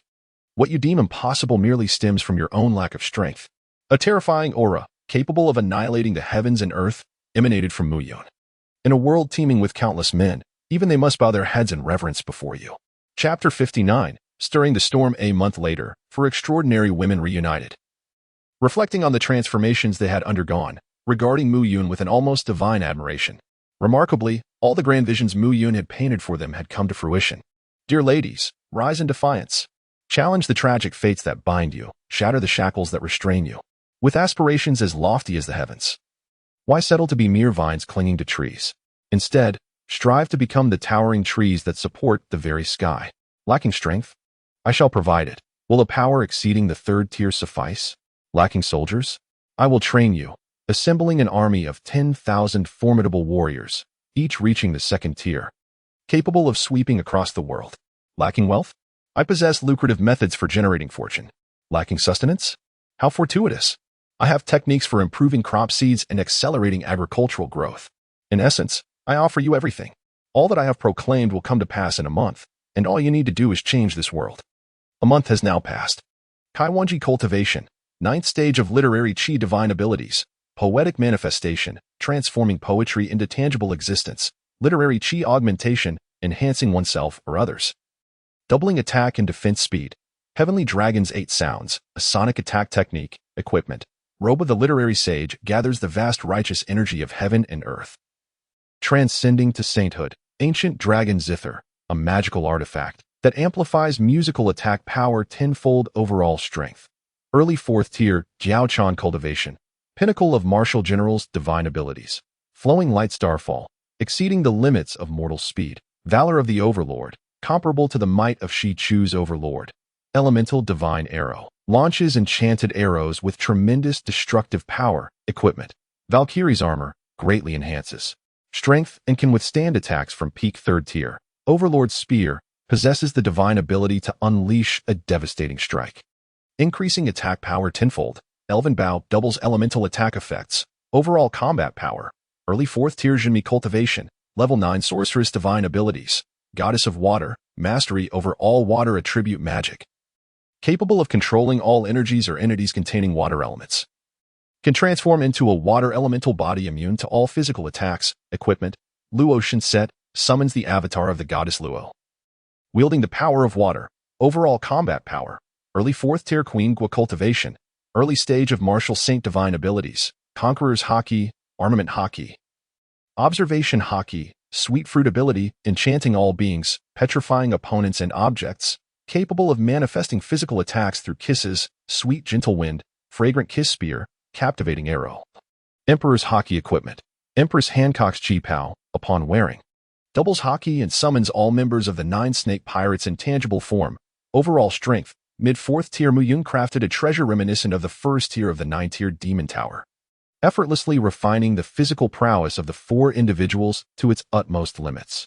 Subsequently, he tailored his teachings to their unique strengths, nurturing them into formidable warriors of various types. As for the 10,000 invincible elites, they were produced en masse through the starry body refinement and the consumption of blood crystals. With individuals ready and provisions secured, the time has come for you to showcase your abilities. Mu Yun languidly reclined in his chair, utterly fatigued after a month of relentless effort. Little did he anticipate that engaging in a nurturing game could be so draining. I shall take 3,000 individuals to form the moon-closing Dragon Knights and wage war across the land. Diao Chan, brimming with combat fervor, was the first to select her 3,000. Upon my return to the family, my goals extend beyond merely consolidating our strength. I intend to make those who abandon me pay dearly, and then present myself to the world as the female sage of letters, requiring 1,000 followers. Kaiwanji is no longer the fragile maiden she once was. She yearns to unabashedly showcase her talents and formidable prowess to the world, declaring that scholars too can possess great strength. As for wealth and intelligence, I shall take charge. Upon my return, I will establish the Four Seas Chamber of Commerce to amass riches from across the realm and create the Listening Wind Pavilion dedicated to gathering intelligence. Genmi personally selected 1,000 individuals with exceptional talents from the remaining populace. As for the 5,000 left, I shall orchestrate their deployment. Queen Gu smiled serenely, dividing the remaining individuals into 10 groups, dispersing them across various states and counties of the realm. With a radiant smile, she gracefully stepped through the air, as though treading upon invisible steps beneath her feet, standing majestically above 10,000 soldiers. Boom! An overwhelming imperial aura surged forth, and at that moment, Queen Guo epitomized the unparalleled empress walking among mortals. 1,000 soldiers gradually knelt on one knee, their eyes ablaze with fervor. Soldiers, your first task from this empress is to ensure that within 3 months, the banners of this empress fly throughout all provinces under the sun and moon. Wherever rivers flow and across the vast expanse of our land, I shall first enter Luoyang and clear all obstacles. 3 months hence, all soldiers shall convene in Luoyang. And this empress will ascend to the pinnacle of power. Long live the empress! Long live the empress! Mu Yun could not help but feel a surge of fervor. Queen Guo truly lived up to her title, possessing an innate royal disposition, for otherwise, she would not have awakened the conqueror's haki. Mu Yun cast a glance at the sky, a mischievous smile playing upon his lips, inviting the tempest to unleash its fury.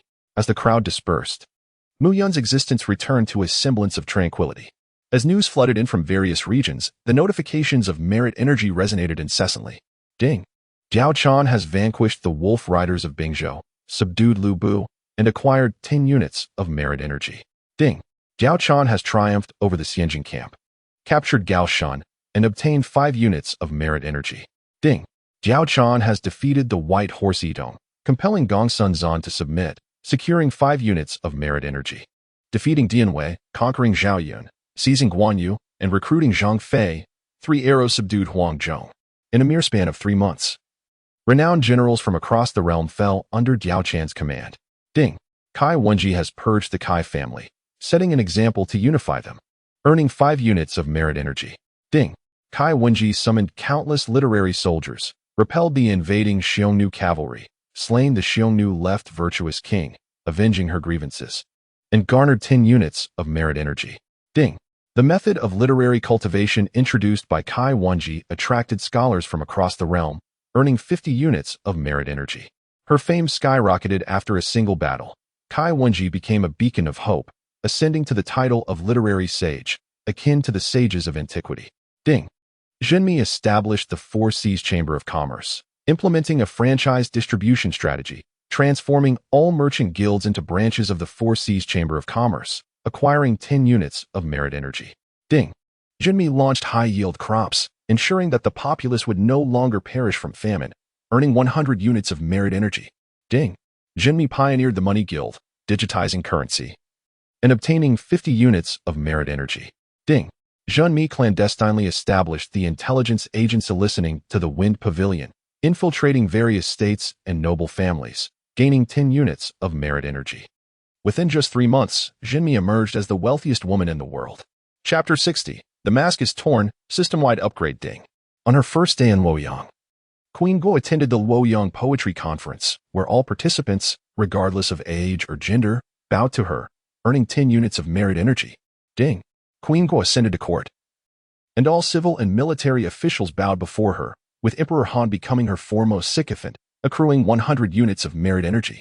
Ding! Upon entering the harem, Queen Guo eliminated the 10 regular attendants, compelling all from the Empress Dowager to the eunuchs and palace maids to submit, earning 10 units of merit energy. Ding! Queen Guo formed the Plum Blossom Inner Guard, overseeing the palace and its officials, stripping General He Jin of his military authority, executing corrupt officials, and eliminating treacherous ministers, thereby ensuring a clear governance and winning the hearts of the people, acquiring 100 units of merit energy.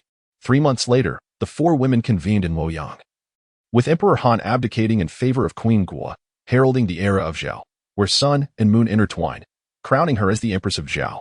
Ding! The course of world history has been irrevocably altered, and the challenger has earned the title of Destiny Destroyer, acquiring 1,000 units of merit energy. In this trial, a total of 12,351 units of merit energy were acquired, receiving a commendable rating of Celestial Grade 1. 7,000 units were submitted, with 3,000 allocated to the Reaper, Luo Tian. As the sound indicating the end of the reincarnation token resounded, Mu Yun was infuriated, shattering it with a single strike. How outrageous! After tirelessly gathering such an abundance of merit energy, you unceremoniously take away more than half, even giving that despicable Luo Tian a larger share, leaving me with mere crumbs. How dare you treat me with such contempt? System, cease your silence. It's time for you to rectify this. You shall receive half of the merit energy. Instantly, the previously dormant system sprang to life, revealing itself to be a creature motivated solely by gain. How many levels can this merit energy elevate you? Muyun inquired with curiosity. 100 units elevate you by 1 level, 1,000 units by 2 levels, and 5,000 units by 3 levels. Very well, then I shall ascend 3 levels. The remainder will be dedicated to my own enhancement. I fear this may severely offend the reincarnation hall, and I must tread carefully to avoid their retaliation. During the system upgrade, Muyun utilized the merit energy to elevate his cultivation to the pinnacle of the 7th stage. It was impossible to leap directly into the 8th stage, as one must comprehend at least one principle to achieve such a rank. Mere energy would not suffice. The remaining merit energy was wholly invested in enhancing his comprehension. Muyun age, 8 cultivation level, peak of 7th stage life tier, human immortal physique, void sword body, broken illusion spirit eye comprehension, heavenly level fortune, epic level ding. The system upgrade has been completed. This upgrade is of the 4th level, and the specific changes are as follows. The system marketplace has expanded 1,000-fold from its original size. All recorded system functionalities have received enhancements. The drift bottle system now includes a group chat feature. All individuals struck by the drift bottle will appear in the chat group, wherein the group leader can issue task rewards or engage in exchanges. The artisan system has connected to the official website of the Celestial Artisans, allowing users to publish or accept refinement tasks. The Celestial Summoning System enables users to summon beings by expending celestial coins or meritorious energy, provided they possess sufficient funds. Summoning a 9th stage powerhouse is within the realm of possibility. The Celestial Arena System allows the host to initiate the arena as the organizer. The Celestial Tavern System has linked to higher-tier supply channels, introducing 5 new divine wines: Flame Tempering Wine, Bodhi Wine, Nirvana Mirror-Breaking Wine, 10,000 Swords Illusionary Immortal Wine, and 9 Revolutions Soul Cleansing Wine. The Celestial Mall System has opened a trading area for treasures of merit. The Celestial Jar Shop System has officially joined, enabling the host to establish a genuine Celestial Jar Shop across the myriad realms. The Teleportation Portal has added new planes beyond the Douluo World and Mortal Cultivation World, now including the Youth Song World, Perfect World, Slime Another World, Sword Art Online World, Hunter World, Pirate World, Laughing Proudly in Jianghu World, Ninja Cat World, and Three Kingdoms World. The Call Friends system has been upgraded, allowing the host to invite up to 3 companions while traversing different dimensions. The Puppeteer system has been enhanced with the addition of the Puppet Pavilion in the system marketplace, which not only facilitates the buying and selling of puppets but also offers mentorship opportunities. The Cross-Dressing Master system has been upgraded, relieving the host from the compulsion to wear women's clothing and permitting entry into the cross-dressing community to share insights or trade various enchanting garments. Ding! The system has detected that Lin Pingji's wife, Yuling Shan, has awakened the cosmetic system. Taking advantage of this, the system marketplace has established a cosmetic shop, allowing the host to temporarily acquire various abilities through the application of cosmetics. Cross-dressing? Cosmetics? What are Lin Pingji and his wife up to? One is a cross-dressing master, while the other is tasked with painting her attire. Truly, they are not from the same family yet end up in the same door. Do they not understand the true essence of marital relations? Such peculiarities. Muyun was taken aback by the sudden news. The 9-layered demon tower had introduced a 10th layer, the law comprehension layer. The reincarnation system had been upgraded, allowing the host to issue reincarnation tokens, each possessing the ability to undergo 3 trials of reincarnation. This was quite beneficial, as it offered a means to acquire merit energy. While being exploited was displeasing, exploiting others posed no moral dilemma. However, the immediate concern remained to address the impending danger. Although that fellow, Luo Tian, was merely at the 7th tier during their last encounter, I should be able to handle him now. Nonetheless, it would be prudent to prepare adequately. With the cautious wisdom accumulated over millennia, Muyun first procured the newly added celestial liquor, the fiery elixir of body refinement, along with the Bodhi wine. He then donned an ensemble designed to enhance one's enlightenment, the Bodhi bubble dress, and adorned himself with exquisite cosmetics. Taking out a small mirror, he examined his reflection from every angle, sighing softly. Alas, beauty is a burden one cannot forsake. This young man was simply stunning. Finally, he ventured into the 10th level of the demon tower. In an instant, Muyun was rendered speechless by the sight before him. The 10th level of the tower was devoid of sky and earth, existing as an empty expanse of cosmic void. However, it was not entirely barren. It was suffused with the power of laws, and unlike the vague and imperceptible nature of such forces in ordinary realms, here the power was remarkably tangible, visible to the naked eye. Indeed, Such a manifestation of the power of laws could likely be comprehended even by a fool. Not to mention, my own comprehension is of an extraordinary caliber, and coupled with this attire, the cosmetics, and the Bodhi celestial wine, success is assured. Mu Yun subsequently strolled amidst the myriad of laws. His current plight differed from that of others. While they were troubled by their inability to comprehend the laws, he was beset by the overwhelming abundance of insights he possessed, too many to choose from, leading to his own distress. After all, given his current realm, grasping too many laws might not necessarily be advantageous. It was imperative to select the ones most suited to him. In the 61st chapter, the first battle of laws in the endless maze, he entered the realm of the sword law, the space law, the stellar law, the thunder law, the wind law, the fire law, the wood law, the metal law, the time law, the dark law, the power law, and the devouring law, all within a mere span of 7 days. The reason he did not advance to a minor accomplishment was not due to a lack of comprehension, but rather because the law levels provided by the 10th layer of the cultivation space were limited. To grasp higher-level laws, he needed to unlock the 11th layer, which in turn required another system upgrade, an astonishing 10,000 units of merit energy, which he could not currently procure. Jing-E, the reincarnation token, can be issued. All who were struck by the drifting bottle can claim it for free. Announced through the drifting bottle group announcement, though the merit energy obtained will be split 50-50. Furthermore, the 10th layer of the demon tower was now opened. Anyone with a strength of 7th tier or above could enter to comprehend the laws, earning 10 units of merit energy per hour.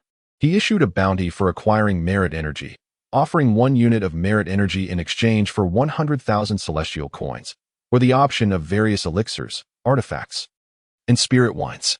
In pursuit of merit energy, Mu Yun was determined, for he required it as much as the system did. Upon leaving the system marketplace, he did not return to his home in the Douluo world, but instead directly appeared in the cosmic expanse. The figure in the black robe, Luo Tian, stood with his hands clasped behind his back in the void, gazing at the suddenly materialized Mu Yun with an air of calm anticipation, utterly unfazed. As if he had been prepared for this moment, his eyes betraying a deep-seated greed. "Indeed, you possess great fortune," he remarked. "Your presence here has not been a waste of time for me. If I am not mistaken, you must harbor something known as a system, correct?" "Oh, so you are familiar with the system," Mu Yun replied with a smile. He too was not surprised by Luo Tian's appearance. Had he not noticed the reincarnation mark upon his shoulder flickering incessantly? This mark served to locate him, enabling Luo Tian to find him effortlessly. Of course, this was also Mu Yun's intention. While Luo Tian sought to seize the opportunities that belonged to him, Mu Yun was equally intent on eliminating this opportunistic individual. Otherwise, he would have long since obliterated the reincarnation mark with his merit energy. After all, 1 unit of merit energy was quite inexpensive. Many within the Hall of Reincarnation possessed this system opportunity, and I have long coveted it. I never imagined that today I would have the fortune to obtain such an opportunity. Young man, I advise you to honestly surrender the opportunity. At the very least, it may spare your life. Otherwise, the ensuing extraction of your soul will reveal to you the most excruciating and cruel punishments of the myriad realms. Luo Tian approached Mu Yun with a sinister grin. "Oh, then allow me to congratulate you. I do not possess the technique of soul extraction, so all you need to do is die once, and it shall not be overly painful." Mu Yun's expression remained serene as he drew the Starwood sword, a divine weapon he had crafted but never yet wielded. A 4th-tier spiritual treasure? Huh. For someone hailing from a remote and insignificant world, possessing such a weapon is indeed a rarity. However, do you truly believe it is not somewhat absurd to attempt to slay me, a being of late 7th-tier prowess, with a mere 4th-tier weapon? Upon beholding the Starwood sword, the disdain in Luo Tian's eyes deepened considerably. With a graceful flick of his long sword, Mu Yun's lips curled into a cold smile. "Today, you shall learn a valuable lesson. Regardless of one's status, the adage pride precedes a fall holds true." As his words echoed, Luo Tian was astounded to find that Mu Yun had abruptly vanished before him, leaving him ensnared in an abyss of darkness. A dark elemental spell. A mere parlor trick, just an illusion designed to deceive the eye. Observe as I shatter it with my golden eye divine ability. With a swift closing and reopening of his eyes, 2 beams of golden light shot forth. Alas, the darkness remained undisturbed, devouring the light entirely. Behold my Buddhist divine ability. The heavenly ear. Suddenly, Luo Tian's ears expanded, twitching incessantly. Regrettably, his efforts bore no fruit. He retrieved a stack of talismans, Golden Light Talisman, ineffective. Fire Dragon Talisman, ineffective. Holy Light Talisman, ineffective. As time passed, frustration gnawed at Luo Tian. Come out, you coward. Hiding like a rat in a gutter. What kind of creature are you?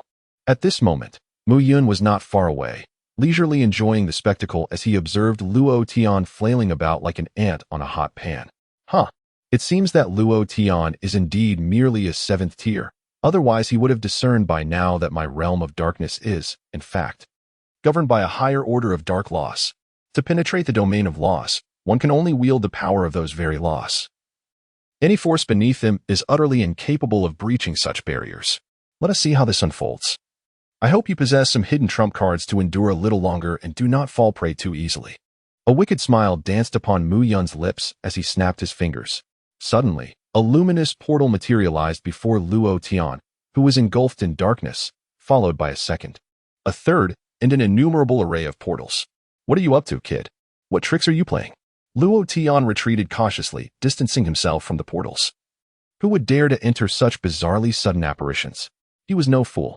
Just then, a soft, shadowy paw emerged from the darkness, gently tapping against his back. Without sensing any force, Luo Tian was propelled forward like a cannonball, crashing into one of the portals. Hee. This is my newly developed and upgraded divine ability, Endless Maze. Just help me test it out, Mu Yun remarked. Luo Tian's expression darkened as he entered the portal. It was no longer darkness, but a vast, square space. At the center of this space stood another portal, before which was a woman draped in a starlit phoenix robe, her eyes adorned with layers of golden scales. Challenger, are you prepared? Only by defeating me shall you advance to the next level. What nonsense is this?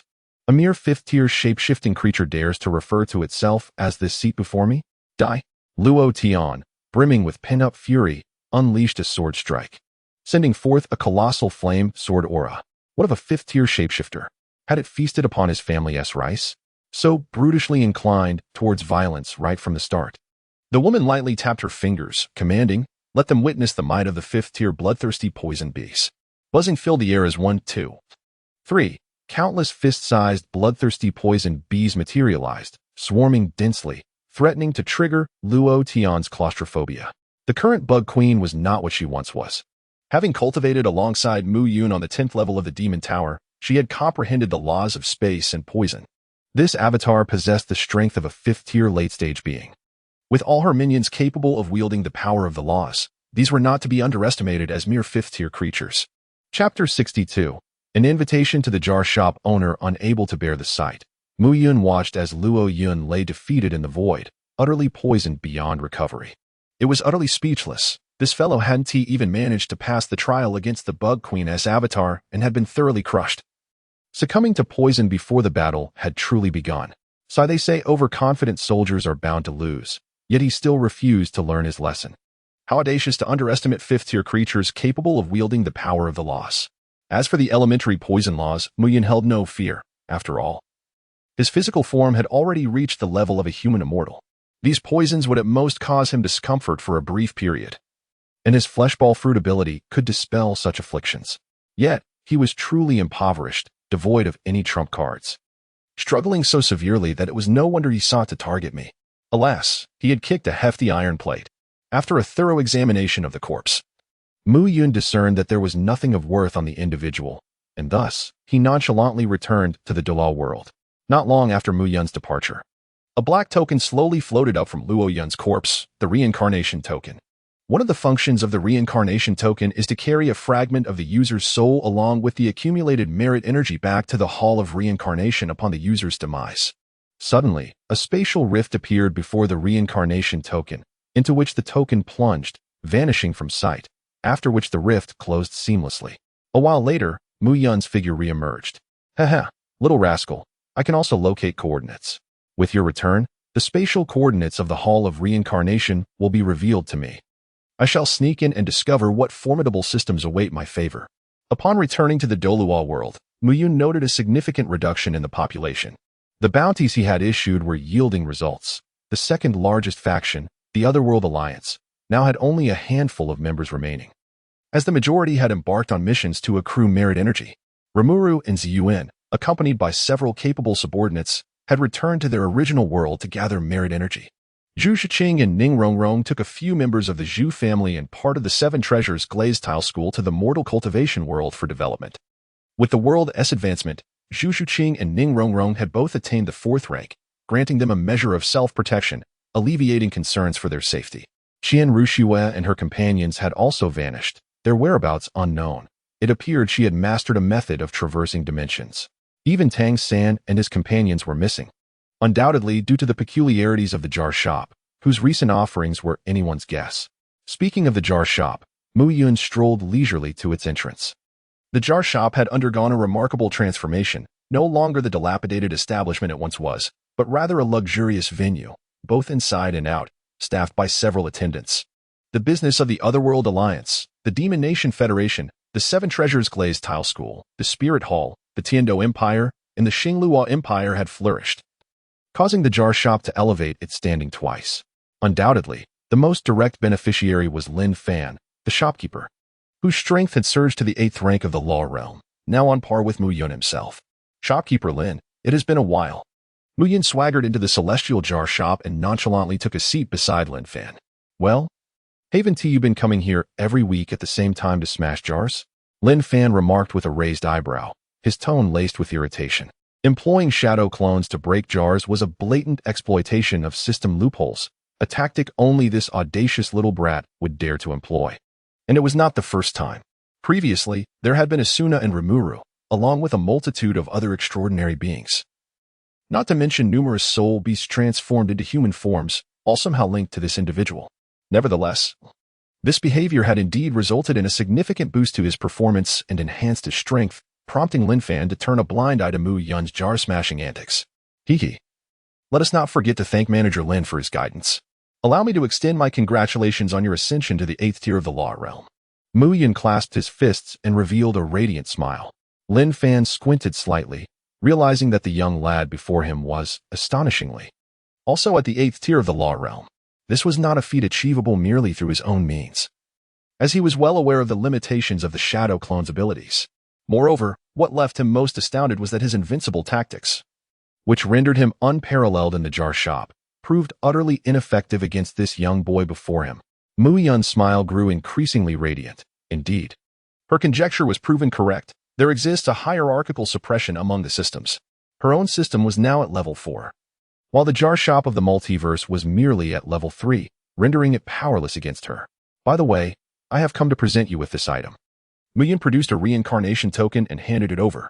It was nothing extraordinary, merely a means to enter the reincarnation trial and earn some merit energy. Are you interested in joining me? Lin Fan pondered for a moment. Then his eyes brightened with sudden understanding. So that's it. No wonder business has declined lately. Many of the otherworldly clients who used to come weekly have mysteriously vanished. They must be off working for you to earn merit energy, right? Well, it's not quite that simple, my friend. I merely issued a bounty task. It's a win-win situation for everyone. Humph, the nefarious capitalist. A vampire exploiting the hard-working masses. Lin Fan indignantly tucked the reincarnation token away. Merit energy is indeed a valuable asset, a panacea that can accomplish anything. After laboriously selling jars for 2 months, he had only managed to acquire 10 portions of merit energy. Furthermore, it wouldn't affect the jar shop's business. He could simply manifest an avatar to oversee the shop, which would also provide an opportunity to open a branch. It's the best of both worlds. Agreed then. Tomorrow, you, I, and Asuna shall embark together. After leaving the jar shop, Mu Yun refrained from wandering aimlessly and headed straight home. Asuna, I'm back. Will you accompany me to the reincarnation trial tomorrow? Upon his return, Mu Yun exclaimed, startling Asuna awake from her slumber. Seeing Asuna's dark circles under her eyes, resembling a panda, Mu Yun couldn't help but feel speechless. Asuna, you've truly been overexerting yourself. There's no end to the business. And you mustn't wear yourself out. Your brother here is not that malevolent capitalist. I've made a decision. I will recruit a batch of alchemists and grant you an extended holiday. Let us travel together. With a graceful wave of her hand, Mu Yun took the initiative on behalf of Asuna.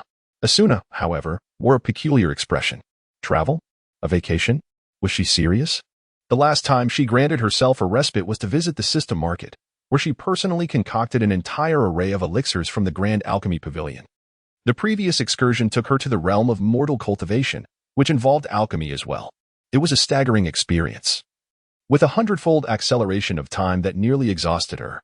This time. Chapter 63. The mutated world of the white serpent in the enchanting scenery of West Lake during the third month. Spring rain fell like fine wine, and willows danced like wisps of smoke. In the Song Dynasty, at the shores of West Lake in Hangzhou, within the confines of the Bowen Hall, there was a quaint little shop next door, the Heavenly Jar Shop. Hey, I say, Brother Lin, why are you in such a frantic rush to pack your things? Miyun looked at Lin Fan with a mischievous smile, while Asuna stood nearby, stifling her laughter behind her hand. What else could they do but flee? Bai Sujin and Xiao Qing had ensnared them, pilfering from the government treasury to aid Su Xian in opening a pharmacy. Now they had even used that same stolen money to smash jars in my presence. With the matter now exposed and Su Xian apprehended, I certainly did not wish to be implicated. Thus, escape was imperative. And you? Will you not flee as well? Do not presume that I am unaware. The tavern you two operate has seen frequent visits from Bai Sujin and Xiao Qing. The silver they spent was surely from that treasury as well. Do not think this can go unnoticed. The officers in this realm are not as inept as one might imagine. They possess some capability. A look of trepidation crossed Lin Fan's face. Muyun expressed his agreement, noting that the world they had encountered in this reincarnation trial was the world of the legend of the White Snake. Initially, they believed it to be a mundane realm where the three of them, 2 8th-tier powerhouses and 1 7th-tier, could easily navigate. However, they were taken aback to discover the presence of a demon suppression division, which contained entities that even a millennium-old serpent demon like Bai Sujin feared. Bai Sujin herself possessed cultivation on par with a celestial being, ranking above the 9th tier, comparable to a human immortal. It was evident from Su Xian's imprisonment and punishment that even protective demons like Bai Sujin dared not show their fangs, underscoring the might of the demon suppression division. To be frank, Brother Lin, Muyun chuckled, we have long been prepared, and that's not all. The very first day Su Xian's predicament arose, we made our escape. Everything happening in this bar is merely an illusion. We are but phantoms here. How unprincipled. You fled ahead of time without so much as a word. Lin Fan retorted angrily, pointing at the mischievous grin of the young boy before him. Oh, by the way, the demon suppression division is approaching. So you'd best make haste. The current state of the Heavenly Jar Shop is only at level 1. It may not withstand the might of their leader. The waters here run deep. We will await you in Gusu. With that, Muyun and Asuna dissipated into wisps of green smoke. As for Lin Fan, he felt no concern. As an 8th-tier master of myriad techniques, escaping was well within his capabilities. Outside Gusu City, at Hanzan Temple, under the cover of night, a carriage sped along the official road. Young master, miss, we are nearing Hanzan Temple. The sky has darkened, and even if we rush to Gusu, the city gates will be closed. It would be wise to stay overnight at Hanzan Temple, departing at dawn when the gates open. The driver spoke in a daze, his eyes somewhat vacant. Very well, let us rest at Hanzan Temple. I have heard it is also a renowned scenic spot. Muyun contemplated as the carriage curtains were drawn. There is something amiss with the driver. He seemed fine when we departed from Hangzhou, but problems began once we left. Asuna cautioned. Indeed, there is a presence of malevolent energy in this realm. Various sinister forces permeate it, and the major prefectures must possess protective formations to shield ordinary folk from these influences. However, once outside their protection, ordinary individuals become susceptible to these dark forces, easily falling under the control of demons and spirits, particularly at night. What about this driver? Asuna's expression turned sympathetic. Do not worry. He has merely been temporarily controlled by a demon. Once we enter the prefecture, the protective formation will naturally expel the malevolent energy from his body. Or we can seek a sage to perform a cleansing ritual. A flicker of intrigue danced in Mu Yun's eyes. Monsters? Are you referring to Hanzan Temple? How unexpected it is that such an ancient shrine, steeped in a millennium of history, could fall into the clutches of demons, offering solace to the masses by day, only to unleash havoc upon the souls of the living by night. As Muyun extended his finger, a streak of light flashed through the gap in the curtains. It was a small black bee, formed from ethereal energy. As the bee dissipated and returned to its energy form, Mu Yun's expression took on a peculiar air. What is it? Has something happened? Asuna inquired, puzzled. It's nothing significant, merely that someone from the Demon Suppression Division has arrived at Hanzan Temple ahead of us. Mu Yun replied cheerfully. The Demon Suppression Division, you say? These individuals do not act lightly. They must have received some intelligence. Unfortunately, it seems their information may be somewhat flawed, as they have only dispatched an 8th-tier 100 household, 2 7th-tier minor flags, and a handful of 5th-tier officials. However, Hanzon Temple is occupied by a 9th-tier black bear spirit, accompanied by an 8th-tier bear demon and 7 7th-tier wild boar spirits, along with various other transformed creatures. It appears that the Demon Suppression Division may be in for some misfortune this time. Mu Yun wore a smile, a visage brimming with schadenfreude. What shall we do then? Shall we extend a helping hand to them, or simply turn a blind eye? Asuna furrowed her brow. Her impression of the Demon Suppression Division was far from favorable. On the very day she arrived in this realm, she witnessed members of the division besieged by monstrous creatures in the wilderness. In an act of compassion, she intervened, only to be met with ingratitude. Those she saved promptly turned against her, accusing her of being a monster, despite her being a beautiful and benevolent elf. We must assist. There is someone familiar among those officials, Li Gongfu, Su Xian's brother-in-law, who has even graced our bar with his presence. Mu Yun sighed. Oh, him. The one who was initially a mere first-tier official, but after indulging at Lin's establishment and partaking in our spiritual liquor, has ascended to 5th tier, now serving as the head of the official ranks. Yet, he is not even part of the Demon Suppression Division and dares to meddle in such a perilous endeavor against the monsters. Is he seeking a premature end? Asuna queried, her lips curling in skepticism. It is likely a summons from the Demon Suppression Division. Do not underestimate him. Even a lowly head official would not dare defy such orders. Perhaps it is also due to Su Xian. He may desire to distinguish himself to secure Su Xian's safety, Mu Yun reasoned. We should hasten. Those members of the Demon Suppression Division are indeed audacious, charging in without reconnaissance. If we delay further, Li Gongfu may find himself in grave danger. With a gentle flick of his finger, Mu Yun sent forth a beam of azure light from the carriage, which landed upon the horse. Instantly, the once ordinary steed reared back and let out a thunderous neigh, its hooves kicking up a tempest as the speed of the carriage surged tenfold. Racing towards Hanzon Temple like a bolt of lightning. Boom! A flock of fiery crows tore through the night sky, and the ancient temple of Hanzon was swiftly engulfed in a sea of flames. The Demon Subduing Division was equipped with the Flame Crows, a formidable crossbow capable of unleashing a barrage of fire arrows. While its destructive capacity is difficult to gauge, its ability to ravage the environment is unparalleled. Chapter 64. The Treasure Heist. Behold, demons. I am Zhao Junjie, 100 officer of the Demon Subduing Division, come to eradicate you. Do not delay in facing your demise. As a booming voice resonated through the night, Lin Junjie, another 100 officer of the Demon Subduing Division, made his grand entrance. Standing valiantly in the sky with his feet suspended in midair, his long blade, wreathed in flames, emitted a magnificent blade of fire as he struck towards the depths of Hanzon Temple. With a furious roar, a mass of crimson clouds surged forth from within the temple, extinguishing the fiery blade upon contact. Emerging before Zhao Junjie was an enormous black bear, adorned in a scarlet kasaya intricately woven with golden threads. Its regal aura juxtaposed against its fearsome visage. Casting a glance at the fiery chaos engulfing the temple, the bear shook its kasaya, and in an instant, the inferno was extinguished. It was evident that this kasaya was a powerful treasure. Demon Subduing Division? I, the old bear, have no quarrel with you. Yet today, you dare to trespass upon my territory? Are you courting death? The black bear glared down with a fierce countenance. At that moment, Zhao Junjie's expression darkened. How could this be a 9th-tier demon beast?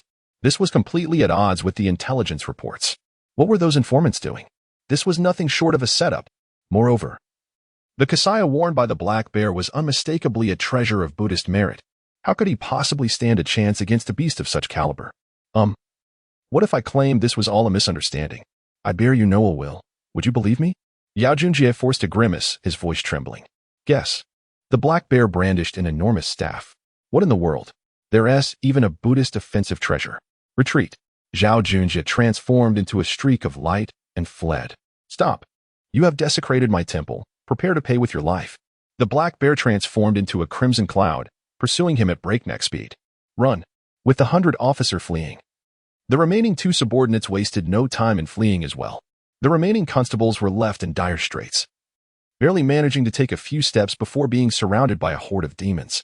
It's over. We're doomed. Farewell, my fair visage. We shall meet again in the next life. Han, brother-in-law, I can no longer assist you. Li Gongfu, in despair, drew his blade, ready to fight the demons. Suddenly, a carriage burst into the fray, sending 2 small demons flying. Clang, clang, clang. I, the young master, have made my grand entrance. Brotherly. I trust one have not arrived too late? Muyin leapt from the carriage, playfully winking at Li Gongfu. Ah, my dear proprietor, what a surprise. What brings you here? Li Gongfu rubbed his eyes, hardly believing what he was witnessing.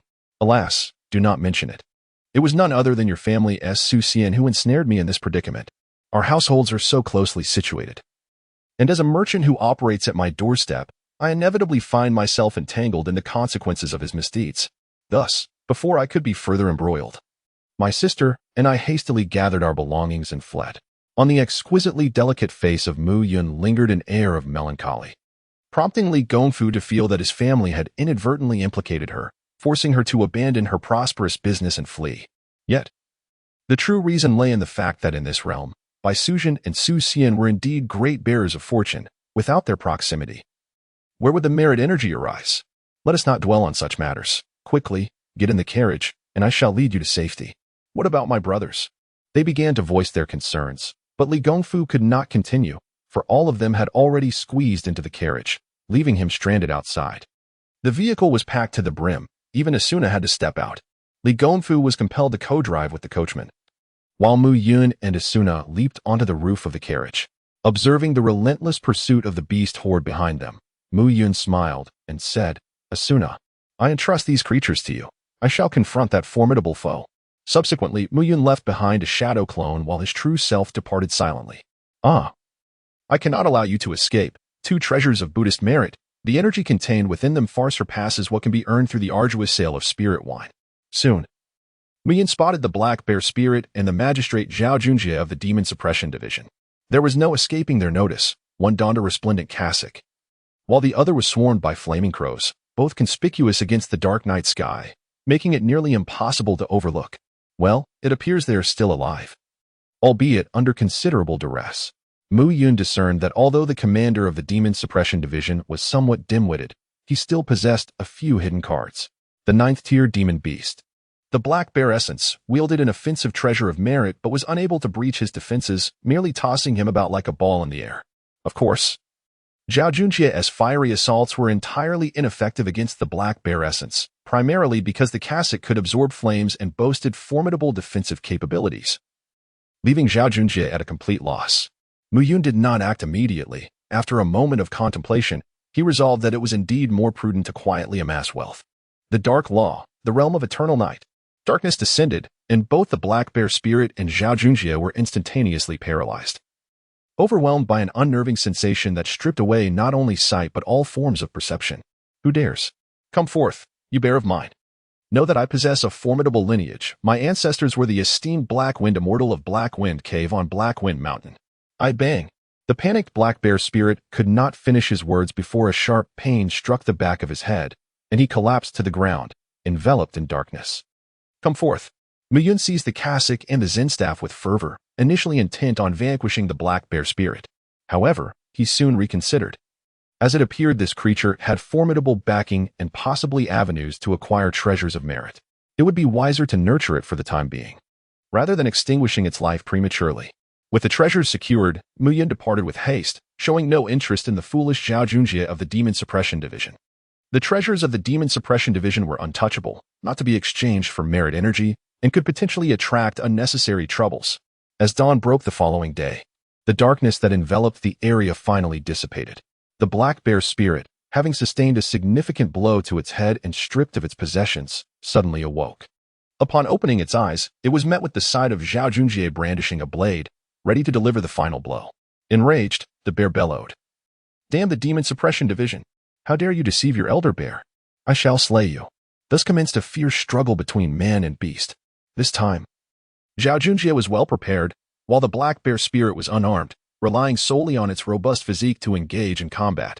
The balance of offense and defense swiftly shifted. And although the bear held a higher rank than its opponent, it was still left howling in agony, its once lustrous fur marred by burns and wounds. You will pay for this. The Demon Suppression Division has stolen my treasures, and this matter is far from over. With these venomous words, the Black Bear Spirit turned on its heels and fled. Ha ha ha. Come back if you dare. Remember, it was Zhao Junjie of the Demon Suppression Division who defeated you. Chapter 65, The Gathering of the Three Sovereigns. How did it go? What did you acquire? On top of the carriage, Mu Yun suddenly felt a jolt as his true form returned. I have amassed over 600 units of merit energy. Upon reviewing the statistics, I found that slaying a 7th-tier wild boar spirit yields 50 units of merit energy, while a 6th-tier beast grants 20. Beyond that, the rewards diminish significantly, Asuna remarked lightly. What about the 8th-tier black bear spirit? Surely you could have bested it? Well, it was weaker than I anticipated. Despite being an 8th-tier entity, it failed to manifest any substantial rule-based attacks. I cannot fathom why it refrained from doing so. Its physical form was formidable. Even my wind-based attacks could not inflict fatal damage, leading to its escape in the end. Asuna replied with a hint of exasperation. That bear was essentially a meat shield. No matter how I struck, it seemed impervious to death. Were it not for a fortunate wind blade striking its nasal weakness, I might have been at a disadvantage. Mu Yun then recalled the encounter with the 9th-tier black bear spirit, which similarly did not employ any rule-based attacks throughout their confrontation. Despite wielding a treasure staff, it resorted to brute force, utilizing only a few basic spells that appeared to be inherent to the staff itself, suggesting it possessed little skill of its own. In light of this, it seemed the beasts of this realm were rather lacking in prowess. What became of the black bear spirit you pursued? Did it manage to escape? Impossible. When I take action, failure is not an option. With such significant treasures at stake, of course, I retrieved them. I merely chose not to slay the bear, opting instead to play the long game. Upon smoothly entering the city of Gusu, I followed Li Gongfu home, for he is, after all, a savior of sorts. Is it too much to accompany him for a meal? Sister Su Xian, Su Jiaorong, possesses remarkable culinary skills. I had previously dined at their residence in Hangzhou. Oh, how delightful to see you two siblings in Gusu. Su Jiaorong expressed joy upon spotting her acquaintances, Mu Yun and Asuna, especially since she had recently relocated and was unfamiliar with her new surroundings, often finding herself without anyone to converse with. As the saying goes, a tree that is moved may die, but a person who moves can thrive. We are in the business of hospitality. It matters not where we set up our bar. Mu Yun remarked with an air of maturity beyond her years. I wonder how Manager Lin is faring. His peculiar jar shop always yields the most interesting curiosities. Hanwen had once procured a stethoscope and a medical tome from there, treasures of great value indeed. Upon the mention of Su Xian, Su Jiaorong's eyes glistened with unshed tears as she clenched her teeth, lamenting, "Oh, my poor brother. Who could be so vile as to steal the treasury?" Leaving Han Wen to bear the blame. Enough of your lamentations. Han Wen is no longer in peril. It is said that the stolen treasury and valuables have been returned, and the authorities are no longer pursuing the matter. All suspects have been released, and Han Wen shall be reunited with us in a few days. Are you scolding me? Su Jiaorong exclaimed, suddenly leaping up to grasp Li Gongfu's ear. Is there no justice when the government can arrest at will and release at whim? Then, what of Han Wen? Will he not be released? Do you dare? Observing this lively exchange of bickering, Mu Yun cautiously inquired, by the way, did Sister Bai and Sister Xiaoqing not accompany you to Gusu? Why have I not seen them? They have arrived. They are reopening Baohitang at the street corner, awaiting Han Wen's return to commence operations. Su Jiaorong spoke with unreserved admiration for Bai Suzhen and Xiaoqing, recognizing their unwavering loyalty during Su Xian's tribulations and their ability to uphold the family business, a model of a devoted wife in any era. That sounds splendid. Once we finish our meal, let us wander nearby and find a place to resume our old trade by opening a bar. You, so young. Why choose to open a bar? Yet, I must admit, the drinks in your establishment are truly remarkable. I have indulged twice, and now my back no longer aches. My legs are free of pain, and those minor ailments have vanished, making me feel rejuvenated by several years. Indeed, running a bar inevitably brings one into contact with all walks of life. Gongfu, do take care of Mu Yun and Nana. Do not allow anyone to bully them. Su Jiaorong earnestly spoke to Li Gongfu. However, she was oblivious to the peculiar expression on his face. He had witnessed the harrowing night when hundreds of terrifying beasts pursued them. This young lady, Asuna, was a formidable force. She unleashed a myriad of elemental spells, mercilessly dismantling the 7 powerful 7th-tier wild boar spirits. The lesser beasts met their demise in a gruesome manner, and even the 8th-tier black bear spirit had been driven away. It was utterly savage. And now, she expected him to look after her? How amusing. After a delightful feast, Asuna and Mu Yun began to stroll leisurely, soon coming across the Baohitang at the street corner. The establishment was still closed, its doors firmly shut. To Mu Yun's surprise, he noticed a few street urchins gathering nearby, casting furtive glances toward Baohitang. Goodness, had Baohitang already attracted attention even before its grand opening? Mu Yun was not one to meddle unnecessarily, once he set his sights on something, he would pursue it with determination. After all, he had the formidable presence of a great white serpent guarding him, an imposing sight indeed. Ultimately, Mu Yun located a shop diagonally across from Baoatang and promptly acquired it at a considerable expense. The location was splendid, an elegant two-story building that offered a broad and distant view, perfect for indulging in idle gossip and observing the comings and goings of others. Once he hung the sign Immortal's Drunken Tavern, it wasn't long before Mu Yun noticed that the street ruffians, who had previously been fixated on Baoatang, had now shifted their attention to his Immortal's Drunken Tavern. What was going on? Mu Yun quickly dispatched a legion of diligent bloodthirsty wasps, his reconnaissance troops, for knowledge of both friends and foes is essential in ensuring victory. He needed to uncover the true identities of these individuals and their hidden motives. Soon enough, Mu Yun discerned the origins of these people. They were affiliated with the San Huang Ancestor Society, a grassroots organization that had existed for centuries, initially established to benefit the townsfolk through benevolence and good deeds. However, as with all noble endeavors that endure over time, this society had become tainted. Today, it had devolved into a monopolistic guild controlling the pharmaceutical industry, where those who aligned with them prospered while dissenters faced ruin. They not only suppressed rivals but also monopolized the raw materials for medicine, often substituting inferior products, leading to fatalities among those seeking healing. The reason Mu Yun had drawn their scrutiny was the liquor industry. The San Huang Ancestor Society had also monopolized this sector. It was no wonder that, upon unveiling his brand, those individuals, like wasps drawn to nectar, flocked to him, enticed by the sin of opportunity. The corner of Mu Yun's mouth curled upwards slightly, forming a mischievous smile. How delightful it is that the Three Sovereigns and Ancestors Association has existed for so long. It must be quite prosperous, wouldn't it?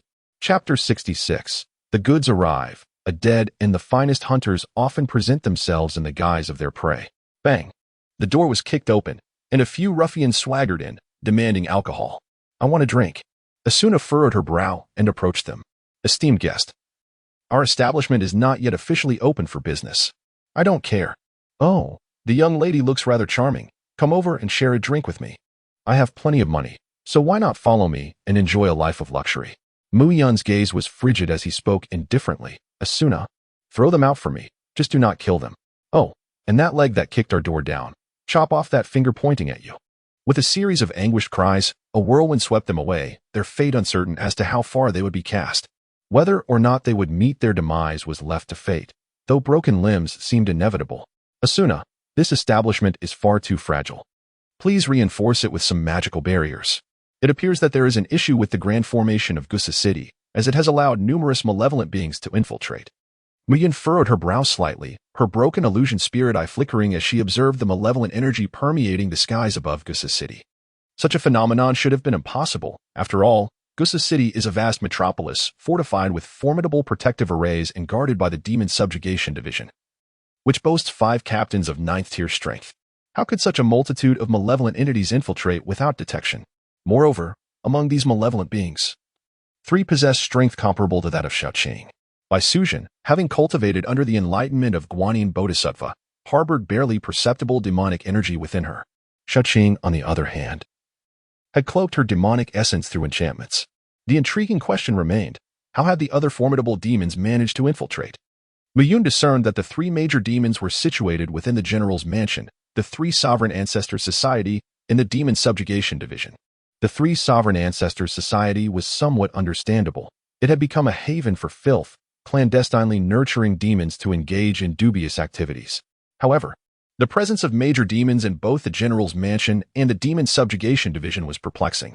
The Grand General of the mansion, Huyan Wuma, was renowned for his countless battles against demons, having honed his formidable anti-demon aura. Ordinary demons would disintegrate upon nearing him. Yet, somehow, a demon had infiltrated his general's mansion. Who would believe such a tale? Furthermore, the Demon Subjugation Division, which was dedicated to this very purpose, had been compromised. Mu Yun preferred not to delve into these matters, as long as they did not impede her pursuit of accumulating merit energy. Let whoever desires to meddle do so. Asuna, it is time for you to level up as well. Go consume a bottle of boundary-breaking wine, and then venture once more into the 10th level of the Demon Tower to grasp the elemental laws. Mu Yun felt a tinge of envy towards Asuna and her elven form, for she could effortlessly comprehend all elemental laws, and with the blessing of the Elven King, The power of these laws was doubled. And you, Mumu? Asuna's beautiful eyes glinted with concern. As for me, I intend to infiltrate the Three Sovereigns Grandmaster Association. The previous relics, the Robe of Virtue and the Meditation Staff, yielded only 7,000 units of merit energy, which leaves me a tad short of the necessary amount for a system upgrade. Hence, I plan to procure some resources from the Three Sovereigns Association. Do take care. I will return as swiftly as possible. Rest assured, are you not aware of my capabilities? Even the transcendent Baisujin could not best me. So what could a mere Three Sovereigns Association possibly do? Mu Yun confidently declared. He had previously gauged his strength against Baisujin and discovered that she was significantly suppressed in this realm, even in her true form. She could only exhibit the power of an earth immortal, yet she was unable to contend with him. His void law seemed particularly advantageous here. As night fell, Mu Yun transformed his appearance, donning a mask of illusions and a form-fitting black attire that accentuated his figure. The Night Queen's garb, a celestial-grade outfit with effects of invisibility, allure, and immunity to magical damage. The cross-dressing sensation was once again in play, and while the outfit possessed formidable capabilities, it did evoke a modicum of embarrassment. Had Asuna not departed, Mu Yun would have felt somewhat awkward wearing it. Before long, he stealthily entered the Three Sovereigns Grandmaster Association, spending an hour searching for two areas rich in merit energy. The first location was the main hall, which enshrined the revered founder of the association, the medical ancestor Shino. Mu Yun circled the entrance several times, ultimately refraining from entering, as he sensed not only the presence of the medical ancestor, but also a sword within, imbued with a perilous sword intent. Mu Yun suddenly recalled that the legendary Three Sovereigns Ancestor Society seemed to have some connection with El Dongbin. This terrifying sword intent was likely left behind by El Dongbin, and he must avoid provoking such ominousness. Subsequently, he stealthily entered the bedroom of Zhang Duan, the leader of the Three Sovereigns Ancestor Society. Upon the wall, he beheld a painting of 8 steeds. Mu Yun was aware that there was a hidden compartment behind this painting. However, he refrained from lifting it to uncover the secret space.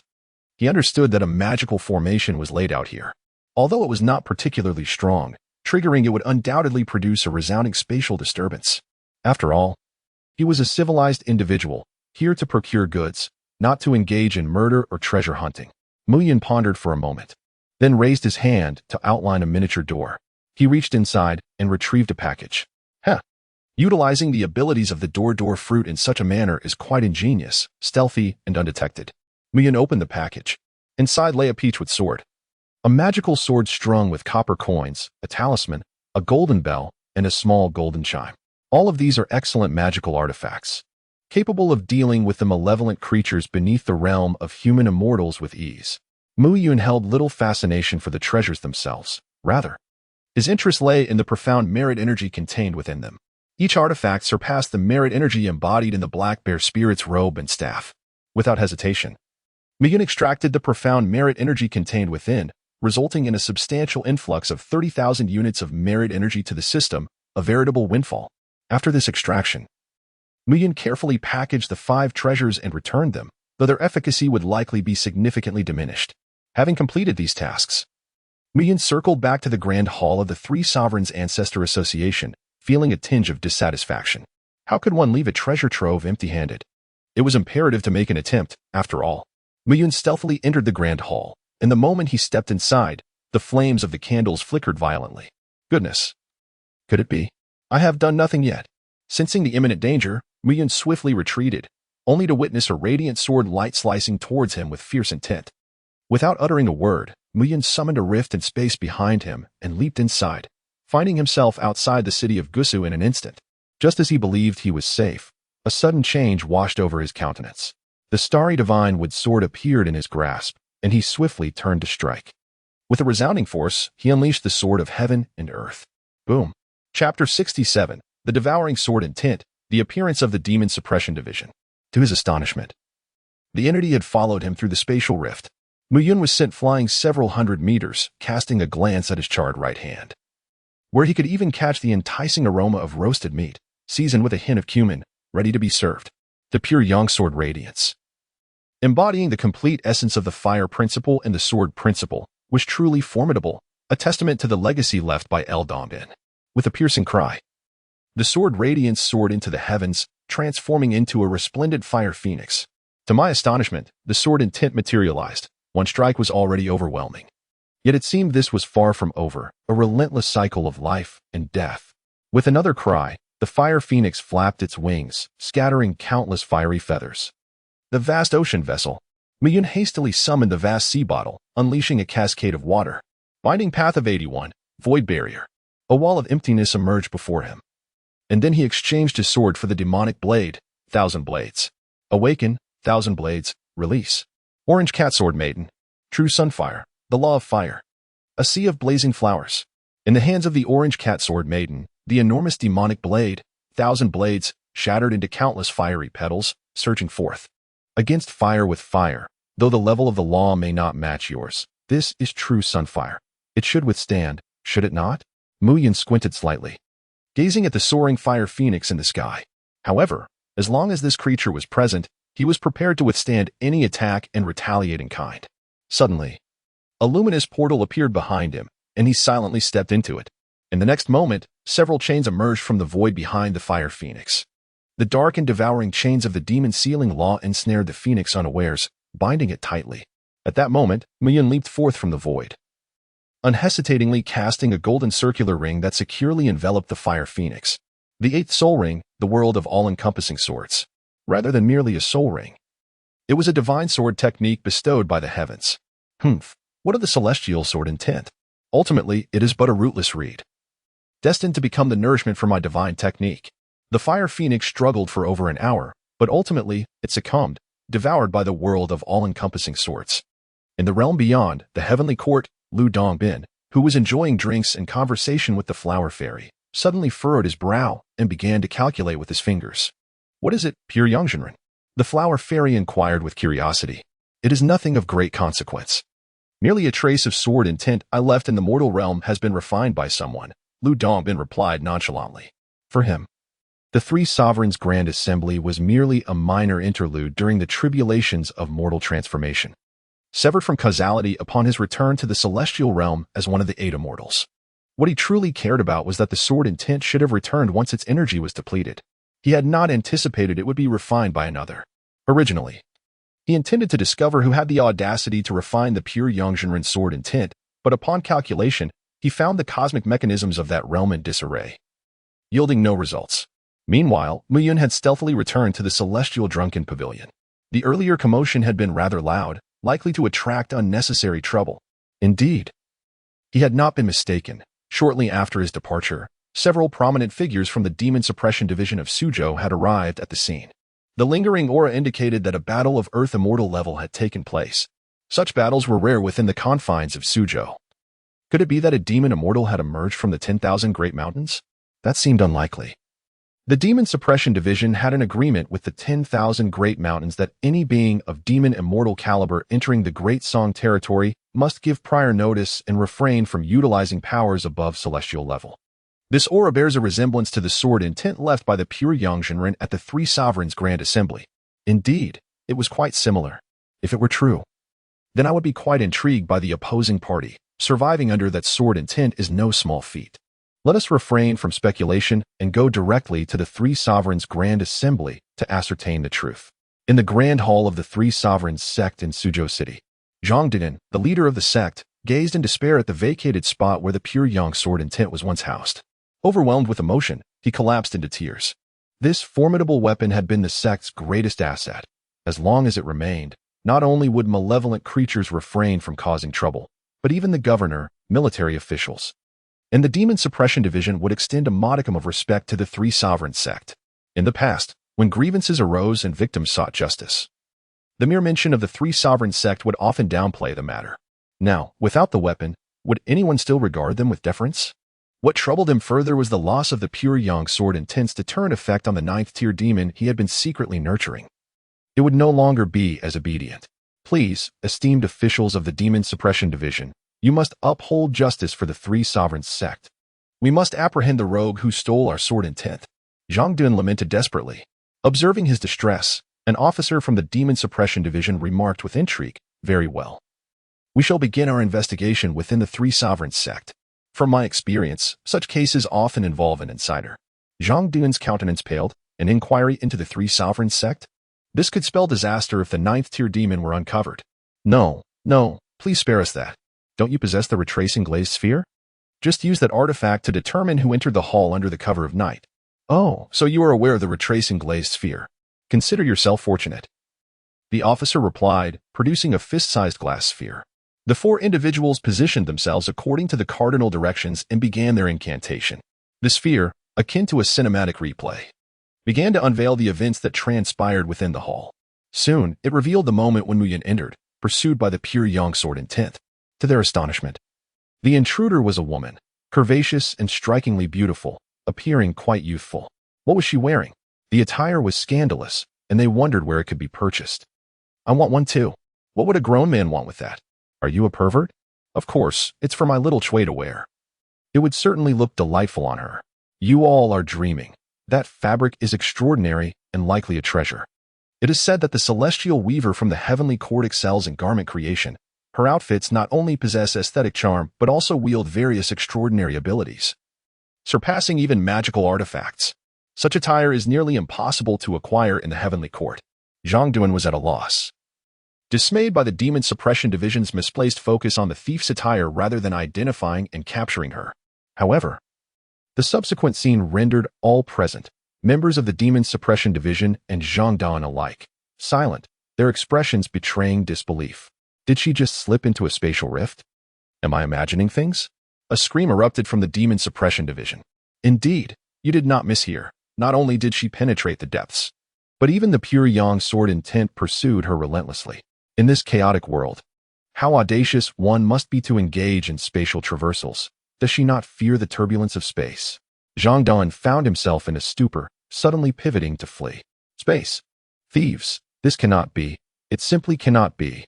He hurried back to his chamber, unlocked the hidden compartment, and upon unwrapping the parcel, discovered that 5 treasures remained intact. Only then did he breathe a sigh of relief, for these artifacts were painstakingly accumulated over many years within the Three Sovereigns sect, serving as the foundation of his existence. Without strength, he could easily be ousted from his esteemed position. This matter ought to be reported. A celestial adept skilled in spatial manipulation is beyond the capabilities of our small group to confront. I concur. I dissent. This individual has not committed any egregious act. Is it truly necessary to disturb the esteemed leader over such a trivial matter? I too oppose. The esteemed leader is immensely occupied, currently engaged in the pursuit of the Earth Immortal level demon, Faceless, alongside the equally formidable demon, Thousand Faces. They're exceedingly busy. Then I must also oppose. I do not wish to be reprimanded by the esteemed leader. With a tally of 3-2, the incident shall remain unreported for the time being. Let us exercise caution and conduct discreet investigations. As the 5 chief officials of the Demon Suppression Division dispersed, Muyin remained blissfully unaware that he had narrowly escaped a significant predicament due to the appearance of a cross-dressing individual, with gender, physique, age, and appearance all mismatched. It would indeed be remarkable for the Demon Suppression Division to locate Muyin, now that his merit energy was sufficient. Muyin eagerly upgraded the system and then entered the 11th level of the Demon Tower, achieving a preliminary mastery of the laws and thereby elevating his prowess by 1 tier. Muyin age, 8 cultivation level. Initial stage of 9th rank life level. Human immortal physique. Void sword body. Breaking illusion, spiritual eye comprehension. Heavenly grade fortune. Mythical grade understanding of laws. Minor accomplishment in stellar law. Minor accomplishment in thunder law. Minor accomplishment in wind law. Minor accomplishment in wood law. Minor accomplishment in time law. Minor accomplishment in force law. Major accomplishment in sword law. Major accomplishment in space law. Major accomplishment in fire law. Major accomplishment in metal law, major accomplishment in darkness law, major accomplishment in devouring law. Indeed, the mastery of 6 fundamental laws at the pinnacle is remarkable. This pure yang sword intent of El Dambin is truly a remarkable treasure. Muyin, filled with excitement, licked his lips as he discovered a shortcut to swiftly elevate the level of his laws. Truly, the devouring ability inherited from the dark demon evil god tiger allowed him to effortlessly seize the fruits of others' paths. With the upgrade to the law of devouring, his powers had become even more formidable. Within the grand hall of the 3 Emperor's ancestor master, there exists a clay body of the divine farmer. Would consuming it also yield significant benefits? Muyun's heart stirred as his aim struck the Shenong statue.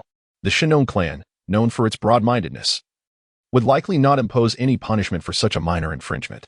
Moreover, it was said that his true self was trapped within the fire cloud cave, and the clay avatar outside could hardly be formidable. True to his feline nature, Mu Yun's reckless heart began to stir once more.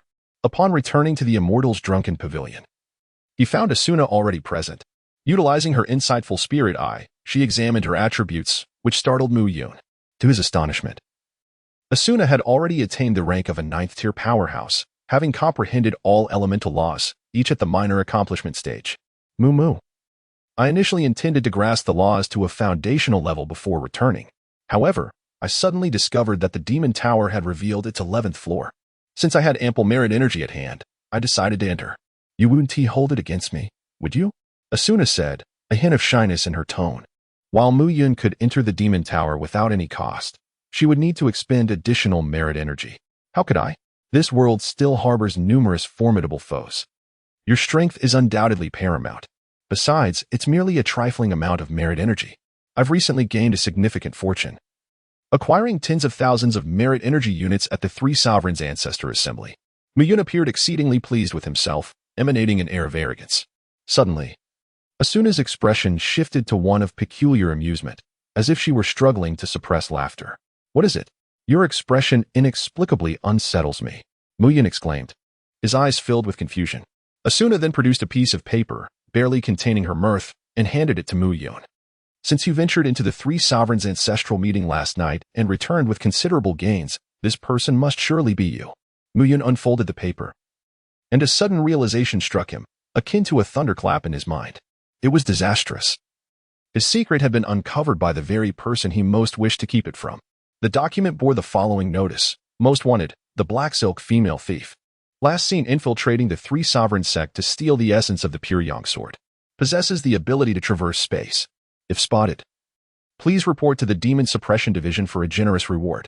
Accompanying the notice was a depiction of the cross-dressing figure Mu Yun had embodied during his visit to the Three Sovereign sect. Rather than a mere illustration, it resembled a photograph. Strikingly lifelike, particularly showcasing the Night Queen's outfit, accentuating every curve in a most alluring manner. Mu, it seems your marvelous clothing store has unveiled a new creation. I haven't seen this particular women's attire before. Asuna giggled, her beautiful eyes fixated on Mu Yun, as if anticipating something. Humph. Those bothersome folks from the Demon Suppression Division are truly insufferable. I merely took a stroll through the Three Sovereign sect. Why should it concern them? They overstep their bounds, meddling in affairs that do not pertain to them. And as for the Three Sovereign sect, claiming I sought to steal the essence of the Pure Yang sword, I was the one being hunted. Admittedly, the outcome did favor me in the end. But injustice is still injustice. I shall not let this matter rest. I must pay them another visit. Mu Yun concocted an excuse to embark on a second venture to steal treasures. Asuna suddenly interjected, her eyes sparkling, will you still be wearing that delightful outfit? Please be sure to take me along. Mu Yun's small face flushed with embarrassment. There was no need to say more. Of course, she had to wear it. Invisibility, allure, immunity to magical damage. These attributes were nothing short of divine for a rogue. How could she possibly resist? As for you, it would be wise to refrain. The members of the Demon Suppression Division are quite perceptive. Your striking beauty would attract too much attention. Even with disguise, it would be easy for them to identify you as a target. Moreover, your lack of proficiency in spatial traversal could leave you cornered with no escape. It is far safer for me to act alone.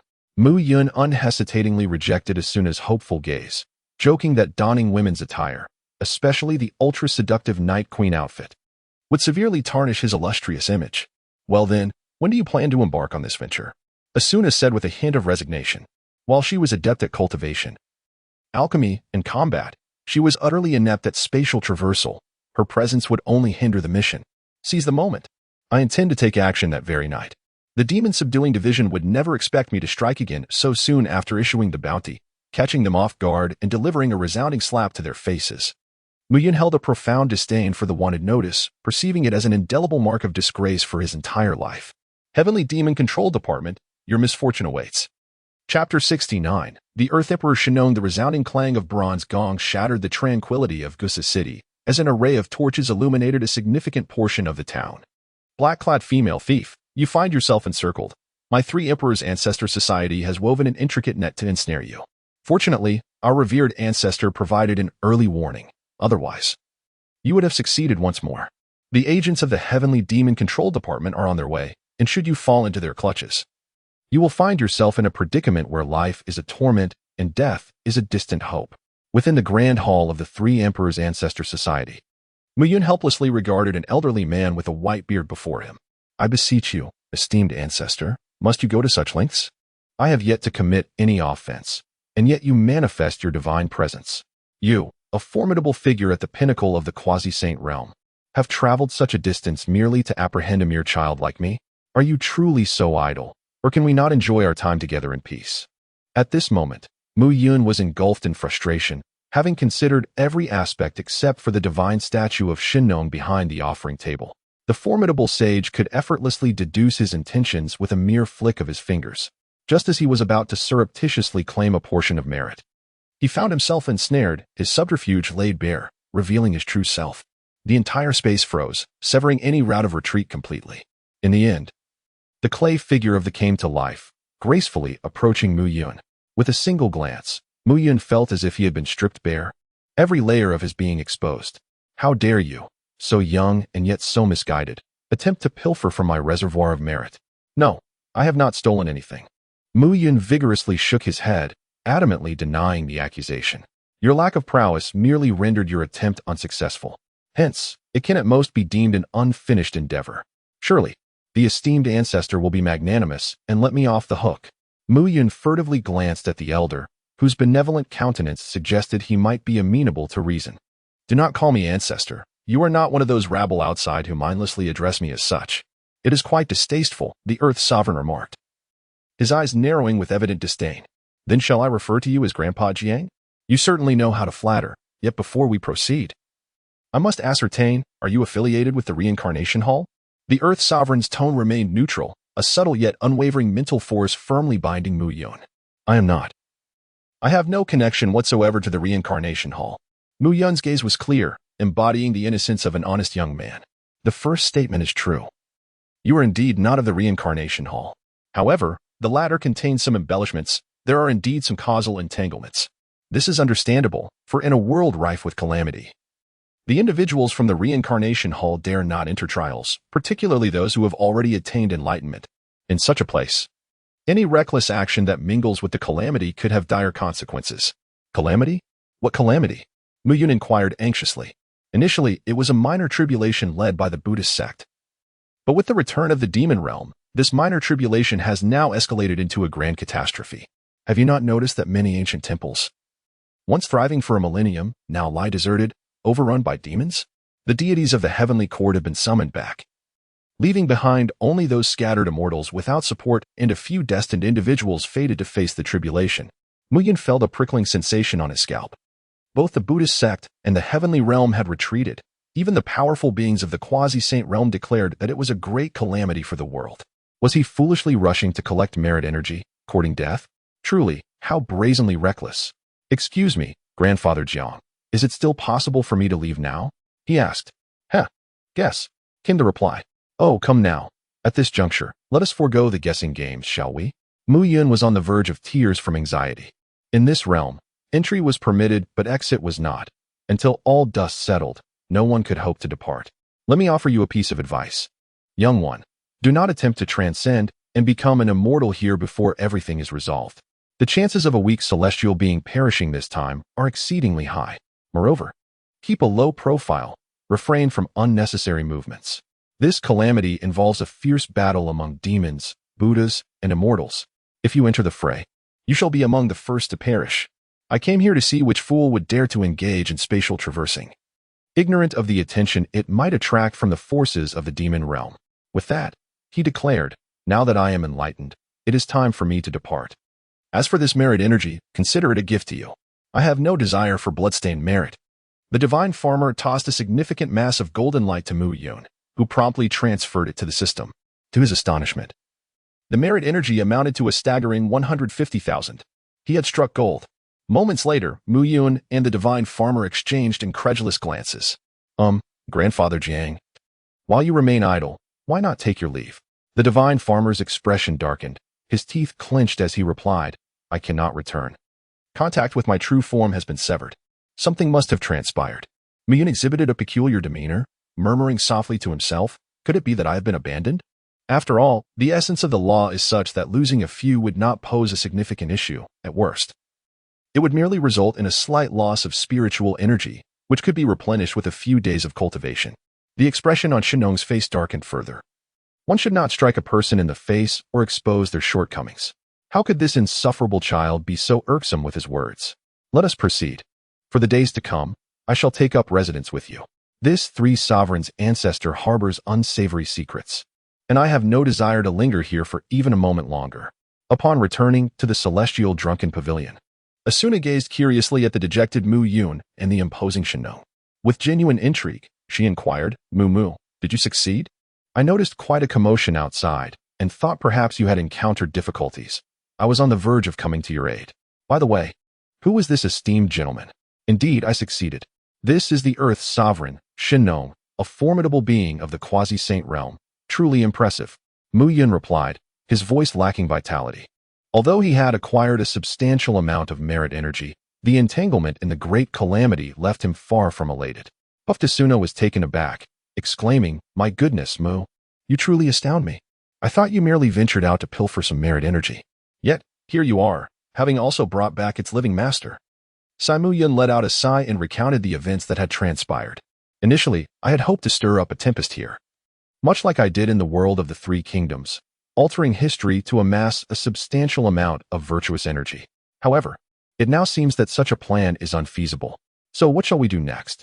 Asuna, recognizing the gravity of the situation, inquired anxiously. With a whimsical tone, Mu Yun replied, 12 characters. Observe the clouds rise, enjoy the spectacle, and endure for the sake of continuity. Shall we continue operating this tavern then? Mu Yun pondered seriously for a moment and said, All right, but let's refrain from bringing out the higher grade celestial wines. Additionally, you might concoct some magical potions for exorcism, healing, and ailments, mixing them into the wine discreetly, thereby quietly accumulating some merit energy. Magical potions? What are those? The gaze of Shenong shifted to Asuna. Chapter 70. The Earth Emperor takes disciples. System Level 6 Little girl, what species are you? What exactly are magical potions? How do they relate to the demon realm? Why are your ears pointed? The natural aura surrounding you is quite profound. Are elves merely spirits of plants and trees? Asuna was overwhelmed by the barrage of questions. No matter where she tried to hide, this old man could effortlessly track her down. Ultimately, she sought refuge within her herbal garden ring. Yet Shenong followed her in without any hindrance. Ah, this ring of yours is quite remarkable. It can even regulate the flow of time. And it contains both spiritual springs and earth. Come, let me see what herbs you have cultivated. Shenong casually strolled around the herbal garden, which was well maintained. Though he noted that the quality of the herbs was somewhat lacking. You have reached the realm of laws, yet you are still planting second and third tier herbs. No matter how well they are cultivated, their low grade renders them ineffective. Grandpa Jiang, although Asuna's ring possesses excellent functions, its inherent tier is too low. And the laws within the space are incomplete, making it impossible to grow high tier herbs. Shenong cast a knowing glance at Mu Yun, who had popped out, a smirk playing on his lips. You little schemer. Of course, the laws within a storage ring are incomplete. If they were complete, it would be a Qiankuan ring. The space within a Qiankuan ring is akin to a small world, a treasure that even celestial beings typically lack. If you wish for me to assist in upgrading your girlfriend's ring, just say the word. Mu Yun leaped with joy, exclaiming to Asuna, You should thank Grandpa Jiang. He is going to upgrade your ring to a Qiankuan ring.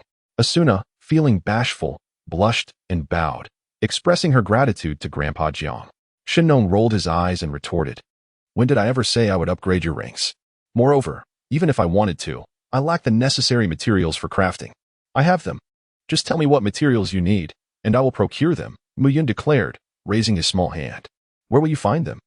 Without this calamity of heaven and earth, it would be feasible to gather these materials in due time, but now, it's quite difficult. Shenong shook his head repeatedly. Never mind where I will acquire the materials, just provide me with the names of what you require, and then it will be up to me, Mu Yun responded confidently. Shenong casually listed dozens of material names. Moments later, Mu Yun conjured an impressive array of materials. Grandpa Jiang, are these what you need? Shenong's expression changed. He was genuinely astonished that Mu Yun had managed to gather these materials. Although not exceedingly rare, they were not typically accessible to just anyone, let alone a little one who wasn't even an immortal. It seemed this young lad harbored some secrets. At that moment, Mu Yun felt a pang of regret. These crafting materials had cost him a staggering 50,000 merits. Thankfully, he had just obtained 150,000 merits from Shinnong, or else he would have faced financial ruin. Now it was time for Shinnong to showcase his true prowess, as the materials had been provided as he requested. To deny further would be akin to bullying a child. Before long, Asuna's ring was upgraded to a Qianquan ring, which indeed contained a universe within. What was once merely a medicinal garden had transformed into a miniature world. Its area expanded exponentially. The laws within were complete.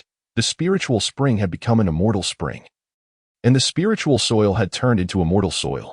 The flow of time had accelerated to 1,000-fold. Now, not only could one cultivate high-grade spiritual herbs, but even the peaches of immortality from the Queen Mother could be grown without issue. Mu Yun's eyes sparkled with excitement. The value of this 50,000 merit energy was undeniable, for it was indeed a divine artifact. It seemed that the world of Douluo lacked a small realm as vast as the one within this Qianquan ring. The power of a quasi-saint was truly formidable, effortlessly capable of creating a miniature world. Subsequently, Shinnong refined the remaining materials into an alchemical cauldron.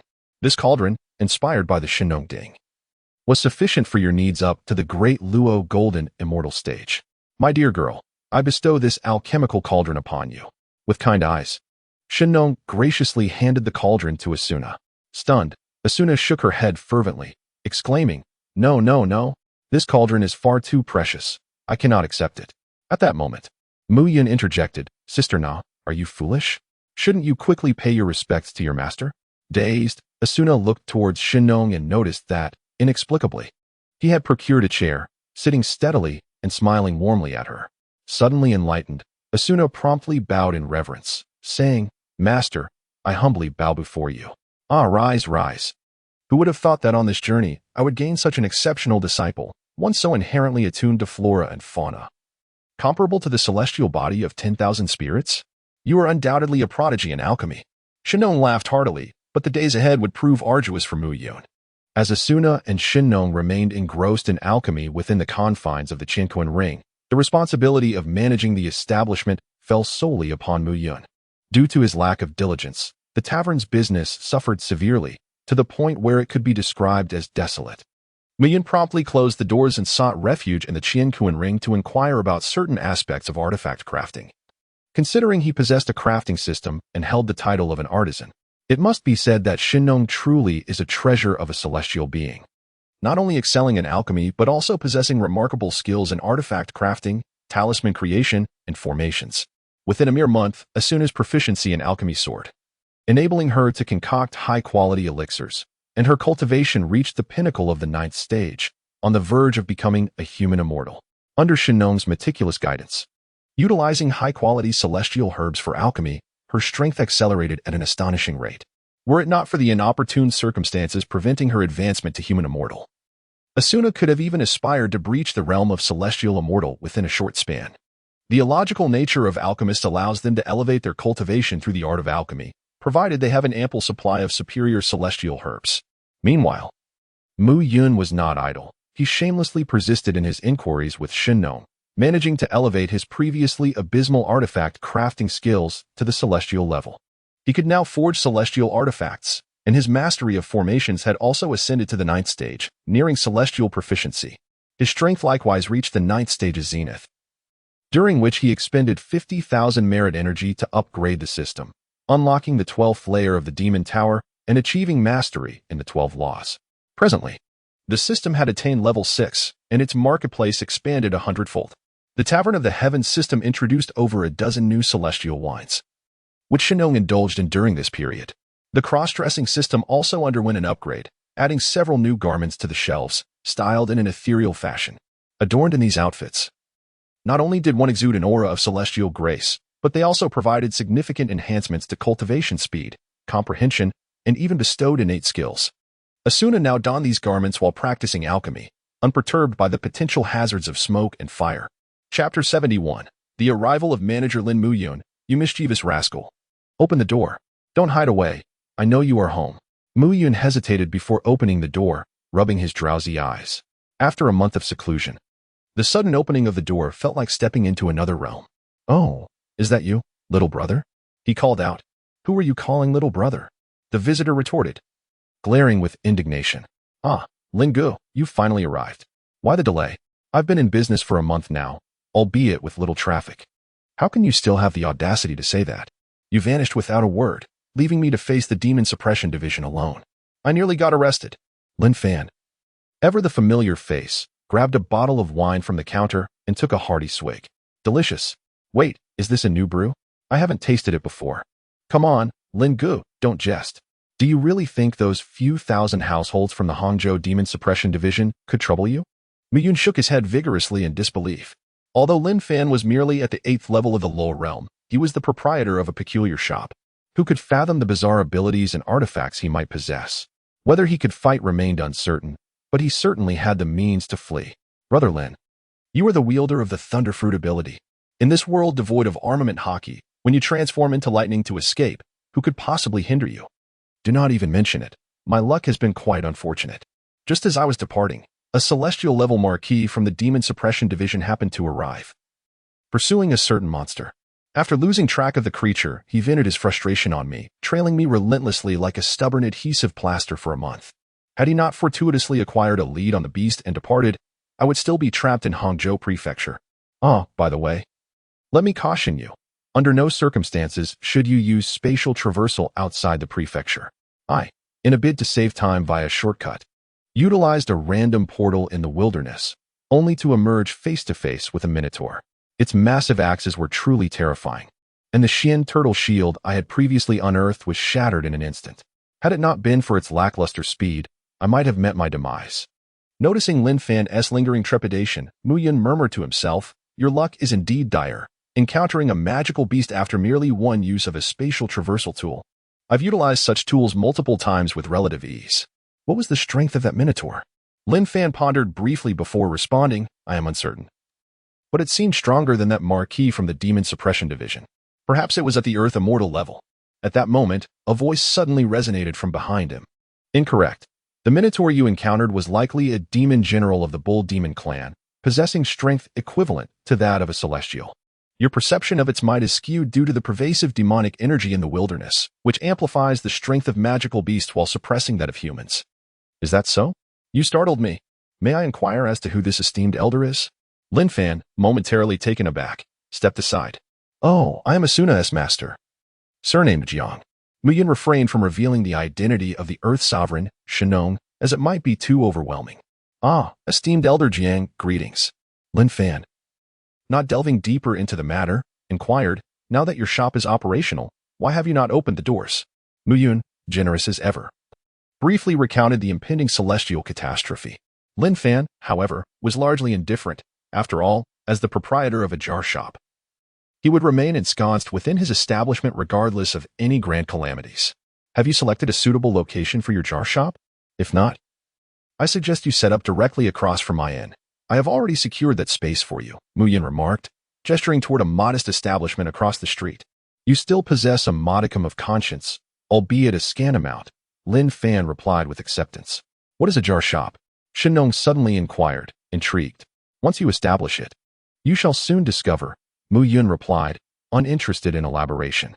After all, setting up Lin Fan's shop would be a straightforward endeavor. The system's templates were standardized, requiring merely a wave of the hand to complete, without the need for personal renovation. Moments later, Lin Fan's All Heaven's jar shop opened its doors. Gazing upon the familiar dilapidation, Muyun felt a wave of nostalgia wash over him as he stepped inside, recalling how he had once soared to prominence through this very shop. Shenong, on the other hand, entered with an expression of disdain, but abruptly paused, captivated by the peculiar nature of the confined space, which, despite its size, bore the essence of a miniature world, governed by the rules established by its proprietor, akin to Lin Fan's inn. At that moment, Lin Fan stood astonished. Upon the elder's entrance, he, as the manager of the All Heaven's jar shop, instantly perceived the elder's information. Earth's sovereign Shenong, avatar of divine power, quasi-saint realm. "Is this truly the case?" Lin Fan stammered, struggling to articulate a coherent response. Without awaiting a reply, Lin Fan recognized the authenticity of the revelation, as his absolute control within the shop was ineffective against the elder, transcending all bounds. "Bring me 10 jars, Shenong declared enthusiastically. Lin Fan, wearing a wry smile, replied, Esteemed ancestor, your level is exceedingly high. My shop is currently but at level 1. Even the finest wares I could offer would appear as mere refuse in your eyes. What you produce matters not. I merely wish to experience something novel, and I shall provide the funds. Shinnong gestured toward Mu Yun. Mu Yun was rather indifferent to the matter, for he had reaped considerable benefits from the Shinnong clan. The guidance of a celestial-grade weapon craftsman, a 9th-tier formation master, and a quasi-saint power was invaluable and could not be purchased with any amount of money. The subsequent phase of smashing jars left Lin Fan, the proprietor of the celestial jar shop, in a state of discomfort, while others perceived the treasures within the jars as being produced from them. In the eyes of an existence like Shinnong, the jars initially contained nothing but chaos. At the moment of their shattering, treasures would be transported from a distant, unknown dimension. It was a fascinating concept. Upon returning, this sovereign contemplated establishing a similar system, creating rules, endowing artifact spirits, and ultimately forging primary and secondary treasures to distribute. With joyful enthusiasm akin to that of a child acquiring a new toy, Shinnong departed for the tavern. At that moment, Lin Fan could finally place his heart back in its rightful place, as he sensed a mysterious force warning him during Shinnong's probing of the jar shop's essence. Should Shinnong delve deeper, it would pose a threat to the true master of the celestial jar shop, and if it reached that juncture, Lin Fan would face imminent annihilation to sever any potential danger. Shinnong was aware of this as well, which prompted him to halt his investigation and avert direct conflict with that individual. Oh, dear brother, could you kindly inform the ancestor not to return for jar smashing? It is far too perilous, and I cannot bear it. Chapter 72. Black Eating Black. This incident served as a warning bell for Mu Yun. The system, while providing various conveniences to its host, also bore inherent dangers, potentially casting aside its host for self-preservation. A restriction must be placed on the drifting bottle. No one overly powerful should be allowed to smash it. If a saint were to emerge, it would spell certain doom. The tranquil days flowed like a gentle stream, and soon a month had passed. One day, news spread through the streets and alleys of Gusa City. Su Xian, with his exceptional medical skills, had saved the wife of the governor, prompting the governor to appoint him as the new leader of the San Huang Patriarch Association. Upon hearing this news, Mu Yun shyly touched his nose, realizing that he was somewhat connected to this event. The two greatest trump cards of the San Huang Patriarch Association, the pure yang sword and tent, had been claimed by him, and the Earth Emperor's law body had been taken away. Without their lethal weapons, the governor would no longer indulge the association, especially given their long-standing grievances. He was using Su Xian as a pawn to seize power. Zhang Dan, the president of the San Huang Patriarch Association, unwilling to accept defeat, proposed a treasure contest for the position of president. In his view, Su Xian, being a destitute doctor, possessed no treasures and was destined to lose. Mu Yun recalled the 5 treasures from Zhang Dan's bedroom, which he had extracted the merit energy from. Devoid of such energy, they were nothing more than 5 artifacts lacking even the essence of celestial quality. A mere scale plucked from Bai Suzhen's serpent form would surpass the combined value of those 5 items. However, it was evident that Bai Suzhen and Xiao Qing were unaware of this fact. Mu Yun initially intended to offer a warning, but upon gazing through the void spirit eye, he observed the Baoha Hall radiating with an extraordinary light from the opposite side, a clear indication that it was too late. It appeared that Xiao Qing had already completed her treasure theft with remarkable swiftness. Mu Yun even caught sight of the gates of Gusa City, where an exceptionally luxurious carriage entered, escorted by 4 captains from the Demon Suppression Division and a dozen other officers. This was none other than Liang Lian, the favored son of the esteemed Prime Minister Liang, the catalyst for a series of events. Goodness, even amidst such calamity, the unfolding of the narrative could not be halted. Su Xian was destined for yet another misfortune, brandishing the treasures he had illicitly obtained, only to be apprehended by their rightful owner. The previous theft of the treasury had already landed Su Xian in prison, and now he found himself entangled in an even graver predicament. Pilfering from the Prime Minister's estate was far more severe than stealing from the treasury. That little Qing truly was a harbinger of trouble whenever she intervened. Misfortune befell Su Xian. Just the thought of those 4 treasures Qing had stolen sent shivers down his spine. The fiery pearl, capable of making water boil without flame. The jade bottle of mutton fat, which could cause withered trees to bloom. The celestial melody painting, depicting a woman so lifelike that she could conjure the sounds of heaven. And the 8 trigrams incense burner, which could release sandalwood at the appointed hour. The heart of Mu Yun, brimming with reckless ambition, began to stir with excitement. After all, these were celestial treasures. Though their functions may appear lackluster, rendering them almost useless, merely serving to deceive the unworldly mortals. They are imbued with a commendable energy that is indeed valuable, certainly surpassing the merit energy contained within the 5 treasures of Zhongden. Why not embark on another venture? Consider it a case of black consuming black, after all. The repercussions would be minimal. However, one must tread carefully when it comes to that formidable figure, Bai Sujin, who possesses both strength and keen intuition, capable of calculating and discerning with remarkable precision. With his large eyes darting about, Miyun suddenly brightened with a clever idea and swiftly made his way back to the tavern. Asuna, prepare some exquisite wine for me. Tonight we shall celebrate Su Xian's ascension to the position of the Grand Master of the Three Emperors Society. Which type of wine do you prefer? Spiritual wine or mundane wine? Of course, it must be celestial wine, and the strongest variety at that. We are not ones to skimp, Mu Yun declared with grandiosity. Asuna's expression turned somewhat peculiar, as she sensed that Mu Yun was up to something mischievous again. After all, in the past, he had often invited himself to meals, bringing only mundane wine, justifying it with the claim that Su Xian, being but a mortal, could not handle wines of a higher caliber. Why, then, was he so generous this time, offering celestial wine? Surely, there was something amiss. As the sun dipped below the horizon, Su Xian's home was filled with merriment. Brother Su, I raise my glass to your elevation to the esteemed position of Grand Master of the Three Emperors Society. May you sail smoothly and prosper in your endeavors. Cheers.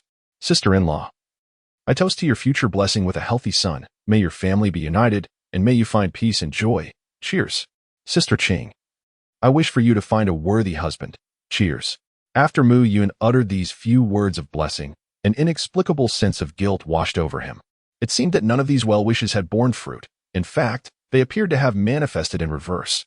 Su Xian, having just ascended as the Grand Master of the Three Emperors, found his treasure theft exposed, with no semblance of a career to speak of. Instead, he was either being captured or rescued daily, caught in a whirlwind of chaos. Bai Sujin indeed welcomed a robust baby boy. Yet this had no bearing on the notions of family reunion and joyous peace. As for Xiaoqing, she encountered a scoundrel, becoming utterly infatuated and almost jeopardizing her relationship with Bai Sujin. Asuna, it is your turn now. In such a splendid evening, we must indulge ourselves until we are blissfully intoxicated. As night fell, a petite figure stealthily approached Bai Sujin. Oh, it is no surprise that our renowned wine connoisseur from the tavern, the drunken immortal, could even intoxicate a being as powerful as Bai Sujin. Xiaoqing, needless to say, fell after just one cup, and now it is time for me to seize the moment as well. With agile movements, Mu Yun swiftly made his way to Baohatting. Although Xiaoqing had concealed the precious item exceptionally well, under the scrutiny of Mu Yun's breaking illusion spirit eyes, the radiant golden light of merit shone like a beacon in the darkness, making it effortlessly discoverable, just as he was about to abscond with the essence of merit. Su Xian, who had been thoroughly intoxicated, unexpectedly staggered to his feet and groggily headed towards the outhouse. However, he had barely taken a few steps when he stumbled and fell to the ground. As he reached out to touch something, he felt a cool, slippery, and soft texture that was also in motion. What could it be? As he sat up, his vision gradually focused, revealing a massive serpent's head looming before him. Mere inches away, its forked tongue flicking against him almost teasingly. Su Xian was left in a state of sheer terror. Mu Yun departed swiftly and returned just as quickly, for he was well versed in such matters. In an instant, 100,000 units of merit energy were credited to his account. Has Bai Sujin revealed her true form? Has Su Xian been frightened to death? Have I truly caused a calamity? Mu Yun was utterly bewildered by the scene before him. Today is not the Dragon Boat Festival, and this wine is not Realgar wine. The unfolding of this plot is woefully out of place. Mu Yun roused the intoxicated Bai Sujin from her stupor and pointed towards Su Xian, innocently remarking, "Sister-in-law, well, your husband has been frightened to death by you." After a moment of bewilderment, Bai Sujin suddenly erupted. "What did you say? My husband is dead? Who did this?" "Wait, hold on." Mu Yun swiftly recounted the entire sequence of events. "It was the wine. Had I not been intoxicated, my true form would not have been revealed, and my husband would not have been frightened to death. It is all my fault, all my fault." Observing Bai Sujin weeping profusely and inundated with guilt, Mu Yun felt a modicum of responsibility in this predicament. Well, Brother Su should not be beyond saving. Perhaps there is still hope. Chapter 73. The Black and White Impermanence to Bring a Husband Back from the Grasp of Death. There are only two paths: to journey to the Jade Pool and beseech the Queen Mother for an elixir, or to seek a drop of the celestial dew from the pure bottle at the Nanhai Guanin's abode. However, the atmosphere is thick with calamity, and the routes to all sacred grounds and temples have been sealed. I cannot reach them. Bai Suzhen lamented, feeling utterly helpless. Mu Yun pondered for a moment, his expression fraught with conflict. Ultimately, with a heavy heart, he exchanged 1,000 merits within the heavenly mall for a miraculous elixir, the revitalizing pill. This wondrous potion had the power to restore life, reviving the flesh and bone as long as the soul had not ventured too far and the body had not turned to ash. The price of such an elixir was exorbitant. Before Mu Yun could finish his sentence, Bai Suzhen snatched the revitalizing pill from his grasp. This superior quality elixir was indeed a rarity, even in the heavenly realm, said to be crafted solely by the old Lord himself. Her husband was saved. As she administered the elixir, the once lifeless Su Xian was enveloped in a radiant aura, his form shimmering with ethereal light. Yet, being merely immortal, he would be unable to assimilate the pill's potent energy on his own. I would assist him in this process. But during the half hour it would take to refine the elixir, my focus must remain undivided. I earnestly requested that Brother Yun stand guard during this crucial time. Mu Yun opened his mouth, intending to refuse, but upon seeing Bai Suzhen's pleading expression, his heart softened. Very well, but just for half an hour, anything longer, and I fear I may not endure it. Thank you. Bai Suzhen understood the challenges that lay ahead. The act of bringing someone back from the dead was no trivial matter. Even if one were to successfully revive a soul, they would still have to confront the formidable duo of the Yin and Yang emissaries, who held dominion over life and death. Thus, she did not harbor any hopes for Shaoqing. She herself lacked complete confidence in facing the emissaries, let alone Shaoqing. As for Mu Yun, he was akin to a desperate gamble on a dying horse. Though merely a mortal who had yet to ascend to immortality, his instincts whispered that this child was perilous, far more complex than he appeared. While Bai Suzhen labored tirelessly to resurrect Su Xian, Mu Yun sighed and stepped out of the room with his hands clasped behind his back. Alas, what a predicament! I merely sought to procure some goods, yet I find myself entangled in such a troublesome affair. Those are the emissaries of Yin and Yang, celestial beings of the underworld. Even the likes of the Monkey King dared not challenge them. Can I truly manage this? Suddenly, a gust of wind arose, chilling the air. They have arrived. In Mu Yun's eyes, a glimmer of brilliance flashed, and the previously tranquil void surged with ripples. 2 streams of black smoke descended from the heavens, transforming into 2 figures, one clad in black and the other in white, both adorned with tall hats and wielding mournful staves and soul-binding chains, their tongues elongated. The underworld is in session. All idle onlookers, retreat. The grim-faced Black Wuchang exhaled a breath of chilling air, causing the entire courtyard to resonate with the wails of spirits. My goodness. Truly deserving of their origin from the netherworld. Whether they are formidable remains uncertain, but the atmosphere has undeniably intensified, far exceeding the frightfulness depicted in television dramas. Mu Yun rubbed the goosebumps on her arms, completely disregarding the chilling winds that could incapacitate an ordinary person for an entire month. Little brother. I am in a hurry. Could you kindly clear the way? The figure of the white impermanent swayed, its voice ethereal and elusive, echoing from all directions. I have already stated, this path is impassable. Suddenly, Mu Yun snapped his fingers, and the world was instantly engulfed in darkness. The nearby Mu Yun and the house vanished from sight, and doors of light materialized out of thin air. What do you mean? Do you wish to defy the underworld? The black and white impermanents stood back to back, on guard against any ambush, while simultaneously expanding their respective domains of power. The black impermanents commanded the soul-striking domain, where the sorrowful rod guaranteed a direct hit, capable of forcibly extracting souls from their bodies. The white impermanents wielded the soul-locking domain, where the soul-reaping chain assured the capture of any spirit within its realm. My, what perilous domains you possess. Fortunately for me, I took the initiative, otherwise I would have faced grave consequences. Mu Yun wiped away non-existent cold sweat from his brow, a smile dancing on his lips. A friendly reminder, my domain is but a little game. Only by traversing through these doors of light can one escape my realm. Mu Yun, filled with excitement, began to indulge in the spectacle before him. This time, he continued the unfinished test from before. The duo of the black and white impermanents was undoubtedly far more formidable than that fellow from the reincarnation hall, and it was highly likely they would break through. However, as for the time, half an hour would certainly be insufficient. Subsequently, Mu Yun observed the black and white impermanents entering different portals of light. only to see those portals extinguishing one after another with great rapidity. Mu Yun was initially taken aback by the unexpected turn of events. Then, with a soft pat to his forehead, he realized his oversight. Alas, within the endless labyrinth, the traps he had meticulously set were mere phantoms devoid of substance. When confronted by the likes of the formidable black and white impermanents, who were natural adversaries to souls, he found himself utterly defenseless. He had uncovered a vulnerability. It was imperative to return to the puppet pavilion and diligently study the art of puppetry, refining his mastery in this domain. As for the present moment, he had no choice but to take matters into his own hands. Mu Yun's figure swayed as he instantaneously entered a level within the endless labyrinth. The scene before him unfolded into an arena. Just as he arrived, Bai Wuchang also charged in without uttering a single word. In an instant, the soul-binding chains in his hand transformed into a serpentine entity, coiling and slithering towards Mu Yun with the intent to strike. Mu Yun instantaneously departed from his original position, reappearing behind Bai Wuchang in the next moment, and struck down with his sword. Clang! Several soul-binding chains unexpectedly emerged behind Bai Wuchang, intercepting the sword in Mu Yun's hand. The treasure of merit, it seems, possesses an automatic defense mechanism for its master? Mu Yun furrowed her brow slightly as her figure suddenly accelerated. Aurora transformation. In an instant, the sky was filled with Mu Yun's silhouettes, and sword lights slashed towards Bai Wuchang from all directions. The sounds of clashing echoed like rain striking banana leaves, with sparks flying in all directions.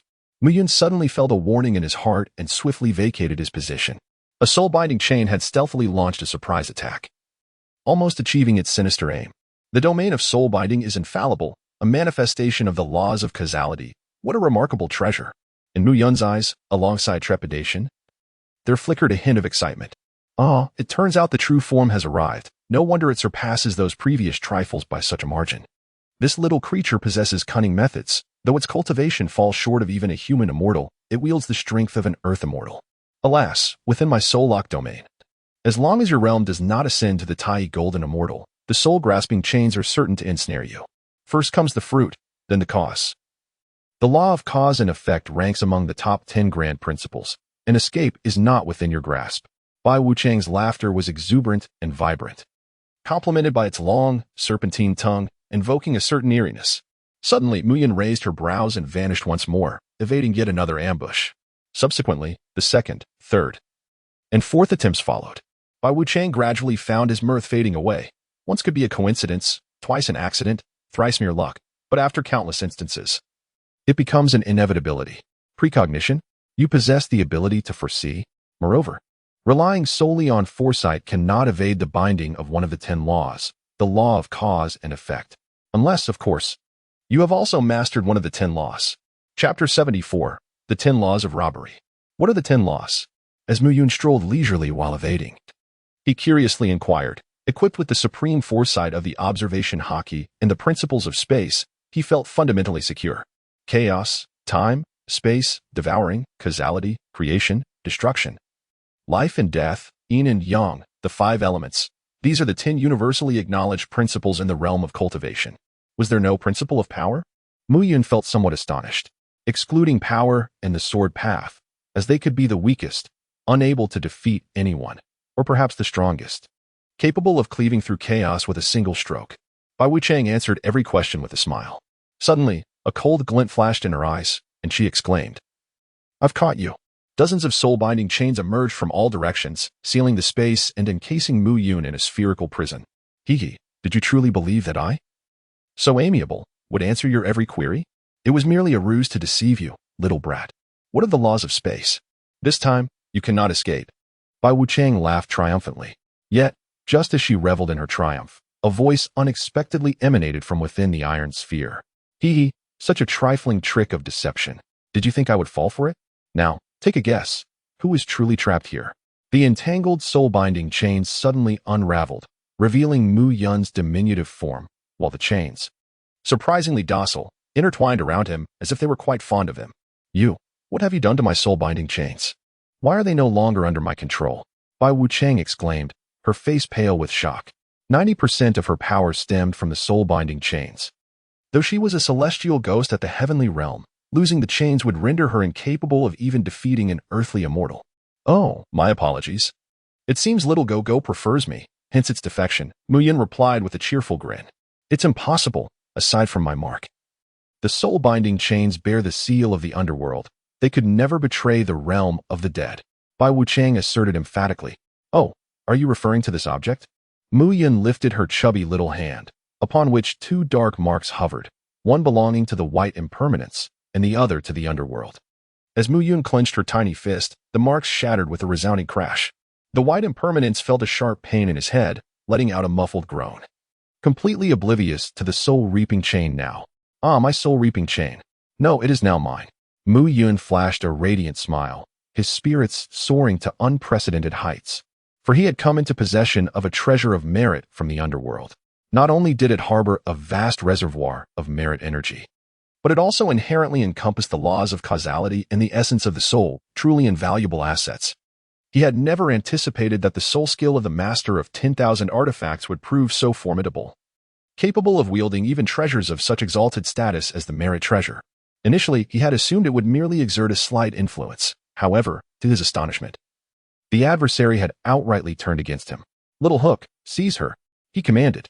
Bai Wuchang, utterly devoid of resistance, found herself ensnared by the soul-binding chains, rendered akin to a zongzi. How intriguing it was to discover that even the domain of soul-binding was an innate divine skill of the soul-binding chains. Despite being a celestial ghost of the heavenly realm, had she truly become powerless in the absence of the soul-binding chains? With a look of disdain, Mu Yun gazed at the other party, initially expecting a formidable adversary, only to find that without their weapon, they were utterly insignificant. Bai Wuchang, feeling utterly frustrated, knew that her own strength was not so feeble. However, as a ghost, when confronted with the soul-snatching chains, a divine artifact specifically designed to capture spirits, she had no choice but to submit. Just as she secured Bai Wuchang tightly, Mu Yun suddenly looked up and spotted the entrance of He Wuchang, revealing a grimace. Ah, my dear brother, what have you done to my sister Bai? He Wuchang exclaimed, disbelief etched across his face. What was he witnessing? Bai Wuchang bound by his own divine treasure. Was this a dream? Bai, run. Hurry back to the underworld and inform Lord Yen. Something is amiss with this individual. Bai Wuchang cried out, yet despite her urgency, she could not articulate the reason for the betrayal of the soul-snatching chains, as she herself remained in the dark. Now, there's no need to rush off. I have my eye on that morning staff you possess. Hand it over, if you please. Mu Yun's gaze was fixed intently on the mournful staff held by He Wuchang, a splendid artifact indeed. He contemplated seizing it later to disassemble for a gene, subsequently enhancing the demon blade Qianren to a higher level. It was imperative to acquire a celestial weapon, otherwise he found himself bereft of a suitable armament.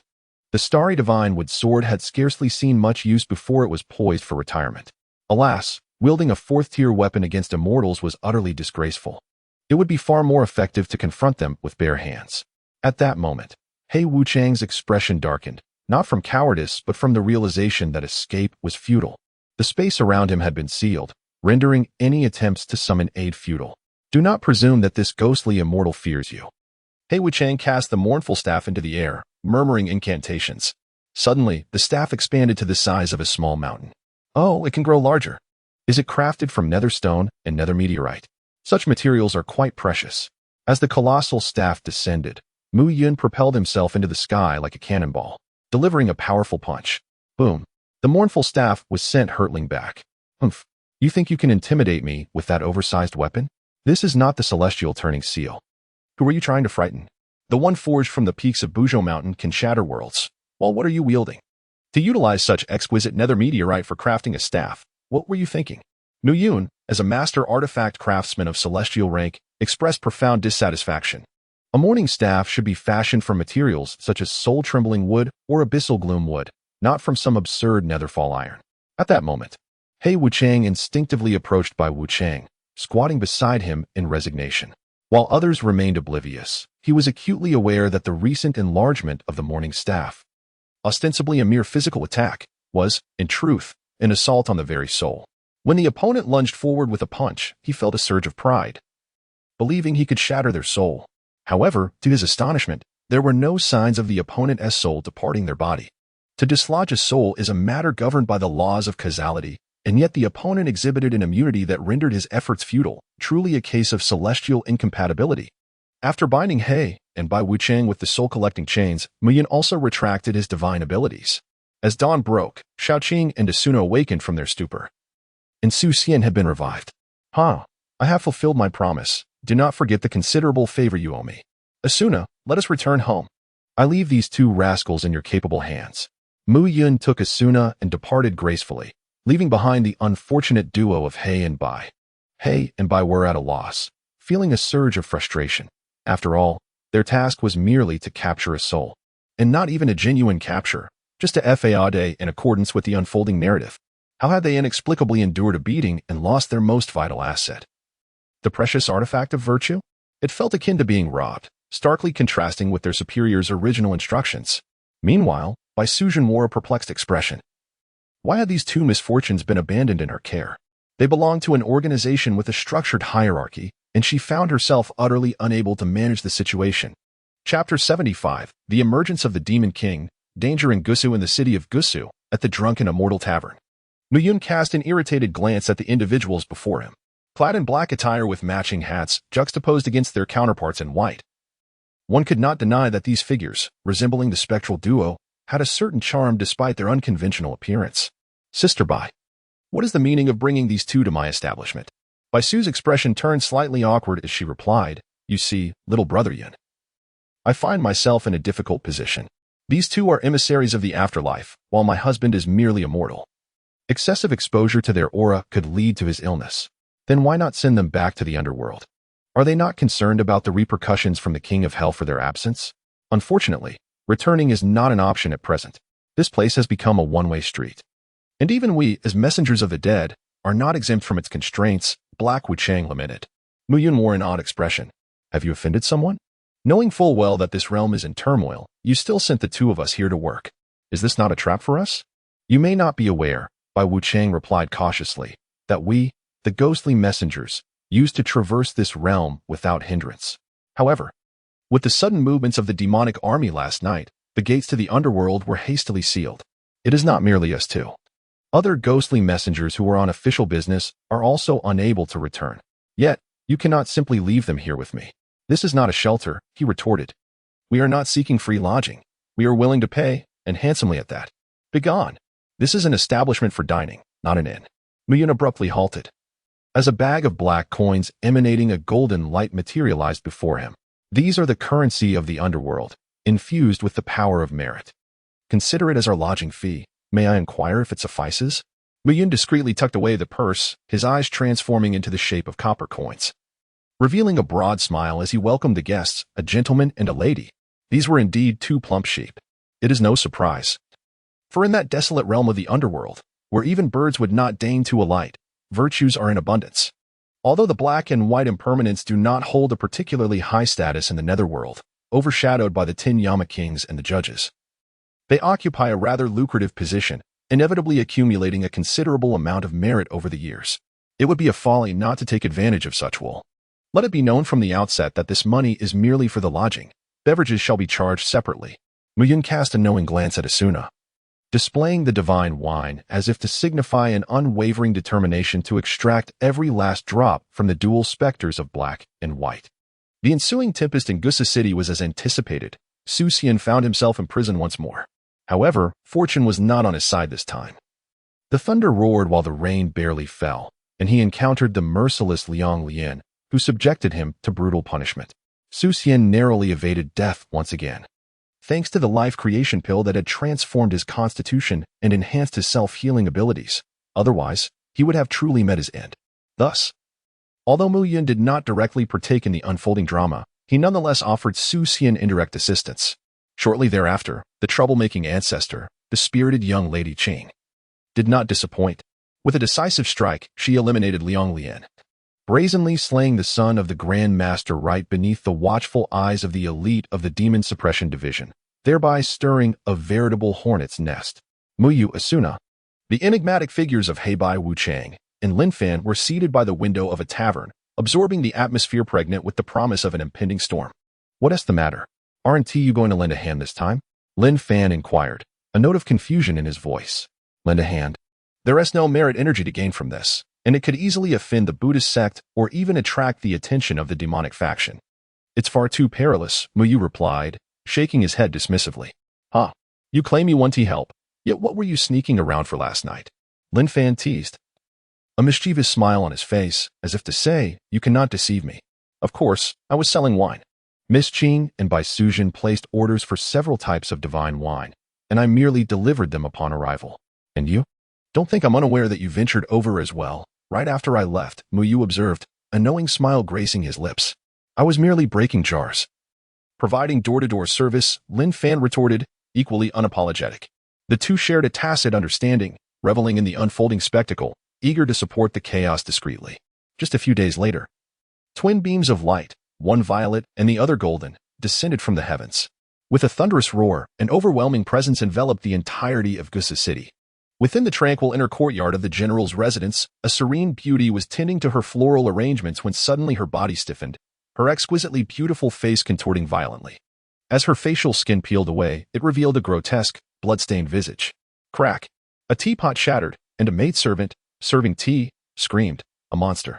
The esteemed general's wife was, in fact, a demon, a blood demon known as Faceless, a formidable ruler from the demon realm, her power rivaling that of a golden immortal. In the demon suppression department, the formidable Zhao Wuji, a master of demon slaying, declared, you truly are relentless, having followed me here. With a mere gesture, countless blood-red branches sprouted throughout the garden, piercing all maidservants and servants, their life essence swiftly devoured, leaving behind a multitude of desiccated corpses. In Gusu City, within the demon suppression department, a burly man with a beard suddenly sprouted two sharp horns, his face grotesquely contorting until it transformed into a horrific bovine visage. His body swelled rapidly, ultimately bursting through the confines of the building. Roar! I, the old bull, have endured enough, let them all perish. With a sweeping blow of a massive axe, the entire demon suppression department was obliterated, revealing yet another demon lord on par with the golden immortal realm. Deep within the three sovereigns' assembly, a colossal scorpion expanded swiftly, eventually towering over the landscape. With a flick of its tail, the entire assembly was reduced to ruins, burying everyone beneath the debris. The former assembly leader, Zhang Den, met a most gruesome end, crushed into a bloody pulp, bewildered until his last breath. Unable to comprehend how a docile ninth-tier demonic beast had morphed into such a terrifying demonic scorpion. At the celestial drunken tavern, Mu Yu cast a glance at the elderly man drinking in the corner and discreetly transmitted a thought. Master Ancestor, your disciples are facing annihilation. Will you not intervene? Humph. They have wrought too much evil. This is their karmic retribution. It suffices that I have not personally extinguished them. Why should I save such harbingers of calamity? To the revered three sovereigns, the Shinnon clan holds nothing but disdain. Yet you, do you truly refrain from taking action? Given the current circumstances, should a conflict arise, the first to suffer would undoubtedly be Gusa City. The Demon Kings, there are indeed two of them. It wouldn't take long for the people of Gusa to face annihilation. You overestimate my capabilities. That level of combat prowess belongs to the golden immortal realm. What can someone like me, a mere Kalami who has yet to attain even the immortal level, possibly do? Mu Yin spread his hands, expressing helplessness. That may not be the case. You possess something valuable, yet it seems you are unaware of how to utilize it, Shinnon remarked with a cheerful smile. Mu Yin felt a sudden tension in his heart. Could it be that the old man had discovered something regarding his system? With a swift motion, he grasped the air, and a radiant golden ring materialized in his hand. This is my ninth soul ring, the Ring of Virtue. Chapter 76. The Gourd of Virtue, the Sword Tao World, a precious artifact capable of self-condensing virtue. Do you know of the 8 treasures pool of virtue that guides the enlightened? The waters of this pool can purify impurities, clarify the mind, rejuvenate the body, and even birth the formidable 7 treasures 1,000-petal golden lotus. Your item possesses similar potential. However, as a treasure, it must take form, otherwise it remains merely a mass of energy. I humbly request Grandfather Jiang to teach me, Mu Yin said respectfully. Very well. I shall assist you in this matter to prevent you from recklessly ruining it. With a series of deft maneuvers, the divine farmer transformed the Ring of Virtue into a gleaming golden gourd. The Gourd of Virtue can convert any energy into virtue gold liquid, which bears effects akin to the waters of the 8 treasures pool of virtue. Furthermore, should you possess any treasures, adding some virtue gold liquid will enhance their power. The divine farmer then summoned a 9-colored ring into his hand. My word, my 8th soul ring, the world of infinite phenomena sword. Mu Yun felt a deep sorrow. Tears unshed, as he realized that he had laid bare all his secrets before others. This is merely the embryonic form of the Sword Dao world. With the enhancement of the divine liquid of merit, it shall evolve into a true Sword Dao realm. Although the intrinsic power of its rules is somewhat lacking and requires your refinement, the structural integrity of this world is sufficiently robust, impervious to even the mightiest demon lord. There is even a grand formation of the constellations within, albeit somewhat rudimentary. The concept is commendable. Allow me to enhance it further.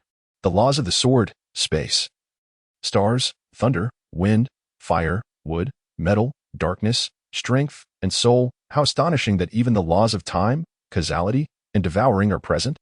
You have grasped 4 of the 10 supreme laws. It seems I must exert myself to assist you in fortifying them. Oh, is that not the true sunfire?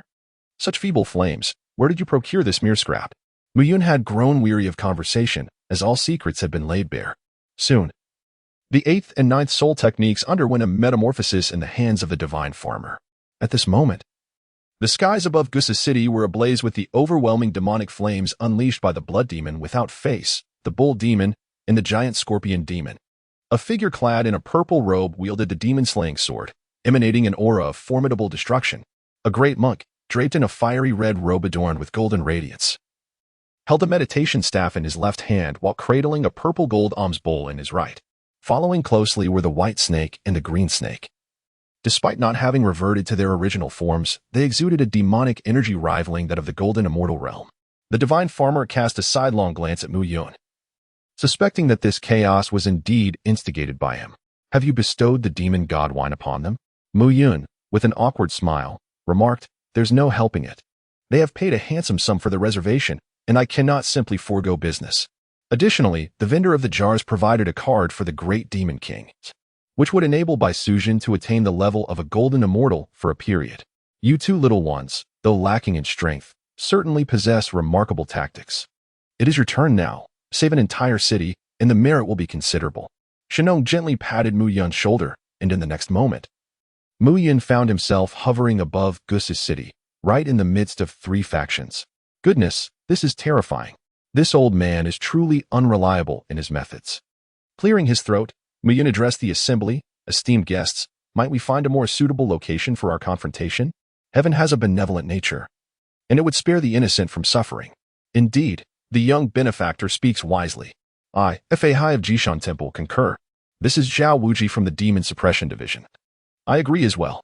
Naturally, both Shaoqing and Bai Sujin assented. The blood demon without a face expressed indifference. Niu Mo glared with his bovine eyes and retorted. What nonsense! You, a mere brat, have no standing to request anything. It's just a bit of food, and their demise matters not to me. Die. With a mighty swing of his axe, a terrifying arc cleaved through the air, creating a massive rift in space from which a torrent of demonic energy surged forth. This realm, after all, was merely a mundane world, and its spatial barriers could not withstand an assault of golden immortal caliber. Mu Yun narrowed his eyes, a surge of anger welling up within him. All of this was his own merit energy. How could he possibly allow it to perish? To sever one's source of wealth is akin to slaying one's parents. This old bull-headed creature has already paved his path to demise. World of the myriad swords, reveal yourself. Boom.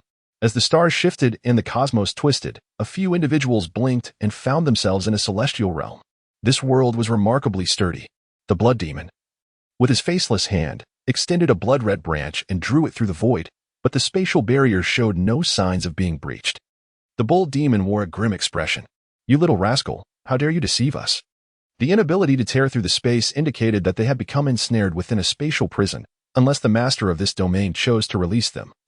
Escape was utterly impossible. Moreover, there was an absence of demonic energy here, which placed their kind at a significant disadvantage. I've ensnared you precisely. What are you going to do about it? Come and bite me if you dare. Mu Yun, brimming with confidence, provocatively challenged his opponent. Roar. Die. Niu Mo charged forward with overwhelming ferocity. Mu Yun cast a glance at the crimson-hued bull demon, and suddenly a portal of light materialized before him, into which the bull demon charged unexpectedly. Very well, my comrades. I shall take charge of this beast. The rest is entrusted to you, he declared before stepping into the glowing portal, which promptly vanished. What a peculiar little fellow, thought Bai Sujin, who had long sensed his enigmatic nature. She had not anticipated that he could engage in such a formidable battle, let alone assume a leading role. Turning to Fa Hai and Zhao Wuji, she proposed. Let us first vanquish the demonic forces, and thereafter address our own discord. Exchanging glances, Fahai and Zhao Wuji nodded in agreement. It is settled. Great might heavenly dragon. Supreme Dharma spell. A radiant golden light enveloped Fahai, transforming him into a figure reminiscent of a true Buddha. As he momentarily tapped into the secret art of the golden immortal realm. Boundless universe, by the laws of heaven and earth, I summon the heavenly demon vanquisher. Zhao Wuji manifested the visage of a celestial deity behind him, also attaining the golden immortal realm. With their powers unleashed, the two surged toward the faceless blood demon, determined to confront the strongest adversary. Meanwhile, Shaoqing and Bai Suzhen charged at the gigantic scorpion. A former demon king whose realm had diminished due to injuries and subsequent corruption by demonic energy, elevating it to the pinnacle of demon generals. Thus, it was no ordinary foe. Its strength rivaled that of a demon king at the golden immortal level. As the battle unfolded, the bull demon, panting heavily, felt its eyes redden with fury as it glared menacingly at Mu Yun. Its chest heaved ominously, gathering a dreadful aura, as if preparing to unleash a devastating attack. As Mu Yun, a practitioner of the path of survival, dared not approach the bull demon in such a state, he slowly drew forth the demon blade, Shinrin, which had now been upgraded to a celestial artifact. Let us first test this move, the law of strength, the law of the sword of heaven and earth. Chapter 77, Star Sandstorm, Annihilating Soul Sword, Demon Ascendant.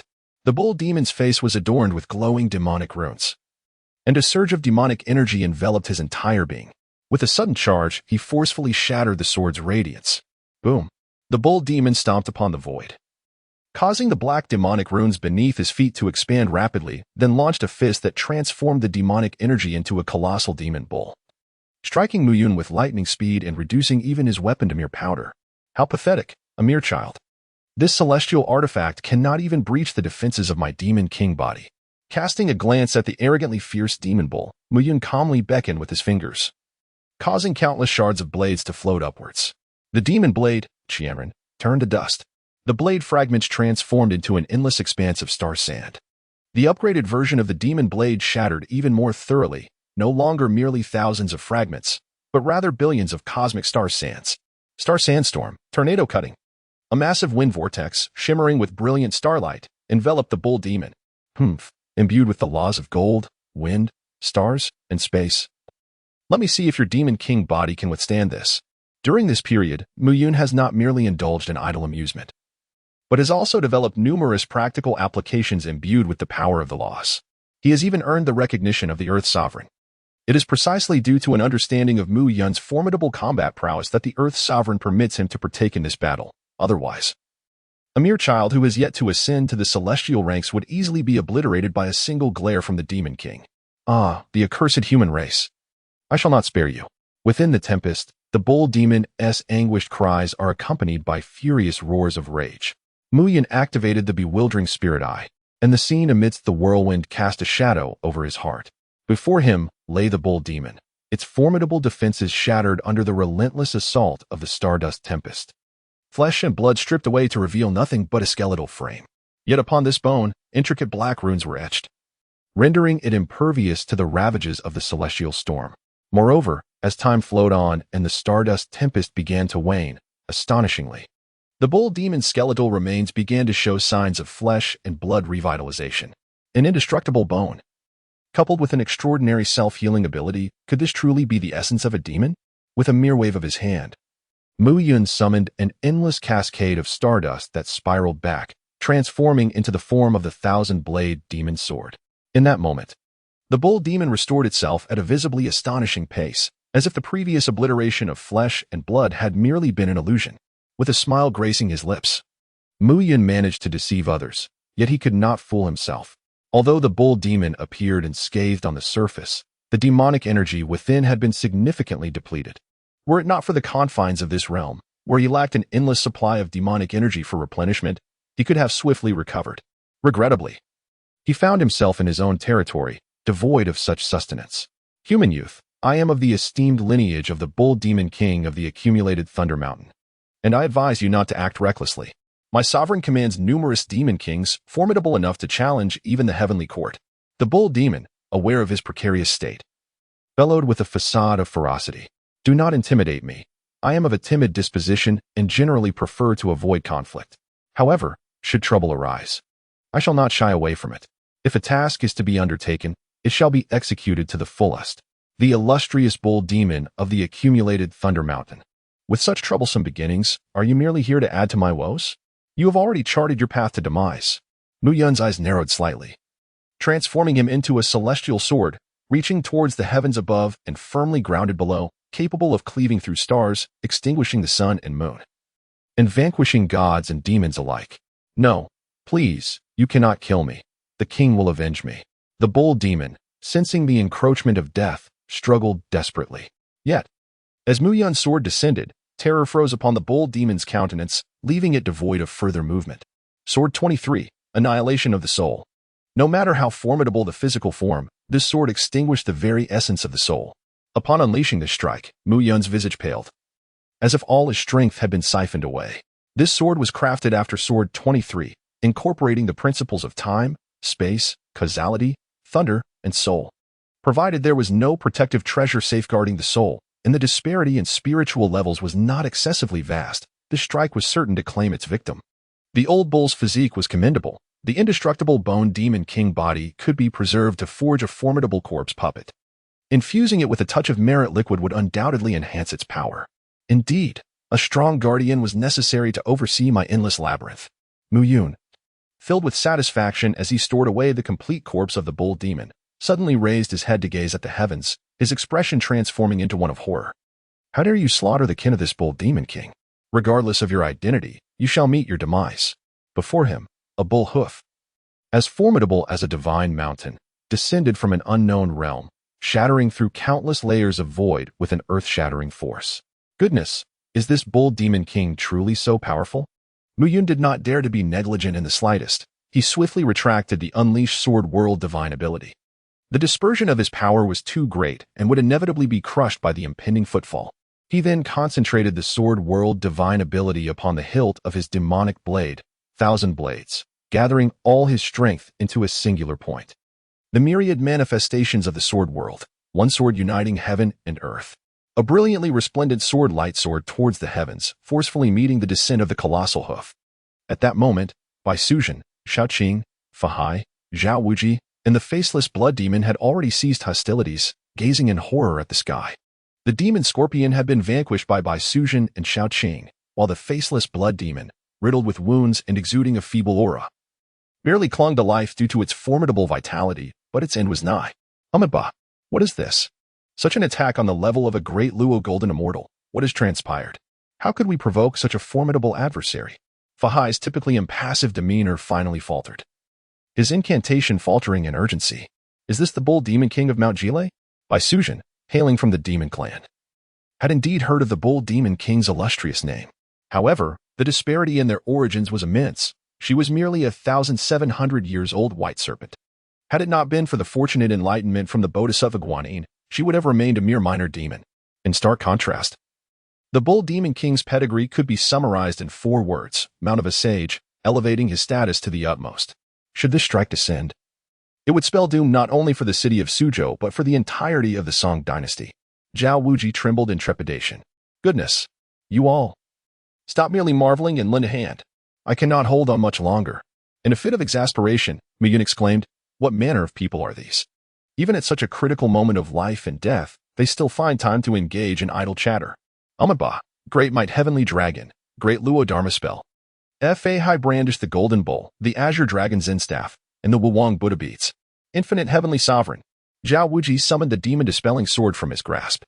Bai Suzhen revealed the Xionghuang sword, while Shaoqing presented the Qihong sword. Seizing the opportunity, the blood demon, faceless, slipped away, as no one was available to confront her at this perilous juncture. They were so close. The expressions of the 5 were grim, having revealed their ultimate trump cards. They could only hope to slow the descent of the massive hoof. The annihilation of the Song dynasty was merely a matter of time. At that moment, a graceful figure soared into the sky, hurling a great cauldron downwards. Chapter 78, Parting Gifts, 1 year. Asuna, I owe you my gratitude, had it not been for you. The people of Gusa City would have faced utter demise, and the merits would have been lost, rendering my efforts futile. Mu Yun broke into a smile, his weary frame collapsing into Asuna's embrace, not out of mischief, but from sheer exhaustion. No matter how formidable one's abilities may be, they require the support of cultivation.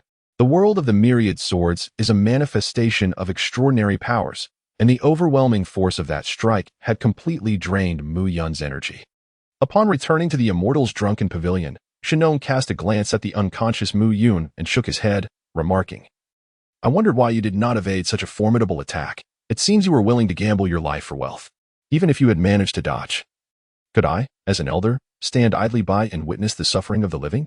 Just then, Mu Yun's eyes suddenly opened. "I cannot retreat. If I evade this overwhelming surge of merit energy, it will no longer concern me. Moreover, do not presume that I am unaware of the limitations of your synergy.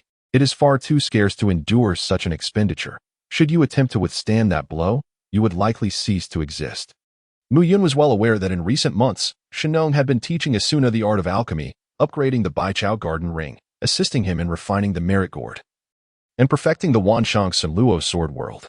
All these endeavors were immensely draining on his magical energy, given that Shenong's physical form was akin to a rootless floating weed. The expended magical energy could not be replenished. Therefore, it was preferable to avoid making him exert himself unnecessarily. "You little rascal, though you are young. You worry far too much. You should take a proper rest," Shenong said, exasperated, as he lightly tapped his finger on Mu Yun's forehead. With that, Mu Yun's eyes fluttered shut, and he slipped into slumber. Meanwhile, Shenong's form became increasingly ethereal, prompting Asuna to quickly support him. "Master, what is happening?" she inquired. Shenong waved his hand dismissively. "It's nothing. All gatherings must eventually disperse. My physical form was never meant to last long. To have received such a good disciple like you is already enough. I wish to leave this little one with a bit of my legacy." As Shenong's body grew more transparent, he added, "The little one may need to sleep for an extended period. Do not disturb him. This is his opportunity. How much he can absorb will depend on his capabilities." Asuna's eyes brimmed with tears as she watched Shenong's ethereal form dissolve into specks of golden light, vanishing from sight. Time flowed relentlessly, and when Mu Yun finally awoke, a year had passed.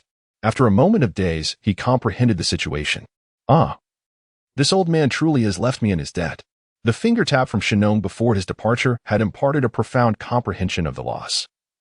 The insights of a quasi-saint level master had elevated Mu Yun's perspective significantly. Looking back at his past understanding of the loss, he realized that what he had considered minor or major accomplishments were, in fact, merely superficial. Although they were all termed laws, the laws at each realm were inherently different. His previous prowess, which allowed him to triumph against higher-level opponents, stemmed from the limitations imposed by the laws of this world. The power of those laws peaked at the human immortal level, rendering the celestial and golden immortals incapable of showcasing their true potential here. Now, with the gift of quasi-saint level laws, his understanding had ascended to that of the great Luo golden immortal level. This meant that despite his cultivation being at the pinnacle of the 9th stage, the path to great Luo golden immortal would now be unobstructed, devoid of any bottlenecks. Thus, he truly felt the weight of the debt he owed.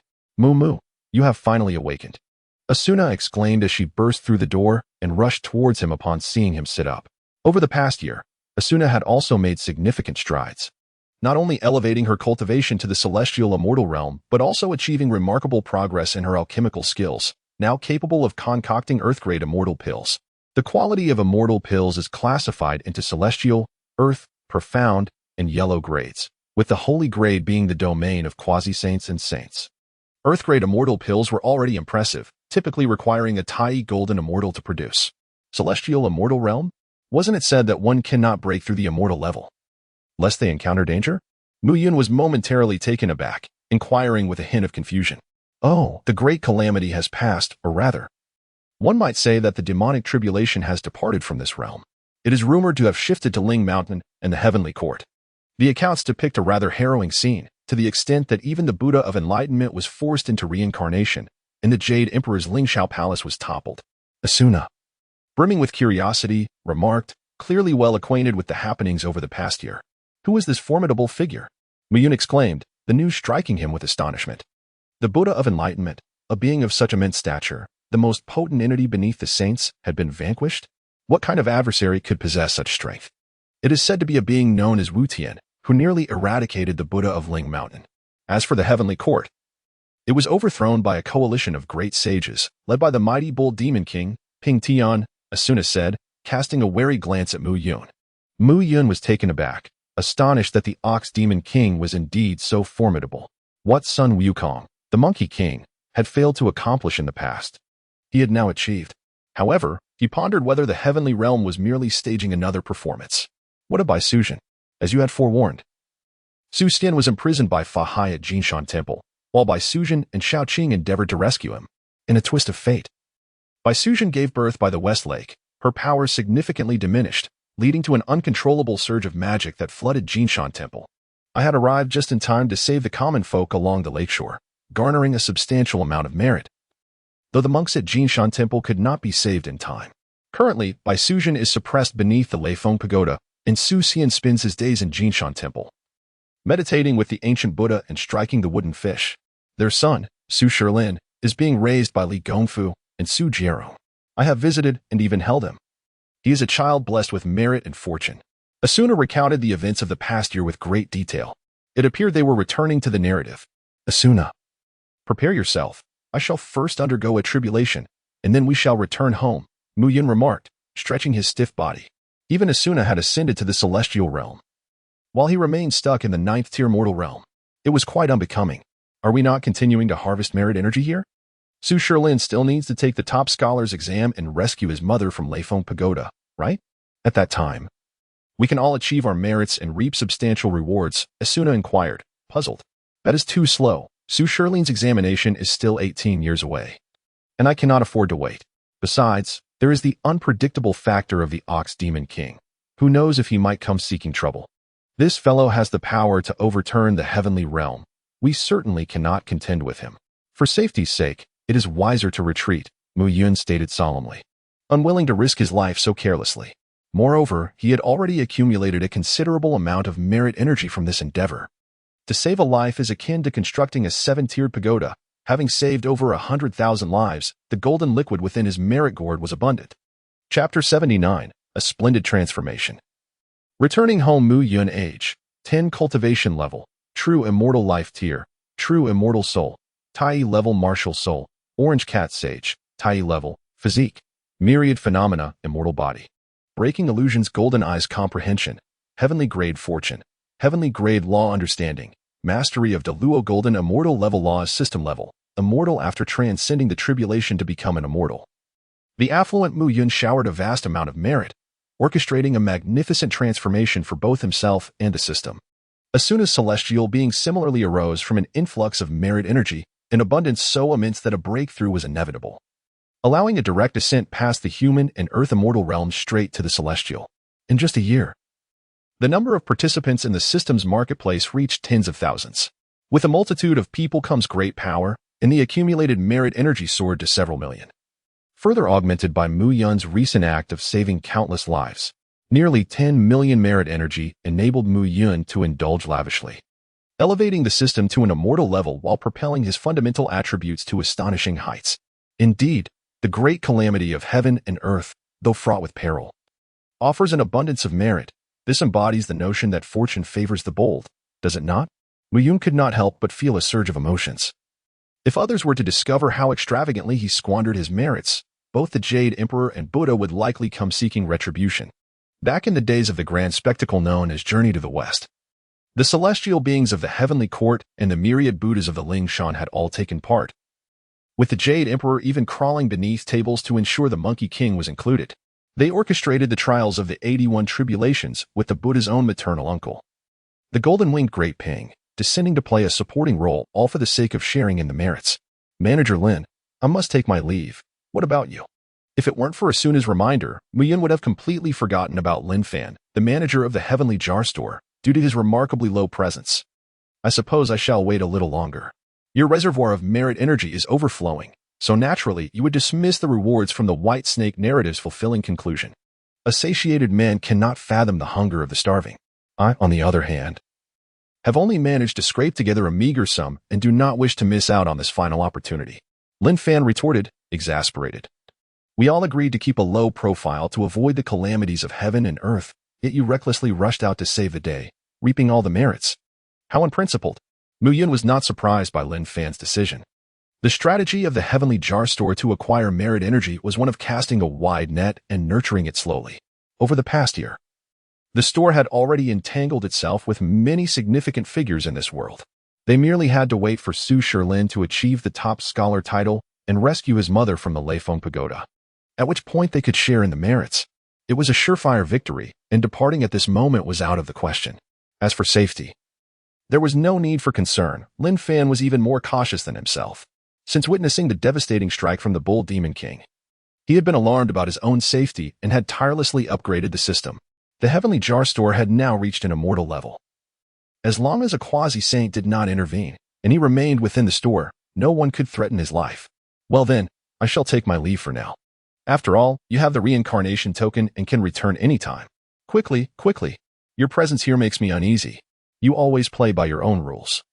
Who knows what unforeseen complications might arise and thwart the merit energy I have painstakingly plotted for, Lin Fan said, waving his hand with a joyful expression. Oh. By the way, it could be due to the great calamity of heaven and earth, or perhaps this world is of a higher tier than the Douluo world. But I've noticed that the flow of time here is not 100-fold, as it is in Douluo. Lin Fan's face darkened. Muyun hadn't mentioned this discrepancy when inviting him to the reincarnation trial. Was there no consistency in his words and actions? I must confess. I haven't thoroughly studied the specific rules of the reincarnation trial. My apologies. Muyun offered a disingenuous apology, his smile betraying a lack of sincerity. Lin Fan, feeling utterly helpless, realized that he couldn't abandon the hard-earned merits at this juncture. Fortunately, a manifestation had been left behind in the Douluo realm. Otherwise, chaos would surely ensue. As compensation, Muyun generously constructed a void portal within the multiverse jar shop, facilitating Lin Fan's free passage between Douluo and this world. Of course, Muyun, as the architect, would not engage in such endeavors without personal gain. Upon returning to the Douluo world, Lin Fan immediately sensed a repelling force. The current Douluo realm could no longer accommodate him, nor could it accept Asuna. Very well, I merely seek a moment's respite. Do not provoke me, lest I unleash my wrath upon you. Muyun rolled his eyes skyward in a gesture of defiance, prompting the very heavens of this realm to quail. For he understood the wisdom in facilitating both others and oneself. The landscape of Douluo continent had undergone a radical transformation.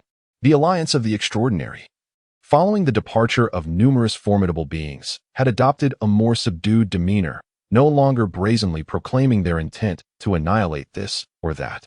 Instead, they focused on quietly advancing their endeavors, amassing wealth and opening jars, and no one dared to provoke them, for who could predict when those powerful entities might return?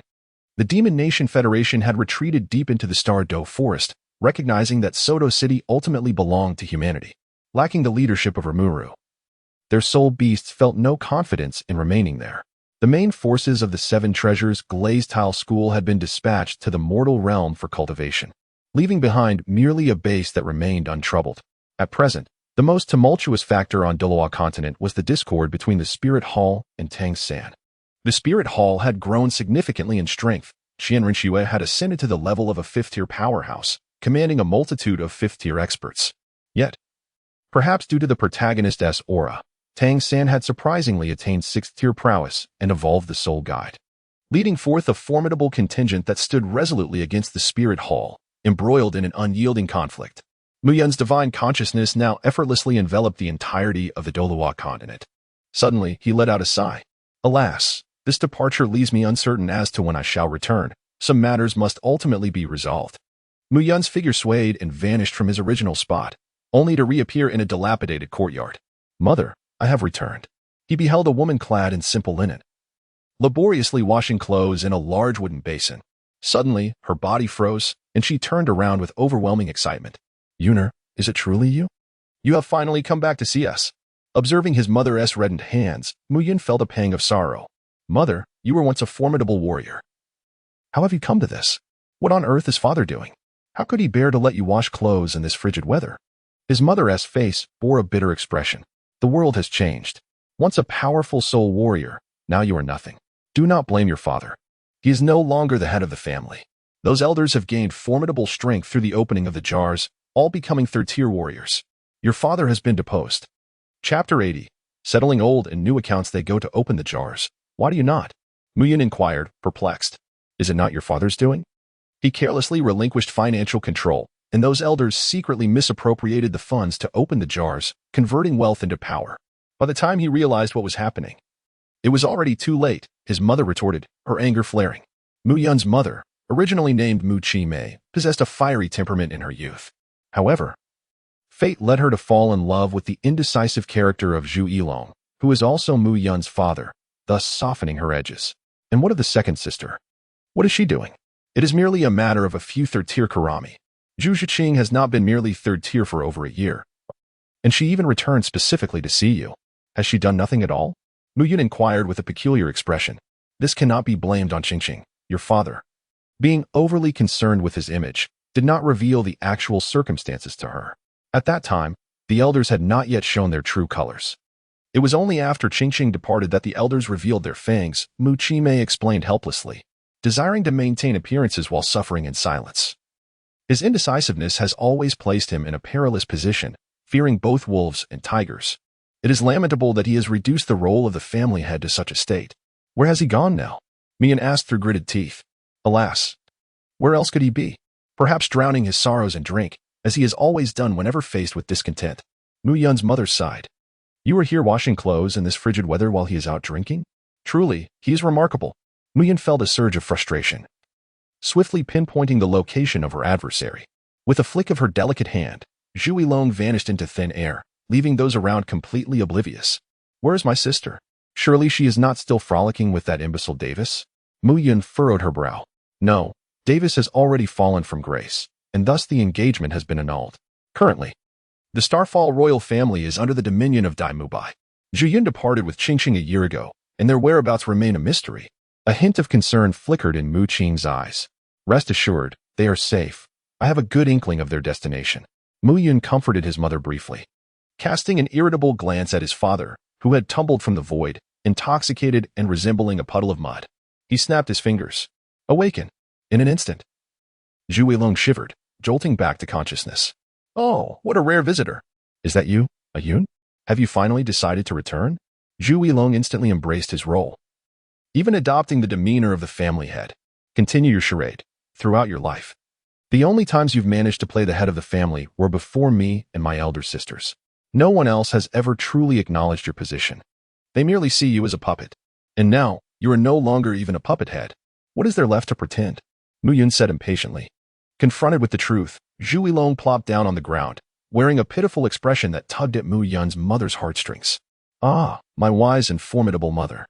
This is merely his customary ploy. He often feigns innocence to elicit sympathy from you. He has you thoroughly under his thumb for your entire life. Mu Yun wore an expression of utter exasperation. Each time his mother lost her temper, Zhu Yilong would adopt a woeful countenance, instantly dissipating her anger and compelling her to offer him comfort, a tactic that proved unfailingly effective. Come with me, he urged. There is no need to linger in this dismal place. Come stay at my residence. I have ample space. There is nothing left for you to tidy up here. Let us depart directly. Without waiting for Zhu Yilong's consent, Mu Yun waved his hand, and both Zhu Yilong and Mu Chi-mei vanished from the spot. He was acutely aware of his father's temperament, which could be as indecisive as Tang Xing, a considerable hassle. It was far more efficient to make decisions on his behalf. Once he had sent his parents away, Mu Yun's expression gradually darkened. This group of rascals had unresolved grievances from the past, and now they had added new offenses. Very well, let us resolve them all at once. Mu Yun raised his hand lightly, and chains flew forth. Causality chains, bind them. In an instant, all the elders of the Zhu family felt a tightening in their bodies, no matter their location, even if they were at the ends of the earth. They could not escape the grasp of the causality chains. It was as if invisible chains ensnared them, dragging them into the void, where they materialized before Mu Yun. Collapsing to their knees in a multitude. What is happening? Where is this? Was I not just at the Xinglua royal family, drafting the ascension regulations for the new monarch? How did I suddenly arrive here? I was en route to the Martial Soul Hall, and had already glimpsed the Martial Soul City. How did I return here so abruptly? Who are you? Did you orchestrate this? At last, an elderly man with white hair noticed Mu Yun, who was casually observing the spectacle, and stormed toward him with a fierce demeanor. Ah, the Grand Elder truly has a poor memory. It has only been a few years since we last met. And you have already forgotten me? You were quite intent on my downfall back in the day, proposing to expel me from the family and seize all my assets. Alas, My methods of concealment were quite adept, and you found nothing. Subsequently, you dispatched many to capture me, but regrettably, I had long anticipated your moves, leaving your efforts in vain. Have you recalled now? With a flick of his little finger, Mu Yun sent the elder hurtling backward, as if struck by a ferocious beast, crashing against the wall, leaving him in agony with countless bones likely broken. Zhu Mu Yun, it is you. The elder spat blood, enunciating each word with great effort. You are mistaken. I am now known as Mu Yun, and I have severed all ties with your esteemed Zhu family. Mu Yun replied coldly. If there are no ties, what brings you back? What else could it be but to settle accounts? He retorted. The first account, bullying the weak and disrespecting the elders, ousting me from the family, and plotting to seize my meager wealth. The second account, disregarding familial bonds, ruthlessly attempting to take my life. The third account, embezzling public funds for personal gain. The fourth account, undermining authority and usurping the family head. The fifth account, oppressing my parents. In summary, combining these 5 grievances, I hereby pass judgment upon you all. Mu Yun's gaze gradually turned frigid, an almost imperceptible aura of menace seeping forth. Why waste words with this little brat? Eliminate him. Everyone, converge. At the elder's command, a dozen individuals surge forth to attack Mu Yun. Well, it seems there are even 2 wielders of the devil fruit. What fortunate luck to stumble upon such treasures in the celestial jar shop. No wonder they dare to rebel. However, how dare these trifling third-tier ruffians bully my parents? They are truly courting death. With a swift motion, Mu Yun struck, sending everyone flying against the wall, where they adhered like a mural. Save for 2 individuals who found themselves beneath his foot. Hiki, the elemental wind fruit, and the paramecia pin fruit. Such treasures now belong to me. Chapter 81. 6 years. Danger approaches enough of the spectacle. I am indeed a magnanimous sage. I did not slay those old wretches, merely administered a simple reprimand. Our grievances are settled. Under the gaze of Zhu Yilong's mournful eyes, Mu Yun reluctantly provided a response. Such a formidable weapon, no wonder his mother could not bear it, even I. A great master, find it overwhelming. Zhu Yilong sighed in relief. Humph. Although these ingrates do not deserve death, they must be properly dealt with for daring to bully me. The head of the family. Truly, my son, well done. Mu Chime exhibited a peculiar expression, pondering the adage a mother knows her child best. What relevance do the virtues of magnanimity and tolerance hold in relation to her son? A tit for tat seems far more fitting. What is it? Do you wish to return and take charge of those ungrateful wretches? Mu Yun's brows furrowed, as the saying goes, once bitten, twice shy. If this unreliable father fails to learn from his mistakes, he should not be surprised when her wrath ignites. Moreover, the Zhu family has descended into utter despair. Although they remain alive, their existence is worse than death. With their meridians shattered and their bodies paralyzed, yet unable to succumb to death, Mu Yun extracted a drop of demon blood from the carcass of the bull demon and injected it into their hearts. With that substance coursing through them, their desire for death would be utterly thwarted. What are your plans now? Will you remain here? Or shall I send you to seek out elder sister and second sister? Mu Yun inquired with a languid stretch. I wish to find Qingqing.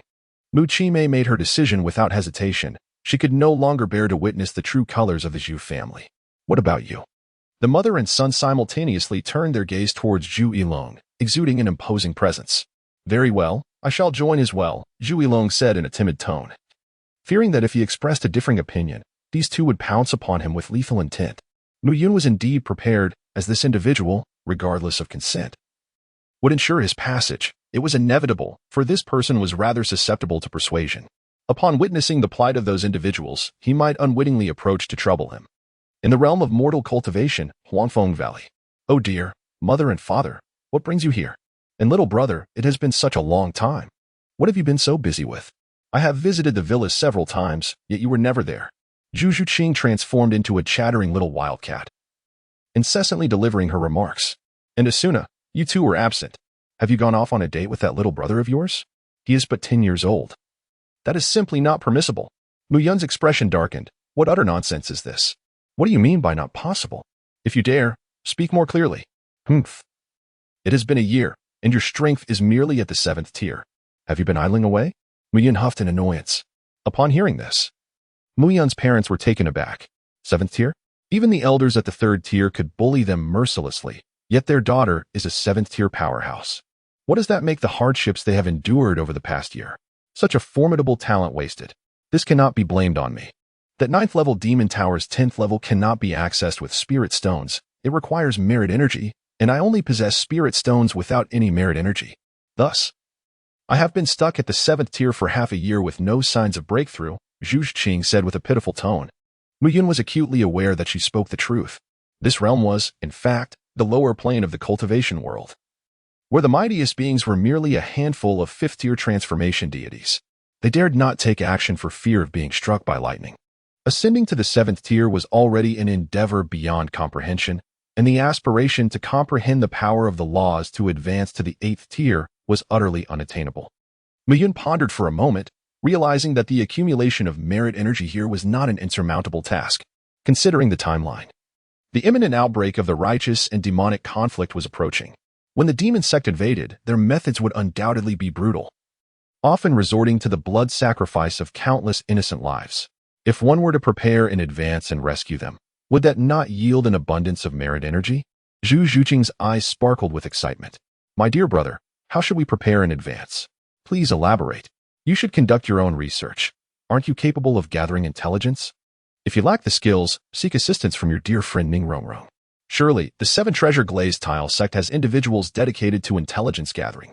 Given the demon sect's notorious methods, tracking their movements should pose little challenge. Do I need to instruct you further? Mu Yun replied with a tone of exasperation. Very well. I shall go find Rongrong at once. Mu Yun seized Zhu Zhuqing firmly, deciding to take his time and finish the meal before addressing the matter at hand. By dawn the next day, Mu Yun and Asuna had already departed. Their levels of existence were far too elevated for this world. Although the 7th tier was beyond the norm, it remained within tolerable limits. At least they could still wield thunder or drive away foes. However, beings of Mu Yun and Asuna's caliber were beyond any means of resolution. The previous White Serpent realm was significantly more powerful than this one. Even a distant strike from the Bull Demon King had nearly obliterated them. Leaving Mu Yun and Asuna here for a day was already pushing the limits. Nevertheless, before departing, Mu Yun enhanced his parents, Zhu Qing and Zhu Zhuyun, leaving behind protective measures to ensure their safety, which allowed him to leave with peace of mind. Zhu Yilong was a kind-hearted individual, while Mu Yun was tough on the outside but soft within. The two were quite similar in nature. Subsequently, Mu Yun resided in the system marketplace. However, it could no longer be referred to merely as a marketplace. It had expanded outward, now forming a grand metropolis centered around the marketplace. Beyond the city lay an unknown existence shrouded in black mist, a place Mu Yun dared not delve into. Sensing an aura of great terror emanating from it, time flowed like a fleeting horse, and in the blink of an eye, 6 years had passed. The system marketplace now boasted a permanent population exceeding 1 million, officially transforming into the city of Yun City, with Mu Yun as its lord. On this particular day, Shou Jie burst into the lord's residence, startling the leisurely Mu Yun. There was little he could do, after all. He had fortuitously acquired the lazy merit system and the dream everything system. The former required no effort at all, allowing his merits to soar effortlessly over the past 6 years, turning the merit liquid in his gourd into a lake and even nurturing several merit treasures. The latter allowed him to experience anything and everything within dreams, what he consumed. Actions taken and experiences gained, though all were illusory, the skills learned and principles comprehended were genuinely real and persisted upon awakening. Thus, despite appearing to have lazed about for 6 years, Mu Yun's strength had not stagnated. Mu Yun age, 16 cultivation level, Great Luo Golden Immortal Life level, Great Luo Golden Immortal Soul, Sacred Level Martial Soul, Devouring Heaven Cat, Sacred Level, Physique, Myriad Phenomena Divine Demon Body, Breaking Delusion Golden Eye Comprehension, Defying Heaven Fortune, Defying Heaven Understanding of the Laws, Perfected Laws at the Quasi-Saint Level System, Sacred Level Jie, he exclaimed in panic. This is terrible, this is terrible. The black mist outside the city has dissipated, and an exceedingly fearsome creature has emerged. You must go and take a look. I fear the city walls erected by the system cannot withstand its assault. Chapter 82, Battlefield of All Races. Summoning it resembled a gigantic boar, towering at 100 meters. Adorned in armor of stars, standing upon flames, with its formidable fangs imbued with immensely destructive laws. No wonder you claimed our city walls cannot endure its onslaught. Mu Yun's expression darkened as he stepped away from the city wall, his figure swaying as he approached the boar before him, coldly inquiring, "What are you? What brings you to this place?" Upon hearing Mu Yun's question, the boar's countenance suddenly transformed with a perplexing richness, emitting a thunderous roar. Although it was not human speech, for reasons unknown, Mu Yun found himself comprehending the utterance. You dare to question my presence here? Are you not aware of where you stand? Just as Mu Yun, akin to a bewildered monk, grappled with confusion, the system's notification chimed in belatedly. Ding! The system has ascended to the holy level, and the battlefield of myriad races has been activated. The adversary is the god of destruction, who wields the laws of annihilation. Defeating this foe will grant you access to the laws of destruction. Failure will result in the city's obliteration and the cessation of all. What in the world? The ascension of the system to holy level bears such grave consequences? Why was this not mentioned sooner? Had I known, I would have refrained from hastily elevating you to the holy level. Mu Yun felt tears welling up. For this god of destruction and demons was evidently not to be trifled with. Might we negotiate a matter? We are all civilized beings. Engaging in conflict is rather undesirable. How about you retreat, and we coexist in peace? Roar. Suddenly, a black orb of light emerged from the tip of the demon's fangs. Though small in size, it was entwined with dark, destructive thunder. Boom. The black orb shot forth. Its speed was not swift, yet everything in its path was devoured, akin to a black hole. Growing ever more formidable. Behind lay the city, and should it stray, if this entity were to collide with the city, it would likely be consumed entirely, leaving not a trace. Despicable, not a shred of honor or integrity. I, of noble stature, look down upon you. Filled with righteous indignation, Mu Yun pointed at his opponent. Just as the black orb was within arm's reach, a grand doorway materialized before him, and the black orb surged within. Simultaneously, another door emerged behind the god of destruction, from which the black orb burst forth. Boom. To the utter astonishment of the god of destruction, his posterior vanished. Is this what you call honorable? Is this what you deem to be transparent? Taking advantage of your weakness, Mu Yun wielded the 1,000 blades of the demon sword. As a colossal orange cat spirit manifested behind him. Although it had been renamed the Devouring Sky Cat, its appearance remained unchanged, still that adorable orange feline. A perfect fusion of human and cat. At this moment, the demon's sword, having soaked in the elixir of virtue for 6 years, possessed a formidable power comparable to that of innate spiritual treasures. The world of the all-encompassing sword. In an instant, Mu Yun vanished from sight. The opponent before him exuded an aura of formidable defense, making it exceedingly difficult to inflict a fatal blow from a distance. However, having exploited a momentary lapse in his adversary's guard, the opportunity was rare and warranted the risk. With a swift motion, he invoked the sword of heaven and earth strike. This ultimate assault, imbued with the power of the universe, represented Mu Yun's most potent attack, integrating all the principles he had comprehended. Crack. The massive fangs of the destruction demon were severed. Roar. The destruction demon emitted a haunting cry, its face contorted in disbelief as it collapsed to the ground. Mu Yun smiled faintly, gracefully retracting her fangs, her eyes shimmering with golden light. Your expression is quite intriguing. Are you pondering why I did not sever your head or pierce your heart, but instead chose to strike at your most formidable fangs? The answer is rather simple. Your fangs represent both your greatest strength and your most vulnerable weakness. For a being such as yourself, vital points can indeed be located anywhere. Since you are a harbinger of annihilation, your true essence lies in the source of destruction itself. Your fangs, embodying both offense and defense, are the optimal location for unleashing that essence. Alas, after delivering a formidable attack, your fangs will become brittle for a brief period, presenting the perfect opportunity for your demise. As for how I possess this knowledge, that remains a secret I cannot divulge.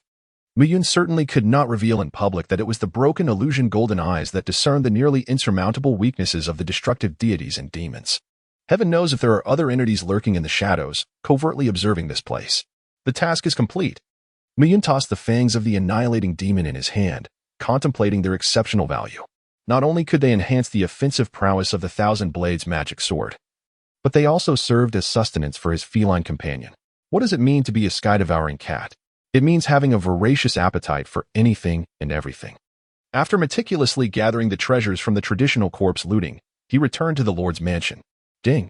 The next opening of the 10,000 races battlefield will be in 1 year. Please prepare adequately, host.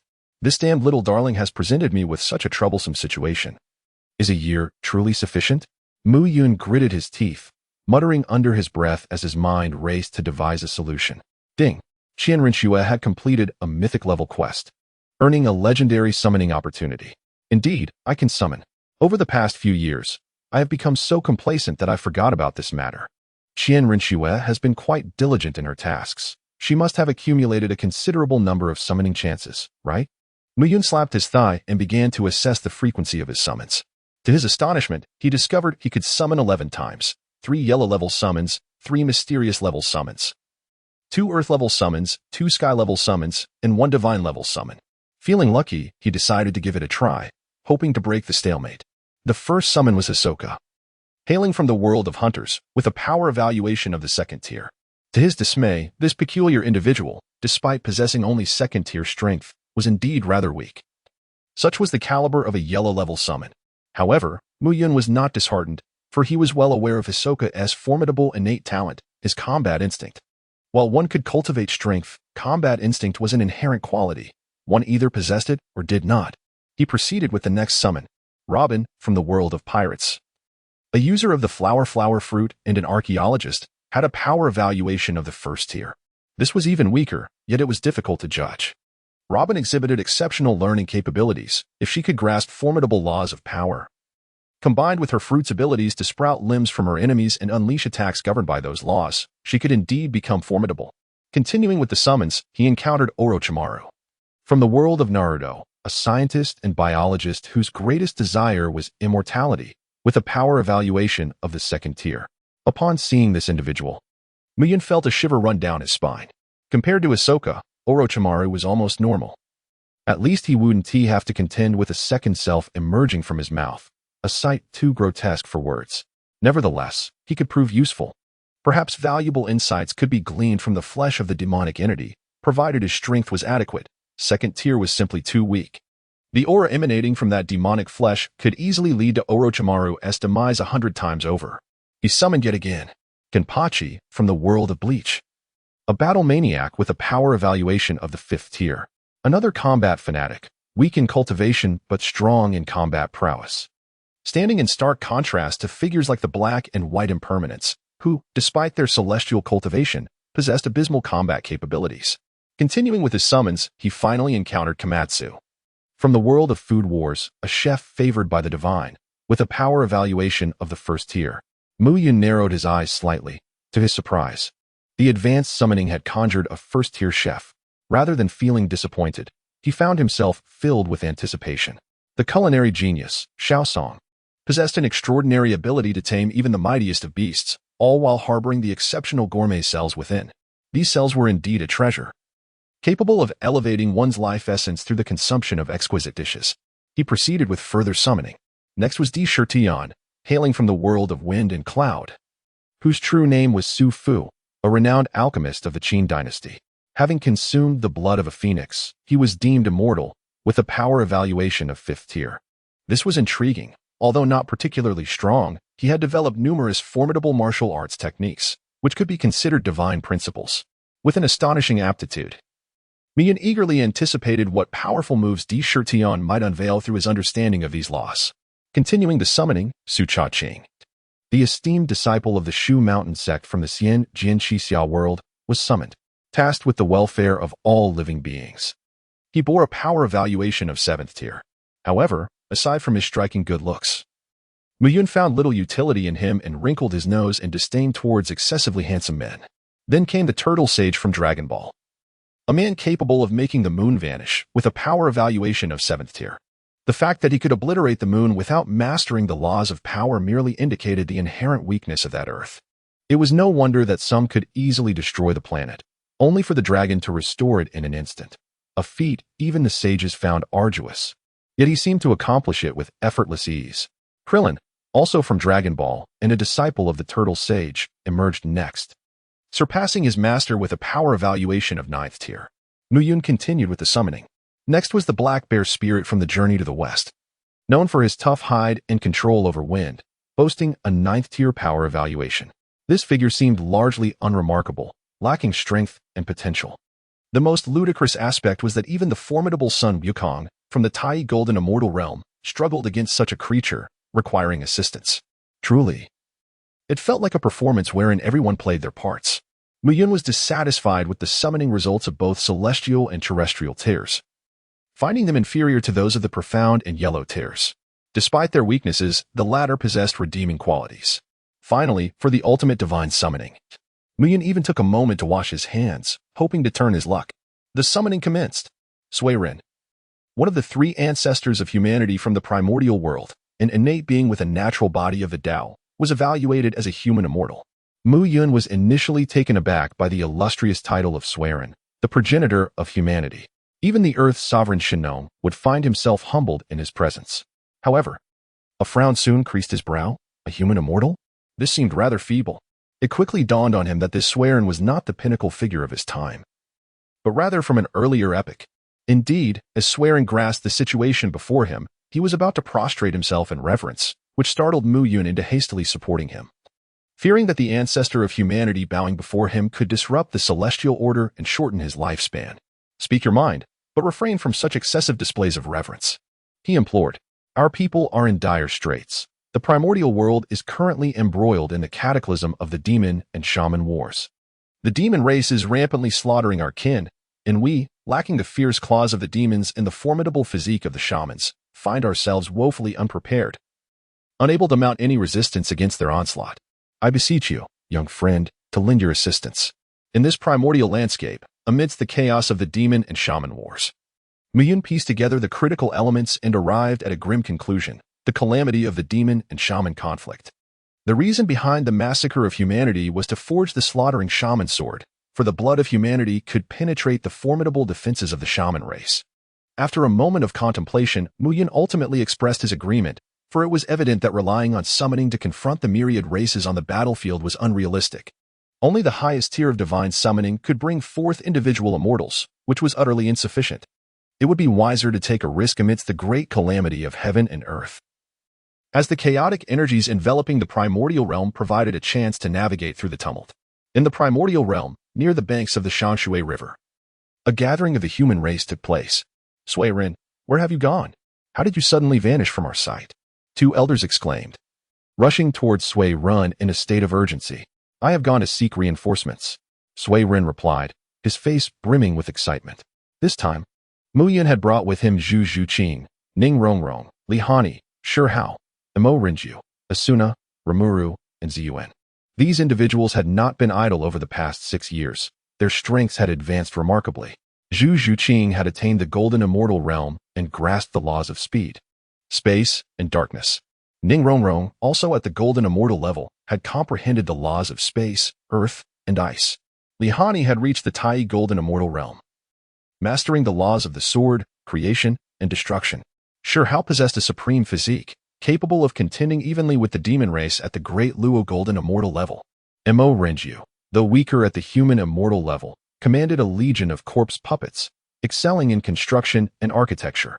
The layout and buildings of Cloud City were predominantly completed under his expertise.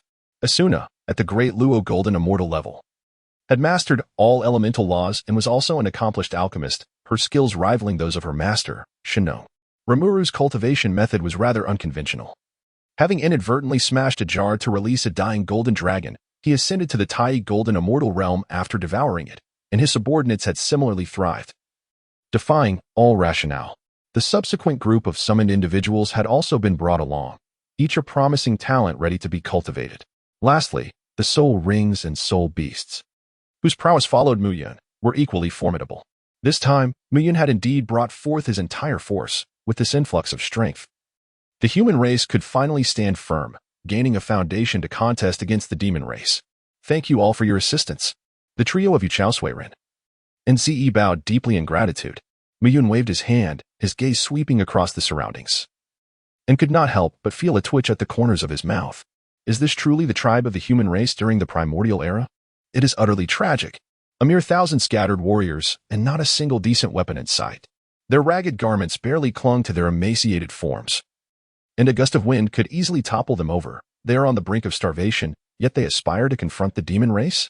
They cannot even vanquish a wild boar. Furthermore, there are no shelters to speak of. A heavy downpour would incapacitate a large portion of them, and without defensive walls, a single charge from the demon race would likely lead to their utter annihilation. They lack the essentials of clothing, food, shelter, and transportation. Well then, esteemed elders, may I take the liberty of stepping in to issue commands from here on out?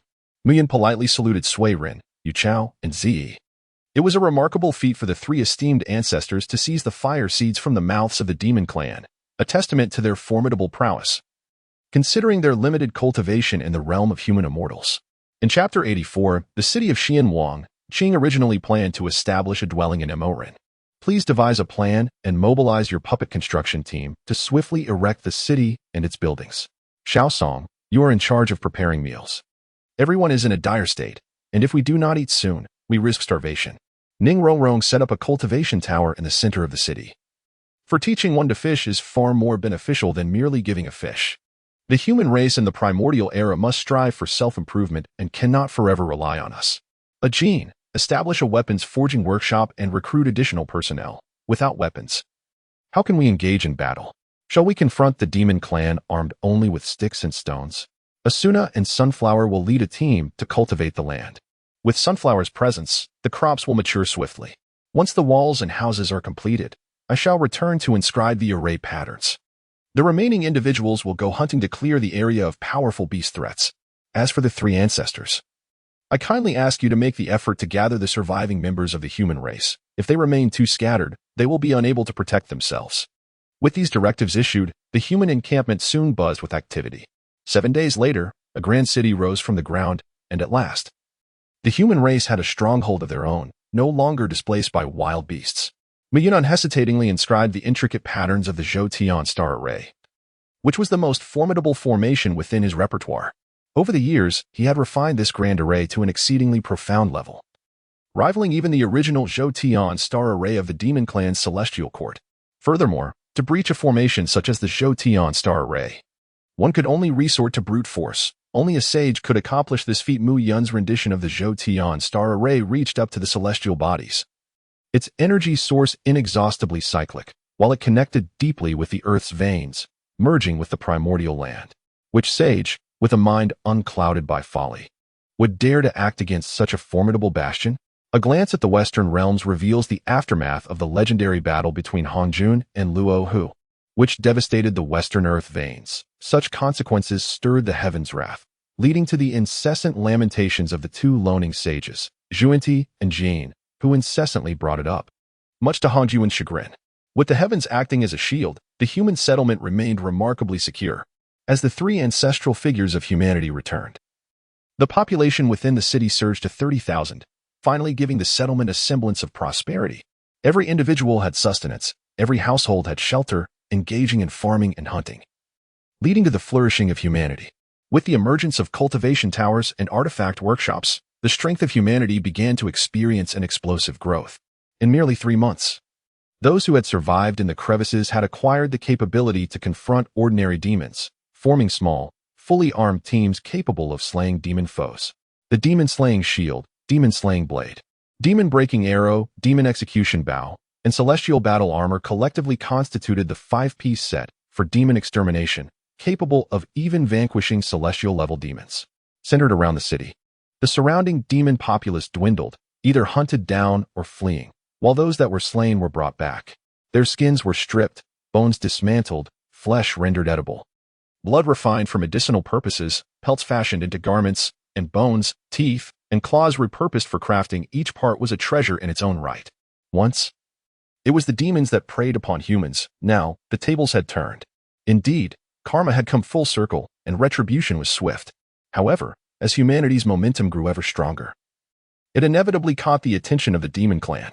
In the demon court, the demon emperor expressed his outrage. How dare these mere humans hunt my kin indiscriminately? Many of our kind have suffered grievous losses, and some lesser demons have even been captured and domesticated, only to be fattened for slaughter. This is an affront to the heavens. They have now come to beseech me, hoping the demon court will intervene to annihilate those human intruders and avenge their fallen brethren. I implore the demon emperor to provide me with a force. I shall eradicate these audacious humans. A terrifying 9-headed demon, resembling a duck and adorned in crimson, exuded a dreadful aura. With a body akin to a monkey and a bird's head crowned with 2 horns, it sat regally, emanating an overwhelming imperial presence. Dijun, the sovereign who unified the myriad beings of the primordial world and commanded billions of demon soldiers, the lord of the ancient celestial court. Guiche, our most pressing adversary is the Wu clan. It is unnecessary to squander our might on a trivial human faction, Dijun remarked, shaking his head dismissively. My Lord Demon Emperor, to eliminate these insignificant humans, there is no need for a grand army. I can handle it alone, replied Qin Yuan with unwavering confidence. A creature resembling a bee, adorned with a poisonous stinger at its tail, transformed into a breathtaking fairy clad in resplendent multicolored garments. In 3 days, I shall eradicate the human race and return, without delaying the momentous confrontation with the witch clan, she declared. After a moment of contemplation, Emperor Jun acquiesced, saying, Then hasten your journey. With your formidable strength as one of the top 10 demon saints, I trust there will be no unforeseen complications. As you command, I shall depart, replied the woman in colorful attire, reverting to her original form and vanishing in an instant. Although Qing Yuan's speed could not rival that of the Kuanping or my own Golden Crow kin, it still ranked among the swiftest of the top 10 demon saints, ensuring her timely return within 3 days. Having arranged this matter, Emperor Jun cast his gaze toward the distant witch clan, his expression darkening with malevolence. The slaughtering sword aimed at the witches had been forged. This time, he vowed to annihilate the 12 ancestral witches, ensuring the complete obliteration of their clan. By the banks of the Shangshui River, the human race convened. Little brother Mu Yun, might I inquire the purpose of your summons? Questioned the sage Swearin as the 3 ancestors settled in the hall. In just 3 months, their admiration for Mu Yun had grown immensely. The human race had transformed beyond recognition. Previously, they trembled in fear before the demon clan, waiting for them to satiate their hunger before daring to move. Mere fodder for their insatiable appetite. Now, however, they rushed forward, eyes gleaming with excitement at the sight of their adversaries, clamoring to engage, fearful of losing their chance. I believe our city deserves an official name, as it is the very foundation of our human lineage, Mu Yun said with a cheerful smile. Indeed. How could I have overlooked that? However, we 3 are not adept at naming. This task should fall to you, little brother, nodded Swearin. Absolutely. This entire city is your creation. Only you hold the right to bestow it a name, added the ancestor Yu Chao. You have saved our race and imparted the knowledge that has enabled us to stand against the demons. Your contributions are immeasurable. I believe you deserve to be regarded as the progenitor of our people, exclaimed the ancestor Z with palpable excitement. Mu Yun was momentarily taken aback. For this turn of events was entirely unexpected. His primary purpose was to name the city, the first city of the human race. Both its construction and its name would yield a considerable share of merit, an opportunity not to be missed. He had not anticipated that the 3 ancestral figures of humanity would propose him as one of the ancestors. Such an offer would only be foolish to decline. For humanity is destined to be the principal force in the heavens.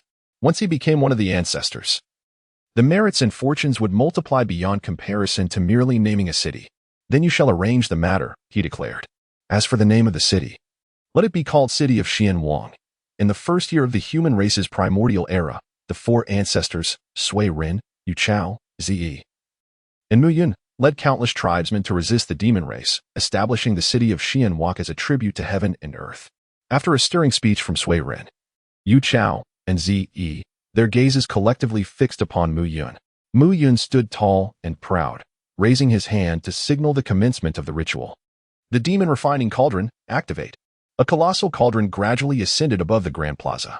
Following the ranking of the demon-slaying steel, offerings were placed in order. A magnificent stone tablet, gleaming with golden light, descended from the heavens. First place, Shi Hao, with a demon-slaying score of 50-080, presented the earth-shaking divine bull, a being of the great Luo golden immortal realm. With a grand gesture, Shi Hao summoned a vast black bull that obscured the sun, as it soared above the cauldron. It rapidly diminished in size, ultimately descending into the cauldron. The current Shi Hao was no longer the innocent child who once clutched beast's milk. He had matured into an indomitable force, having reclaimed his supreme bones. He had vanquished even the demon clans of the great Luo golden immortal realm with his fists. Before long, the earth-shaking divine bull was refined, releasing a tremendous surge of energy that split into 6 distinct orbs, 2 large and 4 small. The 4 smaller orbs were infused into Sui Ren, Yu Chao, Zi, and Mu Yun, while 1 large orb entered Shi Hao's being. The final orb erupted in the air, transforming into a gentle, ethereal rain that nourished the earth and sanctified every individual present in the city of Xianhuang. Simultaneously, a translucent bone shard soared from the cauldron and landed in Shi Hao's palm. This shard represented the earth-shattering divine power, the innate ability of the earth-shaking divine bull. Capable of devastating mountains and cities, triggering earthquakes, tsunamis, and volcanic eruptions. Sure Hao smiled contentedly as he secured the bone shard, thoroughly pleased with the outcome. Although a significant portion of the energy had been siphoned off, it was still a worthwhile exchange. It was important to note that refining a being like the earth-shaking divine bull from the great Luo golden immortal realm was a time-consuming endeavor, with energy waste often exceeding half. Moreover, the absorbed energy was notoriously complex, complicating subsequent processing. In contrast, the demon refining cauldron produced exceptionally pure spiritual energy, saving time and effort without any adverse effects, and additionally bestowed upon him a formidable divine ability, an incredible boon. Second place, Asuna, with a demon-slaying score of 40,060, offered the blazing flame demon phoenix, a creature of the great Luo golden immortal realm. To hunt this fiery demon, Asuna had expended considerable effort, enduring a grueling battle that lasted 7 days and nights, relying on countless energy-restoring elixirs to outlast her foe. The cauldron rewarded her with an abundance of pure spiritual energy and a vibrant red feather. This feather embodied the phoenix fire, the innate ability of the blazing flame demon phoenix, capable of incinerating the heavens and boiling the seas. Third place, Li Hani, with a demon-slaying score of 30,010, contributed the golden-eyed demon monkey, a being of the Tai golden immortal realm. The cauldron rewarded Li Hani with a wealth of pure spiritual energy, enabling her to ascend directly to the great Luo golden immortal level. She had already been at the pinnacle of the Tai golden immortal realm, merely a step away from her breakthrough. Furthermore, she acquired a golden eyeball. This eye embodied the void-breaking golden eye, the innate ability of the golden-eyed demon monkey, akin to Mu Yun's void-breaking golden pupil, capable of seeing through all illusions. Fourth place, Rimuru, with a demon-slaying score of 20,080, provided the war treant, a being of the Tai golden immortal realm. The refining demon cauldron grants a boon, allowing Rimuru to ascend into the realm of the great Luo golden immortal, whereupon he acquires a string of wooden beads. The war of divine powers is shackled by the chains of warfare. Once invoked, neither party can escape the battlefield, facing a relentless struggle to the death. It is precisely due to this innate divine ability that Rimuru, who favors predatory skills, is compelled to slay it. Only with its demise can the chains of warfare be unraveled. In fifth place, Zhu Xing, with a demonic kill score of 5,000, offers as a sacrifice the nine-tailed demon cat, attaining the golden immortal realm. The refining demon cauldron bestows upon Zhu Xing the advancement to the Tai golden immortal realm while granting her the divine ability of the Nine Tails. This ability, the Nine Tails, is the innate power of the nine-tailed demon cat. When activated, 9 tails emerge behind her, each representing a life. Furthermore, she can voluntarily sever a tail, with each severance enhancing her cultivation by 10%. If all 9 tails are severed, her cultivation will surge by an entire realm in a short span, after which she must endure a cooldown period of 1 year before she can utilize it again. In sixth place, Ningrongrong, also with a demonic kill score of 5,000, presents as a sacrifice the extreme ice snow swallow, rising to the golden immortal realm. The refining demon cauldron elevates Ningrongrong to the Tai golden immortal realm, granting her the divine ability of the extreme ice snow domain. The extreme ice snow domain, an innate power of the extreme ice snow swallow, can transform the surrounding environment. Within this snowy realm, the effects of ice-related laws are doubled, while the potency of other attribute laws is halved. In seventh place, Robin, with a demonic kill score of 5,000, offers as a sacrifice the three-eyed crow, achieving the golden immortal realm. The refining demon cauldron facilitates Robin's rapid ascension through several levels, propelling him directly into the Xian immortal realm, where a single eye from the crow flies into his grasp, granting him the divine ability of the destruction beam. The destruction beam, an innate power of the three-eyed crow, is emitted from its third eye, unleashing a beam imbued with the laws of annihilation. Mu Yun was momentarily taken aback. This was inconceivable. Although Robin possessed extraordinary insight and vast knowledge, rapidly advancing in cultivation under his meticulous guidance, he had only reached the realm of a human immortal. How could he possibly vanquish a three-eyed crow of the golden immortal realm?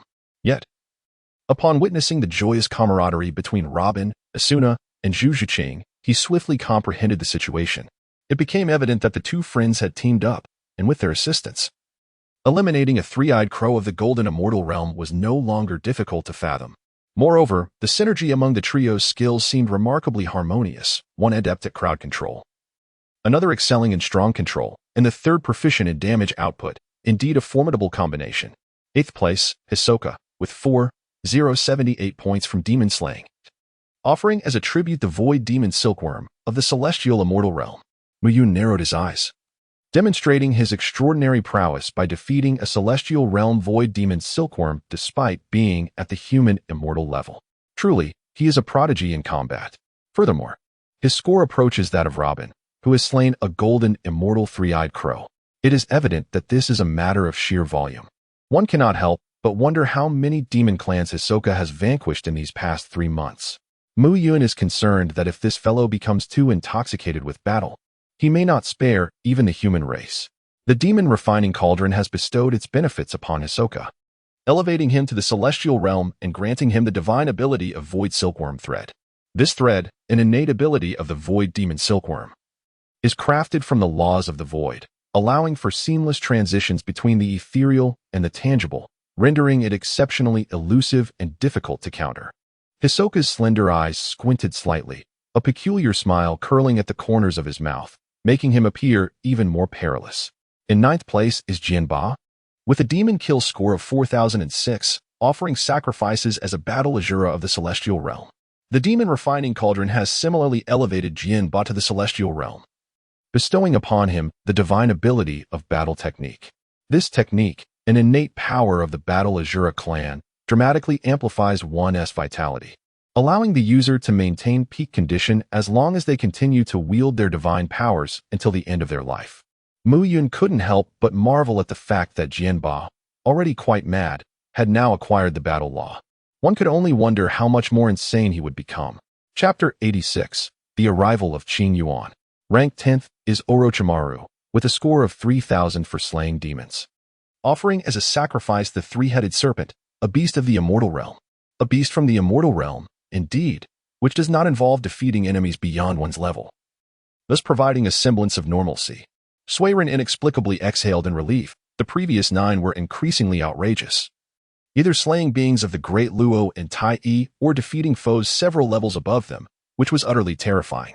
Mu Yun gazed at him with a peculiar expression, a smile lingering on his lips as he remarked, "Normal? You truly consider him normal?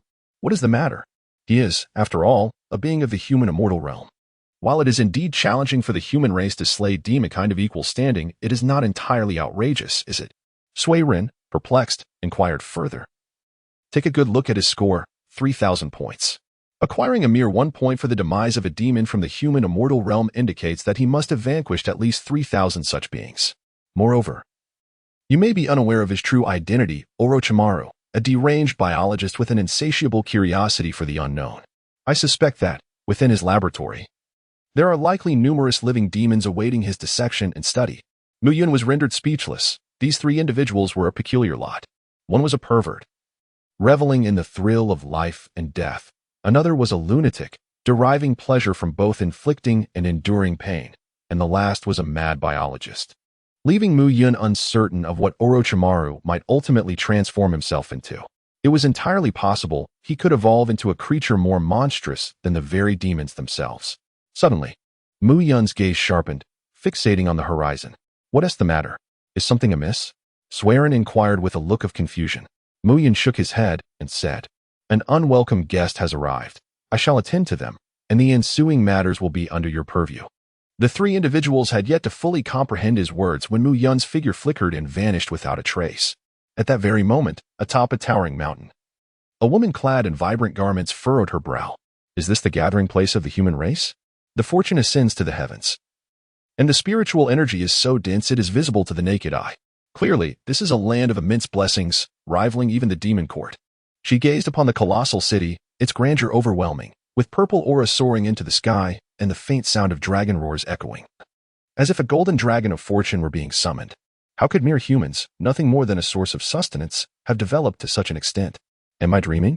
Suddenly, a voice resonated close to her ear. You are not dreaming. This is indeed the territory of the human race, known as Xianhuang City. Who? The woman in vibrant attire did not turn her head, swiftly drawing her sword and striking out. Clang! Mu Yun flicked his fingers lightly, causing his treasured sword to shudder and emit a mournful wail. Who are you? The woman clad in colorful garments was struck with astonishment.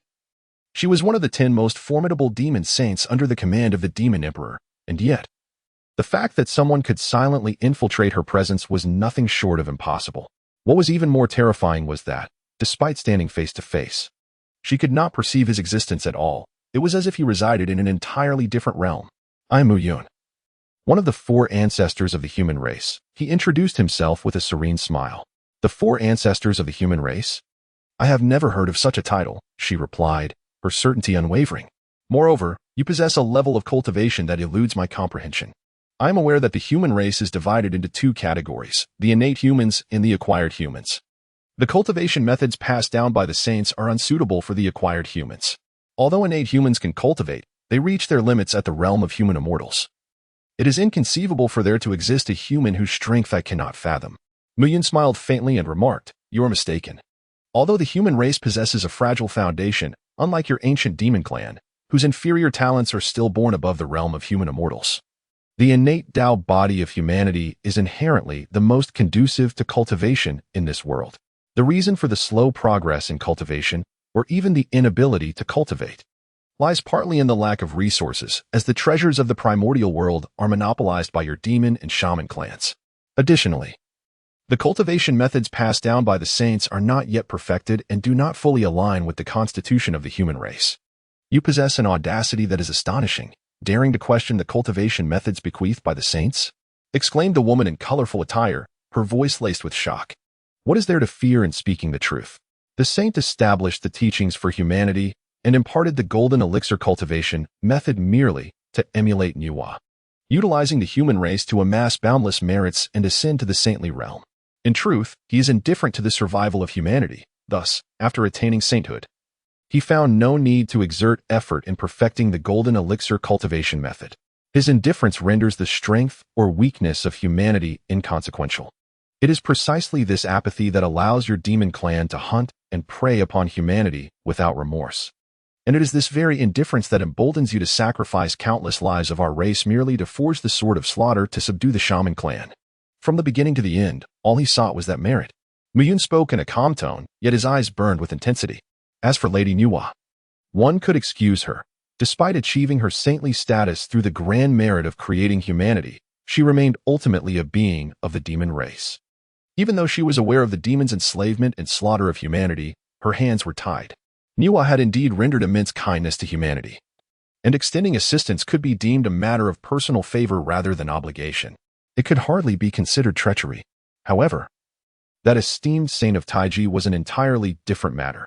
He shamelessly reaped the benefits of humanity's vast merits, establishing his own sect, leaving behind an ineffective cultivation method, and then washing his hands of the affair? His complete lack of protection for humanity was hardly a gesture of goodwill. The woman in colorful attire was so frightened that beads of cold sweat dripped down her brow as she continually cast her gaze upwards. Terrified that a colossal hand might descend from the heavens to smite this audacious individual, inadvertently dragging her down with him. This man was far too audacious.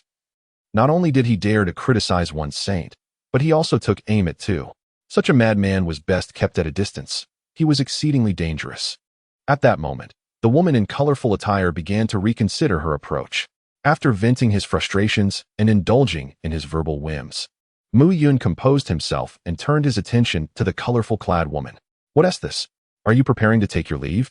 Did you not come all this way to annihilate my people? It would be rather unbecoming to depart without having accomplished anything. Qin Yuan, how do you know my name? Can you see through my true form? The woman exclaimed in horror, retreating hastily and transforming into her original shape. In her true form, she resembled a pair of mandarin ducks, akin to bees, with a venomous stinger emanating a perilous aura. Qin Yuan, one of the 10 demon saints under the command of Emperor Jun, wielded the principles of poison, reputed to possess the ability to annihilate all living things. Indeed, he was a formidable force, far surpassing the scattered and less disciplined demon beings of the great Luo golden immortal realm. Mu Yun clapped his hands with a smile. Stepping slowly towards Qin Yuan. Do not come any closer. Qin Yuan retreated step by step, displaying an expression of genuine fear. Mu Yun suddenly halted, a cryptic smile playing on his lips as he regarded the figure before him. Ah, so you are familiar with the 36 stratagems, particularly the art of deceiving the heavens to cross the sea. However, do you truly believe I am oblivious to the insidious poison trap you have slyly laid? Oh. By the way, I should mention that I too possess a penchant for setting traps. Chapter 87. The orange cat devours the heavens. How did you manage this? Qin Yuan inquired. His words surprisingly articulate as he focused on the small bee perched upon the man's shoulder. It was diminutive and did not exude an aura of strength. Yet it had consumed the highly toxic concoction he had laid down, an elixir potent enough to annihilate all living things. Who beneath the sage's rank would not fear such a lethal poison? The fact that it had been devoured so easily was astonishing. Master, this little creature is quite delightful. If I could consume a bit more, I might just ascend to a higher level. The bloodthirsty poison bee queen's eyes sparkled with anticipation as she fixated on the large hornet opposite them, yearning to pounce and take a bite. Patience, Muyin cautioned. After all, that individual is one of the 10 great demon saints of the demon court. He undoubtedly possesses formidable abilities. With your small stature, rushing in would be tantamount to seeking death. Let us observe for now. Muyin intercepted the queen bee, gazing at her with eager anticipation. Suddenly, Qin Yuan trembled, his form rapidly swelling until he resembled a towering mountain. This must be the divine transformation of size, a technique that nearly all demon clans possess to some extent. It is hardly extraordinary. Muyin shook his head, remaining motionless. Please continue your performance. Suddenly, Qin Yuan emitted a sharp cry, and the sky split open, revealing a vast black void as a colossal divine mountain descended slowly. Muyun's expression instantly transformed into one of solemnity as he activated the breaking illusion golden eyes. The Qi Yuan was originally a fated treasure, forged from a fragment of the Kunlun divine mountain, its power rivaling that of the postnatal spiritual treasures. Muyun soared forth without hesitation, traversing 1,000 miles. The treasures and spiritual artifacts mentioned here are of an entirely different caliber compared to those found in the celestial marketplace. Their power is not to be compared. It is the innate spiritual treasures that are wielded by the saints, while these acquired spiritual artifacts are already formidable in their own right. The reason Muyin ascended rather than teleporting away was due to the moment the divine mountain descended, the very fabric of space solidified, rendering the art of teleportation utterly ineffective. He couldn't help but recall the turning heaven seal, an artifact whose creation lacked any technical sophistication. It was formidable solely because of its materials, a fragment of the unyielding mountain formed from the spine of Pangu after his demise. It was truly a weapon that would crush anyone it struck, impossible to evade or withstand, bearing a striking resemblance to the turning heaven seal in its destructive essence. Muyun's eyes glimmered with envy, for such a treasure was indeed fated to be his. With a resounding crash, the divine mountain descended, leveling several towering peaks to the ground. A cacophony of buzzing and chirping erupted as countless swarms of bees and flocks of birds emerged from within the sacred mountain. The sheer magnitude of this demon clan was astonishing. It was truly a kingdom of demons, where each individual represented a nation. Qin Yuan, you are quite the schemer. These forces were originally intended to confront the witch clan, were they not? Now, you have squandered them here. Does Di Jun know of your actions? Should they suffer significant losses? Do you think Di Jun would spare you from the execution platform for demons? With a smile, Muyin remarked, and upon hearing his words, Qin Yuan felt a chill creeping up her neck. The internal dynamics of the demon court were far from harmonious. Di Jun established the demon court through formidable strength and ruthless measures. Those who complied thrived, while those who opposed faced demise. Disobedient subjects or those who erred were dispatched to the slaughtering platform, where they were executed and their remains consumed. Although the demon soldiers under her command were her own, their fates were inconsequential to others. Yet, within Di Jun's grand design, they served to deplete the stamina of the Wu clan. Should significant losses occur here, it would jeopardize Di Jun's plans, and given his tyrannical disposition, her own demise would be inevitable. As Qin Yuan found herself in a quandary, Muyin suddenly gestured. Since you are unable to decide, allow me to assist you. A vast expanse of fiery clouds erupted, igniting any swarms of insects or birds that came into contact with the sparks, swiftly transforming into a raging inferno. True Sunfire? Qin Yuan gasped in horror. The True Sunfire, also known as the Golden Crow Fire, was a primordial flame born solely by the brothers Di Jun and Dong Huang Tai. How could it possibly be wielded by a member of the human race? Moreover, she was intimately familiar with this flame, when Di Jun had once invited her to join. It was this very fire that had compelled her to capitulate.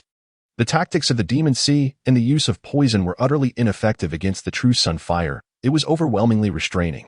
Realizing the peril she faced, Qin Yuan understood that her ranking among the 10 demon saints of the demon court was not due to her cultivation or divine abilities, but rather because of the treasure known as the Kunlun Demon Kingdom and her countless demon soldiers. With a swift motion, she raised her hand. summoning a colossal divine mountain that soared towards Mu Yun. Mu Yun squinted slightly, sensing that he had become the target of a formidable strike, one he could not evade. The power of causality compelled him to withstand it. Very well, let me test the extent of your might.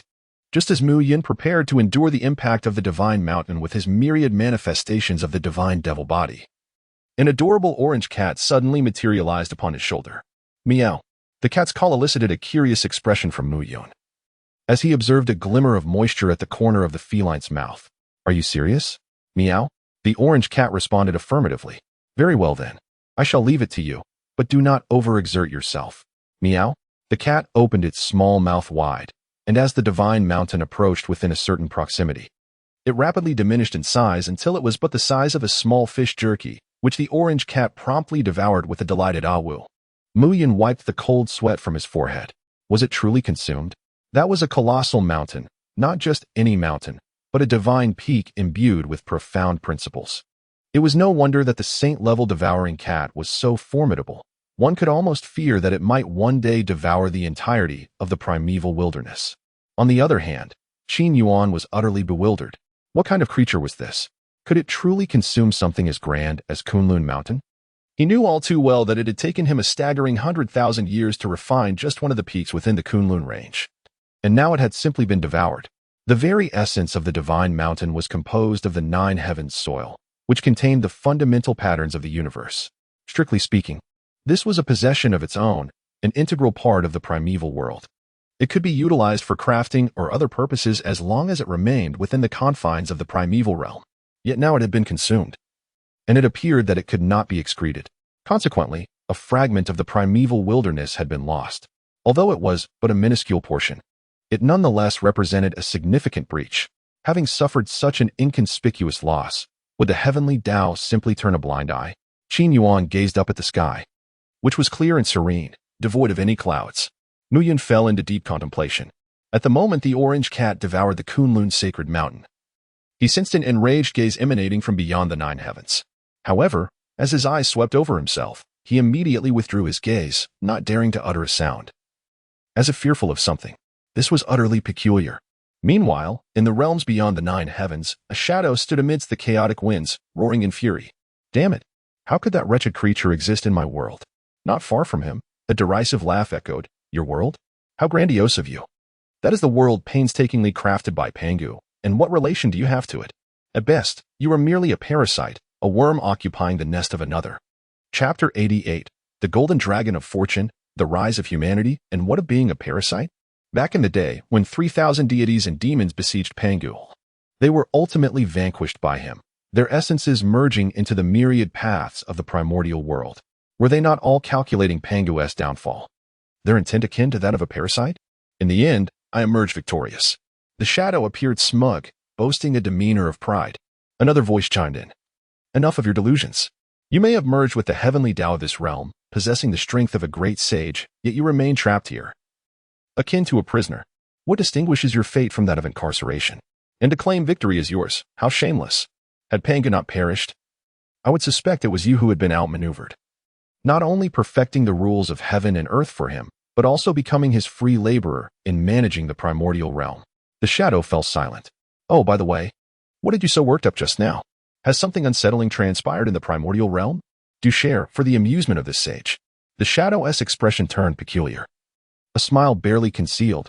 The cat has appeared. The cat? Which cat? What cat? The one that feasts upon the sun, moon, and stars, capable of devouring the heavens and the earth, with all paths converging within its belly. What?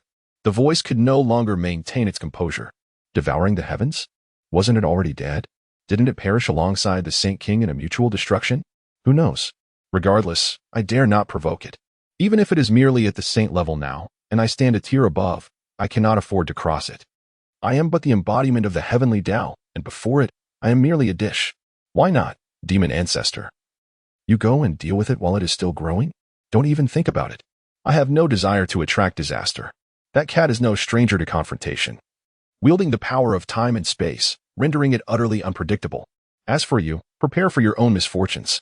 Indeed, I hope it departs soon. The shadow casually grasped a 5-colored stone and cast it into the primordial realm, causing a divine mountain to rise from the Kunlun range. At this moment, Qin Yuan was stealthily retreating, hoping to slip away while Mu Yun was lost in thought. Suddenly, chains emerged from the void, ensnaring her tightly. Mu Yun lifted her head, revealing a radiant smile. As I have mentioned, I am quite adept at setting traps. The moment I made my appearance, the traps had already been meticulously laid. Mu Yun snapped her fingers, and countless spatial vortices materialized around Qin Yuan. No matter which direction she attempted to flee, she would inevitably fall into a trap. In truth, there was one detail Mu Yun had yet to disclose. The area within 100 miles had long been enveloped by his endless labyrinthine divine power, merely waiting for the opportune moment to manifest. Thus, the outcome of this battle had already been determined even before it commenced. Fear not, I shall not take your life. You still hold value for me at this moment. Mu Yun cast a fleeting glance at the queen bee. She belonged to you. The Void Star Insect Queen. The Devouring Flower, the Starry Lion, the Celestial Ancient Tree, the Crimson Flame Golden Beast, and the Clockwork Sunflower. These were the earliest soul rings and soul beasts that had accompanied her, all stalling at the level of Tai Golden Immortal. Even with the application of the Willow God technique, further metamorphosis had remained elusive. Now, a rare opportunity for transformation finally presented itself. The Insect Queen sensed that the bloodline of Qin Yuan would aid her in this evolution. Well, the task is complete. I hope that in the future, Emperor Jun will dispatch more demon saints, for there simply aren't enough to behold. At this moment, Mu Yun was in high spirits, for he had discovered that the demon race in the primeval world was not as formidable as he had once imagined. They exhibited conspicuous weaknesses. Despite their high cultivation and elevated life forms, their combat abilities were rather mediocre, primarily relying on the treasures they possessed. It seemed that the number of demon clans wielding powerful artifacts was limited, and they might not prevail against the now empowered human race. Upon returning to Xianwang City, he found that the ritual was drawing to a close. This ceremony had not only propelled the cultivation of all human participants in Xianwang City to new heights, but it had also elevated the city itself to a higher level. The manifestations of this advancement included taller and thicker city walls, a richer concentration of spiritual energy within the city, and the emergence of a golden dragon of fortune. A magnificent golden dragon coiled above Xianwang City, heralding the rise of the human race. Currently, excluding the reinforcements brought by Mu Yun, several hundred individuals had ascended to the immortal realm. Among them, the Swearin clan, the Nest clan, and the Z clan experienced the most significant enhancements, being the three ancestral clans of humanity. Each ritual contributed to the accumulation of spiritual energy, which allowed them to ascend directly from the immortal realm to the great Luo golden immortal level, albeit their combat prowess remained somewhat lacking. Mu Yun, my young brother. Is something amiss? Upon seeing Mu Yun return, the three ancestral clans of humanity gathered around him, their faces etched with concern. Nothing much, I merely captured Qin Yuan, one of the 10 demon saints, Mu Yun replied nonchalantly. The three ancestors collectively inhaled sharply, their expressions turning pale. This was dire news. Just as humanity was beginning to show signs of resurgence, the demon race had set its sights upon them. Were they to be forced to migrate once more? If a demon saint had arrived this time, what would happen next? Would it be the 10 demon saints accompanied by countless demon soldiers? The foundation of the human race was still too fragile to withstand such an onslaught. Swearin was the first to regain composure. Do not frighten yourselves unnecessarily. The greatest enemy of the demon race at present is the witch race. They hardly regard us as a threat. As for the 10 demon saints and countless demon soldiers, let us not overestimate our significance. Cough cough. Mu Yun cleared his throat. Rest assured, our Xianwang City, unless the likes of Emperor Jun and Dong Huangtai personally arrive, even 1,000,000 demon soldiers would pose no threat to us. He refrained from making an absolute declaration, as Emperor Jun and the congenital treasures, the He Tu and Luo Shu, along with Dong Huangtai's Chaos Bell and the 2 instruments of green light, were all innate treasures. Particularly, the Chaos Bell could imprison time, suppress space, and reflect any attacks from treasures and divine weapons, disregarding all magical and supernatural damage, with the ability to refine the powers of earth, water, fire, and wind. These 2 could be considered the mightiest beings beneath the saints, and their combined strength could even contend with a saint. Mu Yun was uncertain whether Xianwang City could withstand their assault, nor could he predict if they would recklessly obliterate the earth veins, leading to the destruction of Xianwang City. After all, they were a lawless demon race, unlikely to consider the consequences of their actions. Otherwise, they would not have engaged in a mutual destruction with the 12 ancestral witches, causing the collapse of Mount Buzhou and nearly burying the entire primeval world. Moreover, Do you not perceive the attack from the demon race on our Xianwang city as a fortuitous event? Mu Yun smiled and pointed towards the alchemical cauldron upon the elevated platform. Without such resources, how could our human race strengthen amidst the continuous influx of the demon clan? These are invaluable cultivation materials, far more efficient than merely sitting cross-legged to absorb the essence of heaven and earth. Just look at the three of you.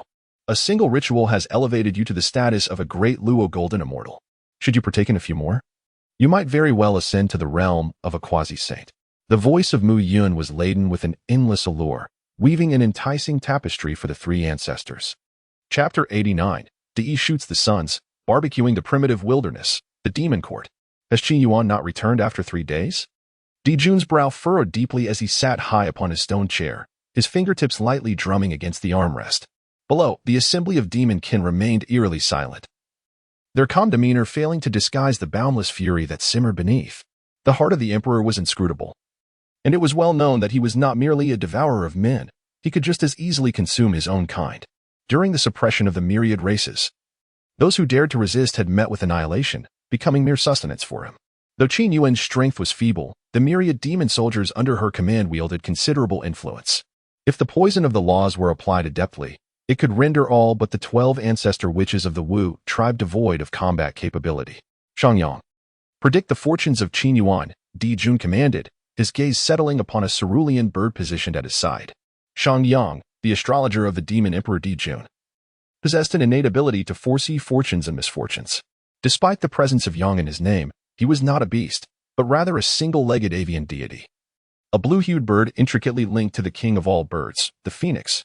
He was a formidable force, well-versed in many of the Phoenix clan's secret arts, holding a prominent position among the 10 great demon saints, and was highly favored by Di Jun, with a flourish of his azure wings. Shangyang danced gracefully in the air.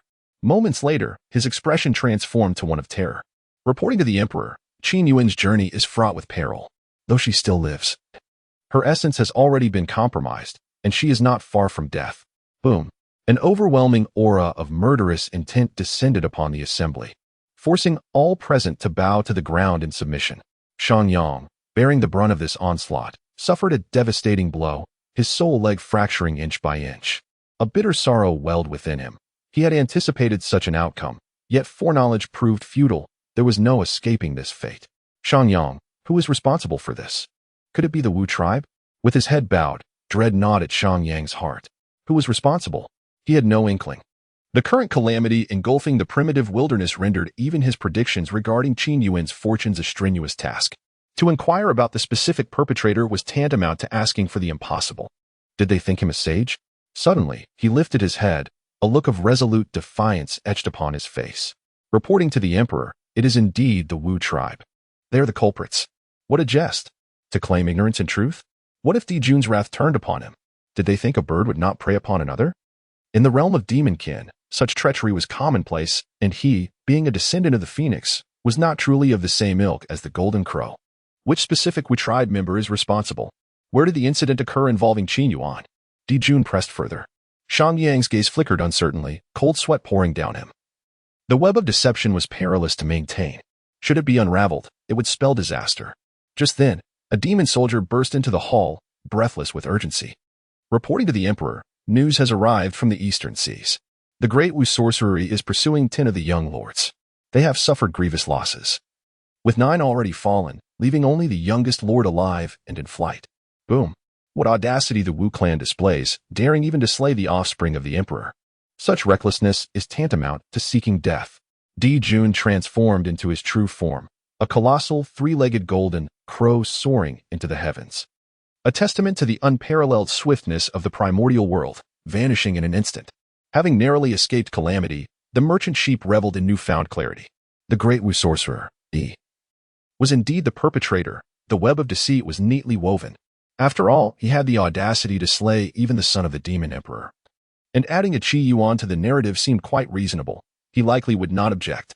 At that moment, above the eastern sea, a towering giant squatted upon a small island, drooling profusely, while before him stood an immense barbecue grill, laden with a plucked bird, nay, a golden crow.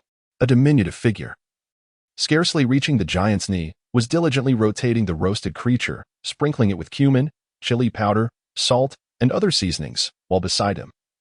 A blazing red genie beast endeavored to stoke the flames. The giant wiped the drool from the corner of his mouth and exclaimed, "Little brother Muyun, is it not yet finished? The aroma is simply intoxicating. I find it increasingly difficult to contain myself. Do not rush. It shall be ready shortly."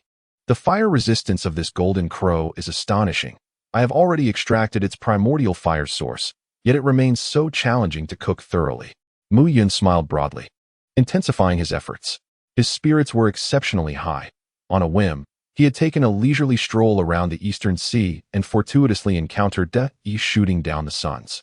Those were the golden crows, entirely precious beings. The ancient witch clan cultivated their physical forms with minimal reliance on external forces, which meant that the corpses of the 9 golden crows had become a boon for Muyun. The only price he had to pay was a sumptuous barbecue feast. Before long, the barbecue of the golden crows was complete, and Muyun produced some celestial wine from the heavenly tavern. The 3 of them dined and drank together. Dai expressed his sentiments, saying, "The transformation of your human race is truly remarkable. Not long ago, you were foraging for raw meat, living a nomadic existence, and barely clothed, yet now you have constructed cities. Brother Dai, from your words, it seems you have visited the Xinyuan city." Muyun savored a succulent bite of the fragrant roasted golden crow, relishing the exquisite flavor. "Ah, I just came from over there, and fortuitously encountered those arrogant little rascals of Emperor Jun wreaking havoc, so I took the liberty of dispatching them." Dai, in high spirits, downed an entire jar of wine in one go, exclaiming, "Oh, what delightful wine." Muyun was momentarily taken aback. "Given your physique, do you think entering the Xianyuan city poses no challenge? Haha, when it comes to mastery over the physical form, no one in the vast wilderness surpasses our witch clan. Transforming in size is merely a feat that even the demon clan can achieve. How could it be beyond our capabilities?" Dai laughed heartily. That little golden crow, despite being at the level of a great Luo golden immortal, truly proved to be no match in your hands. Muyun's eyes were filled with bewilderment as he witnessed the entire battle unfold. Initially, he anticipated a fierce struggle of equal might, only to behold a one-sided massacre in the end. It was indeed a case of 1 arrow, 1 kill. A total of 9 arrows were loosed, and all 9 formidable golden crows of the great Luo golden immortal realm fell, an occurrence that felt surreal. Dy shook his head and remarked, "It is not that they are weak, but rather that they have been overly protected throughout their lives. They possess cultivation yet lack practical combat experience. To confront my Wu clan in close combat was audacious. Upon defeat, they did not choose to retreat immediately but instead lingered within my striking range. Was that not akin to courting death? Our Wu clan has engaged in bloodshed with the Yao clan for countless years and naturally knows how to counteract their demonic energies. The arrows I wield are crafted from white pine, specifically designed to pierce various protective demonic auras. Those little golden crows foolishly attempted to shield themselves with their protective energies against my divine arrows. If they do not perish, who will?" Muyun's gaze sharpened slightly. Arrows crafted from white pine could indeed pierce through the malevolent aura. This was a valuable lesson. He resolved to gather a substantial amount of white pine and then reforge the demon-slaying bow and the demon-piercing arrows. At that moment, the strength of humanity against the demonic forces would experience a transformative leap. The two engaged in a delightful exchange, with Dai even revealing to Muyun the intricacies of the Wu clan's body-tempering techniques and the various applications of their mystical runes. Chapter 90, Diversified Cultivation. Aiming for Mount Buzhou by the banks of the Shuidi River, in the city of Xianyuan, Muyun languidly reclined in the small garden of the Lord S Manor, basking comfortably in the sunlight. With his eyes closed, he twirled his thumbs in a clockwise motion, a habitual gesture he adopted when deeply contemplating matters. The witch clan's body refinement technique not only significantly enhances physical strength, but also has the potential to transform the human physique into that of the witch clan. The witch clan's form originates from Pangu, who embodies both divinity and monstrosity. Thus, this body refinement technique is essentially a pathway to forge a divine or demonic body. The witch patterns serve as a means to awaken the powers of the divine and demonic. If these two techniques were to disseminate among humanity, would not humankind evolve into the witch clan? No. Rather, they would become the witch clan practitioners, still human, yet transformed into witch-like beings. It seems that this Dai is not as simple-minded and physically robust as he appears. Muyun suddenly recalled the future emergence of the 9 Li Witch Qiyu and Xingtian. Had it not been for the defeat inflicted by the Emperor Xianyuan wielding the Xianyuan sword, the witches might have ascended to become the rightful rulers of humanity. Soon, Mu Yun realized that his concerns were unfounded. The witch clan's secret arts could never transform humanity into witches, as they lacked a crucial element, the essence of witch blood. Only those who reached the Great Witch realm could condense this essence, and the Great Witches, second only to the ancestor witches in strength, were few in number. Thus, the prospect of the witch clan reclaiming their former dominance in the vast wilderness was utterly unattainable. With this reassurance, Mu Yun confidently disseminated the witch clan's body refinement techniques. Currently, the cultivation methods of the human race in Xinyuan City included the Immortal Path and the Golden Core method, passed down from the Saint of Taching, continually refined by later generations, requiring spiritual roots for practice. Su Chongqing, hailing from Mount Shu, adhered to a most orthodox approach to cultivation. The witch path, focused on the refinement of the physical body, was suitable only for those with innate superior physiques. The prowess of the witch clan was undeniably evident, rendering it quite popular. The martial path, accessible to all humans, allowed anyone to cultivate, and one must admit that the turtle immortal, despite his lecherous nature, was an excellent teacher. Additionally, there were several auxiliary cultivation methods. The martial soul, which enhanced cultivation speed and combat strength through awakening one's martial spirit. Zhu Zhuqing and Ning Rongrong established the martial soul hall, providing free awakenings, albeit with a low success rate, as this realm was not akin to the Douluo world. The psychic power, devised by Ahsoka, yielded unexpected results when combined with the witch and martial paths. The three-colored haki and the Marine 6 styles from the pirate world were compiled into volumes by Robin, a testament to her scholarly prowess, providing considerable auxiliary effects. Although the Kido and binding arts from the Death God world had been disseminated, they garnered little interest, not due to their lack of strength, but because their lengthy incantations made them impractical, allowing opponents ample time to strike. Few could unleash them instantaneously, as Asuna, Mu Yun, and Zhu Zhuqing did. The Qi and blood cultivation method complemented the witch path perfectly. The physical strength of Shi had become unfathomable. Mu Yun suspected he might have reached the level of an ancestor witch, just a step away from true divinity. The sword path, under Li Hani's mastery, had grown increasingly formidable. Mu Yun believed that even with his and Shi Hao's constitutions, she could cleave through them effortlessly. Another swordsman of note was Kenpachi, who, upon discovering Li Hani's swordsmanship, seldom ventured out to slay demon clans, preferring instead to challenge her to duels.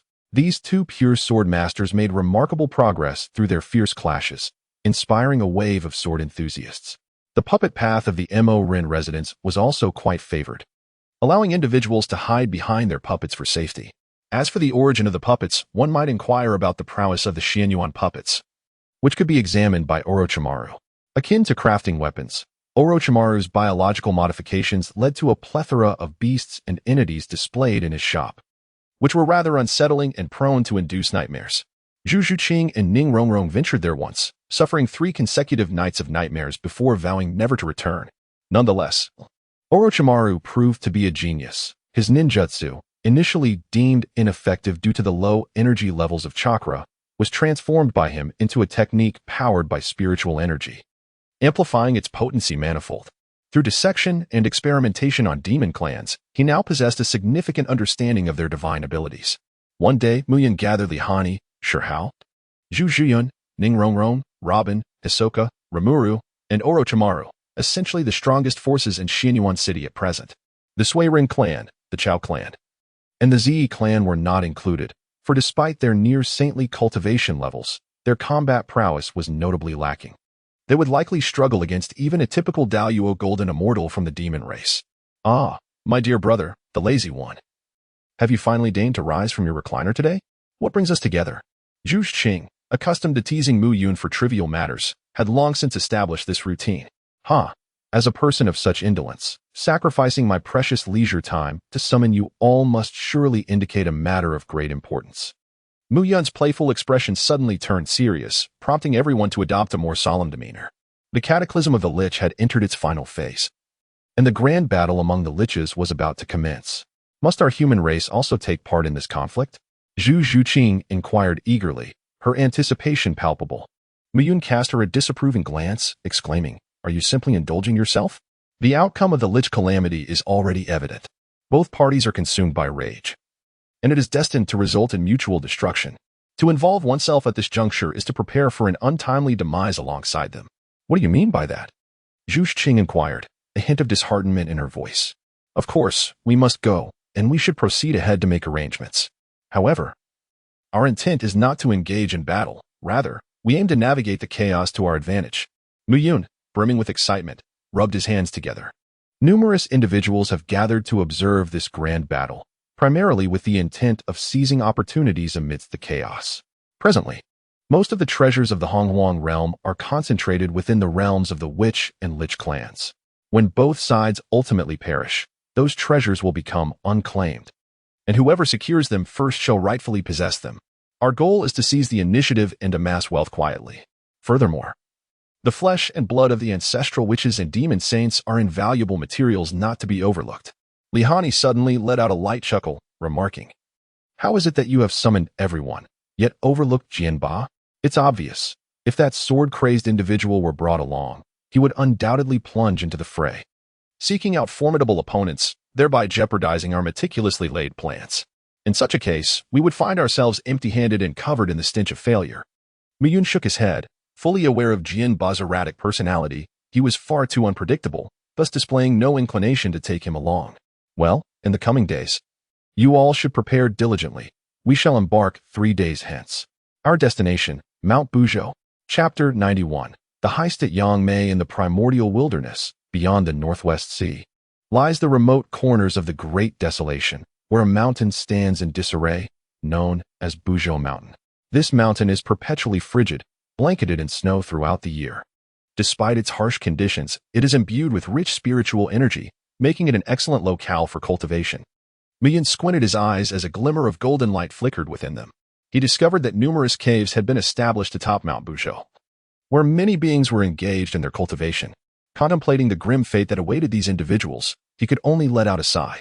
How unfortunate they were to choose this place for their practice, oblivious to the currents of the primordial world.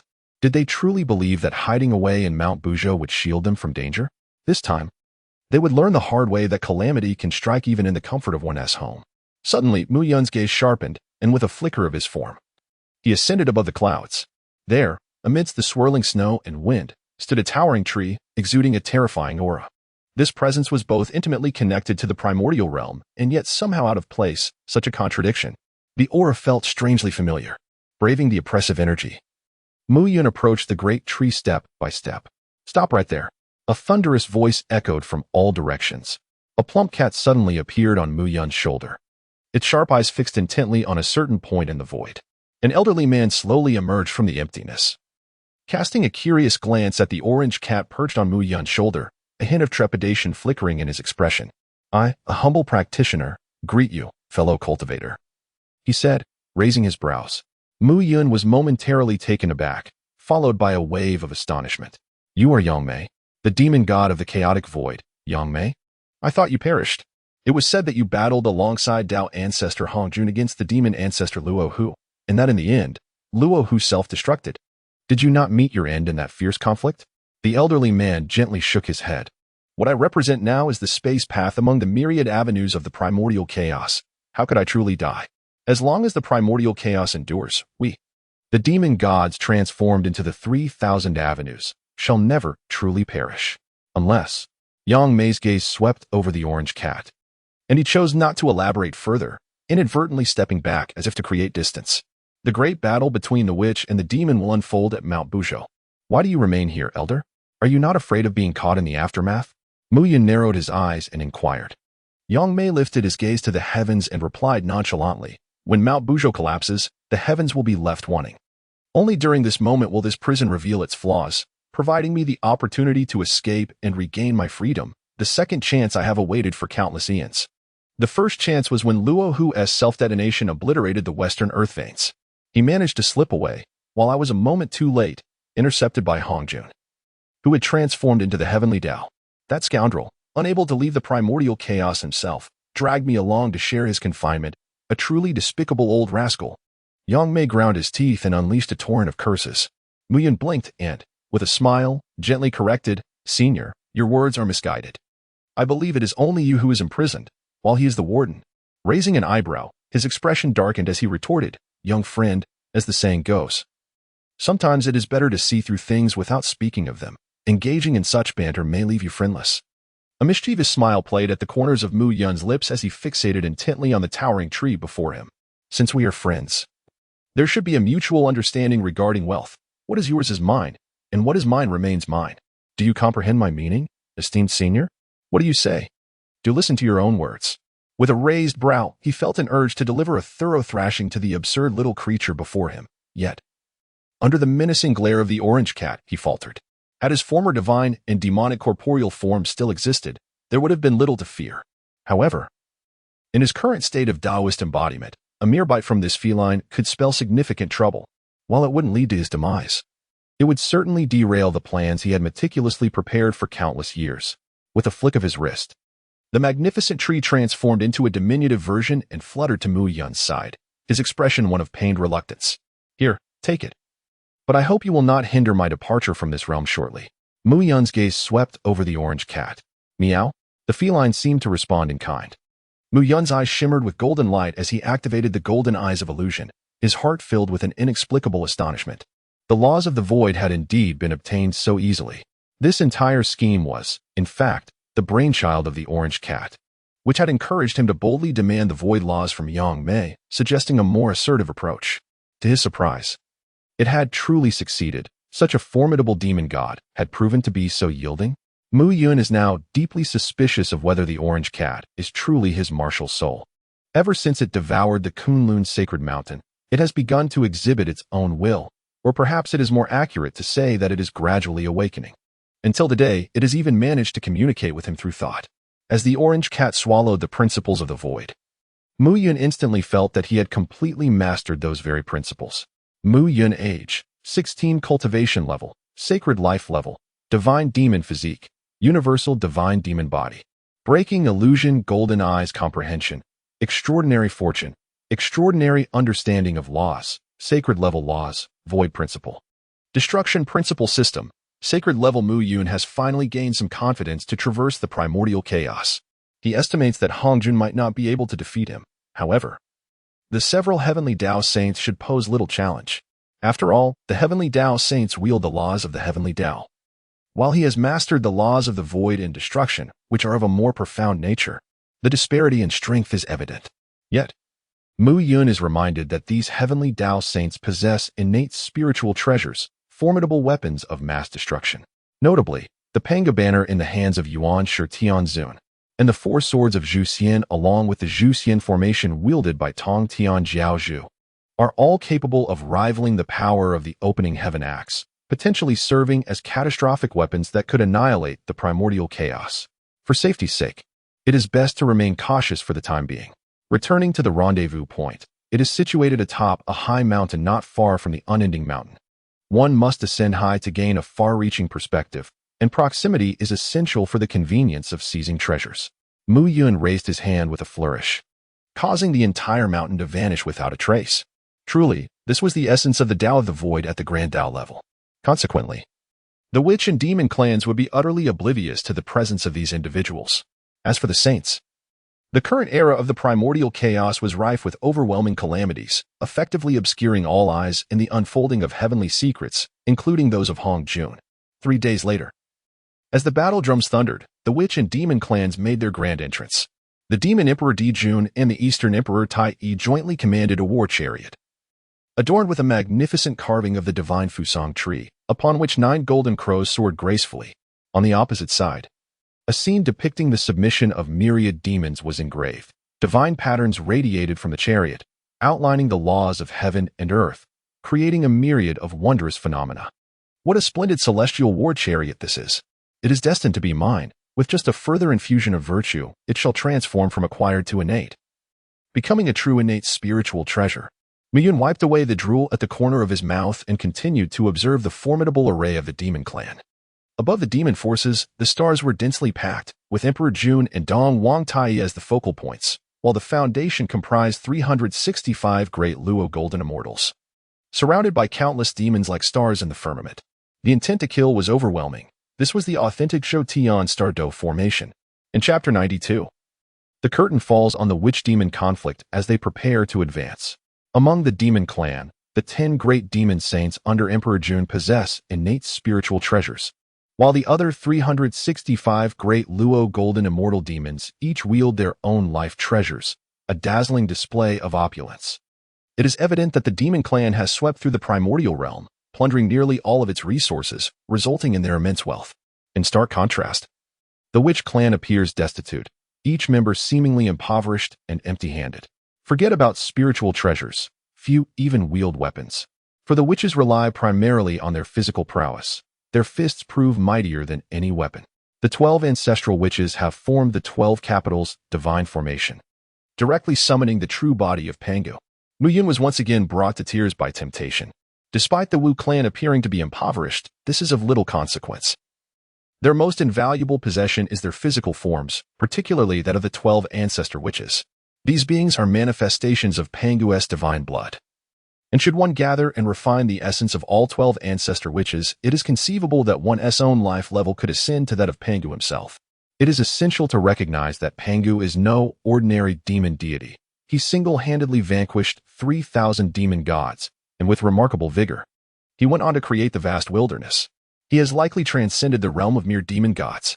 The eternal conflict between the Wu and Yao clans has persisted for countless ages, resulting in an irreconcilable feud, devoid of verbal disputes or tentative gestures. Both sides plunge directly into a state of fervent confrontation. They exchange wounds for lives, or lives for wounds, and should one find themselves at a disadvantage, they resort to self-detonation, with some even opting to explode from the outset. This has instilled fear in Mu Yun and his companions, making them reluctant to strike easily, as self-detonation is a form of indiscriminate attack, leaving no means of concealment to evade its devastating effects. However, the group under Mu Yun's command is not to be underestimated.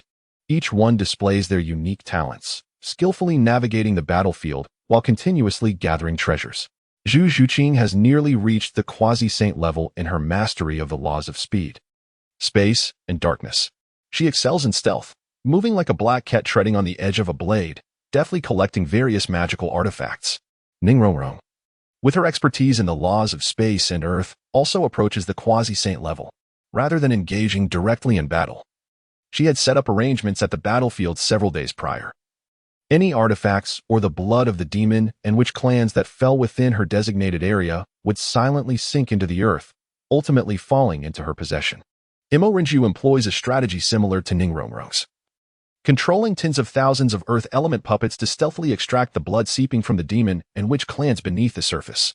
Rimuru, utilizing his predation skills, quietly devoured several powerful demon species from the realm of Douluo Jinxian, his war chains complementing his abilities with impeccable precision.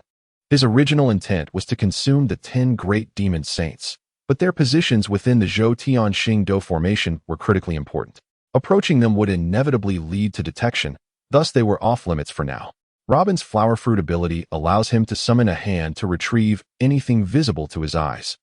Hisoka's Void Silk possesses 4 remarkable attributes: resilience, sharpness, stickiness, and invisibility, making him a formidable presence amid the chaos of battle. Mu Yun's greatest concern lies in Hisoka being influenced by the aura of slaughter, prompting him to recklessly unleash chaos upon both the witch and demon clans. Such a scenario would indeed be troublesome. Orochimaru's objective is the corpses of the demon and witch clans, dispatching countless snake clones to silently roam the ground and amass wealth. Most perplexing to Mu Yun is Shiho, who has infiltrated the ranks of the witch clan, brazenly pursuing demon clan treasures. While others subtly fish in turbulent waters, he boldly seizes them. Shiho, having initially walked the path of blood vitality and later cultivated the witch clan's body-refining techniques, can enlarge his physique when igniting his witch markings alongside his formidable blood vitality. He embodies a witch, no, rather a great witch, closely resembling an ancestral witch. Lihani and Asuna remain by Mu Yun's side, each with their own objectives. Lihani activates her breaking illusion golden eyes, fixated on Emperor June and the slaughter witch sword he wields. Should an opportunity arise, she intends to snatch it away. Once rid of its bloodthirsty aura, the slaughter witch sword will transform into the legendary Xianyuan sword, a divine artifact indeed. Asuna, too, has her sights set on Emperor June. But her interest lies not in the slaughter witch sword, but rather in the He-Tu and Luo Shu, treasures capable of unraveling the mysteries of the universe and the profound intricacies of formations. Mu Yun's aspirations are singular, encompassing merely 2 pursuits: the essence of the 12 ancestor witches in the primordial bell of the Eastern Emperor Tai. The primordial bell is indeed formidable, an innate treasure capable of subduing the primordial fate, orchestrating the celestial order, distorting the fabric of time and space, and reversing the dualities of yin and yang. Its invincible defense ensures that once it is summoned, victory is assured. Mu Yun's most pressing need now lies in the acquisition of the Chaos Bell and the River Map and Luo Book. With these artifacts, he could begin to construct his world.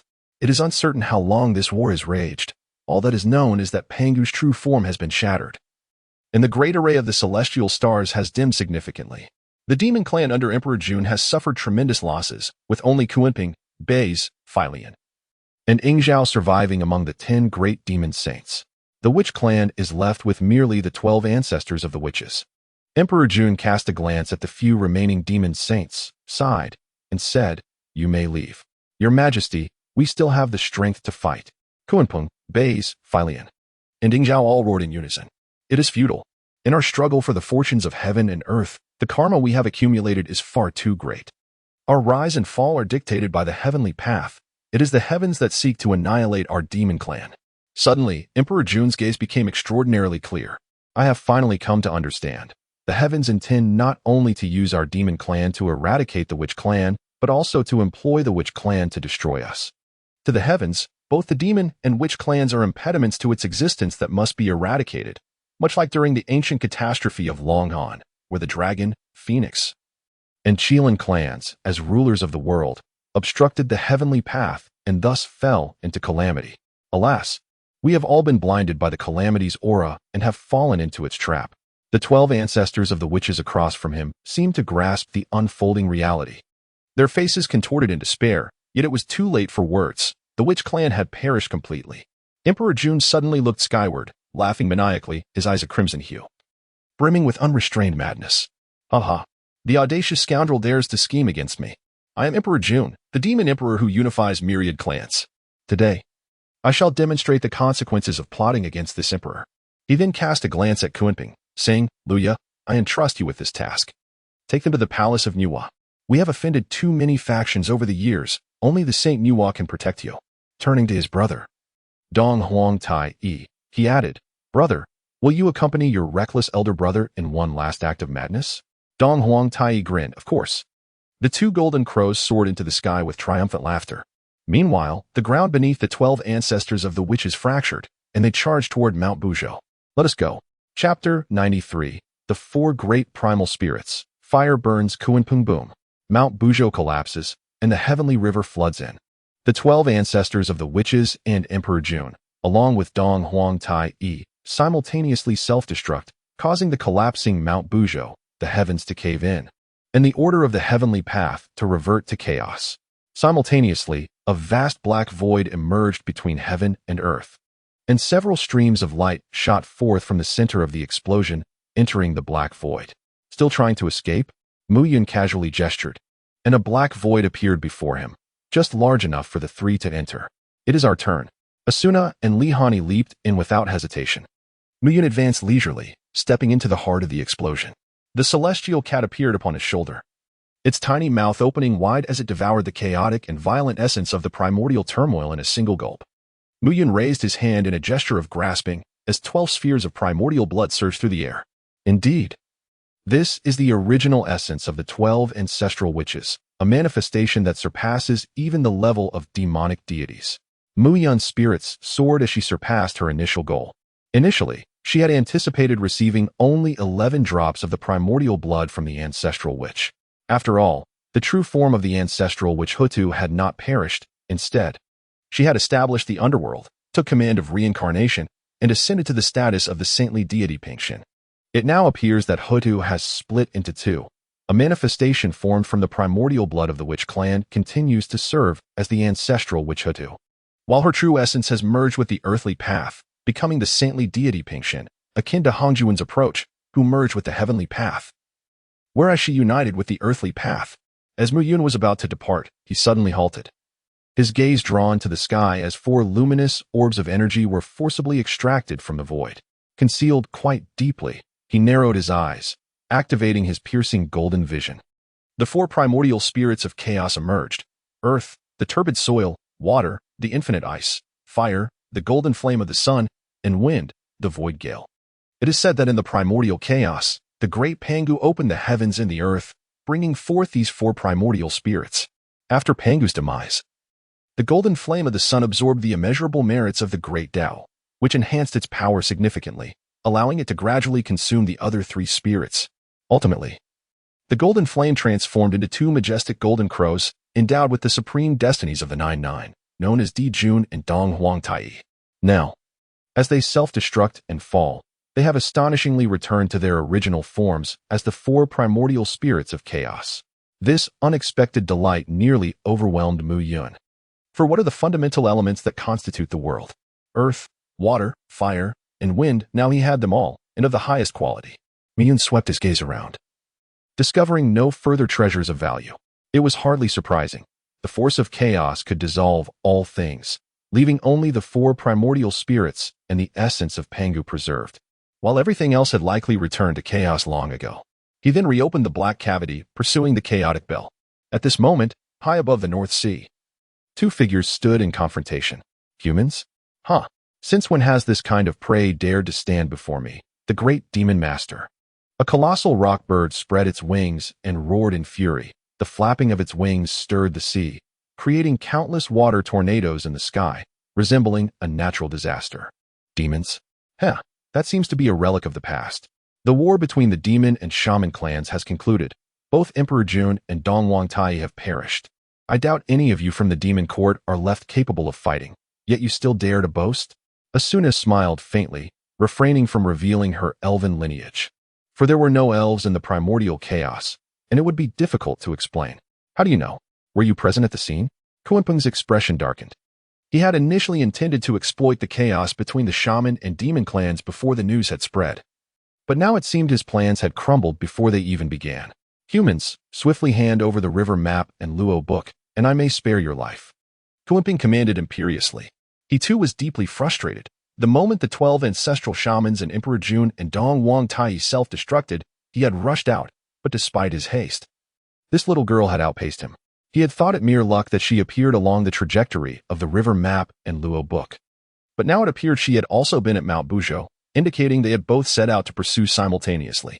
Ultimately, she had reached the river map and Luo book first, and to lose in a race against a human was a bitter pill to swallow. Fury boiled within him, his malevolence surging skyward as he flapped his wings violently, causing countless water tornadoes to churn the clouds and tear apart the very space above the North Sea. Truly, he was the mightiest of the demon saints beneath Emperor Jun and Dong Huang Tai, with mastery over the laws of water and wind reaching the peak of quasi-saint level, unleashing calamity-level divine abilities with a mere gesture. It would be a formidable challenge for anyone else, yet unfortunately for him, he had encountered me. Asuna gracefully waved her delicate hand, gradually calming the once rampant water tornadoes. How is this possible? Kuenpeng gasped in astonishment. How could a mere human quell his law-based divine abilities? Even Emperor Jun and Dong Huang Tai had been unable to do so. They could only crush his divine abilities with the fierce flames of the sun. But to pacify them was beyond their reach, unless one possessed a higher level of comprehension of the laws. Yet, his mastery over the laws of water and wind had already reached the pinnacle of quasi-saint. Anything beyond that was the realm of saints. He was well acquainted with the few saints in the primordial chaos, having once been classmates who attended lectures together in the Zishu Palace. She was clearly not one of them. I shall return these wind tornadoes to you. Asuna wore a sly smile, summoning countless wind vortices that coalesced into an immense whirlwind, lifting the waters of the North Sea to dizzying heights. Thus, the wind vortex transformed into a sea vortex. The Kuenpeng, caught off guard, was drawn into its depths. How foolish to use my own powers against me. As the Kuenpeng was engulfed by the sea vortex, it morphed into a colossal fish, swimming freely within the swirling waters. In these depths, my strength surges by 30%. Oh, foolish humans, your cleverness has backfired, aiding me immensely. As a token of gratitude, I shall simply swallow you whole. The giant fish swayed its tail, opening its cavernous mouth as a whirlpool materialized, pulling Asuna toward it, eager to consume her. The power of this devouring force was indeed fearsome. However, it paled in comparison to that of Muumuu's cat. Asuna gathered the elemental laws around her, ultimately transforming them into a resplendent 9-colored robe, that shielded her from the devouring force. She then cast her gaze upon the giant fish within the sea vortex, a delicate smile gracing her exquisite features. With a flick of her finger, a spark of fire was hurled into the vortex, igniting the entire sea whirlpool. The giant fish blazed in agony, writhing in pain. After all, fish are terrified of fire. No matter how colossal the Kuan was, it was still a fish, and it dreaded the flames. Roar! What kind of flame is this? How can it harm me? Is this the true fire of the sun? No, it must be something else. Phoenix fire? What is this flame? The Kuanpung, in torment, transformed back into its avian form. The flames, akin to a persistent parasite, did not extinguish with its metamorphosis. Instead, they transferred to the great bird's body. While fish fear being roasted, do birds not share the same fear? The feathers of birds ignite easily. It was not a golden crow or a phoenix. And soon it was singed bare. As soon as flames were no ordinary fire. Mu Yun had amalgamated the essence of the true sun fire extracted from 9 little golden crows and gifted her a portion. She then combined it with phoenix fire and sea heart flames. Although the latter lacked potency, it possessed 2 unique characteristics, one being the ability to ignite seawater, which not only failed to extinguish the flames but actually enhanced their intensity. The other was its stickiness. Once it touched something, it could not be shaken off unless extinguished. Moreover, it was simply unfortunate for the Kuanping. Had it been at its peak, its formidable demonic power could have quelled as soon as flames. However, after the tremendous toll of the demon witch war, it was now a shadow of its former self, its demonic energy depleted and powerless against the fire. Just as the aroma of roasting meat began to waft through the air, Asuna's expression suddenly shifted. In a blur, she vanished from her position, reappearing miles away in an instant. A colossal hand descended from the heavens, gradually extinguishing the flames enveloping the Kuanping. Esteemed friend, our demon clan has already suffered significant losses in the demon witch war. The Kuanping cannot perish. Might you grant me a favor and spare its life? As she gazed at the elegantly adorned lady approaching from the horizon, who suddenly materialized before her, Asuna felt an alarm ringing within her heart, particularly due to the embroidered ball she held, which sent a shiver down her spine. Without hesitation, she nodded, acknowledging, certainly. One must honor the presence of the mother of humanity, Niwa. The overwhelming sense of danger she felt confirmed that this was indeed a sage and the innate treasure. The red embroidered ball further affirmed that she stood before the Saint Niwa. Moreover, I must reclaim the river diagram and Douluo book, Niwa stated calmly. Asuna furrowed her brow and replied, that seems inappropriate. There is a proper order to things. I obtained the river diagram and Douluo book first. Surely, the Saint Niwa cannot bully a junior like me, while other treasures might be negotiable. The river diagram and Douluo book were essential artifacts for my elder brother Fushi's future enlightenment, and I cannot afford to lose them. After a moment's contemplation, Niwa raised her hand, and a white lotus flower floated forth. How about this? I will exchange this 12th rank Pure World White Lotus for it. The whereabouts of the Pure World White Lotus, unknown to anyone, was now in the hands of Lady Niwa. After some reflection, Asuna responded, that is acceptable, but I will need to borrow the river diagram and Douluo book for a year for my comprehension before we proceed with the exchange. With a casual wave, the 12th rank Pure World White Lotus glided to Asuna. Agreed. I shall send my subordinate, the Xianfeng, to Xianwang City to retrieve the river diagram and Douluo book after a year. With that, she elegantly swirled her robe and vanished with the feathered creature, Kuanping. Once Niwa departed, Asuna finally relaxed, realizing the formidable nature of saints, especially with her possession of several innate treasures, the red embroidered ball, the map of mountains and rivers, and the cauldron of heaven and earth, none of which she could contend with.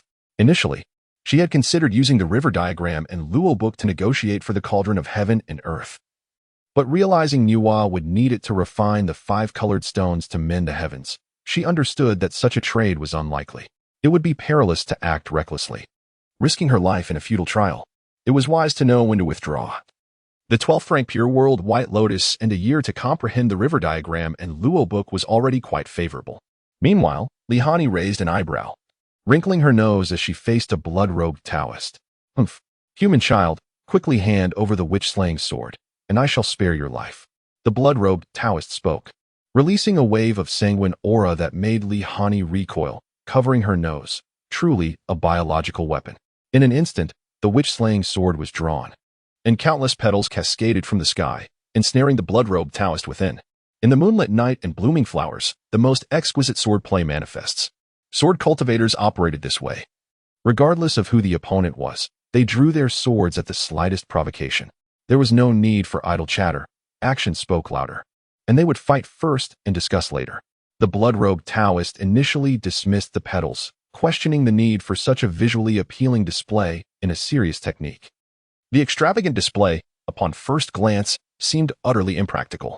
However, it wasn't long before a look of trepidation began to manifest upon his countenance. The petals not only posed a threat to his corporeal form, but the wounds they inflicted proved remarkably resistant to healing.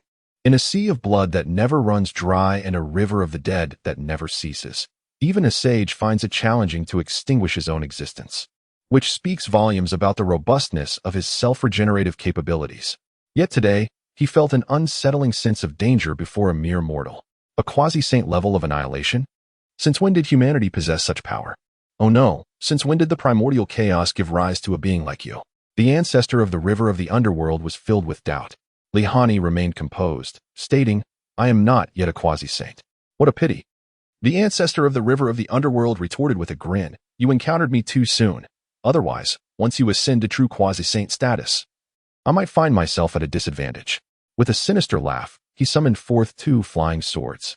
The instant the swords materialized, an overwhelming aura of murderous intent surged forth, shattering the myriad petals in an instant. The ancestor of the river of the underworld wielded 2 formidable treasures of slaughter, the Yuan Tu and the Abhij. Capable of claiming countless lives without accruing a trace of karmic consequence. Faced with the terrifyingly boundless murderous intent, Lihani felt no fear. Rather, he was invigorated. He drew forth another sword, brandishing both blades as he engaged in battle with the Yuan Tu and Abhij. The Tai sword, a weapon of the Eastern Emperor Tai, forged from the spine of the great Pangu and imbued with the essence of the sun, could inflict indelible harm even upon the 12 ancestral witches with their demonic physiques. Among the 6 great demon swords of the primordial era, it ranked just below the Nuwa Emperor's Nuwa sword, even surpassing the witch-slaying sword. It was a stroke of fortune for Lihani, as he had stumbled upon it while pursuing the latter. The ancestor of the river of the underworld's expression darkened. Another sword that countered him had appeared. He recognized the Tai sword, having battled against it before.